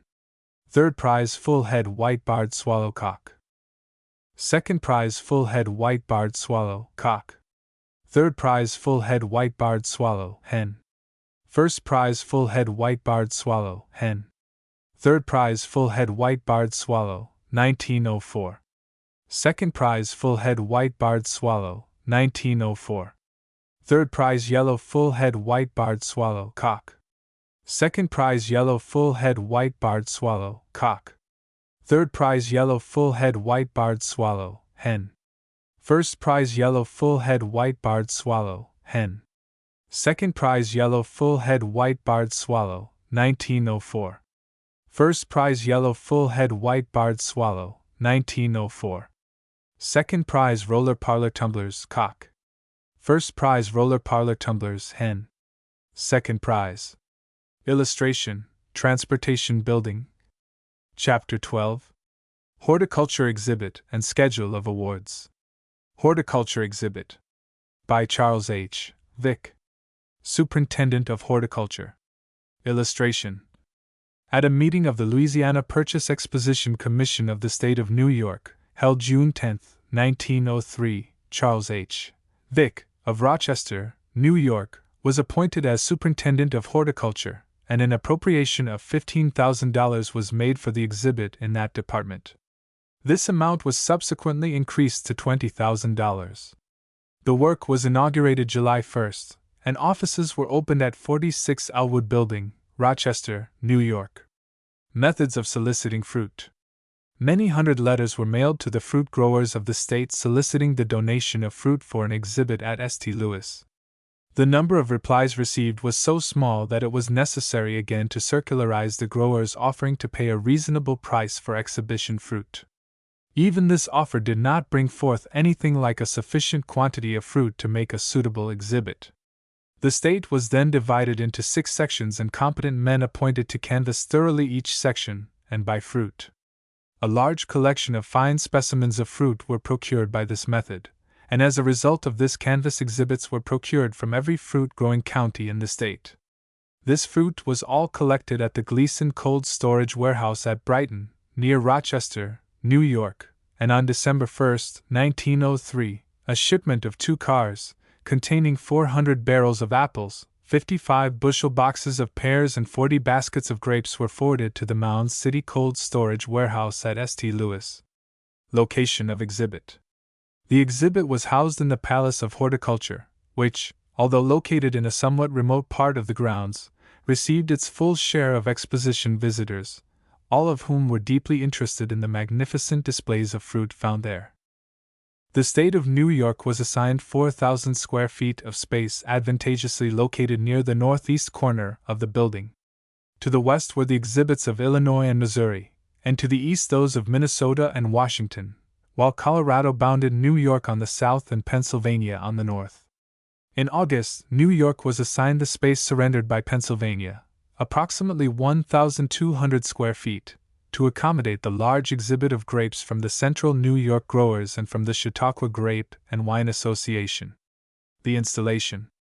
The space included 3 distinct sections, numbers 40, 41 and 43, completely surrounded by aisles, thus affording an excellent opportunity of viewing the exhibit from all sides. On account of this an open installation was erected. Around section 43 was thrown an open facade, consisting of columns supporting a handsome cornice, which bore the coat of arms of the state and the words, "The State of New York," on each side. On the cornice rested 15 fine specimens of Boston ferns. The fruit was displayed upon tables of varying lengths and from 3 to 4 feet in width. In the center of this space was the office of the superintendent. Sections 40 and 41 were within the zone in which low installation was required by the Exposition authorities, so that no facade was erected in these sections, the name of the state being shown upon handsome ornamental gilt signs, placed upon the tables and suspended over the exhibit. The entire installation was of white enamel, kept spotlessly clean. The plates used were of special design. The center was white, with the monogram in green letters, L.P.E. 1904, and a wide green border, with a gold band. The white and green furnished a most appropriate background for the varicolored fruit, and the effect was most pleasing as the eye swept over the whole exhibit. A word of commendation. On the opening day of the fair, April 30th, New York's exhibit of fruit was complete in every detail. In fact, of the 35 states, Canada and Mexico represented, New York was the only state to have its exhibit installed and ready for exhibition when the doors of the Palace of Horticulture were thrown open to the public, which called forth a special word of commendation from the Chief of the Department of Horticulture, Honorable F. W. Taylor. Owing to the fact that at that time the other states were not prepared to make a display, it was deemed inadvisable to exhibit a large number of varieties, so that while the entire space was covered with fruit, the exhibit consisted of but 31 varieties of apples, 10 of pears, and 3 of grapes, as follows: apples, Fallowwater, Swar, Golden Russet, Snow, Bellflower, Sweet Russet, Klein's Red, Red Rock, Holland Pippin, Hubbardston Nonsuch, Deacon Jones, Judson, Sklanka Bog, Peach, Sudden Beauty, Flower of Genesee, Baldwin, Lady, Kirkland Pippin, Greening, Spitzenberg, Northern Spy, Walbridge, Seek No Further, Mackintosh, Grimes Golden, Wagoner, Man, Roxbury, Russet, King, Canada Red Pears, Kiefer, Duchess, Vergiliu, Josephine, Deal, Bur d'Anjou, Bur Bosque, Lawrence, and T. Vernon, Bur Clergeau Grapes, Virgens, Diana, Catawba. A high standard of excellence. From the opening to the close of the fair, December 1st, New York's exhibit of fruit was maintained at a uniformly high standard of excellence. The total number of varieties of fruit exhibited was as follows: apples, 424 varieties; cherries, 31; currants, 4; gooseberries, 1; grapes, 150; pears, 152; plums, 129; quinces, 8; peaches, 14; strawberries, 1. The Empire State far outstripped her sister states as to number of varieties of fruit, displaying twice as many varieties of apples, pears, and plums, and more than 3 times as many varieties of grapes as her nearest competitor, and this, be it said, in a display of fruits never before equaled either in size, variety, or quality. Record of entries. Over 2,000 individual entries of fruit were made during the season, and as all of the fruit was entered twice, once for the general collection of the state and again for the grower, the total number of entries was nearly 5,000. An accurate record was kept of all entries, the following information being carefully tabulated: the name and address of the exhibitor, date of removal from cold storage, date placed upon the table, date of removal from the table, remarks concerning its condition, fruit of 1904. The new fruit of the fall of 1904, while free from rust and of good color, was somewhat smaller in size than the fruit of 1903. Nevertheless, it made a grand display, and from the opening to the close of the fair, from 2,000 to 2,500 plates of fruit, including never less than 150 varieties of apples, were admired by the thousands of visitors. Apples. The apples placed in cold storage at St. Louis in December of 1903 were found to be in almost perfect condition when opened in April, and with a few exceptions, continued so throughout the season. Most of the apples were wrapped first in tissue and then in oiled paper and firmly packed in barrels well lined with corrugated paper, with excelsior cushions in each end. owing to the fact that so much depends upon the condition of fruit when picked, and the necessity of placing it in cold storage as soon as picked. It was a difficult matter to make a comparative test of the keeping qualities of the different varieties. For instance, of two different collections of Baldwins, one of the best keepers, placed on the tables at the same time, one lot held up in perfect condition for several weeks while the other went down in as many days. The varieties showing the best keeping qualities were Baldwin, Spitzenberg, Russet, Northern Spy, and Canada Red. These varieties were kept in cold storage and placed on the tables as late in the season as November 15th, when they were found to have retained their color, firmness, and flavor. Some of the fall varieties, which are ordinarily supposed to be poor keepers, came out of cold storage in perfect condition and kept remarkably well after being placed on the tables. Among these the Alexander, Fallowater, Holland Pippin, Mackintosh, and Rome Beauty were the best. A collection of Fallowaters from W.R. Fitch, of Rushville, New York, were placed on the tables April 29th, when they attracted considerable attention on account of their unusual size and fine color, and remained in splendid condition for weeks. While somewhat shriveled and dried up, they showed no signs of decay when removed from the tables July 20th. The same is true of a collection of Holland Pippins and Mackintoshes placed on exhibition at the same time. A collection of Alexanders from J.B. Collamer, of Hilton, will serve as an illustration of the advantages of picking at the proper time, handling with care, and placing in cold storage immediately. These apples were exhibited for a week at the State Fair held at Syracuse in September of 1903. They were then wrapped, packed, and sent to St. Louis, where they were kept in cold storage until June 26, when they were placed on exhibition until after the visit of Governor Odell, June 29. On June 30th they were rewrapped and repacked and sent back to cold storage until a few days before the State Fair at Syracuse in September of 1904, when they were shipped to Syracuse and again exhibited for a week. At the close of the State Fair they were again returned to St. Louis and exhibited for 2 weeks. The Newtown Pippin is another variety which showed excellent keeping qualities. On August 12th a collection of 46 plates from Henry D. Lewis, of Annandale, was taken out of cold storage and placed on exhibition.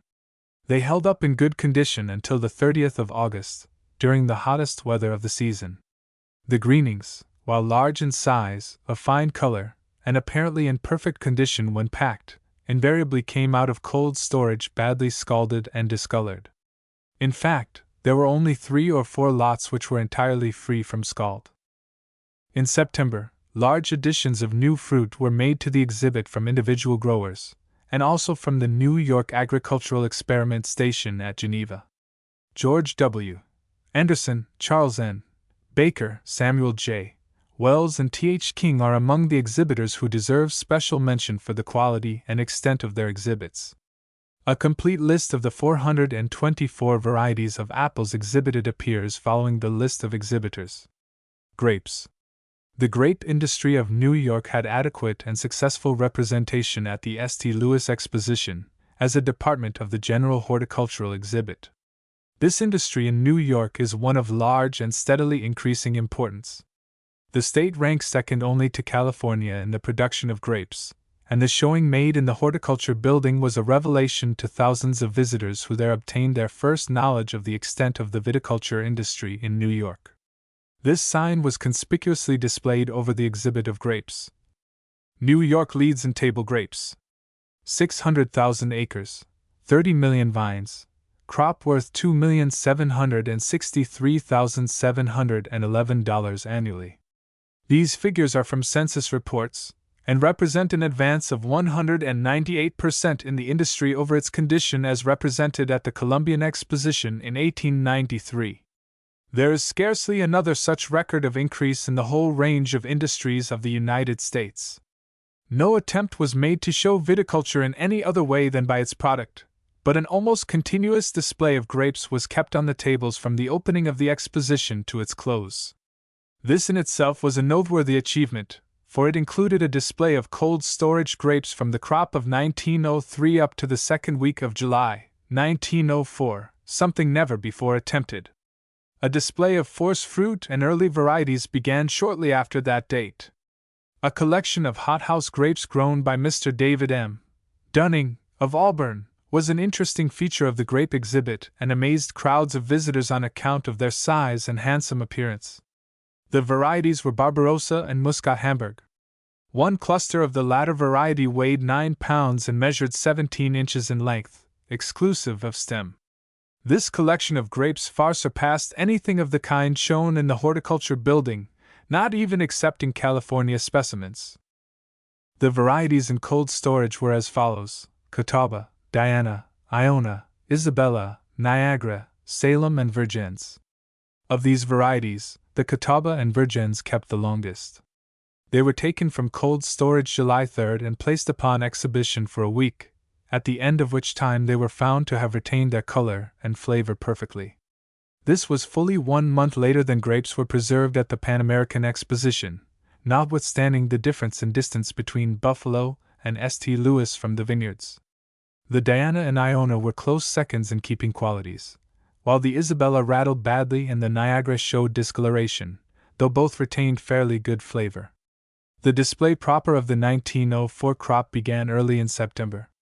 This display was entirely made up of fruit contributed by the growers of the Chautauqua and Keuka Lake districts. These two districts were represented about in proportion to their acreages and products. The grapes were well wrapped in paper and packed in a new-style paper grape basket, furnished by Mullen Brothers Paper Company, of St. Joseph, Michigan. These baskets were packed in spring crates, and the grapes, with a very few exceptions, carried in perfect condition. The grape exhibit was made adjacent to the rest of the New York exhibit. The tables afforded room for about 2,000 plates.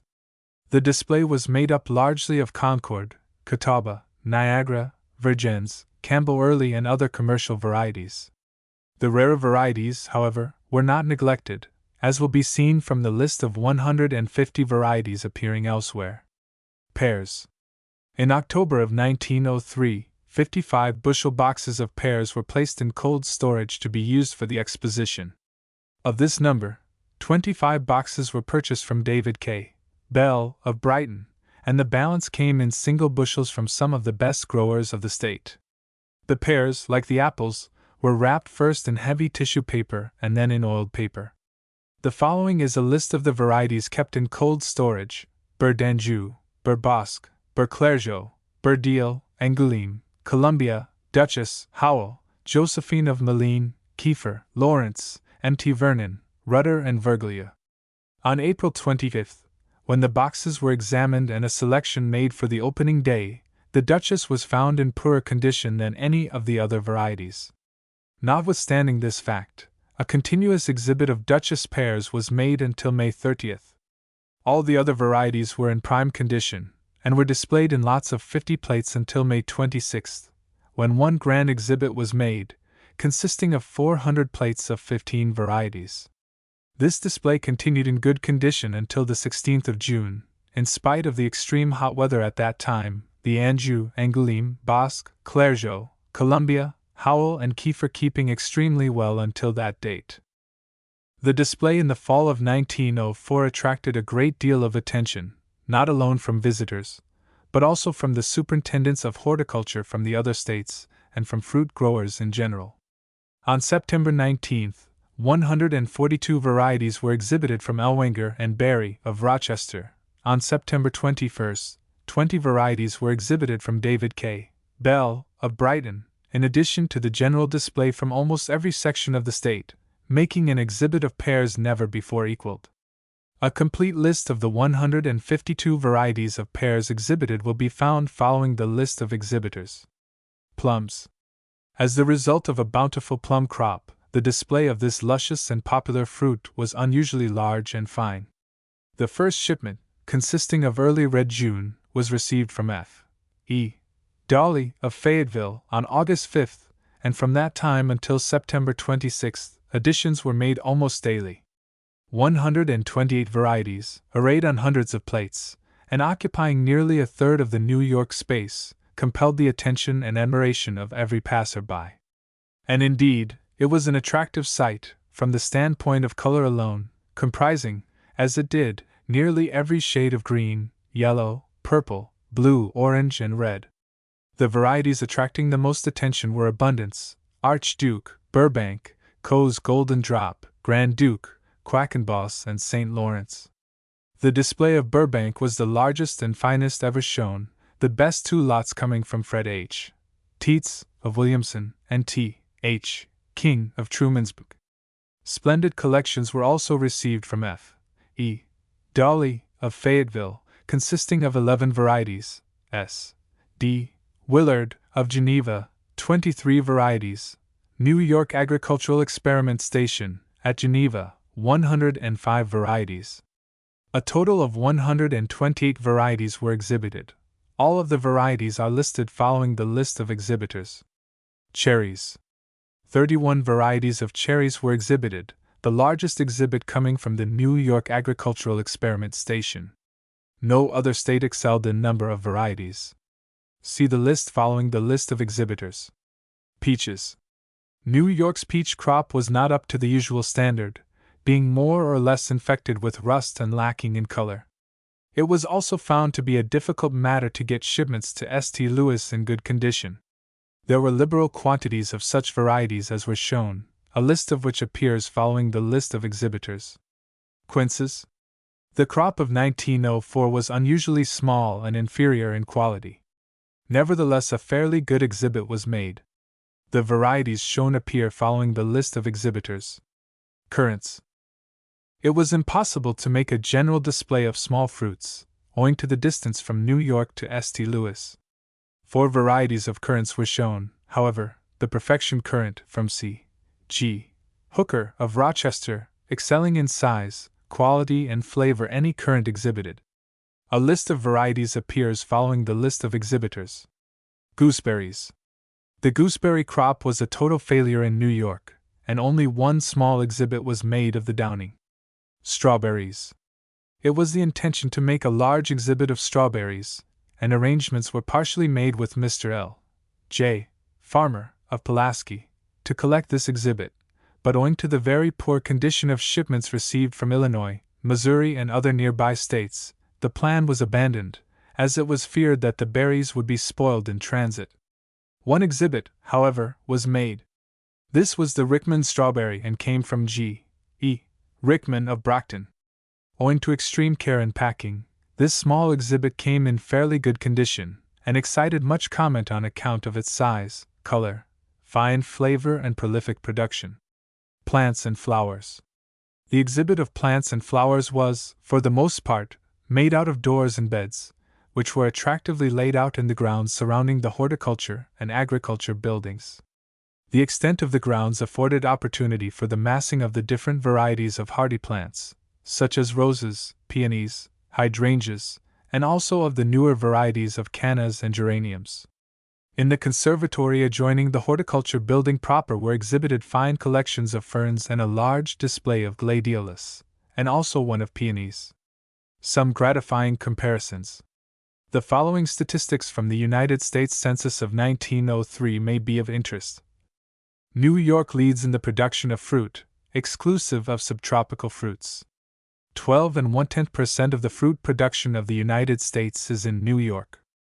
Orchard fruit of 1903 was valued at $10,542,272. Grapes of 1903 were valued at $2,763,711. Small fruits of 1903 were valued at $2,538,363.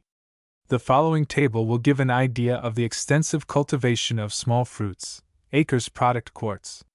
Raspberries 12,376, 17,575,530. Strawberries 7,311, 13,846,860. Currants 2,594, 4,584,080. Blackberries 2,060. 3,167,090. Other berries 710, 862,107. Number of vines product pounds. Grapes 29,636,316, 247,689,056. From the following, a comparison may be drawn between the number of trees and apple product of the two leading apple states. Number of trees product bushels. New York 15,054,832, 24,111,257, Missouri 20,040,399, 6,496,436. The average number of apple trees per farm in the United States was 74.5. The same for New York was 86.2. The average production in bushels per farm in the United States was 64.8. The same for New York was 138.1. A considerable proportion of the trees in Missouri, quoted above, are young trees, and the relative products will soon show far different results unless New York fruit growers awake to the situation. In all of the western fruit-growing states, the annual planting of young trees is rapidly increasing, a precaution which our fruit growers are not taking to any great extent. Moreover, the lack of interest on the part of New York growers in expositions and the opportunity there afforded for advertising the superiority of New York products is a subject for comment. It is in marked contrast to the interest and progressive spirit of the growers in the western states, who never lose such an opportunity, and are gradually working into the front ranks of fruit production. In many of the western states, no public funds nor machinery were provided for a horticultural exhibit at St. Louis, but very creditable exhibits were prepared, the entire expense of the same being borne by fruit growers' associations. In marked contrast is a rather unfortunate precedent heretofore adopted in the state of New York, and of necessity followed at St. Louis, viz., that the state, in order to obtain a creditable exhibit, must pay a fancy price for fruit for exhibition purposes and allow the seller to receive the award upon fruit which is no longer his own property. The staff. In addition to the superintendent, the staff connected with the department consisted of James G. Patterson, of Sheridan, Assistant Superintendent, John W. Coughtry, of New Scotland, and Sherman T. Lewis, of Johnsonburg, assistants in charge of fruit exhibit, A. M. Loomis, of Fredonia, assistant in charge of viticulture, and Miss Bessie J. Hutchinson, of Rochester, stenographer. One and all they served the Commission and the state faithfully and efficiently. Awards. The state received a total of 295 awards, divided as follows: a grand prize for installation, a grand prize for the collective state exhibit of fruit, 19 gold medals, 142 silver medals, and 132 bronze medals. Owing to the rules and regulations governing the system of awards, however, prizes were not so freely distributed as at the World's Fair at Chicago, or the Pan American Exposition at Buffalo. Heretofore it has always been the custom to allow the exhibitor a medal for a collection of apples, another for a collection of pears, another for plums, etc., while at St. Louis only one award was allowed an exhibitor for his entire collective exhibit. The jury in the Department of Horticulture was on duty throughout the exposition period, and as soon as an exhibit was placed upon the tables it was promptly passed upon by the jury, due application having been made. Catalogue of exhibitors in the Department of Horticulture, with the award, if any, received by each. Group 107. Pomology. F. M. Adams, Fredonia. Bronze medal grapes, Pocklington, Martha, Concord, Frank Abbott, Pulteney. Silver medal grapes, Catawba, Concord, Ummelin, Diana, Delaware, George Aldrich, Sheridan. Bronze medal grapes, Concord, Niagara, Pocklington, B. C. Allen, Holly. Silver medal apples, Roxbury, Russet, Snow, James Allen, Littleport. Silver medal apples, Baldwin, Greening, 20-ounce, King M. L. Allen, Seneca Falls. Silver medal apples, Gillyflower, Northern Spy, Clark Alice, Medina apples, Stump G. W. Anderson, South Onondaga. Silver medal apples, 20-ounce, King, Tallman's Sweet, Peck's Pleasant, Northern Spy, Red Canada W. W. Anderson, Gasport. Silver medal apples, Northern Spy, Greening, Snow, Marcus Ansley, Geneva. Bronze medal pears, Kiefer, Duchesse, Burbosque, Lewis Archer, Hilton. Bronze medal apples, Baldwin, Cooper's Market, Roxbury, Russet, Charles E. Ardman, Leroy. Bronze medal apples, King George, Bacon, Scriba. Bronze medal apples Baldwin Charles N. Baker Selkirk.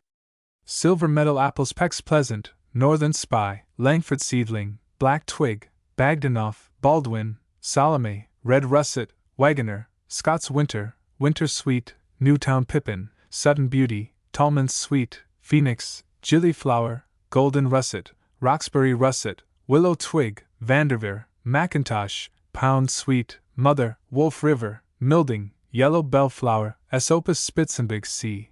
M. Bailey, Pulteney.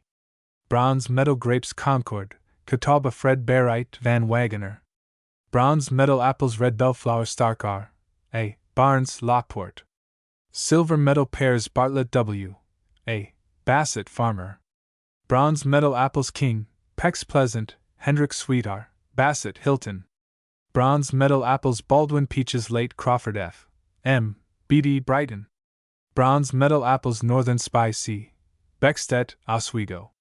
Silver medal apples Stump, Garden Royal, Unknown David K. Bell, West Brighton. Silver medal apples Mother Quince's Ria's Mammoth Pears Josephine, Deal, Columbia, Clairgeau, Anjou, Winter Nellis, Bartlett, Superfin, Bose, Kiefer, Duchesse, Kinsissing, Louise Bon, Pitmaston, Doyen Bussac, Lawrence, Bergamot, Easter, Seckle, White Doyen, Fred Clapp, Sheldon L. J. Bellis, Crosby. Bronze medal grapes Diana, Iona E. S. Bender, New Scotland. Silver medal apples Pewaukee, Rambo, Spitzenberg, Greening, Northern Spy, Lady Sweet, Pome Grice, Roxbury, Russet W. T. Benjamin, Fredonia. Silver medal grapes Martha, Wardens, Delaware David W. Bennett, New Salem. Silver medal apples Snow, Northern Spy, Baldwin, Rome Beauty James Berryman, Bluff Point. Silver medal grapes Catawba, Salem, Concord, Isabella, Niagara, Moore's Diamond, Pocklington William Bradley, Pavilion. Bronze medal apples Babbitt, Cooper's Market, Northern Spy L. G. Brainerd, Ellington. Bronze medal apples Gillyflowery, T. Brizzy, Canandaigua. Bronze medal apples Bailey Sweet, Bellflower W. H. Brower, Arlington. Bronze medal apples Crow Egg, Lawver, Gillyflower, Newtown Pippin, Baldwin W. D. Brown, Pulteney. Bronze medal grapes Delaware, Concord, Niagara, Catawba E. J. Buen Albion. Silver medal apples King, Canada Red Baldwin, Roxbury Russet, Northern Spy A. B. Boyd, Pulteney. Silver medal grapes Delaware, Concord, Wardens, Ives Seedling, Niagara, Brighton J. V. Boyd, Pulteney grapes Catawba, Concord John W. Bullock, Brockton. Bronze medal grapes Concord F. D. Berger, Pulteney grapes Catawba, Iona, Isabella Mrs. Hiram Burgess, Newark. Bronze medal apples White Graft, Smokehouse F. W. Campbell S. Opus. Silver medal apples Greening Thomas Kent, Clarksville. Silver medal apples Spitzenberg, Fall Pippin, Macintosh Pears Lawrence, Sheldon, Anjou, Howell O. J. Chamberlain, Brockton. Bronze medal grapes Concord, Niagara Austin L. Champion, Schenectady. Bronze medal apples Spitzenberg, Baldwin, Northern Spy, Red Winter Pippin E. W. Chapman, Gasport. Silver medal apples Snow, Nonsuch, Northern Spy William Chilson, Fairdale. Bronze medal apples Pound Sweet M. A. Chrisman, Pavilion. Silver medal apples Seek No Further Fred W. Clark, Pavilion. Bronze medal apples Northern Spy, Spitzenberg J. E. Klein, Messina. Silver medal apples Golden Russet, Snow, Bellflower, Sweet Russet, Klein's Red, Red Rock, Ben Davis, Blue Pearmain, Sweet H. B. Clothier, Silver Creek. Silver medal grapes Concord, Niagara F. B. Clothier, Silver Creek. Silver medal grapes Concord I. D. Cook and Son. South Byron apples Pex Pleasant, Tallman's Sweet, Corey Pippin, Seek No Further F. H. Cookingham, Cherry Creek apples Macintosh, Maiden Blush, Man J. B. Colomer and Sons, Hilton. Silver medal apples Alexander, Sweet Bow, Wealthy, Baldwin Plums Burbank E. J. Cole, Sheridan. Silver medal grapes Delaware, Salem, Concord, Niagara, Jessica James E. Cole, Fulton apples Rhode Island Greening edition Colden, Fredonia. Silver Meadow grapes Niagara, Wardens Campbell's Early E. R. Conklin, Pomona. Bronze Meadow apples Sutton Beauty, Baldwin, Pomeroy, Wagoner J. J. Conroy, Hilton. Silver Meadow apples Baldwin, Nonsuch J. B. Corkill, Seneca Falls. Bronze Meadow apples Gillyflower, Canada Red, Lady H. A. Cosman, Hilton. Bronze Meadow apples Canada Red, Ben Davis, Snow Charles Covell, Lockport. Silver Meadow apples King F. Cozzens, Appleton. Silver Meadow apples Rhode Island Greening, Tolman Sweet Craig Colony, Sonia. Bronze Meadow apples Surprise, Sweet Henry, Pearmain, Dakota Sweet, Rhode Island Greening, Tolman Sweet, Baldwin, Gillyflower, Northern Spy, Bell Bond, Sweet Russet, Pound Sweet A. B. Cranston, Sheridan. Bronze Meadow grapes Delaware, Wardens S. S. Chrissy, Fredonia. Silver Meadow grapes Wardens, Hartford, Green Mountain, Empire State, Wyoming Red, Ives Black, Iona, Martha, Telegraph, Moore's Diamond, Concord, Pocklington Fred Crosby, Crosby. Silver Meadow grapes Empire State, Moore's Diamond, Catawba, Martha, Duchesse, Jefferson, Diana, Concord John W. Crozier, Hall's Corners. Silver Meadow apples Pearmain, Canada Red, Baldwin A. S. Cross, Pulteney. Bronze Meadow grapes Concord Cross and Ewell, Arlington.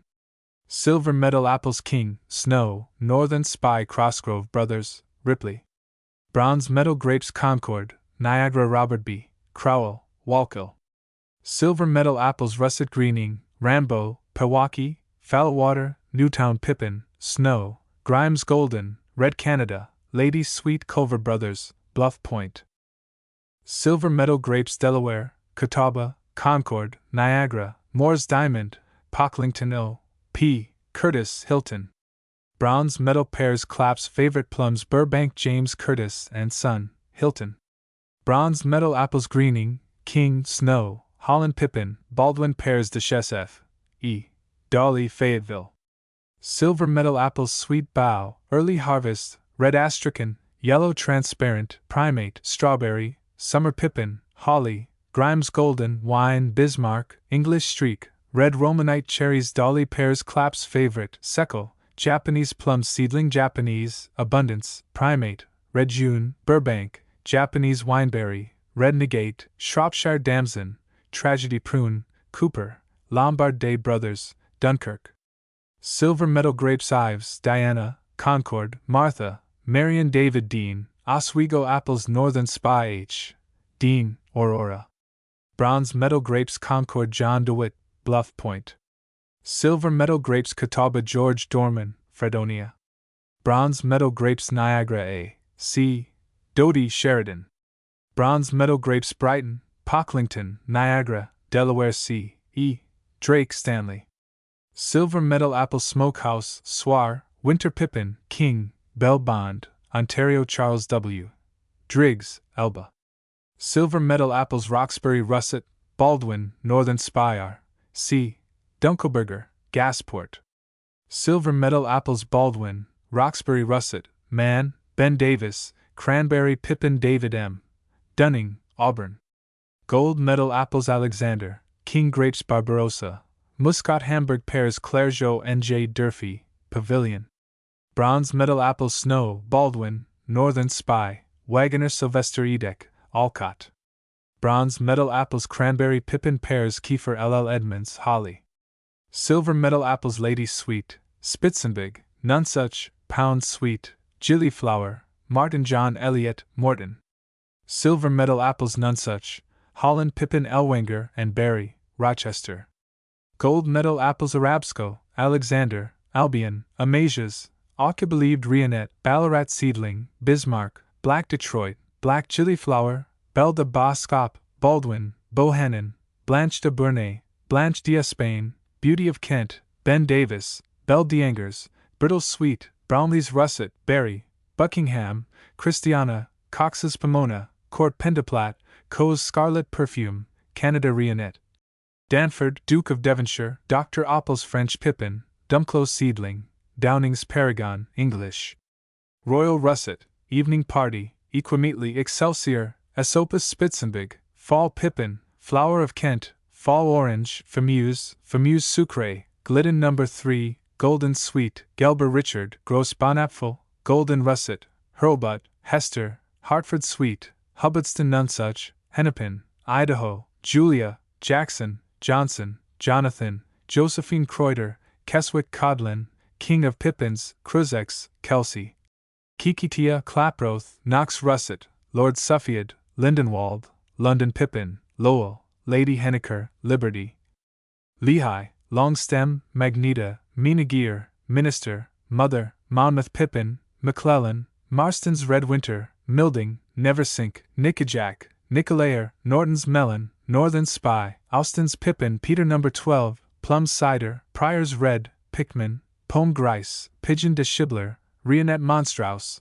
Rhode Island Greening, Rionette John Hative, Rionette Bretagne, Riviere, Rionette Gris de Versailles, Ribston Pippin, Red Warrior, Red Canada, Roxbury Russet, Red Badingheimer, Shepherd's Perfection, Signatilisu, Shackleford, Smokehouse, Swar, Sol Edwards, Stott Seedling, Seneca Sweet, Summer Haglow, Sweet Pearmain, Stump, Stark, Sudden Beauty, Spades Samelling, Solard, Transparent de Crousels, Turnoff Lane, Shannon, 20 ounce, Virginia Greening, Wealthy Wagoner, White Pippin, White Robinson, Winter Pearmain, Winesap, Washington Strawberry, Wormsley's Pippin, York Imperial, Yellow Bellflower Pears Admiral Cecil, America, Angelique Leclerc, Angoulême, Angoulême Bronzy, Anjou, Ansalt, Antoine Lormier, Auguste Royer, Bergamot Buffo, Bergamot Heitrick, Bergamot Royal de Hiver, Bur Alex Lucas, Bur D'Arenberg, Bur Benoist Novo,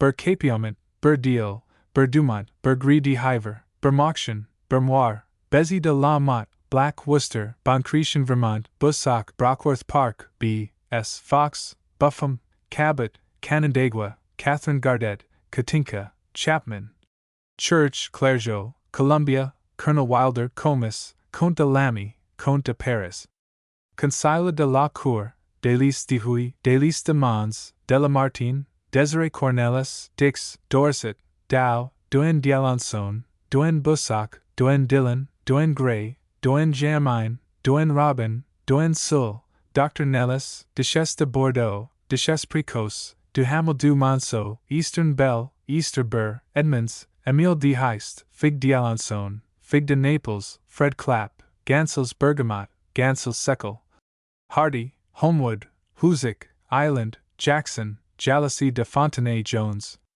Kiefer, Kingsessing, Kirtland, Knight's Seedling, Lady Clapp, La France, Langolier, Lawrence, Lecomte, Lodge, Louise Bond de Jersey, Lovos, Mace, Magnate, Miller, Minister, Asterisk Dr. Lucius, Mount Vernon, Madame Blanche Sanier, Madame Trave, Napoleon, Oswego Burr, Pardee Seedling, Passé Curzan, Pater Noster, Paul Ambra, P. Barry, Pierre Cornet, Pitmaston Duchesse, Poire Louise, Pound, President Gilbert, Prince Consort, Princess St. Germain, Rapalve Seedling, Raymond de Montlo, Reader, Refreshing, Rousselet Bivort, Sarah, Seckel, Secrétaire Rodin, Serrurier, Sheldon, Solard Bergamot, Sauve, Diesper, Sauve, de Lens, Sauve, de la Marco True, Sauve, de la Reine de Belgies, Sauve, Sanier Père St. André, Sterling, Superfin, Tyson, Urbanist, Van Buren, Vergiliu No. 4, Washington, White Doyen, Winter Nellis B. C. Fairchild, Willsboro, Bronze Medal Apples Northern Spy, Fallowwater, Wagoner William H. Falls, Gasport, Silver Medal Apples King, Nonsuch, Lawyer, Baldwin, Tallman's Sweet, Golden Russet, Roxbury Russet E.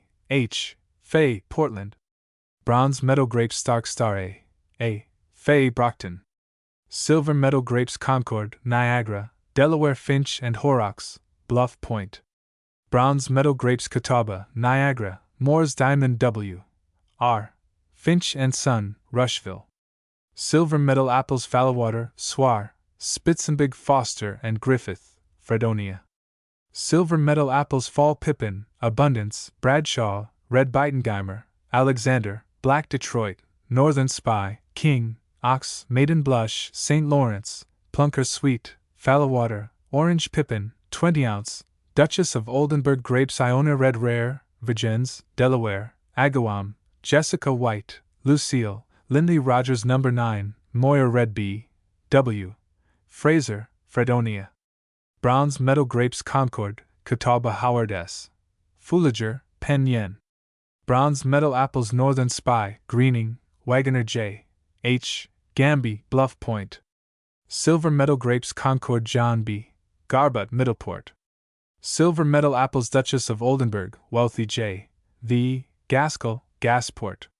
Silver Meadow Apples Northern Spy, Pound Sweet, King Geneva Experiment Station, Geneva.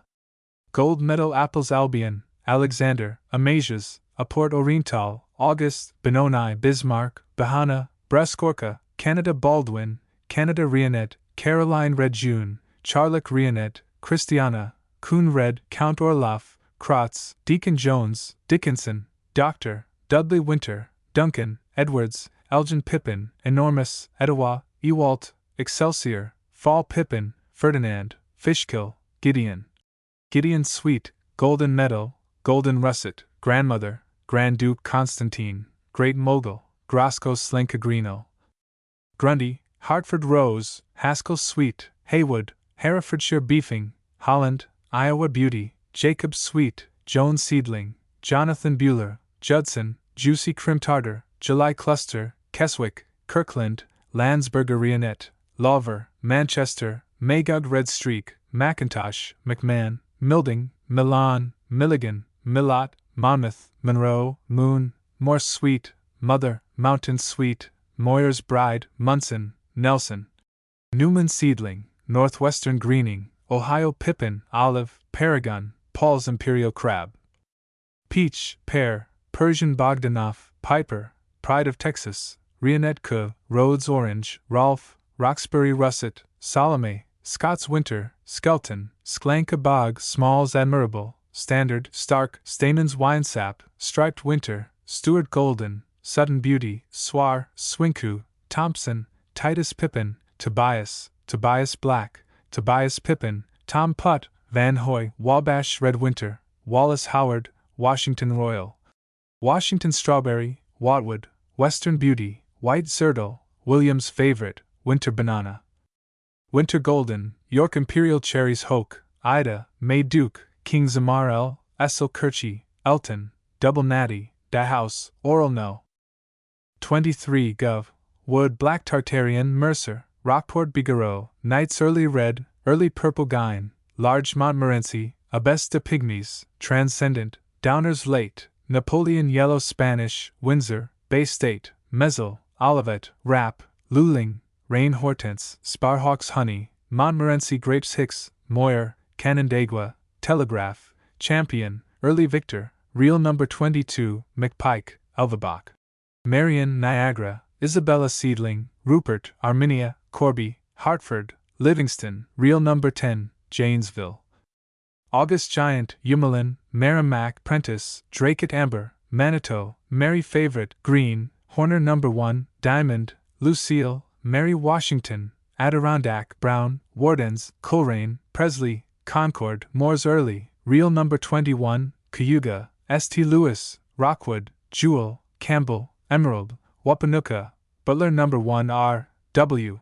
Munson, Essex, Barry, Pulaski. Thompson No. 7, Paragon, Wyoming Red Nectar, Herbert, Gold Coin, Perfection, Creveling, Rebecca, Campbell's Early, Kaywood No. 50, Brighton, Winchell, Dr. Hexhammer, Delaware, Faith, Peabody, Requa, Etta, Chautauqua, Jessica, Ludi, Poughkeepsie, Oleta, Brickman, America, Golden Grain, Osage, Thompson No. 5, Columbian Imperial, Northern Muscatine, Rogers No. 13, Red Eagle, Agawam, Wilder, Hercules, Little Blue, Maxitoni, Kensington, Helen Keller, Massasoit, Gold Dust, Martha, Station No. 797 Plums Yozib. Anger, Japanese Seedling, Shiro, Ullen Golden, Prunus Simoni, Climax, Hale, King of Damson, Burger, Dwayne's Purple, Coe's Golden Drop, Monarch. Newman, Chabot, Grand Duke, White Nicholas, Saunders, Burbank, Washington, Mariana, de Caradonex, St. Lawrence, Field, Shipper, Hector, Early Orange, World Beater, Norman, Poole's Pride, Robe de Sergeant, Harriet, Abundance, Bartlett, Marunka, Combination, Pacific, Bailey, Imperial Gauge, Yellow, Beret's Green Gauge, White Kelsey, Paragon, Maru, Orient, Mogul, Archduke, Royal Hative, Potawatomi. Gold, Niagara, Heaterman Sand Cherry, Victoria, Autumn Comport, Baker, Pond Seedling, Miles. Palatine, America, October Purple, French Prune, Quackenboss, King of Damson, Transparent, Spalding, Late Black Orleans, Shropshire, Damson, Underish Prune, Wixon, Sweet Boaton, Coe's Purple Drop, Rain Claude, Grant Prune, Dame Aubert, Pringle Blue, Freestone Damson, Pringle Purple, Klingstein, Hudson River Purple Egg, Wild Goose, G. Number 44, Jones, McLaughlin, Eagle, Yedo, Goliath, Jefferson. Gold Drop, Belgian Purple, Diamond, Tennant, Tragedy Prune, Mikado, Kirk, Yellow Egg, Cabot, Uchi. Benny Union Purple, Guthrie Late, Saratoga, Monroe George Geringer, Childs. Silver Medal Apples Baldwin, Northern Spy John Gibson Catawba. Bronze Medal Grapes Niagara Edwin S. Gifford Lockport. Bronze Medal Apples Greening John D. Gilligan, Crown Point. Bronze Medal Apples Northern Spy, Bethel George A. Gilson, Sheridan. Bronze Medal Grapes Agawam, Concord, Martha, Wardens P. Glevey, Bluff Point. Silver Medal Grapes Concord, Moore's Diamond, Niagara E. J. Gleason, Cuca. Bronze Medal Grapes Catawba E. P. Gould, Rochester. Bronze Medal Pears Berclergeau J. H. Giffen, Catawba. Bronze Medal Grapes Catawba, Isabella S. S. Grandin, Westfield. Bronze Medal Grapes Concord, Niagara C. B. Gray, Albion. Silver Medal Apples Golden Russet, Hubbardston Nonsuch, King E. A. Guest, Fredonia. Bronze Medal Grapes Concord, Cottage, Niagara, Virgins, White Chautauqua J. A. Hall, Catawba. Silver Medal Grapes Elvira, Catawba, Concord, Delaware, Diana, Duchess, Isabella, Pocklington M. H. Hamilton, Westfield. Silver Medal Grapes Concord E. E. Hamlet, Sheridan. Silver Medal Grapes Delaware, Moore's Early, Niagara, Wardens James H. Hanlon, Linwood. Bronze Medal Apples Baldwin, Duchess of Oldenburg, King, Red Astrakhan, Northern Spy Plums White Japan, Burbank W. C. Hardin. Stanton Hill. Silver Medal Apples Pomeroy, Sutton Beauty F. P. Hardenberg, Brockton. Silver Medal Grapes Concord E. T. Hart, Fredonia. Bronze Medal Grapes Catawba, Clinton, Isabella F. P. Hazleton, Leroy. Silver Medal Apples Alexander, Black Gillyflower, Cooper's Market, Lady Swar, St. Lawrence Pears Burbasque J. A. Hepworth, Marlborough. Silver Medal Apples Domini, Lady Sweet, Snow Currants Filler Pears Burbasque, Clergeau, Duchesse Grant G. Hitchings, South Onondaga. Silver Medal Apples Pewaukee, Rhode Island Greening, Wealthy, Jonathan, Seek No Further, Red Canada, Spitzenbig, Fallwater, Northern Spy, Romanite, Gillyflower, Cranberry Pippin, Ben Davis, Walbridge, Hubbardston Nonsuch, Pound Sweet Elton B. Holden, Hilton. Silver Medal Apples Cooper's Market, Cranberry Pippin, York Pippin C. G. Hooker, Rochester. Gold Medal Currants Perfection E. R. Hopkins, Sheridan. Silver Medal Grapes Lindley, Concord S. O. Hubbard, Pavilion. Bronze Medal Apples Northern Spy, Snow J. A. Hobart, South Onondaga. Bronze Medal Apples Douse T. S. Hubbard Nursery Company, Fredonia. Silver Medal Grapes Eaton, Moore's Diamond, Wyoming Red, Empire State, Cynthiana, Brilliant, Woodruff Red, Early Daisy, Ramo, Berkman Red, Brighton, Drake Amber, Gardner, Moyer, Niagara, Gerda, Campbell's Early, Telegraph, Ludi Red, Janesville, Early Ohio, White Diamond, Etta, Concord, Early Victor, Cottage, Jessica, Norton, Green Mountain, Lucille, Moore's Rice Sling, Delaware Elias B. Hutchinson. Pavilion. Silver Medal Apples Golden Russet, Peck's Pleasant, Phoenix J. S. Hutt, Cobleskill. Bronze Medal Apples Hook J. Corwin Jacks, Batavia. Bronze Medal Apples Flower of Genesee IRAS. Jarvis, Hartwick Seminary. Bronze Medal Apples English Russet, Ross, Nonpareil George S. Jocelyn, Fredonia. Gold Medal Grapes Campbell's Early, Eaton, Berry, Pocklington, Drake Amber, Lindley, Massasoit, Diana, Victoria, Herbert, Montefiore, Amenia, Wyoming Red, Wilder, Moyer, Catawba, Telegraph, Concord, Esther, Martha, Green Mountain, Lucille, Wardens, Brighton, Early Victor, Virgins, Salem, Woodruff Red, Alice, Cottage, Noah, Ulster Prolific, Agawam, Etta, Clinton, Gerda, Niagara. Delaware, Moore's Diamond, Janesville, Moore's Early, Jefferson F. I. Judd, Batavia. Silver Medal Apples Golden Russet, Greening, Roxbury Russet, Northern Spy Alfred Jorgensen, Bluff Point. Bronze Medal Grapes Concord, Niagara M. H. Kelly, Wyoming. Silver Medal Apples Roxbury Russet Herman L. Kent, Westfield. Silver Medal Grapes Catawba, Concord, Isabella, Kent's Favorite John G. Kettle, Shodak Landing. Bronze Medal Apples Baldwin, Blush Pippin, Bristol, Esopus Spitzenberg, Greening, Man, Pomeroy Sweet, Stark John C. Ketchum, Schenectady. Bronze Medal Apples Baldwin, and Newtown Pippin, Northern Spy, Spitzenberg, Vanderveer George M. Kinner, Fredonia. Silver Medal Grapes Concord, Salem, North Carolina, Wardens, Niagara, Perkins, Rogers No. 15, Massasoit, Catawba, Delaware, Rogers No. 9, Rogers No. 8 Black, Rogers No. 33 Black, Martha P. W. King, Athens. Bronze Medal Apples Baldwin, Northern Spy, Roxbury Russet, Spitzenberg T. H. King, Trumansburg. Silver Medal Apples Hendrick Sweet, Northern Spy, Seek No Further, Hubbardston Nonsuch, King, McIntosh, Ben Davis, Fall Pippin Peaches Carmen, Alberta, Hills Chili, Kalamazoo, Stevens Rare Ripe Pears Kiefer Plums Burbank E. H. Kinyown, Bluff Point. Silver Medal Grapes Concord, Moore's Diamond, Niagara Frank P. Kinyown and Company, Penn Yen. Silver Medal Grapes Concord, Niagara Judson N. Knapp, Syracuse. Bronze Medal Apples Knapp's Prolific, Pound Sweet E. Ben Knight, Bluff Point. Silver Medal Grapes Concord Lakeview Nursery Company, Sheridan. Bronze Medal Grapes Eaton, Agawam, Lindley, Clinton E. W. Lamont, Cobleskill. Bronze Medal Apples Baldwin, Ben Davis, Greening, Hannah-Kazut, Kirkland Pippin, Lady, Spitzenberg A. R. Lathrop, Brockton. Silver Medal Grapes Concord Fred B. Laybring, Gasport. Bronze Medal Apples Greening, King C. N. Leonard, Penfield. Silver Medal Apples Cooper's Market, Golden Russet, Greening, Northern Spy, Phoenix Henry D. Lewis, Annandale. Silver Medal Apples Newtown Pippin H. J. Lewis, Ripley. Bronze Medal Grapes Concord, Niagara S. T. Lewis, Johnsonburg. Bronze Medal Plums Burbank, Mary, Delaware, Bradshaw, Giant Prune, Imperial Gauge, Juicy, Jefferson, General Hand, Apple, Satsuma, Ostos Momo, Pearl, Guay P.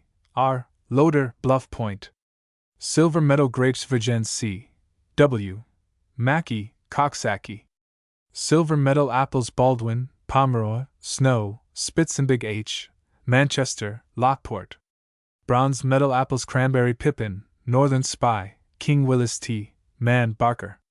Silver Medal Apples Boykin, Cranberry Pippin, Man, Sutton Beauty Arlington Mapes, Stanley. Bronze Medal Apples Crown. U. P. Markham Fredonia Grapes Delaware I. H. Marvin Albion. Bronze Medal Apples Greening, Hubbardston Nonsuch King H. R. Mason Ripley. Bronze Medal Grapes Concord O. C. Mather Albion. Bronze Medal Apples Lady A. Ross Matheson, Pomona. Silver Medal Apples Baldwin, Fallwater A. G. Micklejohn, Putnam Station. Silver medal apples Ben Davis, Bethel, Blue Pearmain, Greening, Macintosh Red, Northern Spy, Tallman's Sweet, Snow W. D. Merrick, Albion Pears Anjou, Clairgeau, Duchesse Howell W. W. Metcalf, Castile. Bronze medal apples Baldwin, Canada Red, Greening, Northern Spy H. R. McNair, Dansville. Bronze medal apples Grimes Golden, Mann, Macintosh, Peck's Pleasant, Seek No Further, Wagoner, Walbridge W.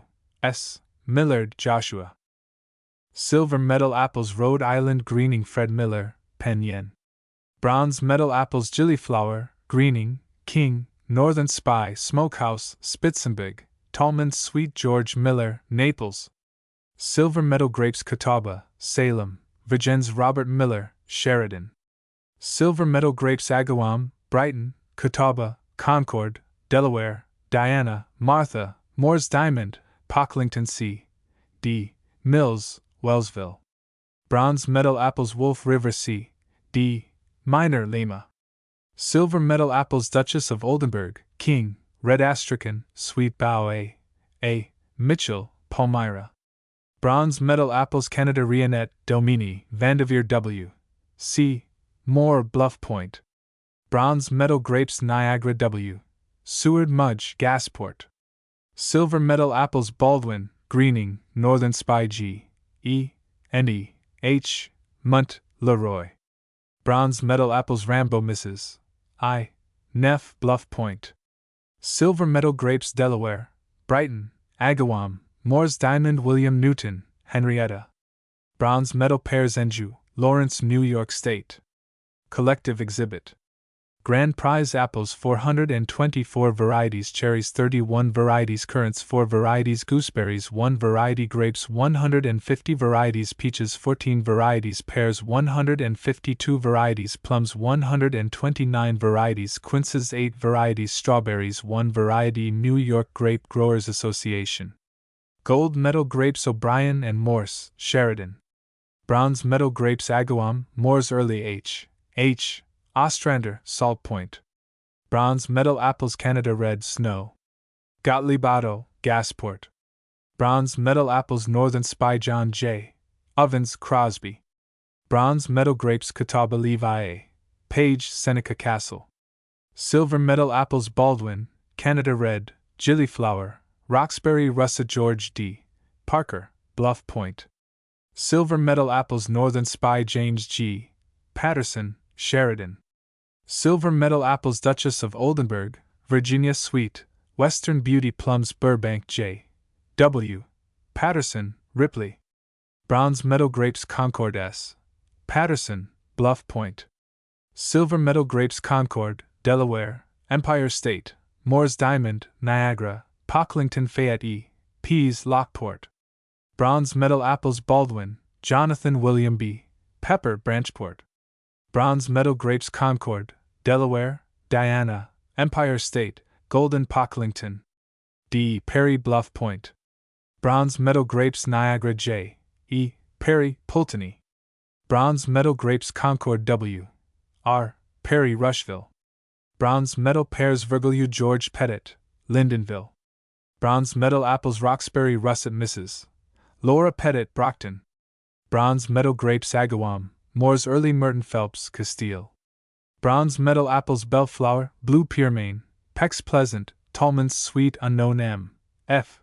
Pearson, Stanley. Silver medal apples Boykin, Canada Red, Cooper's Market, Delaware Red, Winter, Ewalt, Gano, Kirkland, Lady Sweet, Rome Beauty, Scott's Winter, Sudden Beauty pears Columbia, Kiefer W. H. Pillow, Canandaigua. Silver medal peaches Lemon Cling, Late Crawford, Alberta, Champion, Old Nixon, Willett pears Vermont Beauty, Howell, Clairgeau, Louise Bon, Pitmaston Duchesse plums Grand Duke, Frost Damson, Blue Damson, Rain Claude, Archduke, Stanton, Italian Prune, French Prune quinces Orange E. C. Porter, Sauquoit. Silver medal apples Gloria Mundy, Spitzenberg George T. Powell, Ghent. Silver medal apples Fall Pippin, Fall Strawberry, Gravenstein, Hubbardston Nonsuch, King, Jonathan, Red Winter Sweet, Roxbury Russet, Lady Sweet, Sutton Beauty, 20 ounce, Transcendent Crab Jessie A. Putnam, Fredonia. Bronze Meadow Grapes Cottage Eaton, Lucille, Pocklington, Telegraph, Wardens H. J. Rater, Ripley. Silver Meadow Grapes Concord George H. Reamer, Penn Yen. Bronze Meadow Grapes Concord, Delaware, Moore's Diamond George P. Reed, Honeoye. Silver Meadow Grapes Virgens George S. Reeves, Marion. Bronze Meadow Apples Rome Beauty A. Risinger, Naples. Bronze Meadow Grapes Catawba, Diana, Isabella, Iona J. F. Riker, Lakeside. Bronze Meadow Apples Fall Pippin, King John T. Roberts, Syracuse Apples Fall Pippin William Roberts, Lockport. Bronze Meadow Apples King Barney Roach, Penn Yen. Bronze Meadow Grapes Concord, Delaware, Moore's Diamond, Niagara William H. Roper, Wyoming. Silver Meadow Apples Northern Spy, Roxbury Russet, Red Astrakhan, Sweet Bow, Black Detroit, Duchess of Oldenburg, Strawberry, Black Gillyflower, Steele's Red, Bottle Greening Pears Bartlett, Tyson Lewis Rush, Fredonia. Silver Meadow Grapes Early Daisy, Moore's Diamond Plums Shipper's Pride, Satsuma Charles R. Roth, Pulteney. Silver Meadow Grapes Niagara, Catawba W. P. Rogers, Williamson. Silver Meadow Apples Baldwin, Gravenstein, Greening, King, Maiden Blush William H. Rossiter, Dispatch. Silver Meadow Apples King L. A. Rowe Barnard.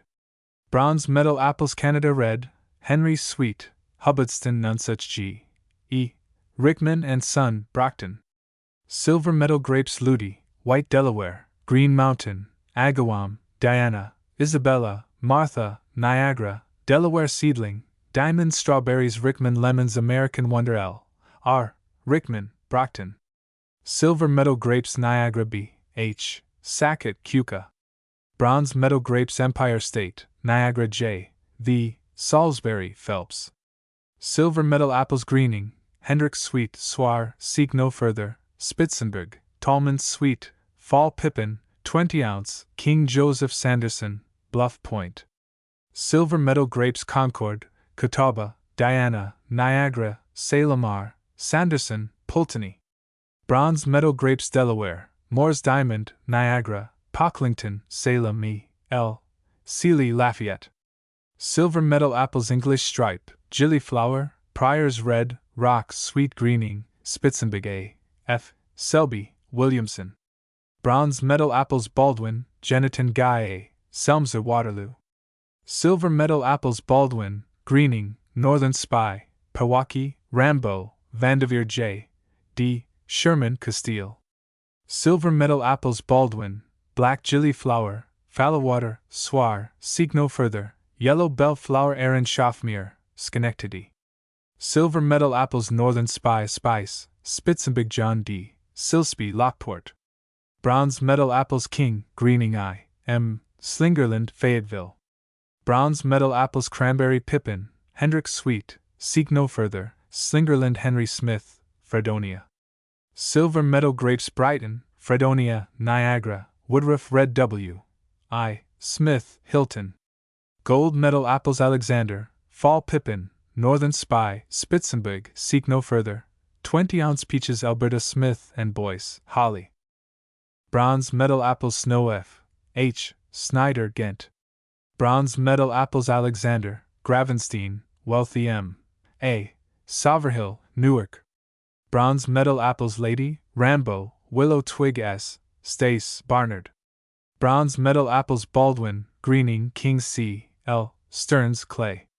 Bronze Meadow Apples Baldwin, Bellflower, Northern Spy, Peck's Pleasant, Rome Beauty, Stearns, Winter Pippin Jason L. Stearns, Cardiff. Silver Meadow Apples Red Astrakhan, Maiden Blush, Strawberry Pears Clapp's Favorite, Flemish Beauty, Sheldon Willis C. Streeter, Fulton. Silver Meadow Apples 20 ounce, Ribston Pippin, Fall Strawberry, Red Astrakhan, Ox, King, Rhode Island Greening, Northern Spy, Sops of Wine, English Russet, Lowell, Mother, Gillyflower, Roxbury Russet, Golden Russet, Rock Greening, Egg Top, Golden Sweet, pound sweet, spice, Duchess, cranberry pippin, bellflower, sweet russet, Mackintosh, Alexander, Monmouth pippin, 20-ounce pippin, red and green sweet. Detroit red, Colbert bittersweet, early strawberry, porter, Peck's pleasant, Phoenix. Cabashia, yellow bellflower, Spitzenbig John Stryker, Pulteney. Silver meadow grapes Catawba Tallman and Christie, Ripley. Bronze meadow grapes Concord Fred H. Teets, Williamson. Silver meadow plums Burbank Delos Tenney, Hilton. Silver meadow apples Greening, Roxbury Russet W. S. Teeter, Upper Red Hook. Bronze meadow apples Baldwin, Fallowwater, Greening, Northern Spy, Star Clarence Tenney, Hilton. Bronze meadow apples Baldwin N. Tenney and Sons, Hamlin. Bronze meadow currants President Wilder, Black Champion gooseberries Downing Mrs. H. J. Thayer, Fredonia. Silver meadow apples Red Astrakhan A. M. Thayer, Pulteney. Silver meadow grapes Catawba, Concord James K. Thayer, Penn Yen. Bronze meadow grapes Catawba, Concord, Niagara Fred Tillman, Catawba. Bronze meadow grapes Concord, Delaware, Diana, Niagara E. B. Tolles, Sheridan. Bronze meadow grapes Agawam, Concord, Martha, Wyoming red Howard H. Tozer, Naples. Silver meadow apples Rambo, seek no further pears Flemish Beauty S. J. Turk, Fredonia. Bronze meadow grapes Niagara John S. Van Allen, Selkirk. Bronze meadow apples Baldwin, Northern Spy J. P. Van Buren, Stockport. Silver meadow apples Lady Robert L. Van Dusen, Newark pears Rudder F. E. Van Epps Stanley. Silver meadow apples Primate, Astrakhan, Autumn Strawberry, Yellow Transparent, Spitzenberg, Vanderveer, Smokehouse, Gravenstein, Maiden Blush W. H. Van Sickles, Union Springs. Bronze meadow apples Tallow Pippin W. H. Van Vliet, South Shodak. Bronze meadow apples Newtown Pippin Abram Van Vranken and Sons, Vischer's Ferry. Bronze meadow apples Northern Spy H. S. Vermelia, Chelsea. Bronze meadow apples Baldwin, Northern Spy James Vick Sons, Rochester. Silver meadow apples Rhode Island Greening F. Vroom, Pulteney. Bronze meadow grapes Concord, Niagara, Salem S. W. Wadhams, Clarkson. Bronze meadow peaches Crosby, Alberta J. E. Wakeman, Lockport. Silver meadow apples Spitzenberg, Northern Spy Ward Fruit Company, Ravenna. Silver meadow apples Fall Pippin, Greening, Northern Spy, Spitzenberg Henry D. Warner, Clifton Springs apples Limber Twig IRA Watson, Fredonia. Silver meadow apples Alexander, Sweet Bow H. E. Wellman, Kendall. Silver meadow apples Baldwin, Golden Russet, Rhode Island Greening Samuel J. Wells, Fayetteville. Silver meadow apples King, Fall Pippin, Pound Sweet, Fall Greening, Swar, Onondaga Sweet, Seek No Further, Rambo, Gillyflower, Alfred Sweet, Hubbardston Nonsuch, Rome Beauty, Lady Sweet, Steele's Red Winter, Spitzenberg, Red Astrakhan, Yellow Transparent, Sweet Bow, Cornell, Golden Sweet Grapes Niagara, Isabella, Iona, Diana, Virgins Pears Comet Waltery, Wetmore, Wilson. Silver meadow apples Man T. D. Whitney Flint. Silver meadow apples Duchess, Primate Sweet Bow E. P. Willard Cayuga. Bronze meadow pears Bourbeau's Clergeau, Duchess S. D. Willard, Geneva. Gold medal apples Stump, Martha Crab, Windsor Chief, Wealthy, North Star, Red Russet, Swar, Black Gillyflower, Duchess, White Streak Peaches. Horton River, Waddell. Pears White Doyen, Berclergeau, Warden Seckel.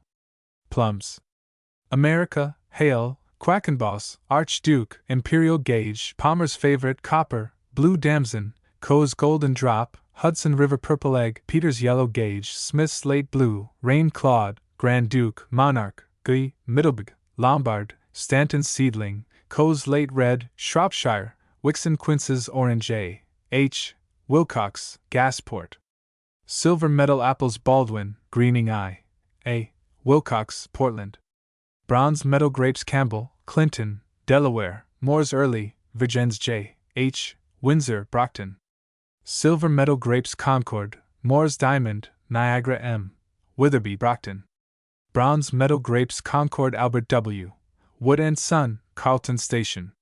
Silver Medal Apples Cabashia, King, Hubbardston Nonsuch, Roxbury Russet William W., Yost, Waterloo.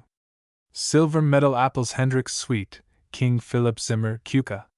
Silver Medal Grapes Catawba, Niagara George Zorn, Hilton. Silver Medal Apples Northern Spy, Roxbury Russet, Spitzenbig, Swar. Group 108. Trees, Shrubs, Ornamental Plants and Flowers. Fred Beaulieu, Woodhaven L. I. Hose Support.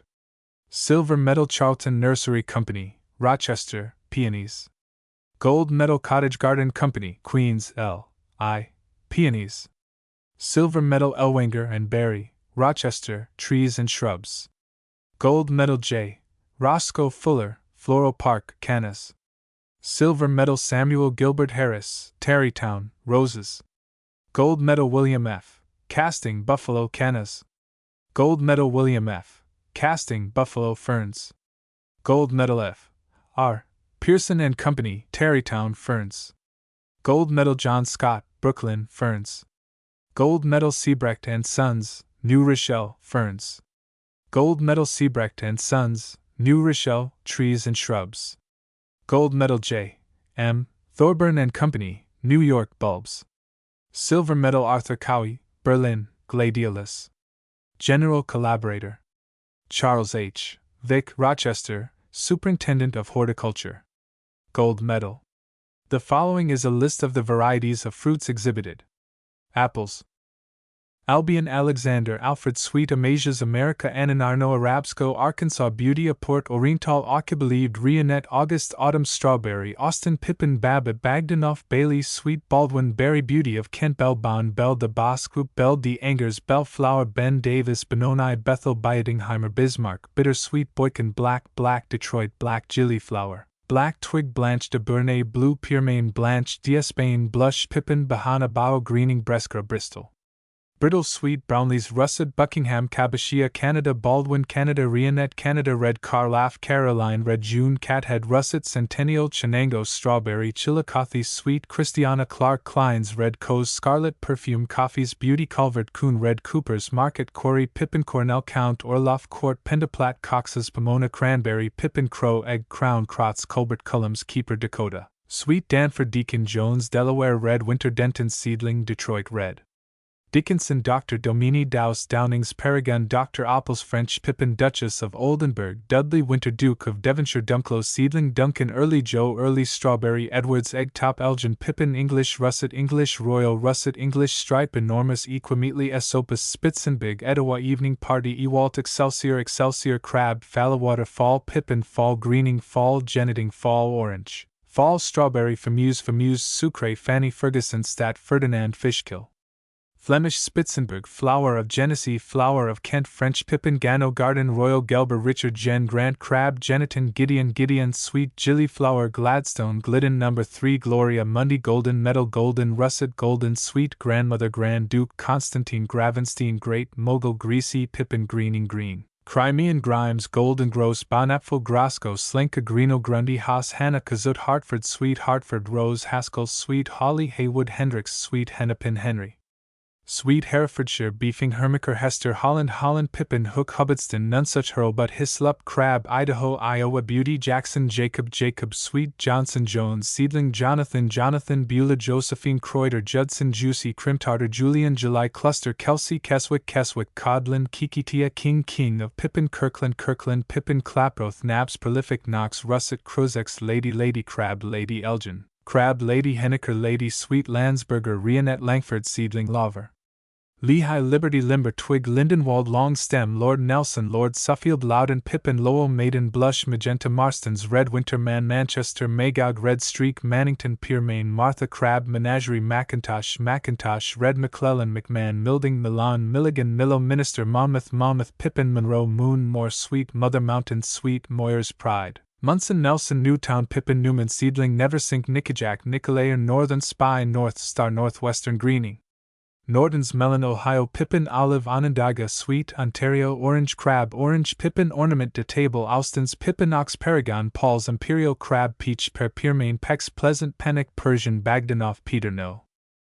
12. Pewaukee, Phoenix, Pickman, Pigeon, de Schiller, Piper, Parish, Bly, Plums, Cider, Plunker, Sweet, Palmer, Pomeroy, Sweet, Poem, Grice, Porter, Pound, Pippin, Pound, Sweet, Pride of Texas, Priestley, Primate, Priors, Red Queen and Rambo, Rawls, Janet, Red Astrakhan, Red Badingheimer, Red Bellflower, Red Rock, Red Russet, Red Siberian Crab, Red Winter Pippin, Red Winter Sweet, Red Warrior, Rionette, Britannia, Rionette, Koreanet, Grin de Versailles, Rionette, John, Hative, Rionette, Monstrous, Rhode Island, Greening Roads.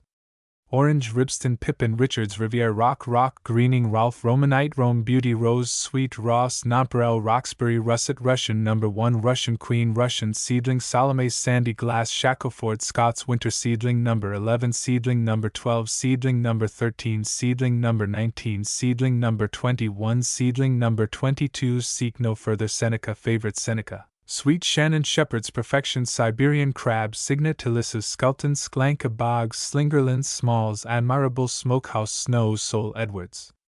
Solard, Sour, Russet, Spates, Sameling, Spice, Spitzenbig, Standard, Stark, Stamens, Winesap, Steels, Red Winter Stearns, St. Lawrence, Stotts, Seedling, Strawberry, Striped, Astrakhan, Striped, Winter Stewart, Golden Stump, Summer Haglow, Summer Pippin, Summer Rambo, Surprise, Sutton Beauty, Swar, Sweet Bow, Sweet Greening, Sweet Pearmain, Sweet Russet, Sweet Russian, Swinker Tolman, Sweet Tallow, Pippin, Tewksbury, Thompson, Titus, Pippin, Tobias, Black Tobias, Pippin, Tom Putt, Transcendent Crab, Transparent de Krausel's Turnoff Lane, 20-ounce Pippin, Unnamed, Vanderveer, Van Hoy, Virginia, Greening, Virginia, Sweet Wabash, Red Winter, Wagoner, Walbridge, Wallace, Howard, Washington, Royal, Washington, Strawberry, Watwood, Wealthy, Welker, Beauty, Welker, Seedling, Western Beauty, White Graft, White Pippin, White Robinson, White Streak, White Serto, Whitney's Crab, Williams, Favorite, Willow, Twig, Windsor, Chief, Wild Crab, Wine, Winesap, Winter Banana, Winter Golden, Winter Pearmain, Winter Pippin, Winter Sweet, Wolf River. Wormsley's Pippin, Yellow Bellflower, Yellow Transparent, York Imperial, York Pippin.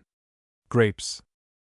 Adirondack, Agawam, Alice, Elvira, America, Armenia, August, Giant, Barbarossa, Berry, Berkman, Red, Brighton, Brilliant Brown, Butler, No. 1, Campbell's Early, Canandaigua, Catawba, Cayuga, Champion, Chautauqua, Clinton, Coleraine, Columbia, Imperial, Concord, Corby Cottage, Creveling, Cynthiana, Delaware, Seedling, Diamond, Diana, Drake, Amber, Duchess, Early, Daisy, Early, Ohio. Early, Victor Eaton, Elvabach, Emerald, Empire State, Essex, Esther, Etta, Umelin, Faith, Fredonia, Gartner, Gerda, Gold Coin, Gold Dust. Golden Grain, Golden, Pocklington, Green Mountain, Hartford, Helen Keller, Herbert, Hercules, Hicks, Horner, No. 1, Iona, Red Rare, Isabella, Seedling, Ives, Black Ives, Seedling, Janesville, Jefferson, Jessica, White, Jewel, Kent's Favorite, Kensington, Lindley, Rogers, Little Blue, Livingston, Lucille, Ludi, Red, Manitou, Marion, Martha, Mary, Favorite, Mary, Washington, Massasoit, Maxitawny, McPike, Merrimack, Montefiore, Moores, Diamond, Moores, Early Moores, Riesling, Moyer, Red Muscat. Hamburg, Nectar, Niagara, Noah, North Carolina, Norton, Northern Muscadine, Oleta, Osage, Paragon, Peabody, Perkins, Perfection, Pocklington, Poughkeepsie, Presley, Prentice, Pulaski, Rebecca, Red Eagle, Requa, Real No. 10, Real No. 21, Real No. 22, Rockwood, Rogers, No. 8, Black, Rogers, No. 9, Rogers, No. 13, Rogers, No. 15, Rogers, No. 32, Rogers, No. 33, Black, Rommel, Rupert, R. W. Munson, Salem, Station No. 797, Station No. 2612, Stark Star, St. Louis Telegraph, Thompson No. 5, Thompson No. 7, Ulster, Prolific, Virgins, Victoria. Wapanuka, White Diamond, White Delaware, Wilder, Woodruff, Red Wardon, Wyoming, Red. Pears. Admiral Cecil, America, Angelique Leclerc, Angoulême, Bronzy, Anjou, Sault Antoine, Lormier, Arbor, Corbe, Auguste, Royer, Bartlett, Baylor, Bergamot, Buffo, Bergamot, Easter, Bergamot, Heitrick, Bergamot, Royal, De Hiver, Burr, Alex, Lucas, Burr, Dierenberg, Burr, Bosque, Burr, Benoist, Novo, Burr, Capioment, Burr, Deal, Burr, Dumont, Burr, Gris, De Hiver, Burr, Moction, Burr, Noir, Bézi, de la Motte, Black, Worcester, Boncretian, Vermont, Bussock, Brockworth, Park, B. S. Fox, Buffum, Cabot, Canandaigua, Catherine. Gaudet Katinka Chapman Church Clergeau Claps Favorite Columbia Colonel Wilder Comet Cornice Comte de Lamy Comte de Paris Consilet de la Cour de Lys de Huy de Lys de Mons de Lamartine Desiree Cornelis Dix Dorset Dow Den d'Alençon Den Bussac Doen Dillon Den Gray Doen Jamine Den Robin Den Sul Dr. Nellis Duchesse de Bordeaux Duchesse Precoce de Hamel du Monceau Eastern Belle Easter Bur Edmonds Emile de Heist Fig d'Alençon Fig de Naples Flemish Beauty Fred Clapp Gansels Bergamot Gansels Secco Garber Hardy Homewood Hoosick Howell Island Jackson Jalousie de Fontenay Japanese Jones Josephine Kiefer King Sessing Kirtland Knights Seedling Lady Clapp La France Langelier Lawrence Leconte Lodge Louise Bond de Jersey Lovos Lucy Duke Mace Magnate Miller Minister Dr. Lucius Mount Vernon Madame Blanche Sanier Madame Trade Napoleon Oswego Berpardi Seedling Passé Crassain Pater Noster Paul Amberpy Barry Pierre Cornet Pitmaston Duchesse Poir Louise Pound President Gilbert Prince Consort Princess St. Germain Rapalves Seedling Raymond de Montlot Reader Refreshing Rousselet Bivort Rudder Sarah Sekel Secrétaire Rodini Serrurier Sheldon Soulard Bergamot Sauve Diesper Sauve De Len Sauve The La Marco True Sauve The La Reine de Belgique Sauve Sanier Père St. André Sterling Superfin Tyson Urbanist Van Buren Vermont Beauty Virgilio No. 4 Washington White Dan Winter Nellis Warden Seckel Plums Abundance America Apple Archduke Arkansas Lombard Autumn Comport Bailey Baker Berets Green Gage Bartlett Belgian Purple Burger Blue Damson Bradshaw Burbank Cabot Chabot Climax Klingstein Coes Golden Drop Coes Late Red Coes Purple Drop Combination Copper Dame Aubert de Caradineck Delaware Diamond Dwayne Purple Eagle Early Orange Prune Anger French Prune Freestone Damson Frost Damson Field General Hand G Giant Prune Gold Drop Goliath G Number 44 Jones Grand Duke Grant Prune Guthrie Late Hale Harriet Hector Heaterman Sand Cherry Hudson River Purple Egg Imperial Gauge Italian Prune Japanese Seedling Jefferson Juicy King of Damson Kirk Late Black Orleans Lombard Mariana Maru Mary McLaughlin Marunka Middleburg Mikado Miles Mogul Monarch Monroe Newman Niagara Norman Okita Aki Smomo October Purple Orient Ulin Golden Pacific Palatine Paragon Palmer's Favorite Pearl Ponds Seedling Pools Pride Potawatomi Pringle Blue Pringle Purple Prunus Simone Quackenboss Red June Red Negate Rain Claude Robe de Sergeant Royal Hative Saratoga Satsuma Saunders Shippers Pride Shiro Shropshire Damson Smiths Late Blue Spalding Stanton Seedling St. Lawrence Sweet Boaton Tragedy Prune Transparent Tenant Prune Uchi Benny Ungarish Prune Union Purple Victoria Washington Wixon Wild Goose White Japan White Kelsey White Nicholas World Beater Yellow Egg Yellow Gauge Yozip Cherries Abbess Dionis Bay State Black Tartarians Centennial Downers Late Double Natty Dahouse Early Purple Guyan Elton Essel Kirsch Governor Woodhole Ida Kings Amarel Knights Early Red Large Montmorency Luling May Duke Mercer Mezzel Montmorency Napoleon Olivet Oral No. 23 Rap Rain Hortense Rockport Bigarreau Sparhawks Honey Transcendent Windsor Yellow Spanish Currants Perfection Black Champion Filler President Wilder Peaches Carmen Champion Crosby Alberta Greensboro Hills Chili Horton River Kalamazoo Late Crawford Lemon Kling Old Mixon Stevens Rare Ripe Waddell Willett Quinces Champion Japanese Orange Pink Japan Red Japan Rees Mammoth Sweet Winter White Japan Illustration Viewing the Guns Chapter 13 Forest, Fish and Game Exhibit and Schedule of Awards Forest, Fish and Game Exhibit by A. B. Strow Special Agent of the Forest, Fish and Game Commission, State of New York. The state exhibit in the Forest Fish and Game Department was prepared and installed by the Forest, Fish and Game Commission, with funds furnished by the Louisiana Purchase Exposition Commission of the State of New York. A sportsman's camp. A modern sportsman's camp of rustic design, 14 feet by 17 feet in size, was constructed and furnished after the general style and appearance of the usual summer residence in the Adirondack Mountains. The contractor for the erection of this camp was the firm of Messrs. D. B. and D. F. Sperry of Old Forge N. Y. Mr. D. F. Sperry. Frank, as he is known to visitors to the Adirondacks, had personal charge of the construction and was something of an exhibit himself. Being a lifelong Adirondack guide, and having been employed by many prominent people, among others, ex-President Harrison, Any rustic work from his hand was sure to attract attention. It was unfortunate that it was impossible to have him, or some other Adirondack guide, in attendance at the camp all through the season, as many visitors wished to see and talk with some such person. Some of them, seeing the Sperry nameplate on the end of a log of the camp, inquired for Frank, expecting to find him in attendance. He has had many inquiries from people residing at widely separated places in various parts of the country, for duplicates of the camp exhibit, or for some other design of rustic building. Construction of the camp. The camp was constructed of Adirondack spruce logs, and the chimney was of the same external construction. The roof was covered with spruce bark. All the material showing inside the camp was, as far as possible, left in natural condition, the logs with the bark on, and the underside of the roof boards unplanned, showing the coarse saw marks. Innumerable inquiries were made by interested visitors, particularly those coming from the southern and western states, as to the species of timber used in constructing the camp. When informed that the logs were of spruce, much interest was shown. Many had never seen spruce before. The furniture. A part of the furniture was built by Mr. Sperry, and the remainder by another Adirondack guide, Mr. E. Sumner, of Saranac Lake, N.Y. Mr. Sperry made the bedstead, the window settee, and the center table, after a style that is common in the Adirondack camps. The woodwork was of spruce, turned smooth and stained a light smoke color to give it a finished appearance. Mr. Sumner constructed the other furniture in the best rustic style, the framework being of white cedar with the bark on, and the bottoms of the chairs and settees of white birch bark. Both of these guides have had many inquiries for duplicates of their handiwork as exhibited. The atmosphere of the camp was that of everyday life in the forest. The bed was made up as though the owner was expected to occupy it at night. Garments and articles that had seen service, such as a leather hunting jacket, a gun case, pack, baskets, fish reels, and snow shoes were hung on the walls in proper places. Attractive features. The mantel and fireplace particularly attracted attention.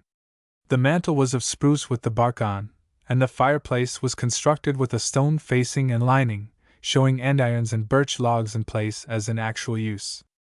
In one corner there was shelving for bric-a-brac, fishing tackle, ammunition, etc., constructed by utilizing a discarded fishing boat, cutting the same across the center into two parts and placing shelves at convenient intervals, fastening the same on the ribs of the boat.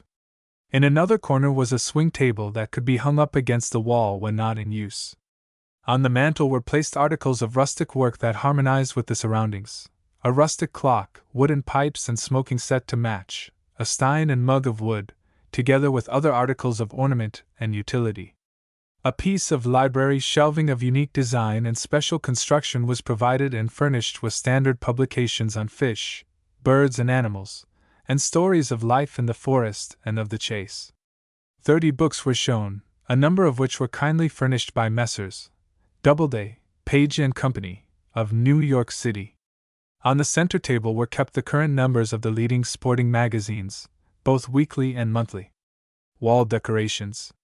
The walls were decorated with bright-colored Indian blankets, flags, and souvenir paddles, on which were painted various national flags and camping scenes.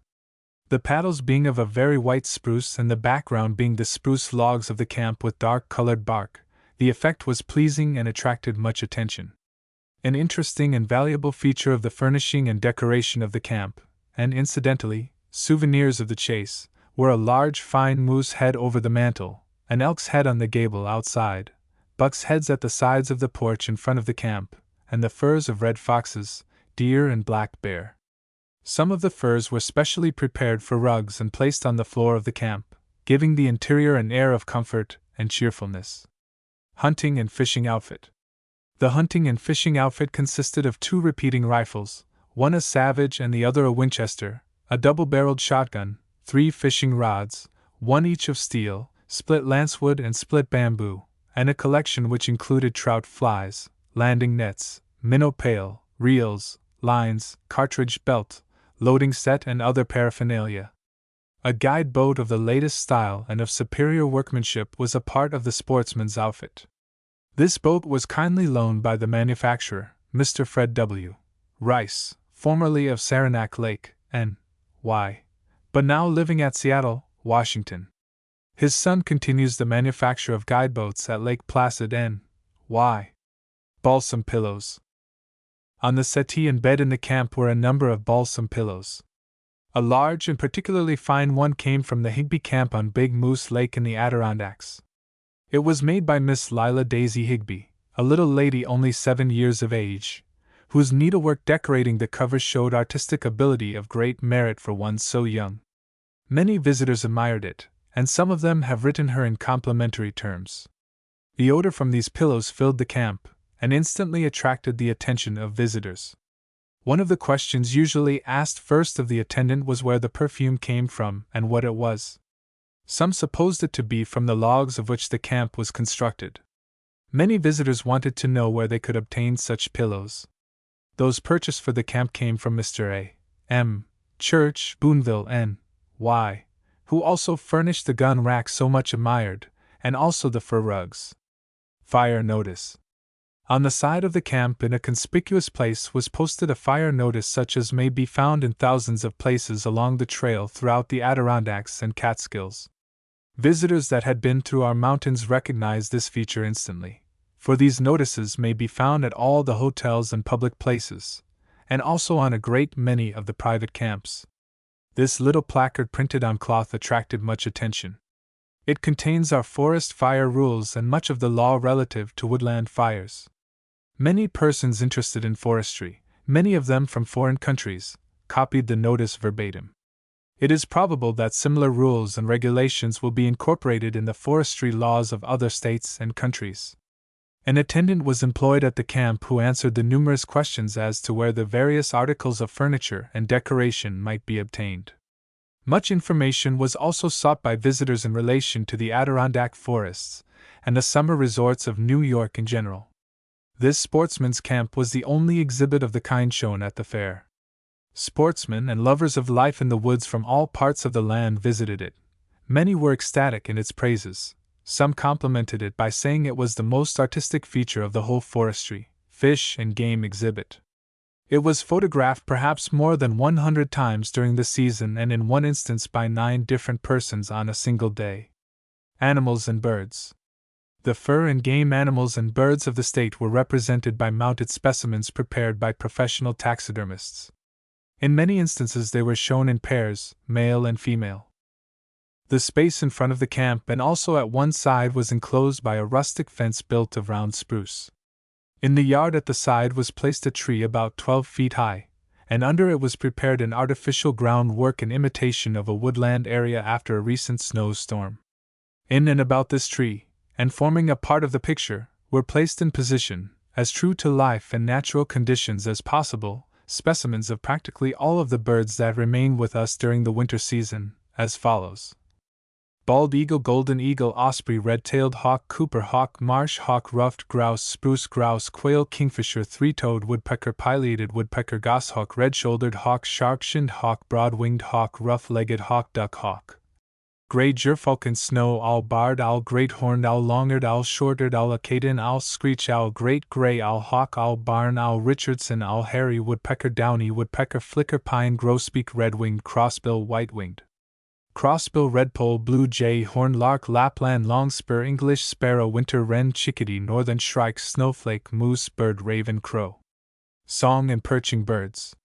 In and about another tree placed in front of the camp were shown practically all of the song and perching birds of the state other than the ones shown in the winter scene at the side of the camp. The birds in this collection were as follows: cardinal, summer tanager, scarlet tanager, yellow-billed cuckoo, black-billed cuckoo, red-headed woodpecker, red-bellied woodpecker, yellow-bellied sapsucker, kingbird, catbird, towhee, robin, meadowlark, prairie horned lark, Baltimore oriole, orchard oriole, whippoorwill, nighthawk, pigeon hawk, sparrow hawk, mourning dove, rose-breasted grosbeak, evening grosbeak, purple finch, red-winged blackbird, rusty blackbird, bobolink, mockingbird, starling, purple grackle, hummingbird, yellow-breasted chat, blue-gray.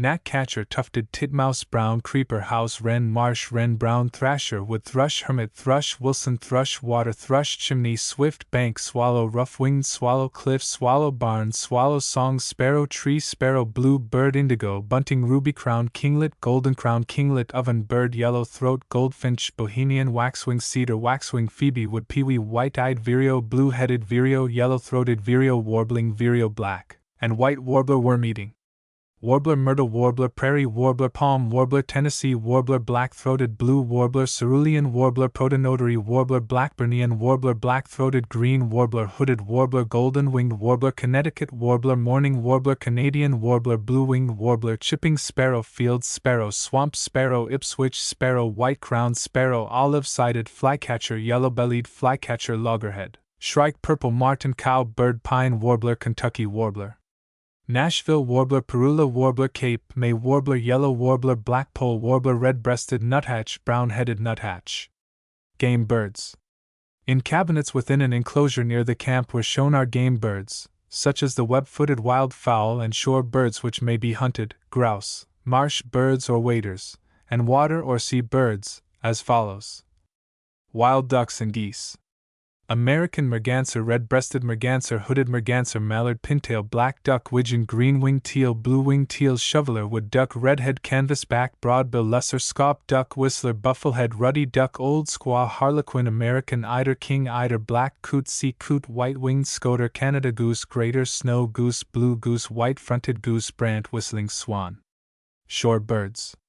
Woodcock, Wilson snipe, upland plover, black-bellied plover, golden plover, semi-palmate plover, belted piping plover, Wilson plover, piping plover, kilder, willet, greater yellow legs, summer yellow legs, turnstone, red phalarope, northern phalarope, avocet, oyster catcher, long-billed curlew, jack curlew, Hudsonian godwit, sanderling, blackneck, stilt, dowitcher, not stilt, sandpiper, solitary sandpiper, spotted sandpiper, redback sandpiper, white-rumped sandpiper, least sandpiper, buff-breasted sandpiper.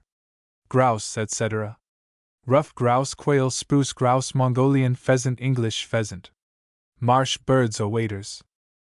Great blue heron, little green heron, black crown night heron, yellow crown night heron, egret, brown pelican, bittern, king rail, Virginia rail, yellow rail, clapper rail, Carolina rail, little black rail, Florida gallinule, mud hen. Water or sea birds. Loon, black-throated loon, red-throated loon, horned grebe, holebow grebe, pied-billed grebe, puffin, dovahkiy, cormorant, double-crested cormorant, black guillemot, brunich, parasitic, sick. Jaguar, kittiwake, gannet, black skimmer, sooty, shearwater, great black-backed gull, ring-billed gull, glaucus gull, herring gull, laughing gull, Bonaparte gull, black tern, gull-billed tern, Wilson tern, roseate tern, least tern, black-capped petrel, leech petrel, Wilson petrel. Fur and game animals. All of our fur and game animals were represented as follows. Whitetail, or Virginia deer, black bear, lynx, wildcat, red fox, gray fox, beaver, raccoon, skunk, otter, fisher, cottontail, rabbit, marten, mink, black squirrel, gray squirrel, red squirrel, fox squirrel, flying squirrel, chipmunk, musk rat, opossum, varying hare, porcupine. Our deer were represented by a fine buck, a doe mounted in a reclining position, and a small white doe. Arranged among bushes in the snow seen at the side of the camp, this family was most lifelike and pleasing in appearance. White deer are very unusual, but not unnatural. One of them is killed in this state about every 2 years. Moose and elk are introduced animals with us now, and, as it is illegal to kill any, life-size specimens could not well be shown. However, very good heads were exhibited as a part of the decoration of the camp. Albinos of muskrat and porcupine were exhibited. Such freakish specimens attract more attention than those of usual growth. Rare species. In addition to the animals scheduled above were specimens of some species that are probably extinct in the Adirondacks, viz., a gray wolf and a panther. The gray wolf was an excellent specimen loaned by General E.A. McAlpin, of New York City. It was killed about 8 years ago on his preserve in the northern part of Hamilton County, and none have been seen since. The panther was killed about 28 years ago by Hahn Verplanck Colden in the southern part of Hamilton County, and is the last one heard of in the state of New York. The black bear was an unusually fine specimen, killed in Sullivan County. It was mounted to order by Mr. Fred Sauter, of New York City, for this exhibit, and without doubt was the best representative of this species at the fair. Experts in the art of taxidermy and naturalists were enthusiastic in its praise. The great blue heron was loaned by Mr. Grant E. Winchester, of Saranac Inn. It was a very good specimen and was mounted by Mr. H. Miner, of Saranac Lake, N.Y. The animals were placed about the camp under the trees in connection with the collection of birds in positions as true to life as possible in the available space, making a picture of woodland life delightful to the eye and interesting to every person that visited the Palace of Forestry, Fish and Game. Fish. The fish exhibit consisted of 86 mounted specimens, representing 72 species, most of them prepared specially for this display by the best workmen in the country. Substantially all the food and game fish were shown. In preparing this collection, no attempt, with one exception, was made to show abnormally large specimens. The intention was to show the average fish true to life in color, size, and contour. Both fresh and salt water species were represented.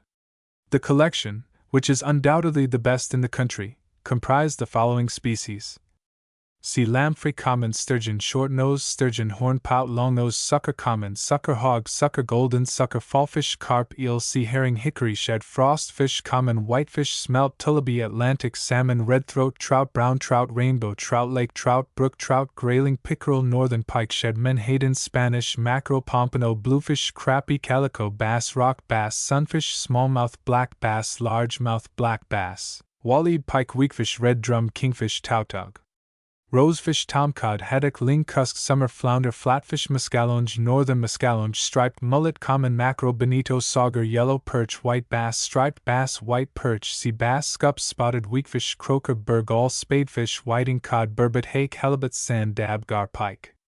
In addition to the above-mentioned specimens, there was shown an interesting collection of shellfish, including different varieties of oysters, together with the enemies of the same, such as the drill and starfish. A number of exhibits showing curiosities of oyster growth were in this collection. The fish were displayed in 6 cabinets constructed to order for the exhibit. They were lined with black plush, thus forming a strong contrast with the colors of the various pieces. The landlocked salmon mentioned above is one of the finest pieces extant, not only in relation to size but also in the mounting of the same. It is owned by Hon. J. P. Alds, Norwich, N.Y., and was kindly loaned by him for this exhibit. A great northern pike that weighed 25 pounds when caught was in the collection.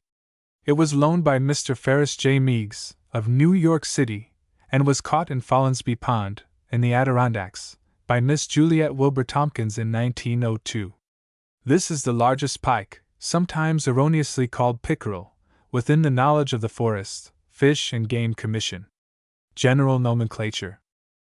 All the specimens of animals, birds, and fish were properly and uniformly labeled, giving the names the various species are generally known by, and also the scientific nomenclature adopted by naturalists. The importance of this matter of nomenclature was demonstrated very early during the fair. The song birds being very small, no labels were placed upon them at first, as the labels were in some instances larger than the birds. The fact that visitors examining the specimens would often search for the attendant in order to obtain information as to the names of the different birds exhibited proved the necessity of clearly labeling all specimens. On the other hand, there seemed to be a general misunderstanding as to some species of fish, various names being applied to the same species.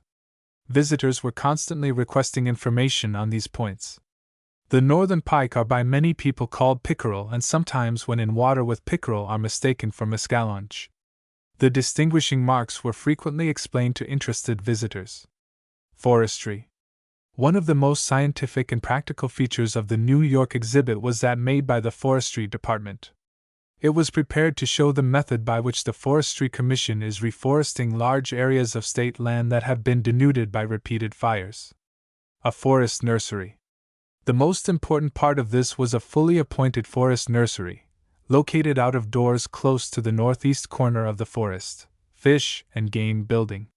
Its neat rustic fence, made of white cedar poles, enclosed an area of 7,200 square feet, 120 feet long by 60 wide, and contained about 80,000 little trees alive and green.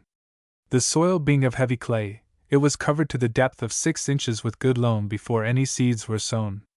About 1/3 of the nursery was arranged in beds each 16 feet long by 4 feet wide with paths 3 feet in width. In 2 of these beds seeds were sown of Scotch pine, Norway spruce, hardy catalpa and American elm, half a bed being given to each species. The seeds were sown about the 1st of May. They germinated well, and the little trees grew thriftily, the catalpa reaching a height of 18 inches before the fair closed. A bed of Norway pine showed the plants on half the bed crowded together in a thick mat as if grown from seed sown broadcast, on the other half arranged as if from seed sown in rows across the bed, both methods of sowing seed being followed in actual practice. 4 beds were given to 2-year-old plants: Norway spruce, white pine, European larch, and Scotch pine. These were also arranged as if grown from seed sown broadcast. These beds, excepting the seed bed for broadleaf species, were all shaded with neat screens made of lath to shelter the tender plants from the hot rays of the southern sun. In actual nursery work, after conifers have remained in the seed bed for 2 years, they are transplanted into other beds, being spaced 4 or 5 inches apart, where they remain for 2 or 3 years more before they are placed finally in the forest. 6 beds were devoted to showing this feature of nursery work. For this purpose 4-year-old plants were used, of the following species: Norway pine, Norway spruce, white pine, European larch, and Scotch pine. A sample plantation which occupied nearly half the nursery showed how the plants are, in actual practice, placed in the forest. White pine, Norway spruce, and Scotch pine were the species used. These were about 3 feet high and were spaced about 4 feet apart.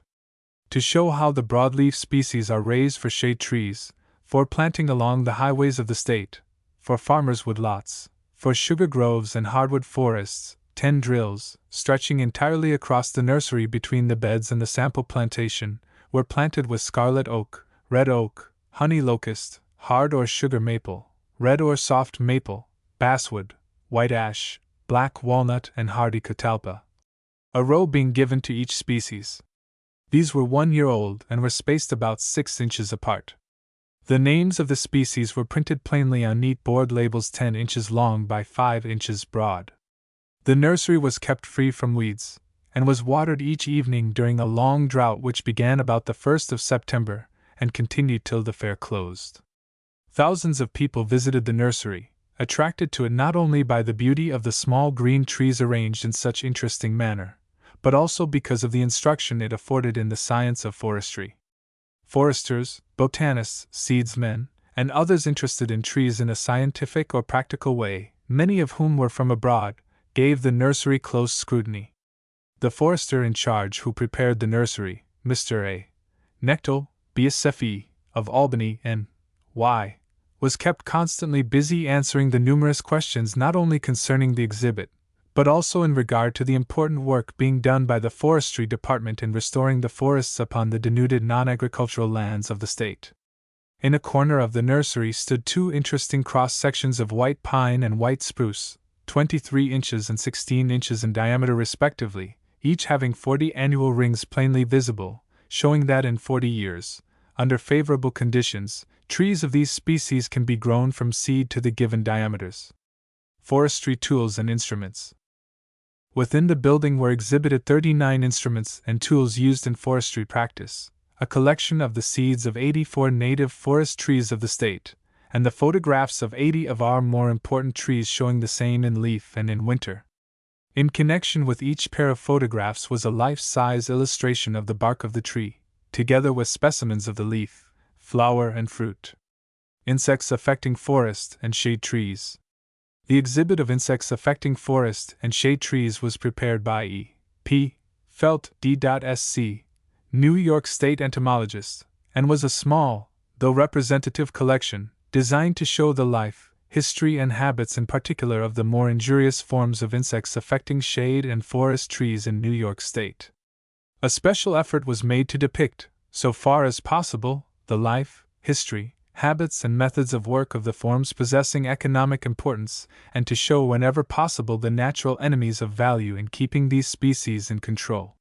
This collection was arranged in a specially designed case having a series of 3 nearly horizontal trays 37½ inches by 18½ inches upon each side, and an elevated central portion bearing 2 nearly perpendicular ones upon each side, the middle being occupied by a glass case containing an attractive natural group. A brief account of the exhibit under appropriate heads is as follows. Insect galls. This collection, occupying 2 nearly perpendicular trays and representing the work of 53 species, was devoted to the peculiar and varied vegetable deformities produced by insects. These structures are always of great popular interest, and the insects causing the same present biologic problems of unusual attractiveness. Forest insects. The species affecting forest trees in particular were exhibited in 3 horizontal trays occupying one side of the case. This section was devoted principally to representing the biology and methods of work of this exceedingly important group. Shade tree insects. Like that representing forest insects, the exhibit of shade tree pests was very largely biologic. It occupied 3 horizontal trays and a nearly vertical one of the exhibit case, and was devoted to species which are destructive largely on account of their depredations upon shade trees. Adirondack insects. This was a small collection occupying one of the nearly perpendicular trays, and comprised over 100 species. This portion of the exhibit represented the more characteristic forms occurring in the Adirondacks. Natural group of forest insects. This group occupied the central glass box and contained 31 species of insects or representations of their work upon wax models of their food plants, namely, white birch, red oak, elm and maple. 11 species of beetles, 15 of butterflies and moths, 2 of the bee family and 3 of the bug family were to be seen upon the plants, or on the ground at their base. This group gave an excellent idea of the appearance of insects when amid their natural surroundings. Colored plates. A series of quarto and octavo colored plates illustrating the work and various stages of some of the more important depredators upon forest and shade trees was exhibited in 2 double-faced frames attached to the top of this case. The more important insects included in this group were the following: sugar maple borer, elm snout beetles, twig girdler or twig pruner, white marked tussock moth, gypsy moth, brown tail moth, bagworm, forest tent caterpillar, elm leaf beetle, oyster scale, scurfy bark louse, San Jose scale, elm bark louse, cottony maple scale. 1 plate was devoted to characteristic insects affecting oak, and another to those depredating upon hard pine. Specimens of native woods. The forest product of the state was represented by a collection of specimens of all the native woods of New York, built into panel work, showing both sides. Each species was represented by 2 specimens, and each of the 4 surfaces was finished in a different manner. 1 surface was highly polished, 1 oiled, 1 planed, and 1 rough. 91 species of native and 9 species of introduced woods were exhibited in this manner. Displaying the several species in 4 different ways enabled the discriminating observer to study and compare the various woods profitably. The manner of labeling was greatly appreciated. Some students copied all the labels, each spending many hours on this task. The kinds of timber that grow in this state from which a 5-inch board can be sawed and which were represented as described are as follows: cucumber tree, tulip tree, basswood, linden, holly, striped maple, hard maple, silver maple, red maple, box elder, staghorn, sumac, Kentucky coffee tree, honey locust, red or Canada plum, wild plum, green ash, sassafras, American elm, rock elm, slippery elm, wild red cherry, wild black cherry, wild crab apple, mountain ash, cockspur thorn, black haw, scarlet fruited thorn, shadbush, witch hazel, sweet gum, flowering dogwood, pepperidge, persimmon, black ash, white ash, red ash, scarlet oak, black oak, pin oak, jack oak, hackberry, red mulberry, sycamore, butternut, black walnut, bitternut, shagbark, hickory, mockernut, hickory, pignut, hickory, king nut, hickory, small fruited hickory, white oak, post oak, bur oak, chestnut oak, chinkapin oak, yellow oak, swamp, white oak, red oak, white pine, red pine, pitch pine, Jersey pine, yellow pine, jack pine, tamarack, white poplar, crack, willow, weeping willow, lolanthus, chestnut, beech, ironwood, blue beech, black birch, yellow birch, white birch, red birch, canoe birch, yellow willow, black willow, peach willow, aspen, large-toothed poplar, swamp cottonwood, balm of Gilead cottonwood, red cedar, white cedar, arborvitae, black spruce, red spruce, white spruce, hemlock, balsam, Lombardy poplar, wild apple, yellow locust, horse chestnut, blue willow. These specimens of wood were built into panel work in 7 frames of the following 7 species of wood, respectively: maple, cherry, chestnut, rock, elm, white oak, black ash, black birch. Labeling of specimens. Each specimen was labeled on both sides, with the common or popular name and also the botanical name. Most of the pieces were from a collection that the Commission exhibited at the Paris Exposition in 1900, which was there awarded a gold medal. In preparing the exhibit, the collection was enlarged so as to represent all our native woods, and built into new framework of substantial and attractive design. Wood pulp. A complete collection of the several kinds of wood pulp manufactured in New York was also a part of the exhibit, as follows: ground spruce pulp sulfite, balsam pulp sulfite, poplar pulp sulfite, basswood pulp, pulverized pine pulp, pulverized poplar pulp. Ground and sulfite pulp is used in the manufacture of paper and many household articles of utility. Pulverized pulp is used in making linoleum and dynamite. Although wood pulp was shown in some other exhibits, no one else made any attempt to show a complete collection of all the various kinds of pulp manufactured. Articles of utility made of pulp, such as wash tubs, pails, measures, cups, pitchers, etc., 53 pieces in all, were shown in connection with the display of pulp. Byproducts of the forest. Byproducts of the forest were also displayed on a piece of circular shelving with a suitable caption.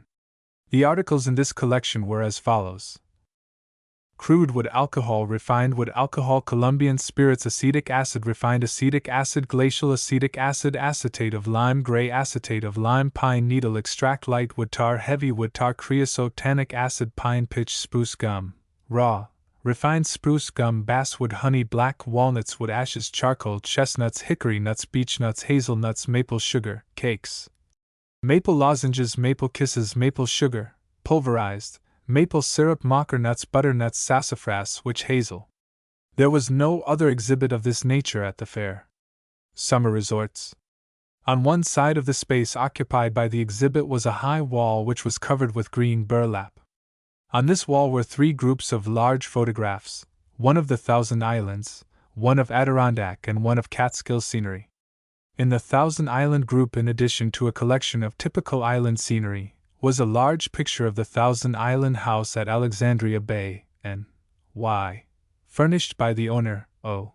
G. Staples, a picture of the Hotel Frontenac on Round Island loaned by the owner, and a very large colored picture of the excursion steamer Ramona, on tour through the islands, loaned by the Thousand Islands Steamboat Company, Cape Vincent, N.Y. The Catskill pictures consisted of photographs of mountain scenery and waterfalls, prepared specially for this exhibit. A fine group of scenes was furnished by the Catskill Mountain Railroad of Catskill, N.Y., showing the Otis Elevated Road, the Mountain House, etc. The group of Adirondack views contained pictures of a number of the largest hotels in that region, and collections of mountain and water scenery. One group was of Lake George scenery.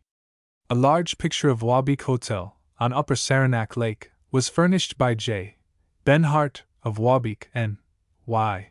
The Delaware and Hudson Railroad Company kindly loaned a large panoramic picture of Lake Placid and mountains of that locality. Many of these pictures were in colors. They were appreciated by a great number of people that had visited the several summer resorts represented.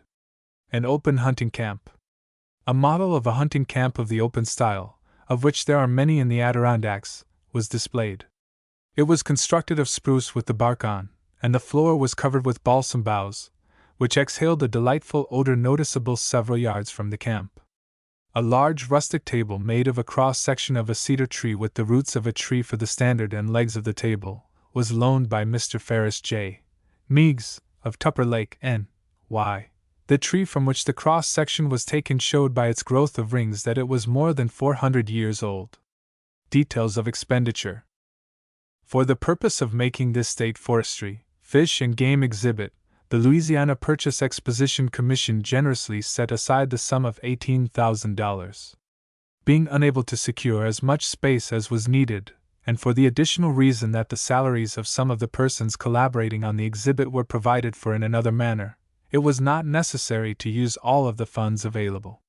Dividing the disbursements into 10 representative accounts, the amount expended was as follows: animals and birds, $2,211.56; fish, $1,792.51; insects, $644.52; plants for nursery, etc., $392.69; woods, instruments, byproducts, etc., $1,119.28; sportsman's camp and furnishings, $1,507.92; wall pictures, $278.93; freight and express, $697.10; installation, $2,481.76; maintenance and repacking, $3,717.81. Total, $14,844.08.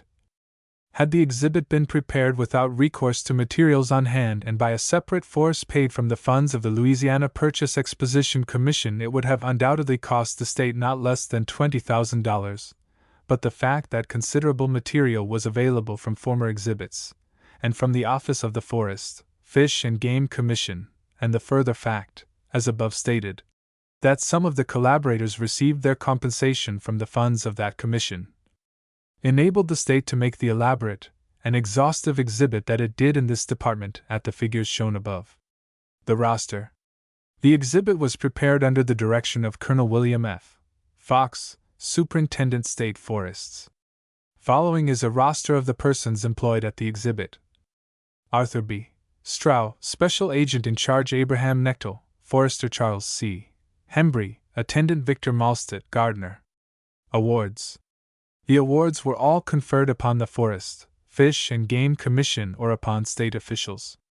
The juries in the departments of forestry, fish and game were made up of eminent specialists, and their work was done in a thorough and painstaking manner.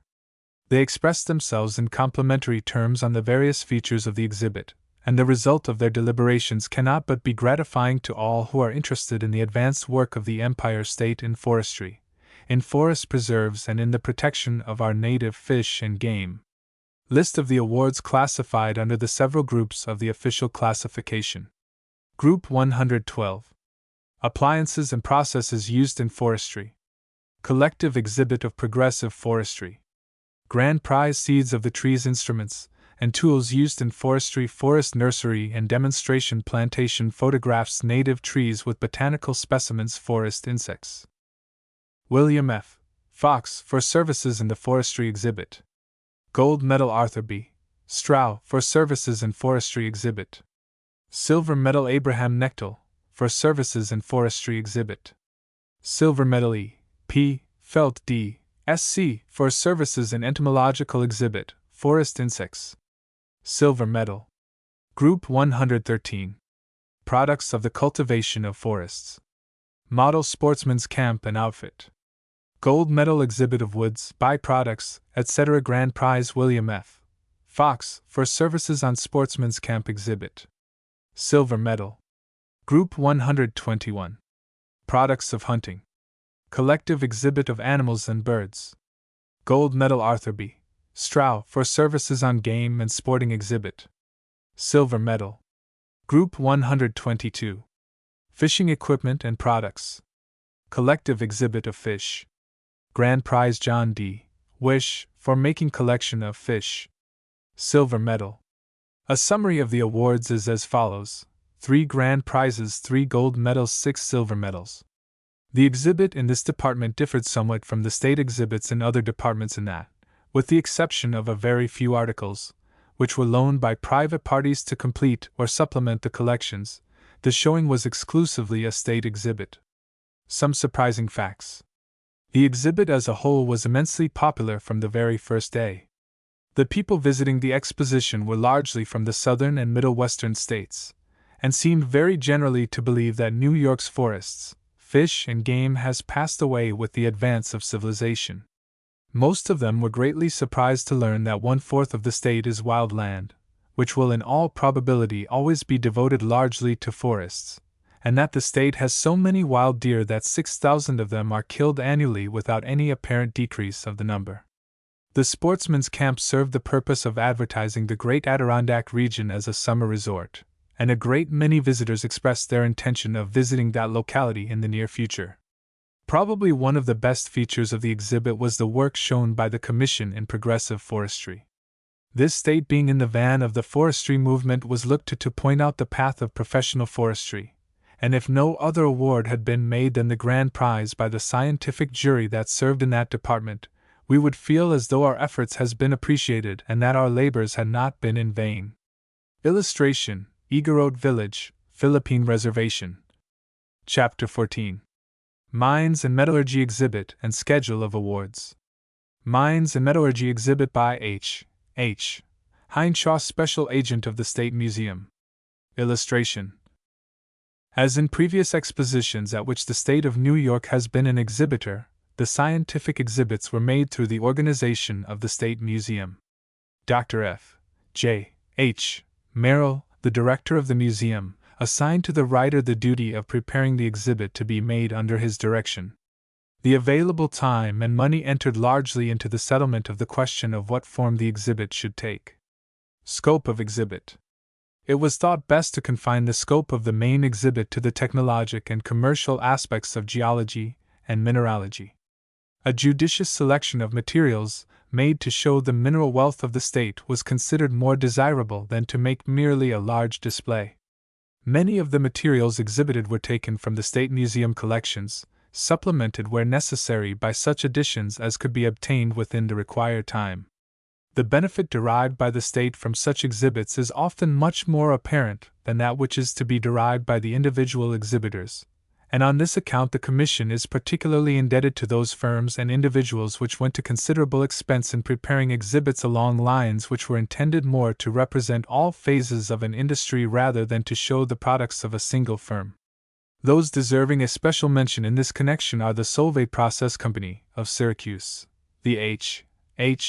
Matthews Consolidated Slate Company, of Boston, the Helderberg Cement Company, of Howes Cave, the Hudson River Bluestone Company, of New York, the Medina Sandstone Company, of New York, and the United States Gypsum Company, of Chicago.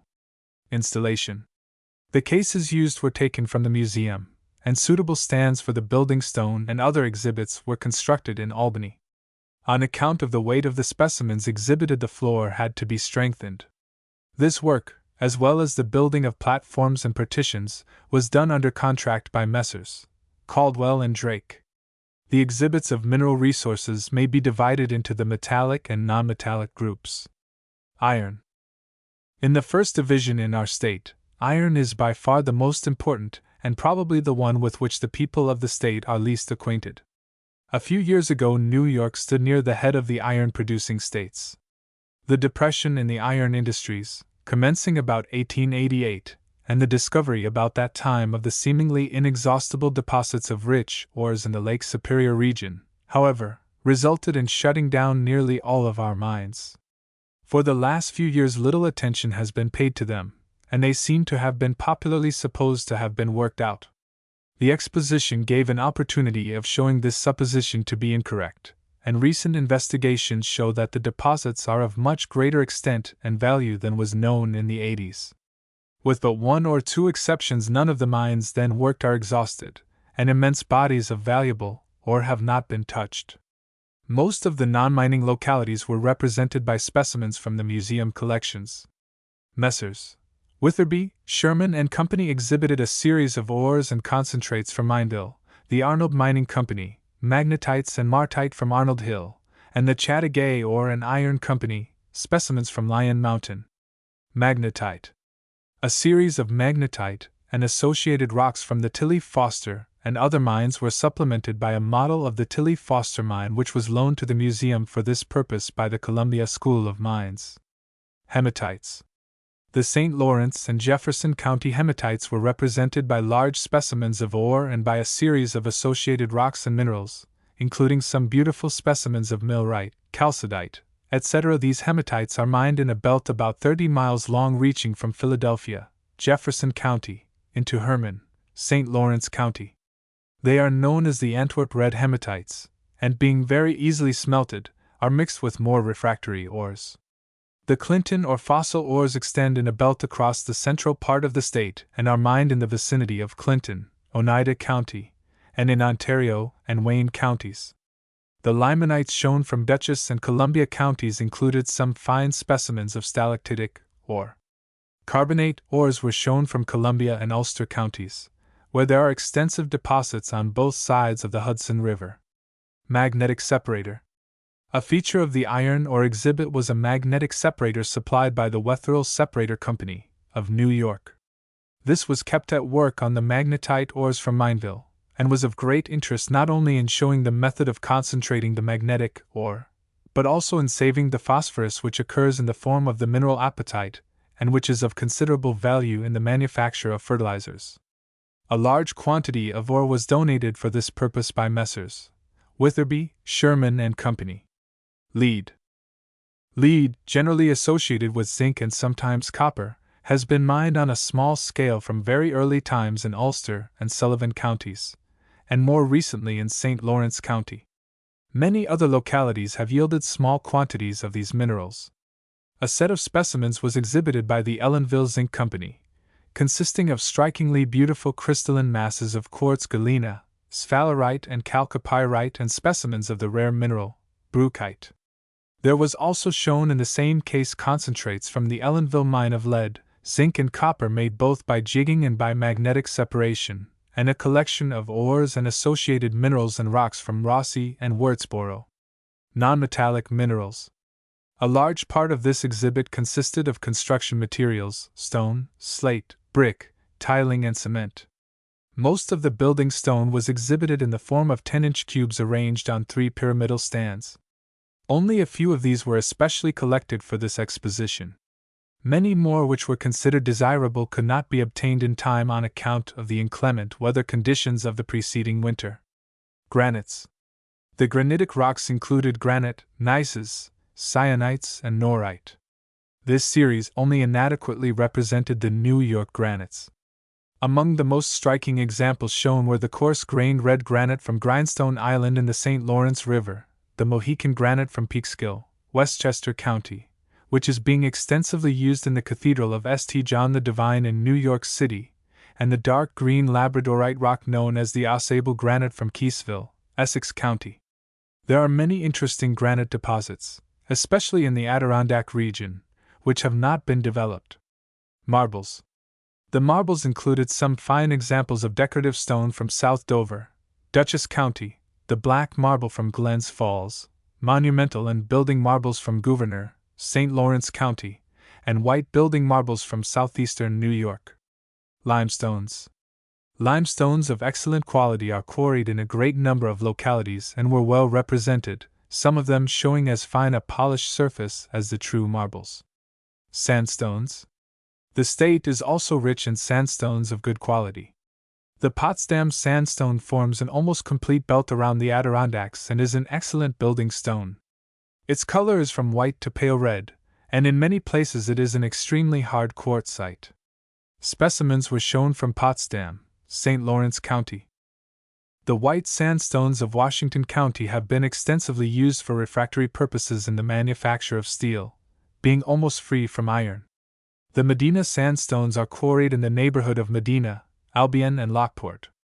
While a pure white stone occurs at Lewiston, the Medina stone is generally of a pinkish red color. It is extensively used as a building stone, particularly in Buffalo and Rochester. It is valuable for paving, curbing, and flagging. The Medina Sandstone Company exhibited a piece of wall work to show the various methods of finish, including a finely carved lintel. A number of cubes were exhibited from various quarries. The sandstones of southern New York occurring in the rocks of Devonian age are generally fine-grained and blue or greenish in color, and are known as bluestones. Most of the quarries are in the counties of Greene, Ulster, Broome, Delaware, and Sullivan. They are described in New York State Museum Bulletin 61 by Harold T. Dickinson. There is a great variety in color and physical properties of stone from these quarries. It is used as building stone and for trimming, and some of it is especially valuable for large platforms. A large proportion of the output is in the form of flagging and curbstone. The Hudson River Bluestone Company exhibited a piece of wall built into the base of the pyramidal stand holding the sandstone cubes. This was designed to show the ease with which it can be worked and included some finely carved lettering. The main entrance to the exhibit was paved with flags and tiles of this material. Slate. With the sandstones were shown some 10-inch cubes of slate cut from the quarries of the H. Matthews Consolidated Slate Company, of Boston, which operates a number of quarries in Washington County. The slate belt covers an area of about 320 square miles, the larger part of which is in Washington County, N.Y., but which extends across the line into Rutland County, VT. This is probably the richest slate region in the world. The beds are of great thickness, belonging to two distinct geologic formations. They are folded on one another in such a manner as to present the workable beds in long parallel ridges. On account of its great strength and easy working qualities, new uses are constantly being found for slate. One of the most striking features of the slate exhibit was a mantel built of rough slabs of dark red slate showing the cross fracture to have a fine satiny texture. This was a copy of a mantel designed by Lord and Hewlett, of New York, and built in a Pulteney, Vermont, residence. The main slate exhibit consisted of a stand supporting a slated roof, one side of which was covered with unfading green slates 1 inch thick, such as were laid on Senator Clark's New York residence. The other side was covered with rough thick slabs of unfading red. The sides of the stand were covered with the regular trade slates in 4 sections, red, green, purple, and variegated. The uses of slate for construction purposes were shown by slabs and panels on the upper part of the stand. Cement. The cement exhibit was made by the Helderberg Cement Company, of Howe's Cave. One side of the exhibit stand was devoted to Portland and the other to natural cements. Barrels and bags of finished cement formed the base of the structure, on which were glass jars containing the rock in its stages of manufacture, with a series of photographs of the works and of buildings of cement. On account of the rapidly extending applications of cement, a large section outside of the building was set aside for exhibits of the uses of cement, and the exhibit was designed mainly to show the manufacture, the materials used, and the method of their treatment. Gypsum. Gypsum was shown by a fine series of specimens contributed by the United States Gypsum Company from their mines in western New York.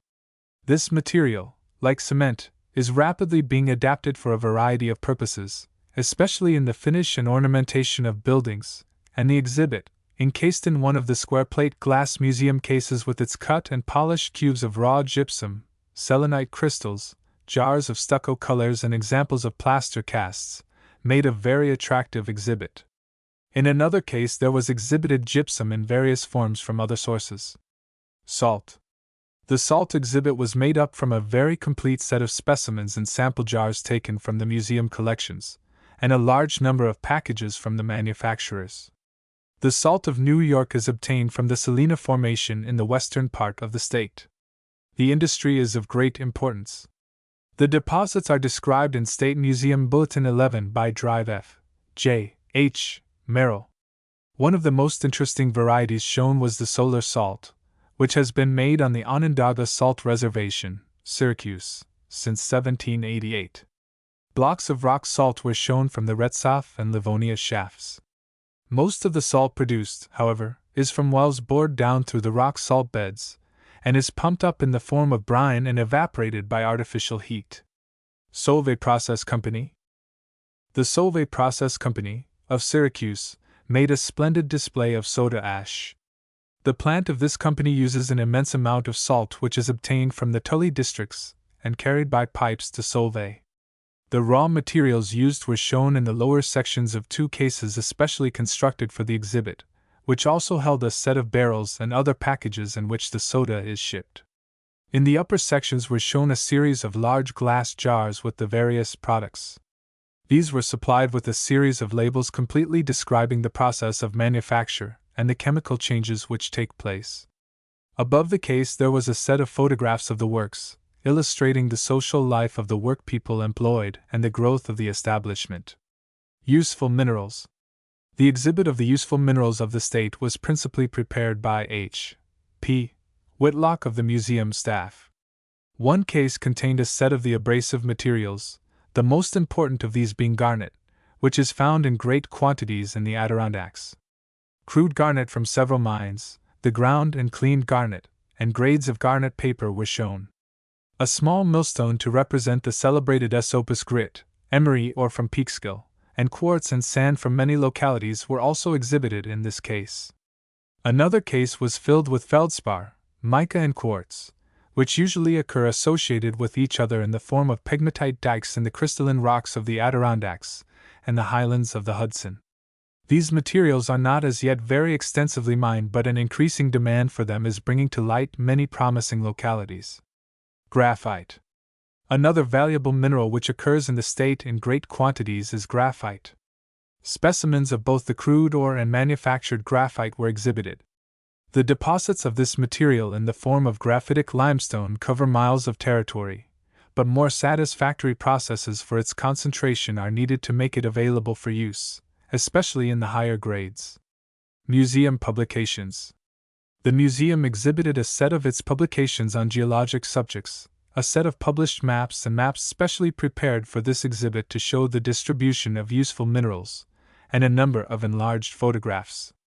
Paleontology.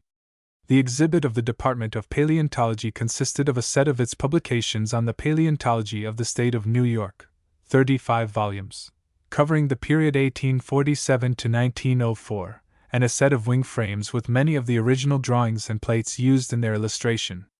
Special features. The most striking feature of the exhibit was an immense slab of Potsdam sandstone from Bidwell's Crossing, Clinton County, which was part of the Primordial or Cambrian beach laid down about the shores of the Adirondack continental nucleus. The slab shows the trails of animals crossing in all directions, especially those known as climactognates, said by Dr. J. M. Clark to have been made by a simple primitive type of mollusk. The slab, weighing over 15 tons, was moved in 6 sections and put together for exhibition. Restorations in plaster of Paris of the fossil Crustaceous Eurypterus and Hugmalaria were also exhibited. Clays. The exhibition of clays and clay products was made by the State School of Ceramics, at Alfred N. Y., under the direction of Professor Charles F. Binns, and included some large vases, the work of students.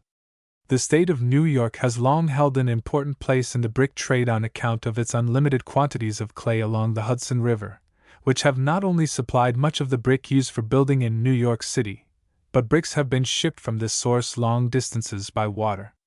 The finer varieties of clay have not been worked to any extent except on Long Island, but other conditions have resulted in the establishment of potteries at Brooklyn, Syracuse, and other points, using almost exclusively clays imported into the state. The beds of feldspar and flint now being exploited in the Adirondacks will materially help to put this class of potteries on a firmer basis. The center of the exhibition space was devoted to a pagoda designed to show the kinds of brick manufactured in the principal localities. The roof afforded an excellent place to exhibit earthenware tiling. The General Electric Company exhibited a case of insulators, many of them of special types, from their Schenectady pottery. Insulators were also exhibited by Pass and Seymour, of Syracuse, and the Empire China Works, of Brooklyn. Petroleum. The petroleum exhibit was made under the general direction of Secretary and Chief Executive Officer Charles A. Ball. An extensive series of crude and refined oils and byproducts occupied a case showing on both sides. On this was installed a model of a tower and drilling machinery such as is used in sinking oil wells. The records printed on the labels furnished data which made an important addition to our previous knowledge of the New York oil fields. In addition to those heretofore mentioned, the following gentlemen assisted as indicated in the preparation of the exhibit, and are entitled to no small credit for the valuable assistance rendered. E. Engelhart was engaged in the acquisition of the salt exhibits. J. S. Bellamy collected the petroleum exhibit under the immediate direction of Secretary Ball. C. F. Binns collected the exhibit of clay products under the immediate direction of the State Commission. W. C. Richard assisted in installing the exhibit. Frederick Braun installed the slab of Potsdam sandstone. The following members of the staff of the State Museum also assisted: H.S. Matamore, C.A. Trask, E.C. Kenny, D.D. Luther, and Joseph Morge. Catalogue of exhibitors in the Department of Mines and Metallurgy, with the award, if any, received by each. Group 116 Minerals and Stones Adirondack Parides Company, Gouverneur Parides. Crude and Concentrates Alfred Clay Company, Alfred Station Brick Tile Algonquin Red Slate Company, Truthville Mineral Paint Alps Oil Company, Alma Crude Oil Appleby and Baldwin, CO Crude Oil Arnold Mining Company Browns Metal Iron Ores Attica Brick and Tile Company, Attica Brick Atwood and McEwen. Andover Crude Oil J.J. Barron, 3 Mile Bay Limestone, Trenton, H.H. Barton Son and Company, North Creek and Minerva Garnet and Garnet. Paper Herman Bear and Company, North River. Silver Metal Garnet and Garnet Paper Milo M. Belding, Gouverneur Marble Bellamy and Elliott, CO Crude Oil Frank Bennett, Staten Island Diabase J. B. Barrage, Hudson Limestone, Helderberg, H. Boyce and Company, Rondout Bluestone A. F. Boughton, Roxbury Red Sandstone, Catskill, Burhans and Brainerd, Saugerties Bluestone Eugene Campbell, New Baltimore Limestone, Helderberg, Canton Marble Quarry, Canton Marble B. and J. Carpenter, Lockport Limestone, Niagara, Celadone Roofing Company, Alfred Tile Roofs Church and Bradley, Alma Crude Oil Church and Company, Wellsville Crude Oil Clark, Tracy and Company, West Union Crude Oil Connor Paint MFG. Co-Mineral Paint Consolidated Wheatland Plaster Company, Wheatland Gypsum Land Plaster Corning Brick, Tile and Terracotta Company, Corning Brick Delaware Milling, Mining and MFG. Company, Roxbury Mineral Paint Albert Dibble, Belvedere Bluestone Joseph Dixon Crucible Company, Ticonderoga Graphite Duford and Son, Chalmont Limestone, Trenton, Ellenville Zinc Company, Ellenville Lead and Zinc, Zinc Blend, Chalcopyrite, Galena, Lead, Zinc and Copper Concentrates Empire China Works, Brooklyn Insulators Empire Gas and Fuel Company, Limited. Willink Crude Oil Empire Marble Company, Gouverneur Marble Empire Salt Company Silver Metal Salt Extra Dark Marble Company, Gouverneur Marble Fowey and Kastner, Rochester. Limestone D. R. and H. Fogelsinger, Buffalo Limestone, Onondaga, Frankett Brothers CO Crude Oil R. Forsyth, Grindstone Island Granite General Electric Company, Schenectady. Gold Metal Insulators Genesee Salt Company, Pifford Salt Glens Falls Company, Glens Falls Limestone, Trenton, Adelbert Gordon, Bachelorville Mica Feldspar Gouverneur Garnet Company, Gouverneur Garnet J. B. Gray, Geneseo Oil Sand and Crude Oil Ezra Grinnell, Port Gibson Plaster of Paris Land Plaster Grumpley Oil Company, Rexville Crude Oil Helderberg Cement Company, House Cave. Gold Metal Cement D. C. Hewitt, Amsterdam Limestone, Calciferous, High Falls Parides Company, Canton Parides Horan Brothers, Medina Sandstone Horseheads Brick Company, Horseheads Brick L. W. Hotchkiss, Lewiston Sandstone, Medina, Hudson River Bluestone Company, Ulster County. Silver Metal Bluestone International Graphite Company, Ticonderoga Graphite International Pulp Company, Gouverneur Talc International Salt Company, Ithaca Salt Interstate Conduit and Brick Company, Ithaca Brick Jamestown Shale Paving Brick Company, Jamestown Brick Jewettville Press Brick and Paving Company, Jewettville Brick R. Jones, Prospect Graphite J. F. Kilger, Lordville Bluestone F. H. Kinkle, Bedford Feldspar Quartz A. Gracie King, Garrison's Granite Francis Larkins, Ossining Granite B. B. Mason Keesville. Norite Masterton and Hall, Tuckahoe Marble H. H. Matthews Consolidated Slate Company, Washington County. Gold Medal Slate G. J. McClure, Ithaca Bluestone J. H. McCutcheon, Lancaster Brick James McEwen, Wellsville Crude Oil J. C. and A. McMurray, Olean Brick Medina Quarry Company, New York City. Silver Metal Sandstone M. Mervine, Whitesville Crude Oil Morris and Strobel, Leroy Limestone Mount Eve Granite Company, Mount Eve Granite Mutual Gas Company, Andover Crude Oil National Salt Company, Ithaca and Warsaw. Silver Metal Salt National Wall Plaster Company, Fayetteville Crude Gypsum Plaster of Paris Land Plaster James Nevins and Son, Walton Bluestone New York State School of Clay Working and Ceramics, Alfred Silver Metal Clay Products New York Hydraulic Press Brick Company, Canandaigua Brick New York State Museum, Department of Paleontology. Grand Prize General Exhibit in Paleontology, including publications, Slab of Potsdam Sandstone, Restorations of Fossils New York State Museum. Bronze Medal Plaster Model of Tilly Foster Iron Mine New York State Museum. Gold Medal Publications on Geology, Mineralogy, Topography, Quarrying, Mining, Metallurgy, Development of Water Resources, etc. New York State Museum. Gold Medal Collection of Minerals and Building Stones New York State Museum. Silver Medal 10 Geologic Maps of the State of New York and Special Parts thereof. Relief Map of New York, Hypsometric Map of New York, Road Map of New York. 64 Photographic enlargements illustrating New York State mineral resources and other geological features. Size 11 by 14 inches. New York State Museum. Silver Medal Collective Exhibit Northern New York Marble Company, Gouverneur Marble North River Garnet Company, Ticonderoga Garnet Oakfield Plaster Manufacturing Company, Oakfield Gypsum Onondaga Coarse Salt Association, Syracuse. Silver Medal Solar Salt Ontario Talc Company, Gouverneur Talc D.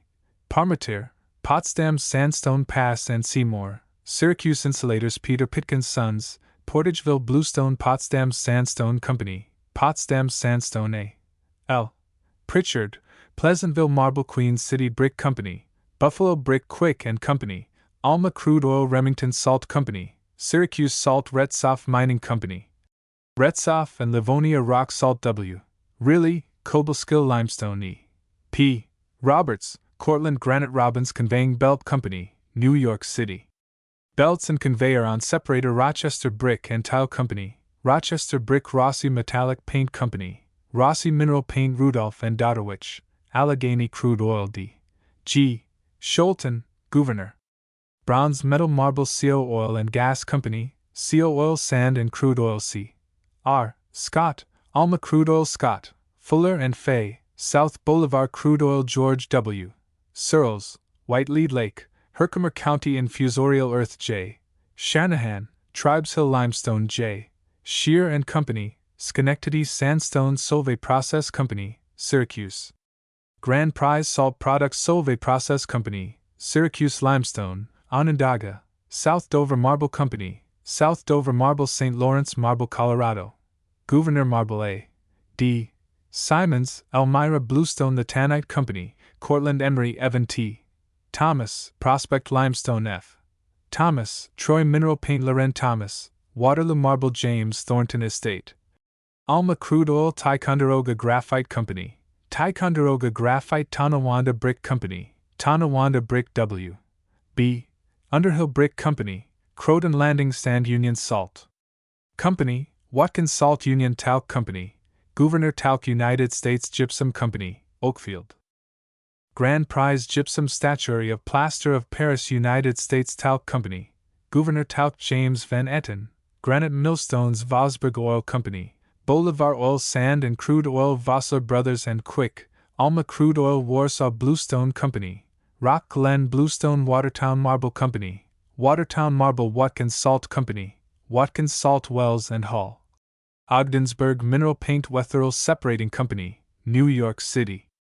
Gold Medal Wetherill Magnetic Separator, Type E, No. 3, working on New York Magnetic Iron Ores L. H. White Saratoga Springs Granite White Crystal Marble Company, Gouverneur Marble Ashler Williamson and Company, Northport Sand Witherby, Sherman and Company, Mineville. Silver Medal Iron or Worcester Salt Company, Silver Springs. Silver Medal Salt. Illustration, Varied Industries Building in Plaza St. Louis. Chapter 15. Social Economy Exhibit and Schedule of Awards. Social Economy Exhibit by Delancey M. Ellis, Director of Education and Social Economy. The Department of Social Economy being closely allied with the Department of Education, and its exhibit being installed in the Palace of Education, it was placed under the general charge of the Director of Education, whose title was changed to the Director of Education and Social Economy. Appropriations. The following appropriations were made for exhibits in this department. State Commission in Lunacy, $1,800 State Board of Charities, $1,200 State Department of Prisons, $2,000 State Department of Labor, $1,000 Craig Colony for Epileptics, Sonia, $500 General Expenses, $1,000, total, $7,500. From the last named appropriation was paid the expenses for the exhibits of the State Department of Health and the State Department of Excise, and such other institutions or associations as were properly included in this class. Preparation of exhibits. All of the exhibits of state departments were prepared by the departments contributing them, and in the case of the State Commission in Lunacy and the State Board of Charities, the exhibits were installed by a special representative. This also is true of the exhibit of the State Department of Prisons, which required the constant attendance of an expert to demonstrate its workings. During the latter part of the Exposition period, William T. Arms, an attaché of the State Building, was detailed to the Department of Social Economy, and dividing his time among the several state exhibits, added materially to the pleasure and knowledge of visitors concerning New York's institutions. Plan of arrangement. The Exposition authorities determined that the exhibits in the Department of Social Economy should be collective, that is, that all the work in the Department of Charities and Corrections from whatever source should be installed together, the same to be true of general betterment movements, hygiene, municipal improvement, etc. This plan precluded the installation of the state's exhibit in this department in one place with a dignified installation, as in the other exhibit departments, and made necessary the placing of the exhibit in several different parts of the building according to the subdivision of the classification under which it fell. Perhaps from the standard of general utility the arrangement was all that could be desired, but from the standpoint of the state it is of doubtful value, as such a disposition of the state's exhibit made no single part of it of any considerable size, nor as impressive as had the state's work in this department been shown together. No state in the Union approaches the Empire State in its progressive policy in the care of the insane, the destitute, and delinquents, in the solving of labor and excise problems, and had the exhibit in this department been installed together, a most effective and striking lesson would have been taught. State Commission in Lunacy. The exhibit of the New York State Commission in Lunacy was the most suggestive and comprehensive of any shown in the Department for the Insane, and was designed primarily to show the difference between the ancient and modern methods of treating these unfortunates. 2 rooms were shown, the first of which represented the primitive methods adopted for treating insanity. The room was barren, dark, and not over clean. At the front was shown one of the old peep doors taken from the Utica Asylum. It was of massive construction and contained a small aperture covered by a heavy wooden blind, through which the attendant could observe the doings of the patient, or, more properly speaking, the prisoner. Within stood one of the so-called Utica cribs built of heavy wood, over which was a cover of wooden bars. In this crib the patient was obliged to remain in a recumbent position, the cover closed and locked. Nearby stood a restraining chair, a whirling chair, a straitjacket and shackles, all representing ancient methods of quieting the victims of the dread disease. Adjoining was an airy room, clean and inviting, made cheerful by growing plants and attractive furniture, with every modern appliance for the care of an invalid, resembling closely a room of the better class in a general hospital. There was an entire absence of any kind of restraint. A neat iron bedstead, rocking chairs, invalid table, washstand, bookcase with books, and in fact every comfort and convenience was at hand. In this room were also shown the uniforms worn by the nurses and attendants in the state hospitals for the insane, and a series of reference books upon the subject of insanity. The exhibit was supplemented by a series of handsome photographs completely illustrating the various state hospitals for the insane, the daily life of the inmates, and the expert attention which they receive. Glass cases contained a large amount of industrial work done by the inmates. This chiefly consisted of sewing and embroidery. A feature of the exhibit was an oak cabinet containing a series of specimens showing cross-sections of the brain prepared at the Pathological Institute in New York City. It was of decided scientific value and interest. Nearby was a miniature tent hospital, a complete model of the hospital for the care of insane patients afflicted with tuberculosis, which is now in operation at the Manhattan State Hospital, Ward's Island, N.Y. A striking feature was a copy of the famous oil painting, Dr. Pinel freeing the insane at La Salpêtrière after the close of the French Revolution. It most graphically told the story of the complete revolution in treating this dread disease. State Board of Charities. The exhibit of the State Board of Charities was installed under 4 different subdivisions of Group 139, Charities and Corrections, of the official classification. 1. Class 784. Destitute, neglected and delinquent children. 2. Class 785. Institutional care of destitute adults. 3. Class 787. Hospitals, dispensaries and nursing. 4. Class 789. Treatment of criminals. The exhibit of the board in the Department for the Care of Juvenile Delinquents was comprehensive in its makeup. Photographs of the various state institutions devoted to this purpose were shown, clearly demonstrating the superiority of these institutions as to buildings, equipment, and maintenance. These photographs were supplemented by an exhibit of industrial work of the inmates. The State Industrial School at Rochester and the House of Refuge for Juvenile Delinquents at Randall's Island both contributed some exceptional work in wood carving and wrought iron. In addition to this were shown the uniforms worn in the different institutions and also specimens of the scholastic work which the children are doing. The State Board of Charities also assumed the responsibility for, and partially prepared, the exhibit of various charity organization societies within the state, by far the most elaborate of which was the exhibit of the Charity Organization Society of New York City. By means of photographs, administrative blanks and reports the great work which this organization is doing was clearly revealed. The work of the board in the care of destitute adults was demonstrated by means of a complete set of photographs of the county almshouses of the state of New York. From 2 to 4 pictures of each institution were shown, giving a very clear idea of their scope and equipment. These photographs were supplemented by a statistical blank containing valuable data as to the value of the plant, number of employees, of inmates, and such other information as would be useful to the public. The exhibit of the work of the board as related to general hospitals of the state consisted largely of a series of photographs, supplemented by valuable statistical matter. The board also prepared an exhibit from the various state prisons, the industrial work of which is under the jurisdiction of the State Prison Commission. This exhibit contained photographs of the members of the State Prison Commission, photographs showing the interiors of the different prisons, reports, etc., and revealed the fact that the Empire State is in the front rank in inaugurating reform movements looking toward the health, safety, and moral uplift of the inmates. State Department of Prisons. The exhibit of the State Department of Prisons probably received as much attention from the public as any single state exhibit prepared. It consisted of a demonstration of the workings of the Bertillon and fingerprint systems for the identification of criminals. An ornate installation of solid oak, handsomely carved, was built by the inmates of the state prison at Ossining, and was carried to St. Louis and erected upon the space assigned to this department. Throughout the season, Captain J.H. Park, an expert on the fingerprint system, and E. Davis, Jr., an expert on the Bertillon system, were present to demonstrate the workings of these systems to Exposition visitors. But few are familiar with the operations of the Bertillon system, and the fingerprint system is as yet practically unknown.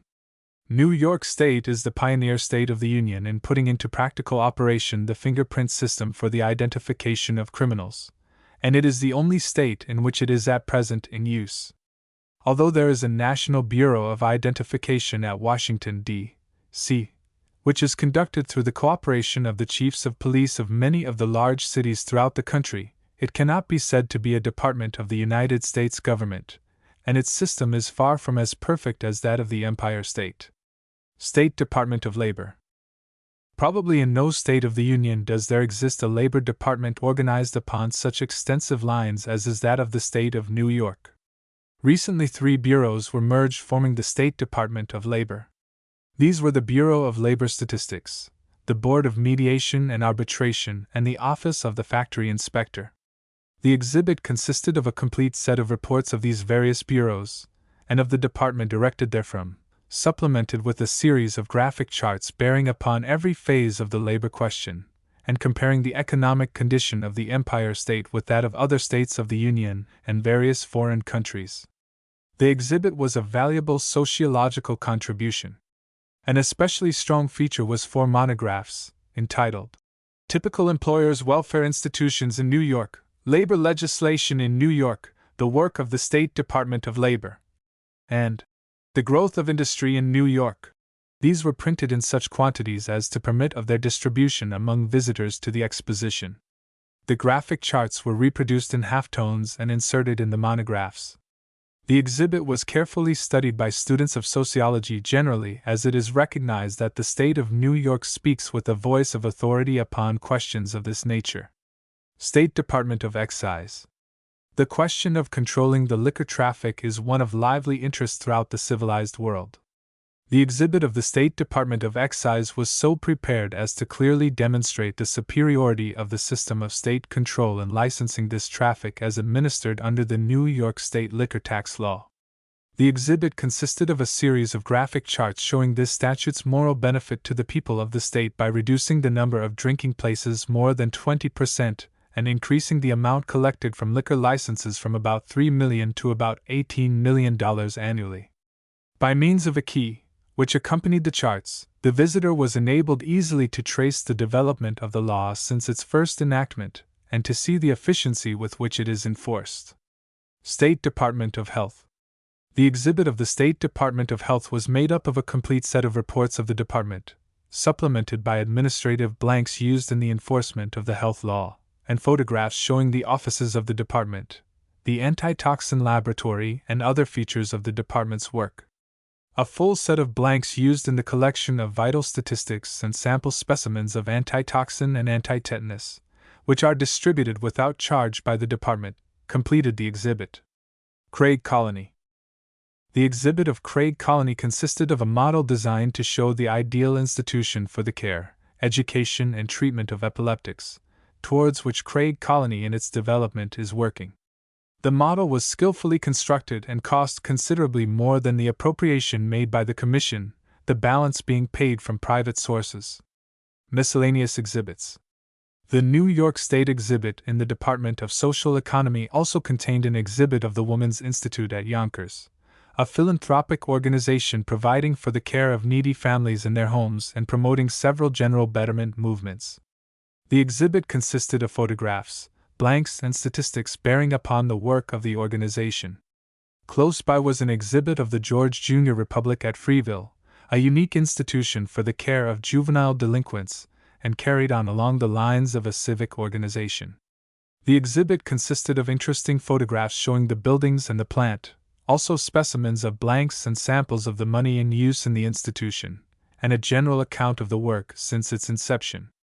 One of the most interesting exhibits was that of the Bank of New York, New York City, which is one of the oldest banks in the United States, having been organized in 1784 and having since enjoyed a most prosperous career. In addition to photographs, original bylaws and figures concerning the present condition of the bank, was exhibited the first ledger of the institution, which contained the accounts of Aaron Burr, Robert R. Livingston, and other noted contemporaries. In addition were shown requisitions of Alexander Hamilton, then Secretary of the Treasury, for loans to the government, and other interesting historical documents. The State Library prepared and exhibited an interesting compilation of sociological legislation and literature which was designed to show the advanced work done by the library in that direction. Exhibits were also in place from the Church Association for the Advancement of the Interests of Labor, the Eastman Kodak Company, of Rochester, N.Y., the Blacksmith and Wheelwright, the Sugar Trade Review, and a volume published by the Mercantile Publishing Company containing a directory of manufacturers and valuable trade statistics. Catalogue of exhibitors in the Department of Social Economy, arranged by groups, with the awards, if any, received by each. Group 129. Study and Investigation of Social and Economic Conditions. Blacksmith and Wheelwright, New York City. Silver Medal Publication, Church Association for the Advancement of the Interests of Labor, New York City. Silver Medal Photographs, Statistics Division of Sociology, New York State Library, Albany. Silver Medal, A Comparative Index of Sociological Legislation and Literature, Manufacturers Publishing Company, New York City. Silver Medal Directory of Manufacturers Willett and Gray, New York City. Silver Medal Sugar Review. The following awards were made to exhibits not a part of the collective state exhibit. American Book Company, New York City. Grand Prize Textbooks on Economics R. G. Dunn & Company, Commercial Agency, New York City. Silver Medal Statistics Photographs Richmond C. Hill, Secretary Board of Trade, Buffalo. Silver Medal. Group 130. Economic Resources and Organization. Charles Hemstreet, New York City. Silver Medal. Group 131. State Regulation of Industry and Labor. State Department of Labor, Albany. Grand Prize Graphic Charts Reports Monographs. The following award was made to an exhibit not a part of the collective state exhibit. American Institute of Social Service, New York City. Gold Medal Charts Photograph Statistics. Group 132. Organization of Industrial Workers. State Department of Labor, Albany. Grand Prize Graphic Charts Reports Monographs. Group 135. Provident Institutions and Banks. National Consumers League, New York City. Grand Prize Charts Printed Matter Garments. Bank of New York, New York City. Grand Prize Historical Ledger and Documents Statistics Bylaws Pictures. Group 136. Housing of the Working Classes. The following awards were made to exhibits not a part of the collective state exhibit. J. B. and J. M. Cornell Company. Gold Medal Model Household Nursery. Gold Medal New York City, Tenement House Department, Lawrence Vailor, Collaborator. Grand Prize Niagara Development Company, New York City. Silver Medal. Group 137. The Liquor Question. State Department of Excise, Albany. Grand Prize Graphic Chart Statistics. Group 138. General Betterment Movements. National Consumers League, New York City. Gold Medal Charts Printed Matter Garments, New York Training School for Deaconesses. Bronze Medal Photographs Prospectus People's Institute, New York City. Silver Medal Photographs Prospectus Reports Women's Institute, Yonkers. Silver Medal Photographs Charts Statistics Administrative Blanks Reports Young Women's Christian Association, New York City. Silver Medal Reports Statistics Administrative Blanks Artwork. The following awards were made to exhibits not a part of the collective state exhibit. American Institute of Social Service, New York City. Grand Prize General Electric Company, Schenectady. Gold Medal Institutional Charities, Collective Exhibit. Gold Medal prepared and installed by American Institute of Social Service St. Bartholomew's Church, New York City St. George's Church, New York City Washington Square M.E. Church, New York City Church of the Ascension, New York City Marcy Avenue Church, Brooklyn Westminster Presbyterian Church, Buffalo Mohawk and Hudson River Humane Society, Albany.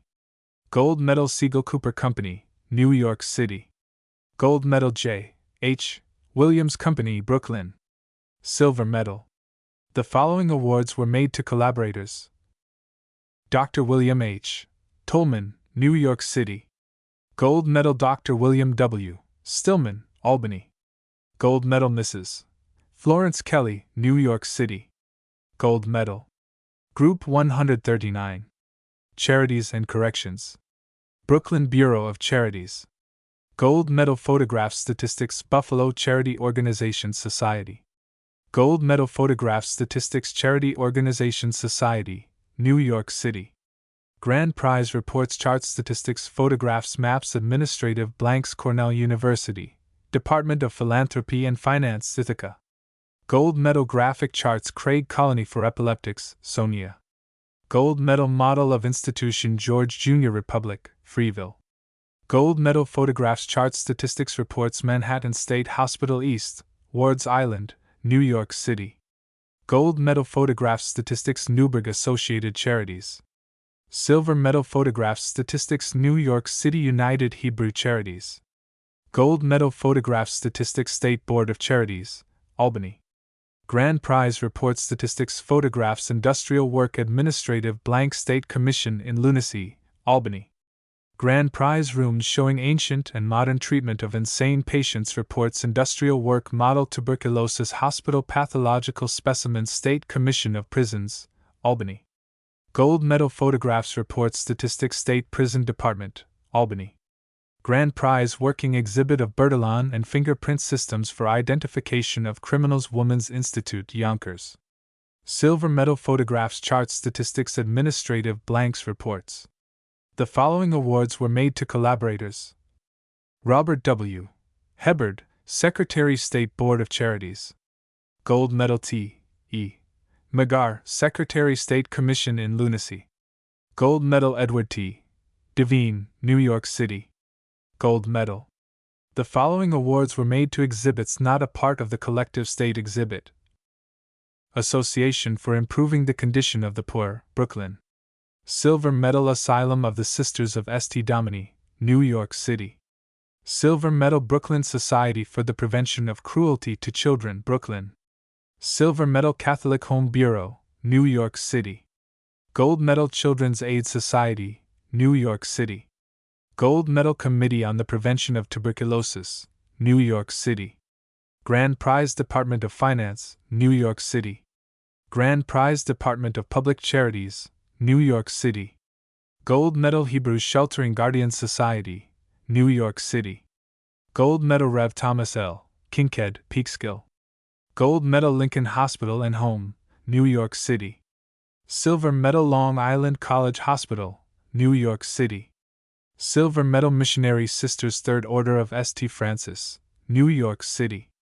Gold medal Mission of the Immaculate Virgin for the Protection of Homeless and Destitute Children, New York City. Silver medal Mount Sinai Hospital for Children, New York City. Silver medal New York Catholic Protectory, New York City. Gold medal New York Charity Organization Society, New York City. Grand Prize New York Foundling Hospital, New York City. Silver medal New York Juvenile Asylum, New York City. Gold medal New York Society for the Prevention of Cruelty to Children, New York City. Gold medal Orphans Home, Brooklyn. Silver medal St. Vincent's Hospital, New York City. Silver medal Seton Hospital, New York City. Silver medal Sisters of Mercy, Gabriel's. Gold medal. The following awards were made to collaborators: Miss Lillian Brandt, New York City. Gold medal Homer Folks, New York City. Gold medal Dr. D. C. Potter, New York City. Gold medal. Group 140. Public Health. Rochester, City Department of Health. Gold medal Chart Statistics Photographs State Department of Health, Albany. Grand Prize Reports Administrative Blanks Photographs Statistics. The following award was made to a collaborator: Dr. George Goller, Health Officer, Rochester. Gold medal. The following awards were made to exhibits not a part of the collective state exhibit: Adirondack Cottage Sanatorium, Saranac Lake. Grand Prize Dr. Simon Baruch, New York City. Silver medal Department of Health of the City of New York. Grand Prize Allen Hazen, New York City. Gold medal Dr. S. Adolphus Knopf, New York City. Gold medal K&Y Shearer Company, New York City. Grand Prize K&Y Shearer Company, Department of Natural Science, New York City. Gold medal Sanatorium Gabriel, Saranac Lake. Gold medal. The following awards were made to collaborators: Dr. E. L. Trudeau, Saranac Lake. Grand Prize Herman Biggs, M.D., New York City. Gold medal. Group 141. Municipal Improvement. The following awards were made to exhibits not a part of the collective state exhibit: American Institute of Social Service. Silver medal Photographs Illustrating Municipal Conditions City of New York, Art Commission. Gold medal City of New York, Aqueduct Commission and Department of Water Supply. Gold medal City of New York, Children's School Farm. Silver medal City of New York, Department of Street Cleaning. Grand Prize. The following awards were made to collaborators: Mrs. Ruth Ashley Hurstfield. Gold medal Model Playground and Nursery George W. wearing in recognition of services in the establishment of the system used in the Department of Street Cleaning, New York City. Gold Medal. The following is a recapitulation of the awards made to the State of New York in the Department of Social Economy. Grand Prize. Group 129. 1 Group 131. 1 Group 132. 1 Group 135. 2 Group 136. 1 Group 137. 1 Group 138. 1 Group 139. 7 Group 139 collaborators. 1 Group 140. 4 Group 140 collaborators. 1 Group 141. 1 total. 22 Gold Medal. Group 131. 1 Group 136. 2 Group 138. 10 Group 138 collaborators. 3 Group 139. 18 Group 139 collaborators. 5 Group 140. 5 Group 140 collaborators. 2 Group 141.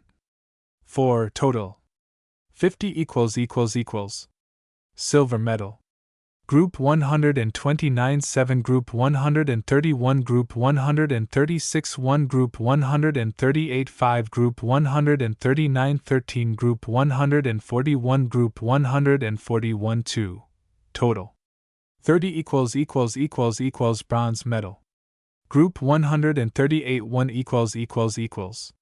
Grand Prizes. 22 Gold Medals. 50 Silver Medals. 30 Bronze Medal. 1 Grand total. 103 Illustration: Palace of Education and Social Economy from Festival Hall. Chapter 16. Financial Statement. Expenditures General Administration.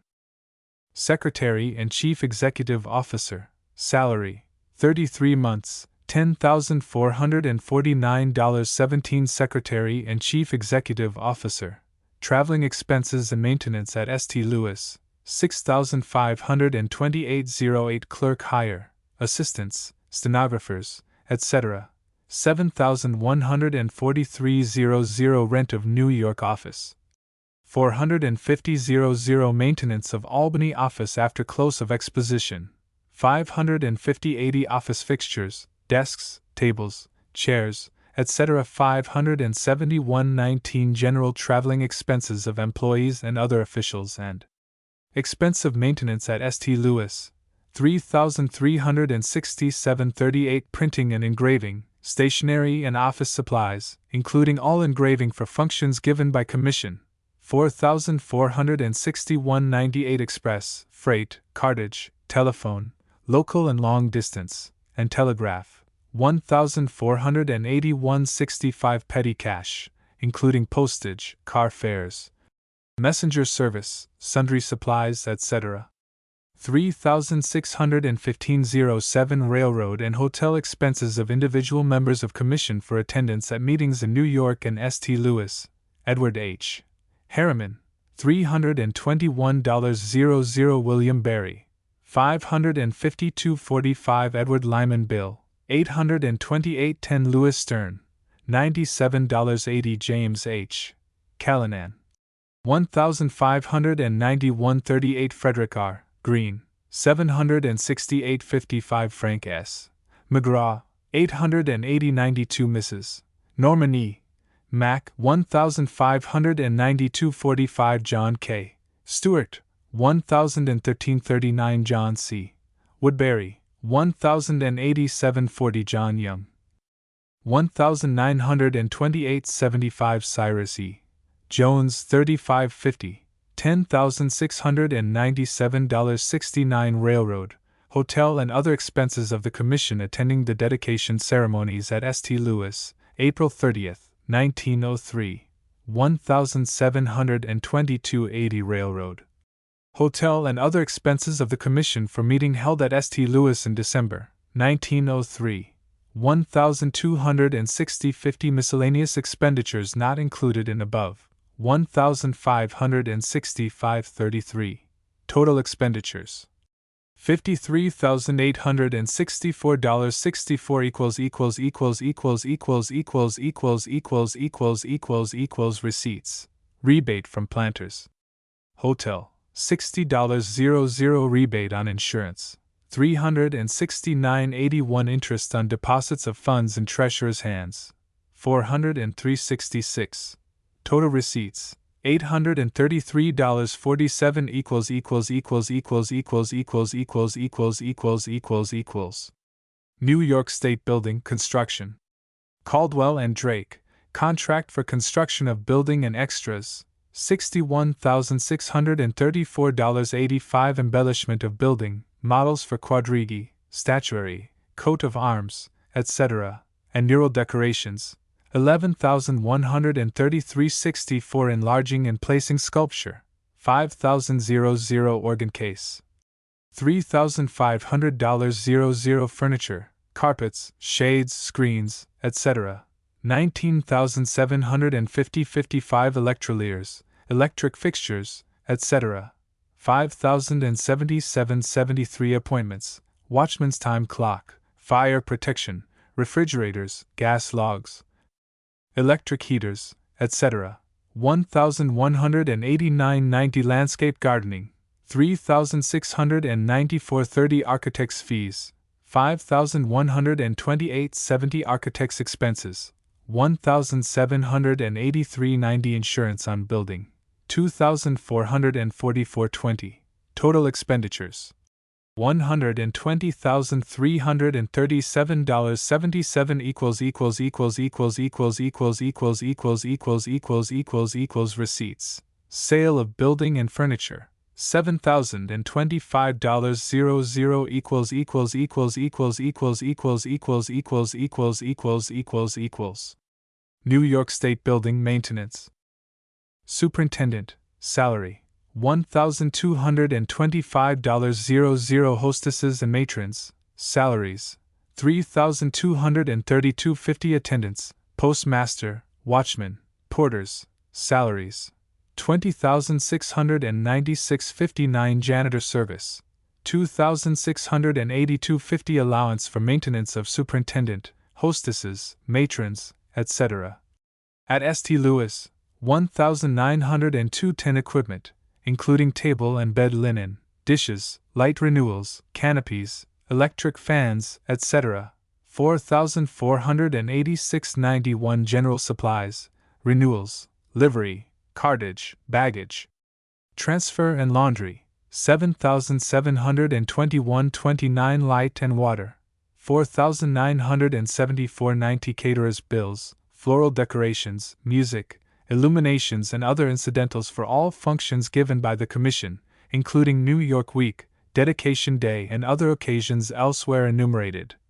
Also for restaurant charges of all members of the Commission while at the Exposition, $17,444.79 expenses of the Governor, his staff and legislative party, including transportation and hotel bills in connection with New York Week observance, $3,982.62 special illumination of building in honor of visit of President Roosevelt, $250,000 total expenditures, $68,599.20, receipts rebate on gas, livery and safe, $70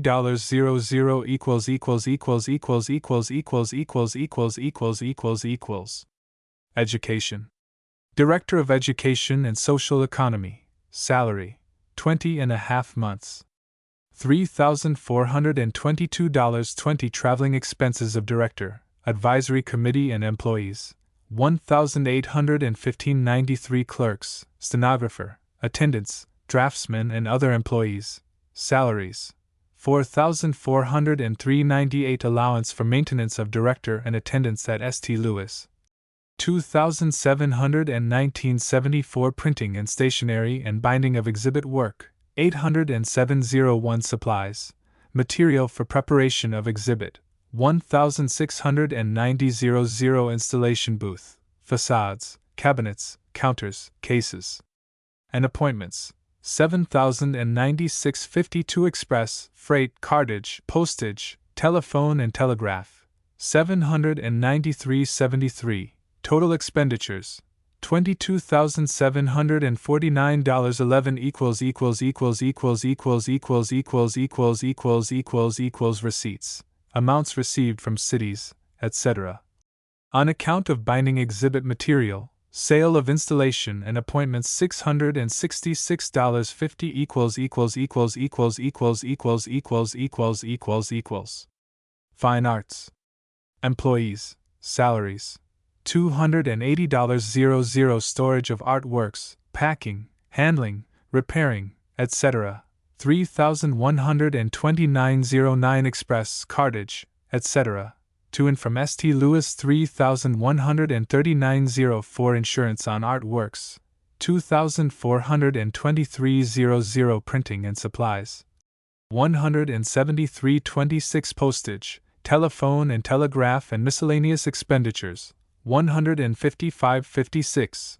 Total expenditures, $9,299.95 Receipts, rebate on insurance, $42.13 Agriculture and livestock. Superintendent, salary, 19 months, $3,166.55 Superintendent, traveling expenses, $1,115.87 Allowance for maintenance of superintendent and assistants at St. Louis, $1,380.00 Assistants, attendants, laborers, etc. Salaries, $5,579.54 Miscellaneous traveling expenses for collecting exhibit material, $1,120.93 Cost of grain, vegetables and dairy products for exhibit, $2,425.92 Installation, booth, counters, cabinets, showcases, etc. $4,110.44 Refrigerator showcases for butter and cheese, $1,500.00 Printing and stationery, $42.45 Express freight cartage, including on livestock for exhibit, cold storage, telephone, telegraph and postage, $2,230.62 Miscellaneous supplies, $612.13 Total expenditures, $23,285.45 Receipts, sale of exhibit material, $592.10 Horticulture. Superintendent, salary 18.5 months, $3,111.06 Superintendent, traveling expenses, $1,021.81 Assistants, attendants, stenographer, labor, etc. $4,631.31 Allowance for maintenance of superintendent and assistants at St. Louis, $1,840.00 Miscellaneous traveling expenses, collecting fruit, $858.90 Cost of fruit for exhibit, cold storage, etc. $2,579.81 Installation, booth, facade, tables, cases, etc. $3,711.26 Office, rent, supplies, etc. $736.72 Printing and stationery, $181.19 Freight, cartage, express, telephone, telegraph and postage, $1,580.62 Total expenditures, $20,252.68 Receipts, rent of plates and sale of installation, $253.50 Forest, fish and game. General traveling expenses, collecting exhibit material, $1,890.22 Cost of exhibit material, $5,782.49 Allowance for maintenance of special agent and assistants at St. Louis during exposition period, and for packing and returning exhibit, $3,183.73 Installation, flooring, cabinets, showcases, frames, etc. $3,283.42 Printing and stationery, $262.81 Freight, cartage, express and storage, $361.07 Miscellaneous supplies, $97.40 Total expenditures, $14,861.14 Receipts, sale of floors, $15.00 Mines and metallurgy. clerk hire and labor, $901.08 traveling expenses, collecting exhibit and maintenance of attendants and assistants at St. Louis, $2,631.59 excavating fossil trails, $180.91 installation, flooring, cases, cabinets, counters, etc., $2,155.22 freight, cartage, express, etc., $1,187.94 postage, telephone and telegraph, $91.22 printing and stationery, $122.78 supplies, $207.44 other miscellaneous expenditures, $254.18 total expenditures, $7,732.36. Social economy. Charities, services of assistance preparing statistics, etc., $148.25 supplies, photographs, etc., $549.56 freight, express and cartage, $52.25 printing and stationery, $16.58 total, $766.64 model of Craig Colony, $500.08 excise. Preparation and installation of charts, $276.32 labor. Preparation of graphic charts, $505.15 printing, engraving, binding, etc., $201.45 traveling expenses, $44.50 total, $751.10. Lunacy, services of assistance, $86.00 photographs, supplies, etc., $1,291.58 traveling expenses, $23.71 freight and cartage, $40.28 total, $1,441.57. Prisons, traveling expenses and maintenance of attendants at St. Louis, $2,000.00. Summary.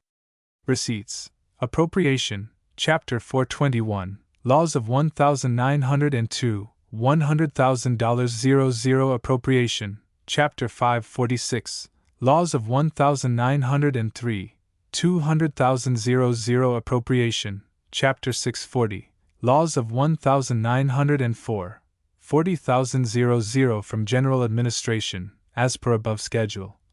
$833.47 from State Building, Construction, $7,025.00 from State Building, Maintenance, $70.00 from Education, $666.50 from Fine Arts, $42.13 from Agriculture and Livestock, $592.10 from Horticulture, $253.50 from Forest, Fish and Game, $15.00. Total, $349,497.70. Expenditures, General Administration, $53,864.64 State Building, Construction, $120,337.77 State Building, Maintenance, $68,599.20 Education, $22,749.11 Fine Arts, $9,299.95 Agriculture and Livestock, $23,285.45 Horticulture, $20,252.68 Forest, Fish and Game, $14,861.14 Mines and Metallurgy, $7,732.36 Social Economy Charities, $766.64 Craig Colony, $500.08. Excise, $276.32 Labor, $751.10 Lunacy, $1,441.57 Prisons, $2,000 $5,735.71 Balance returned to State Treasury, $2,779.69 Total, $349,497.70.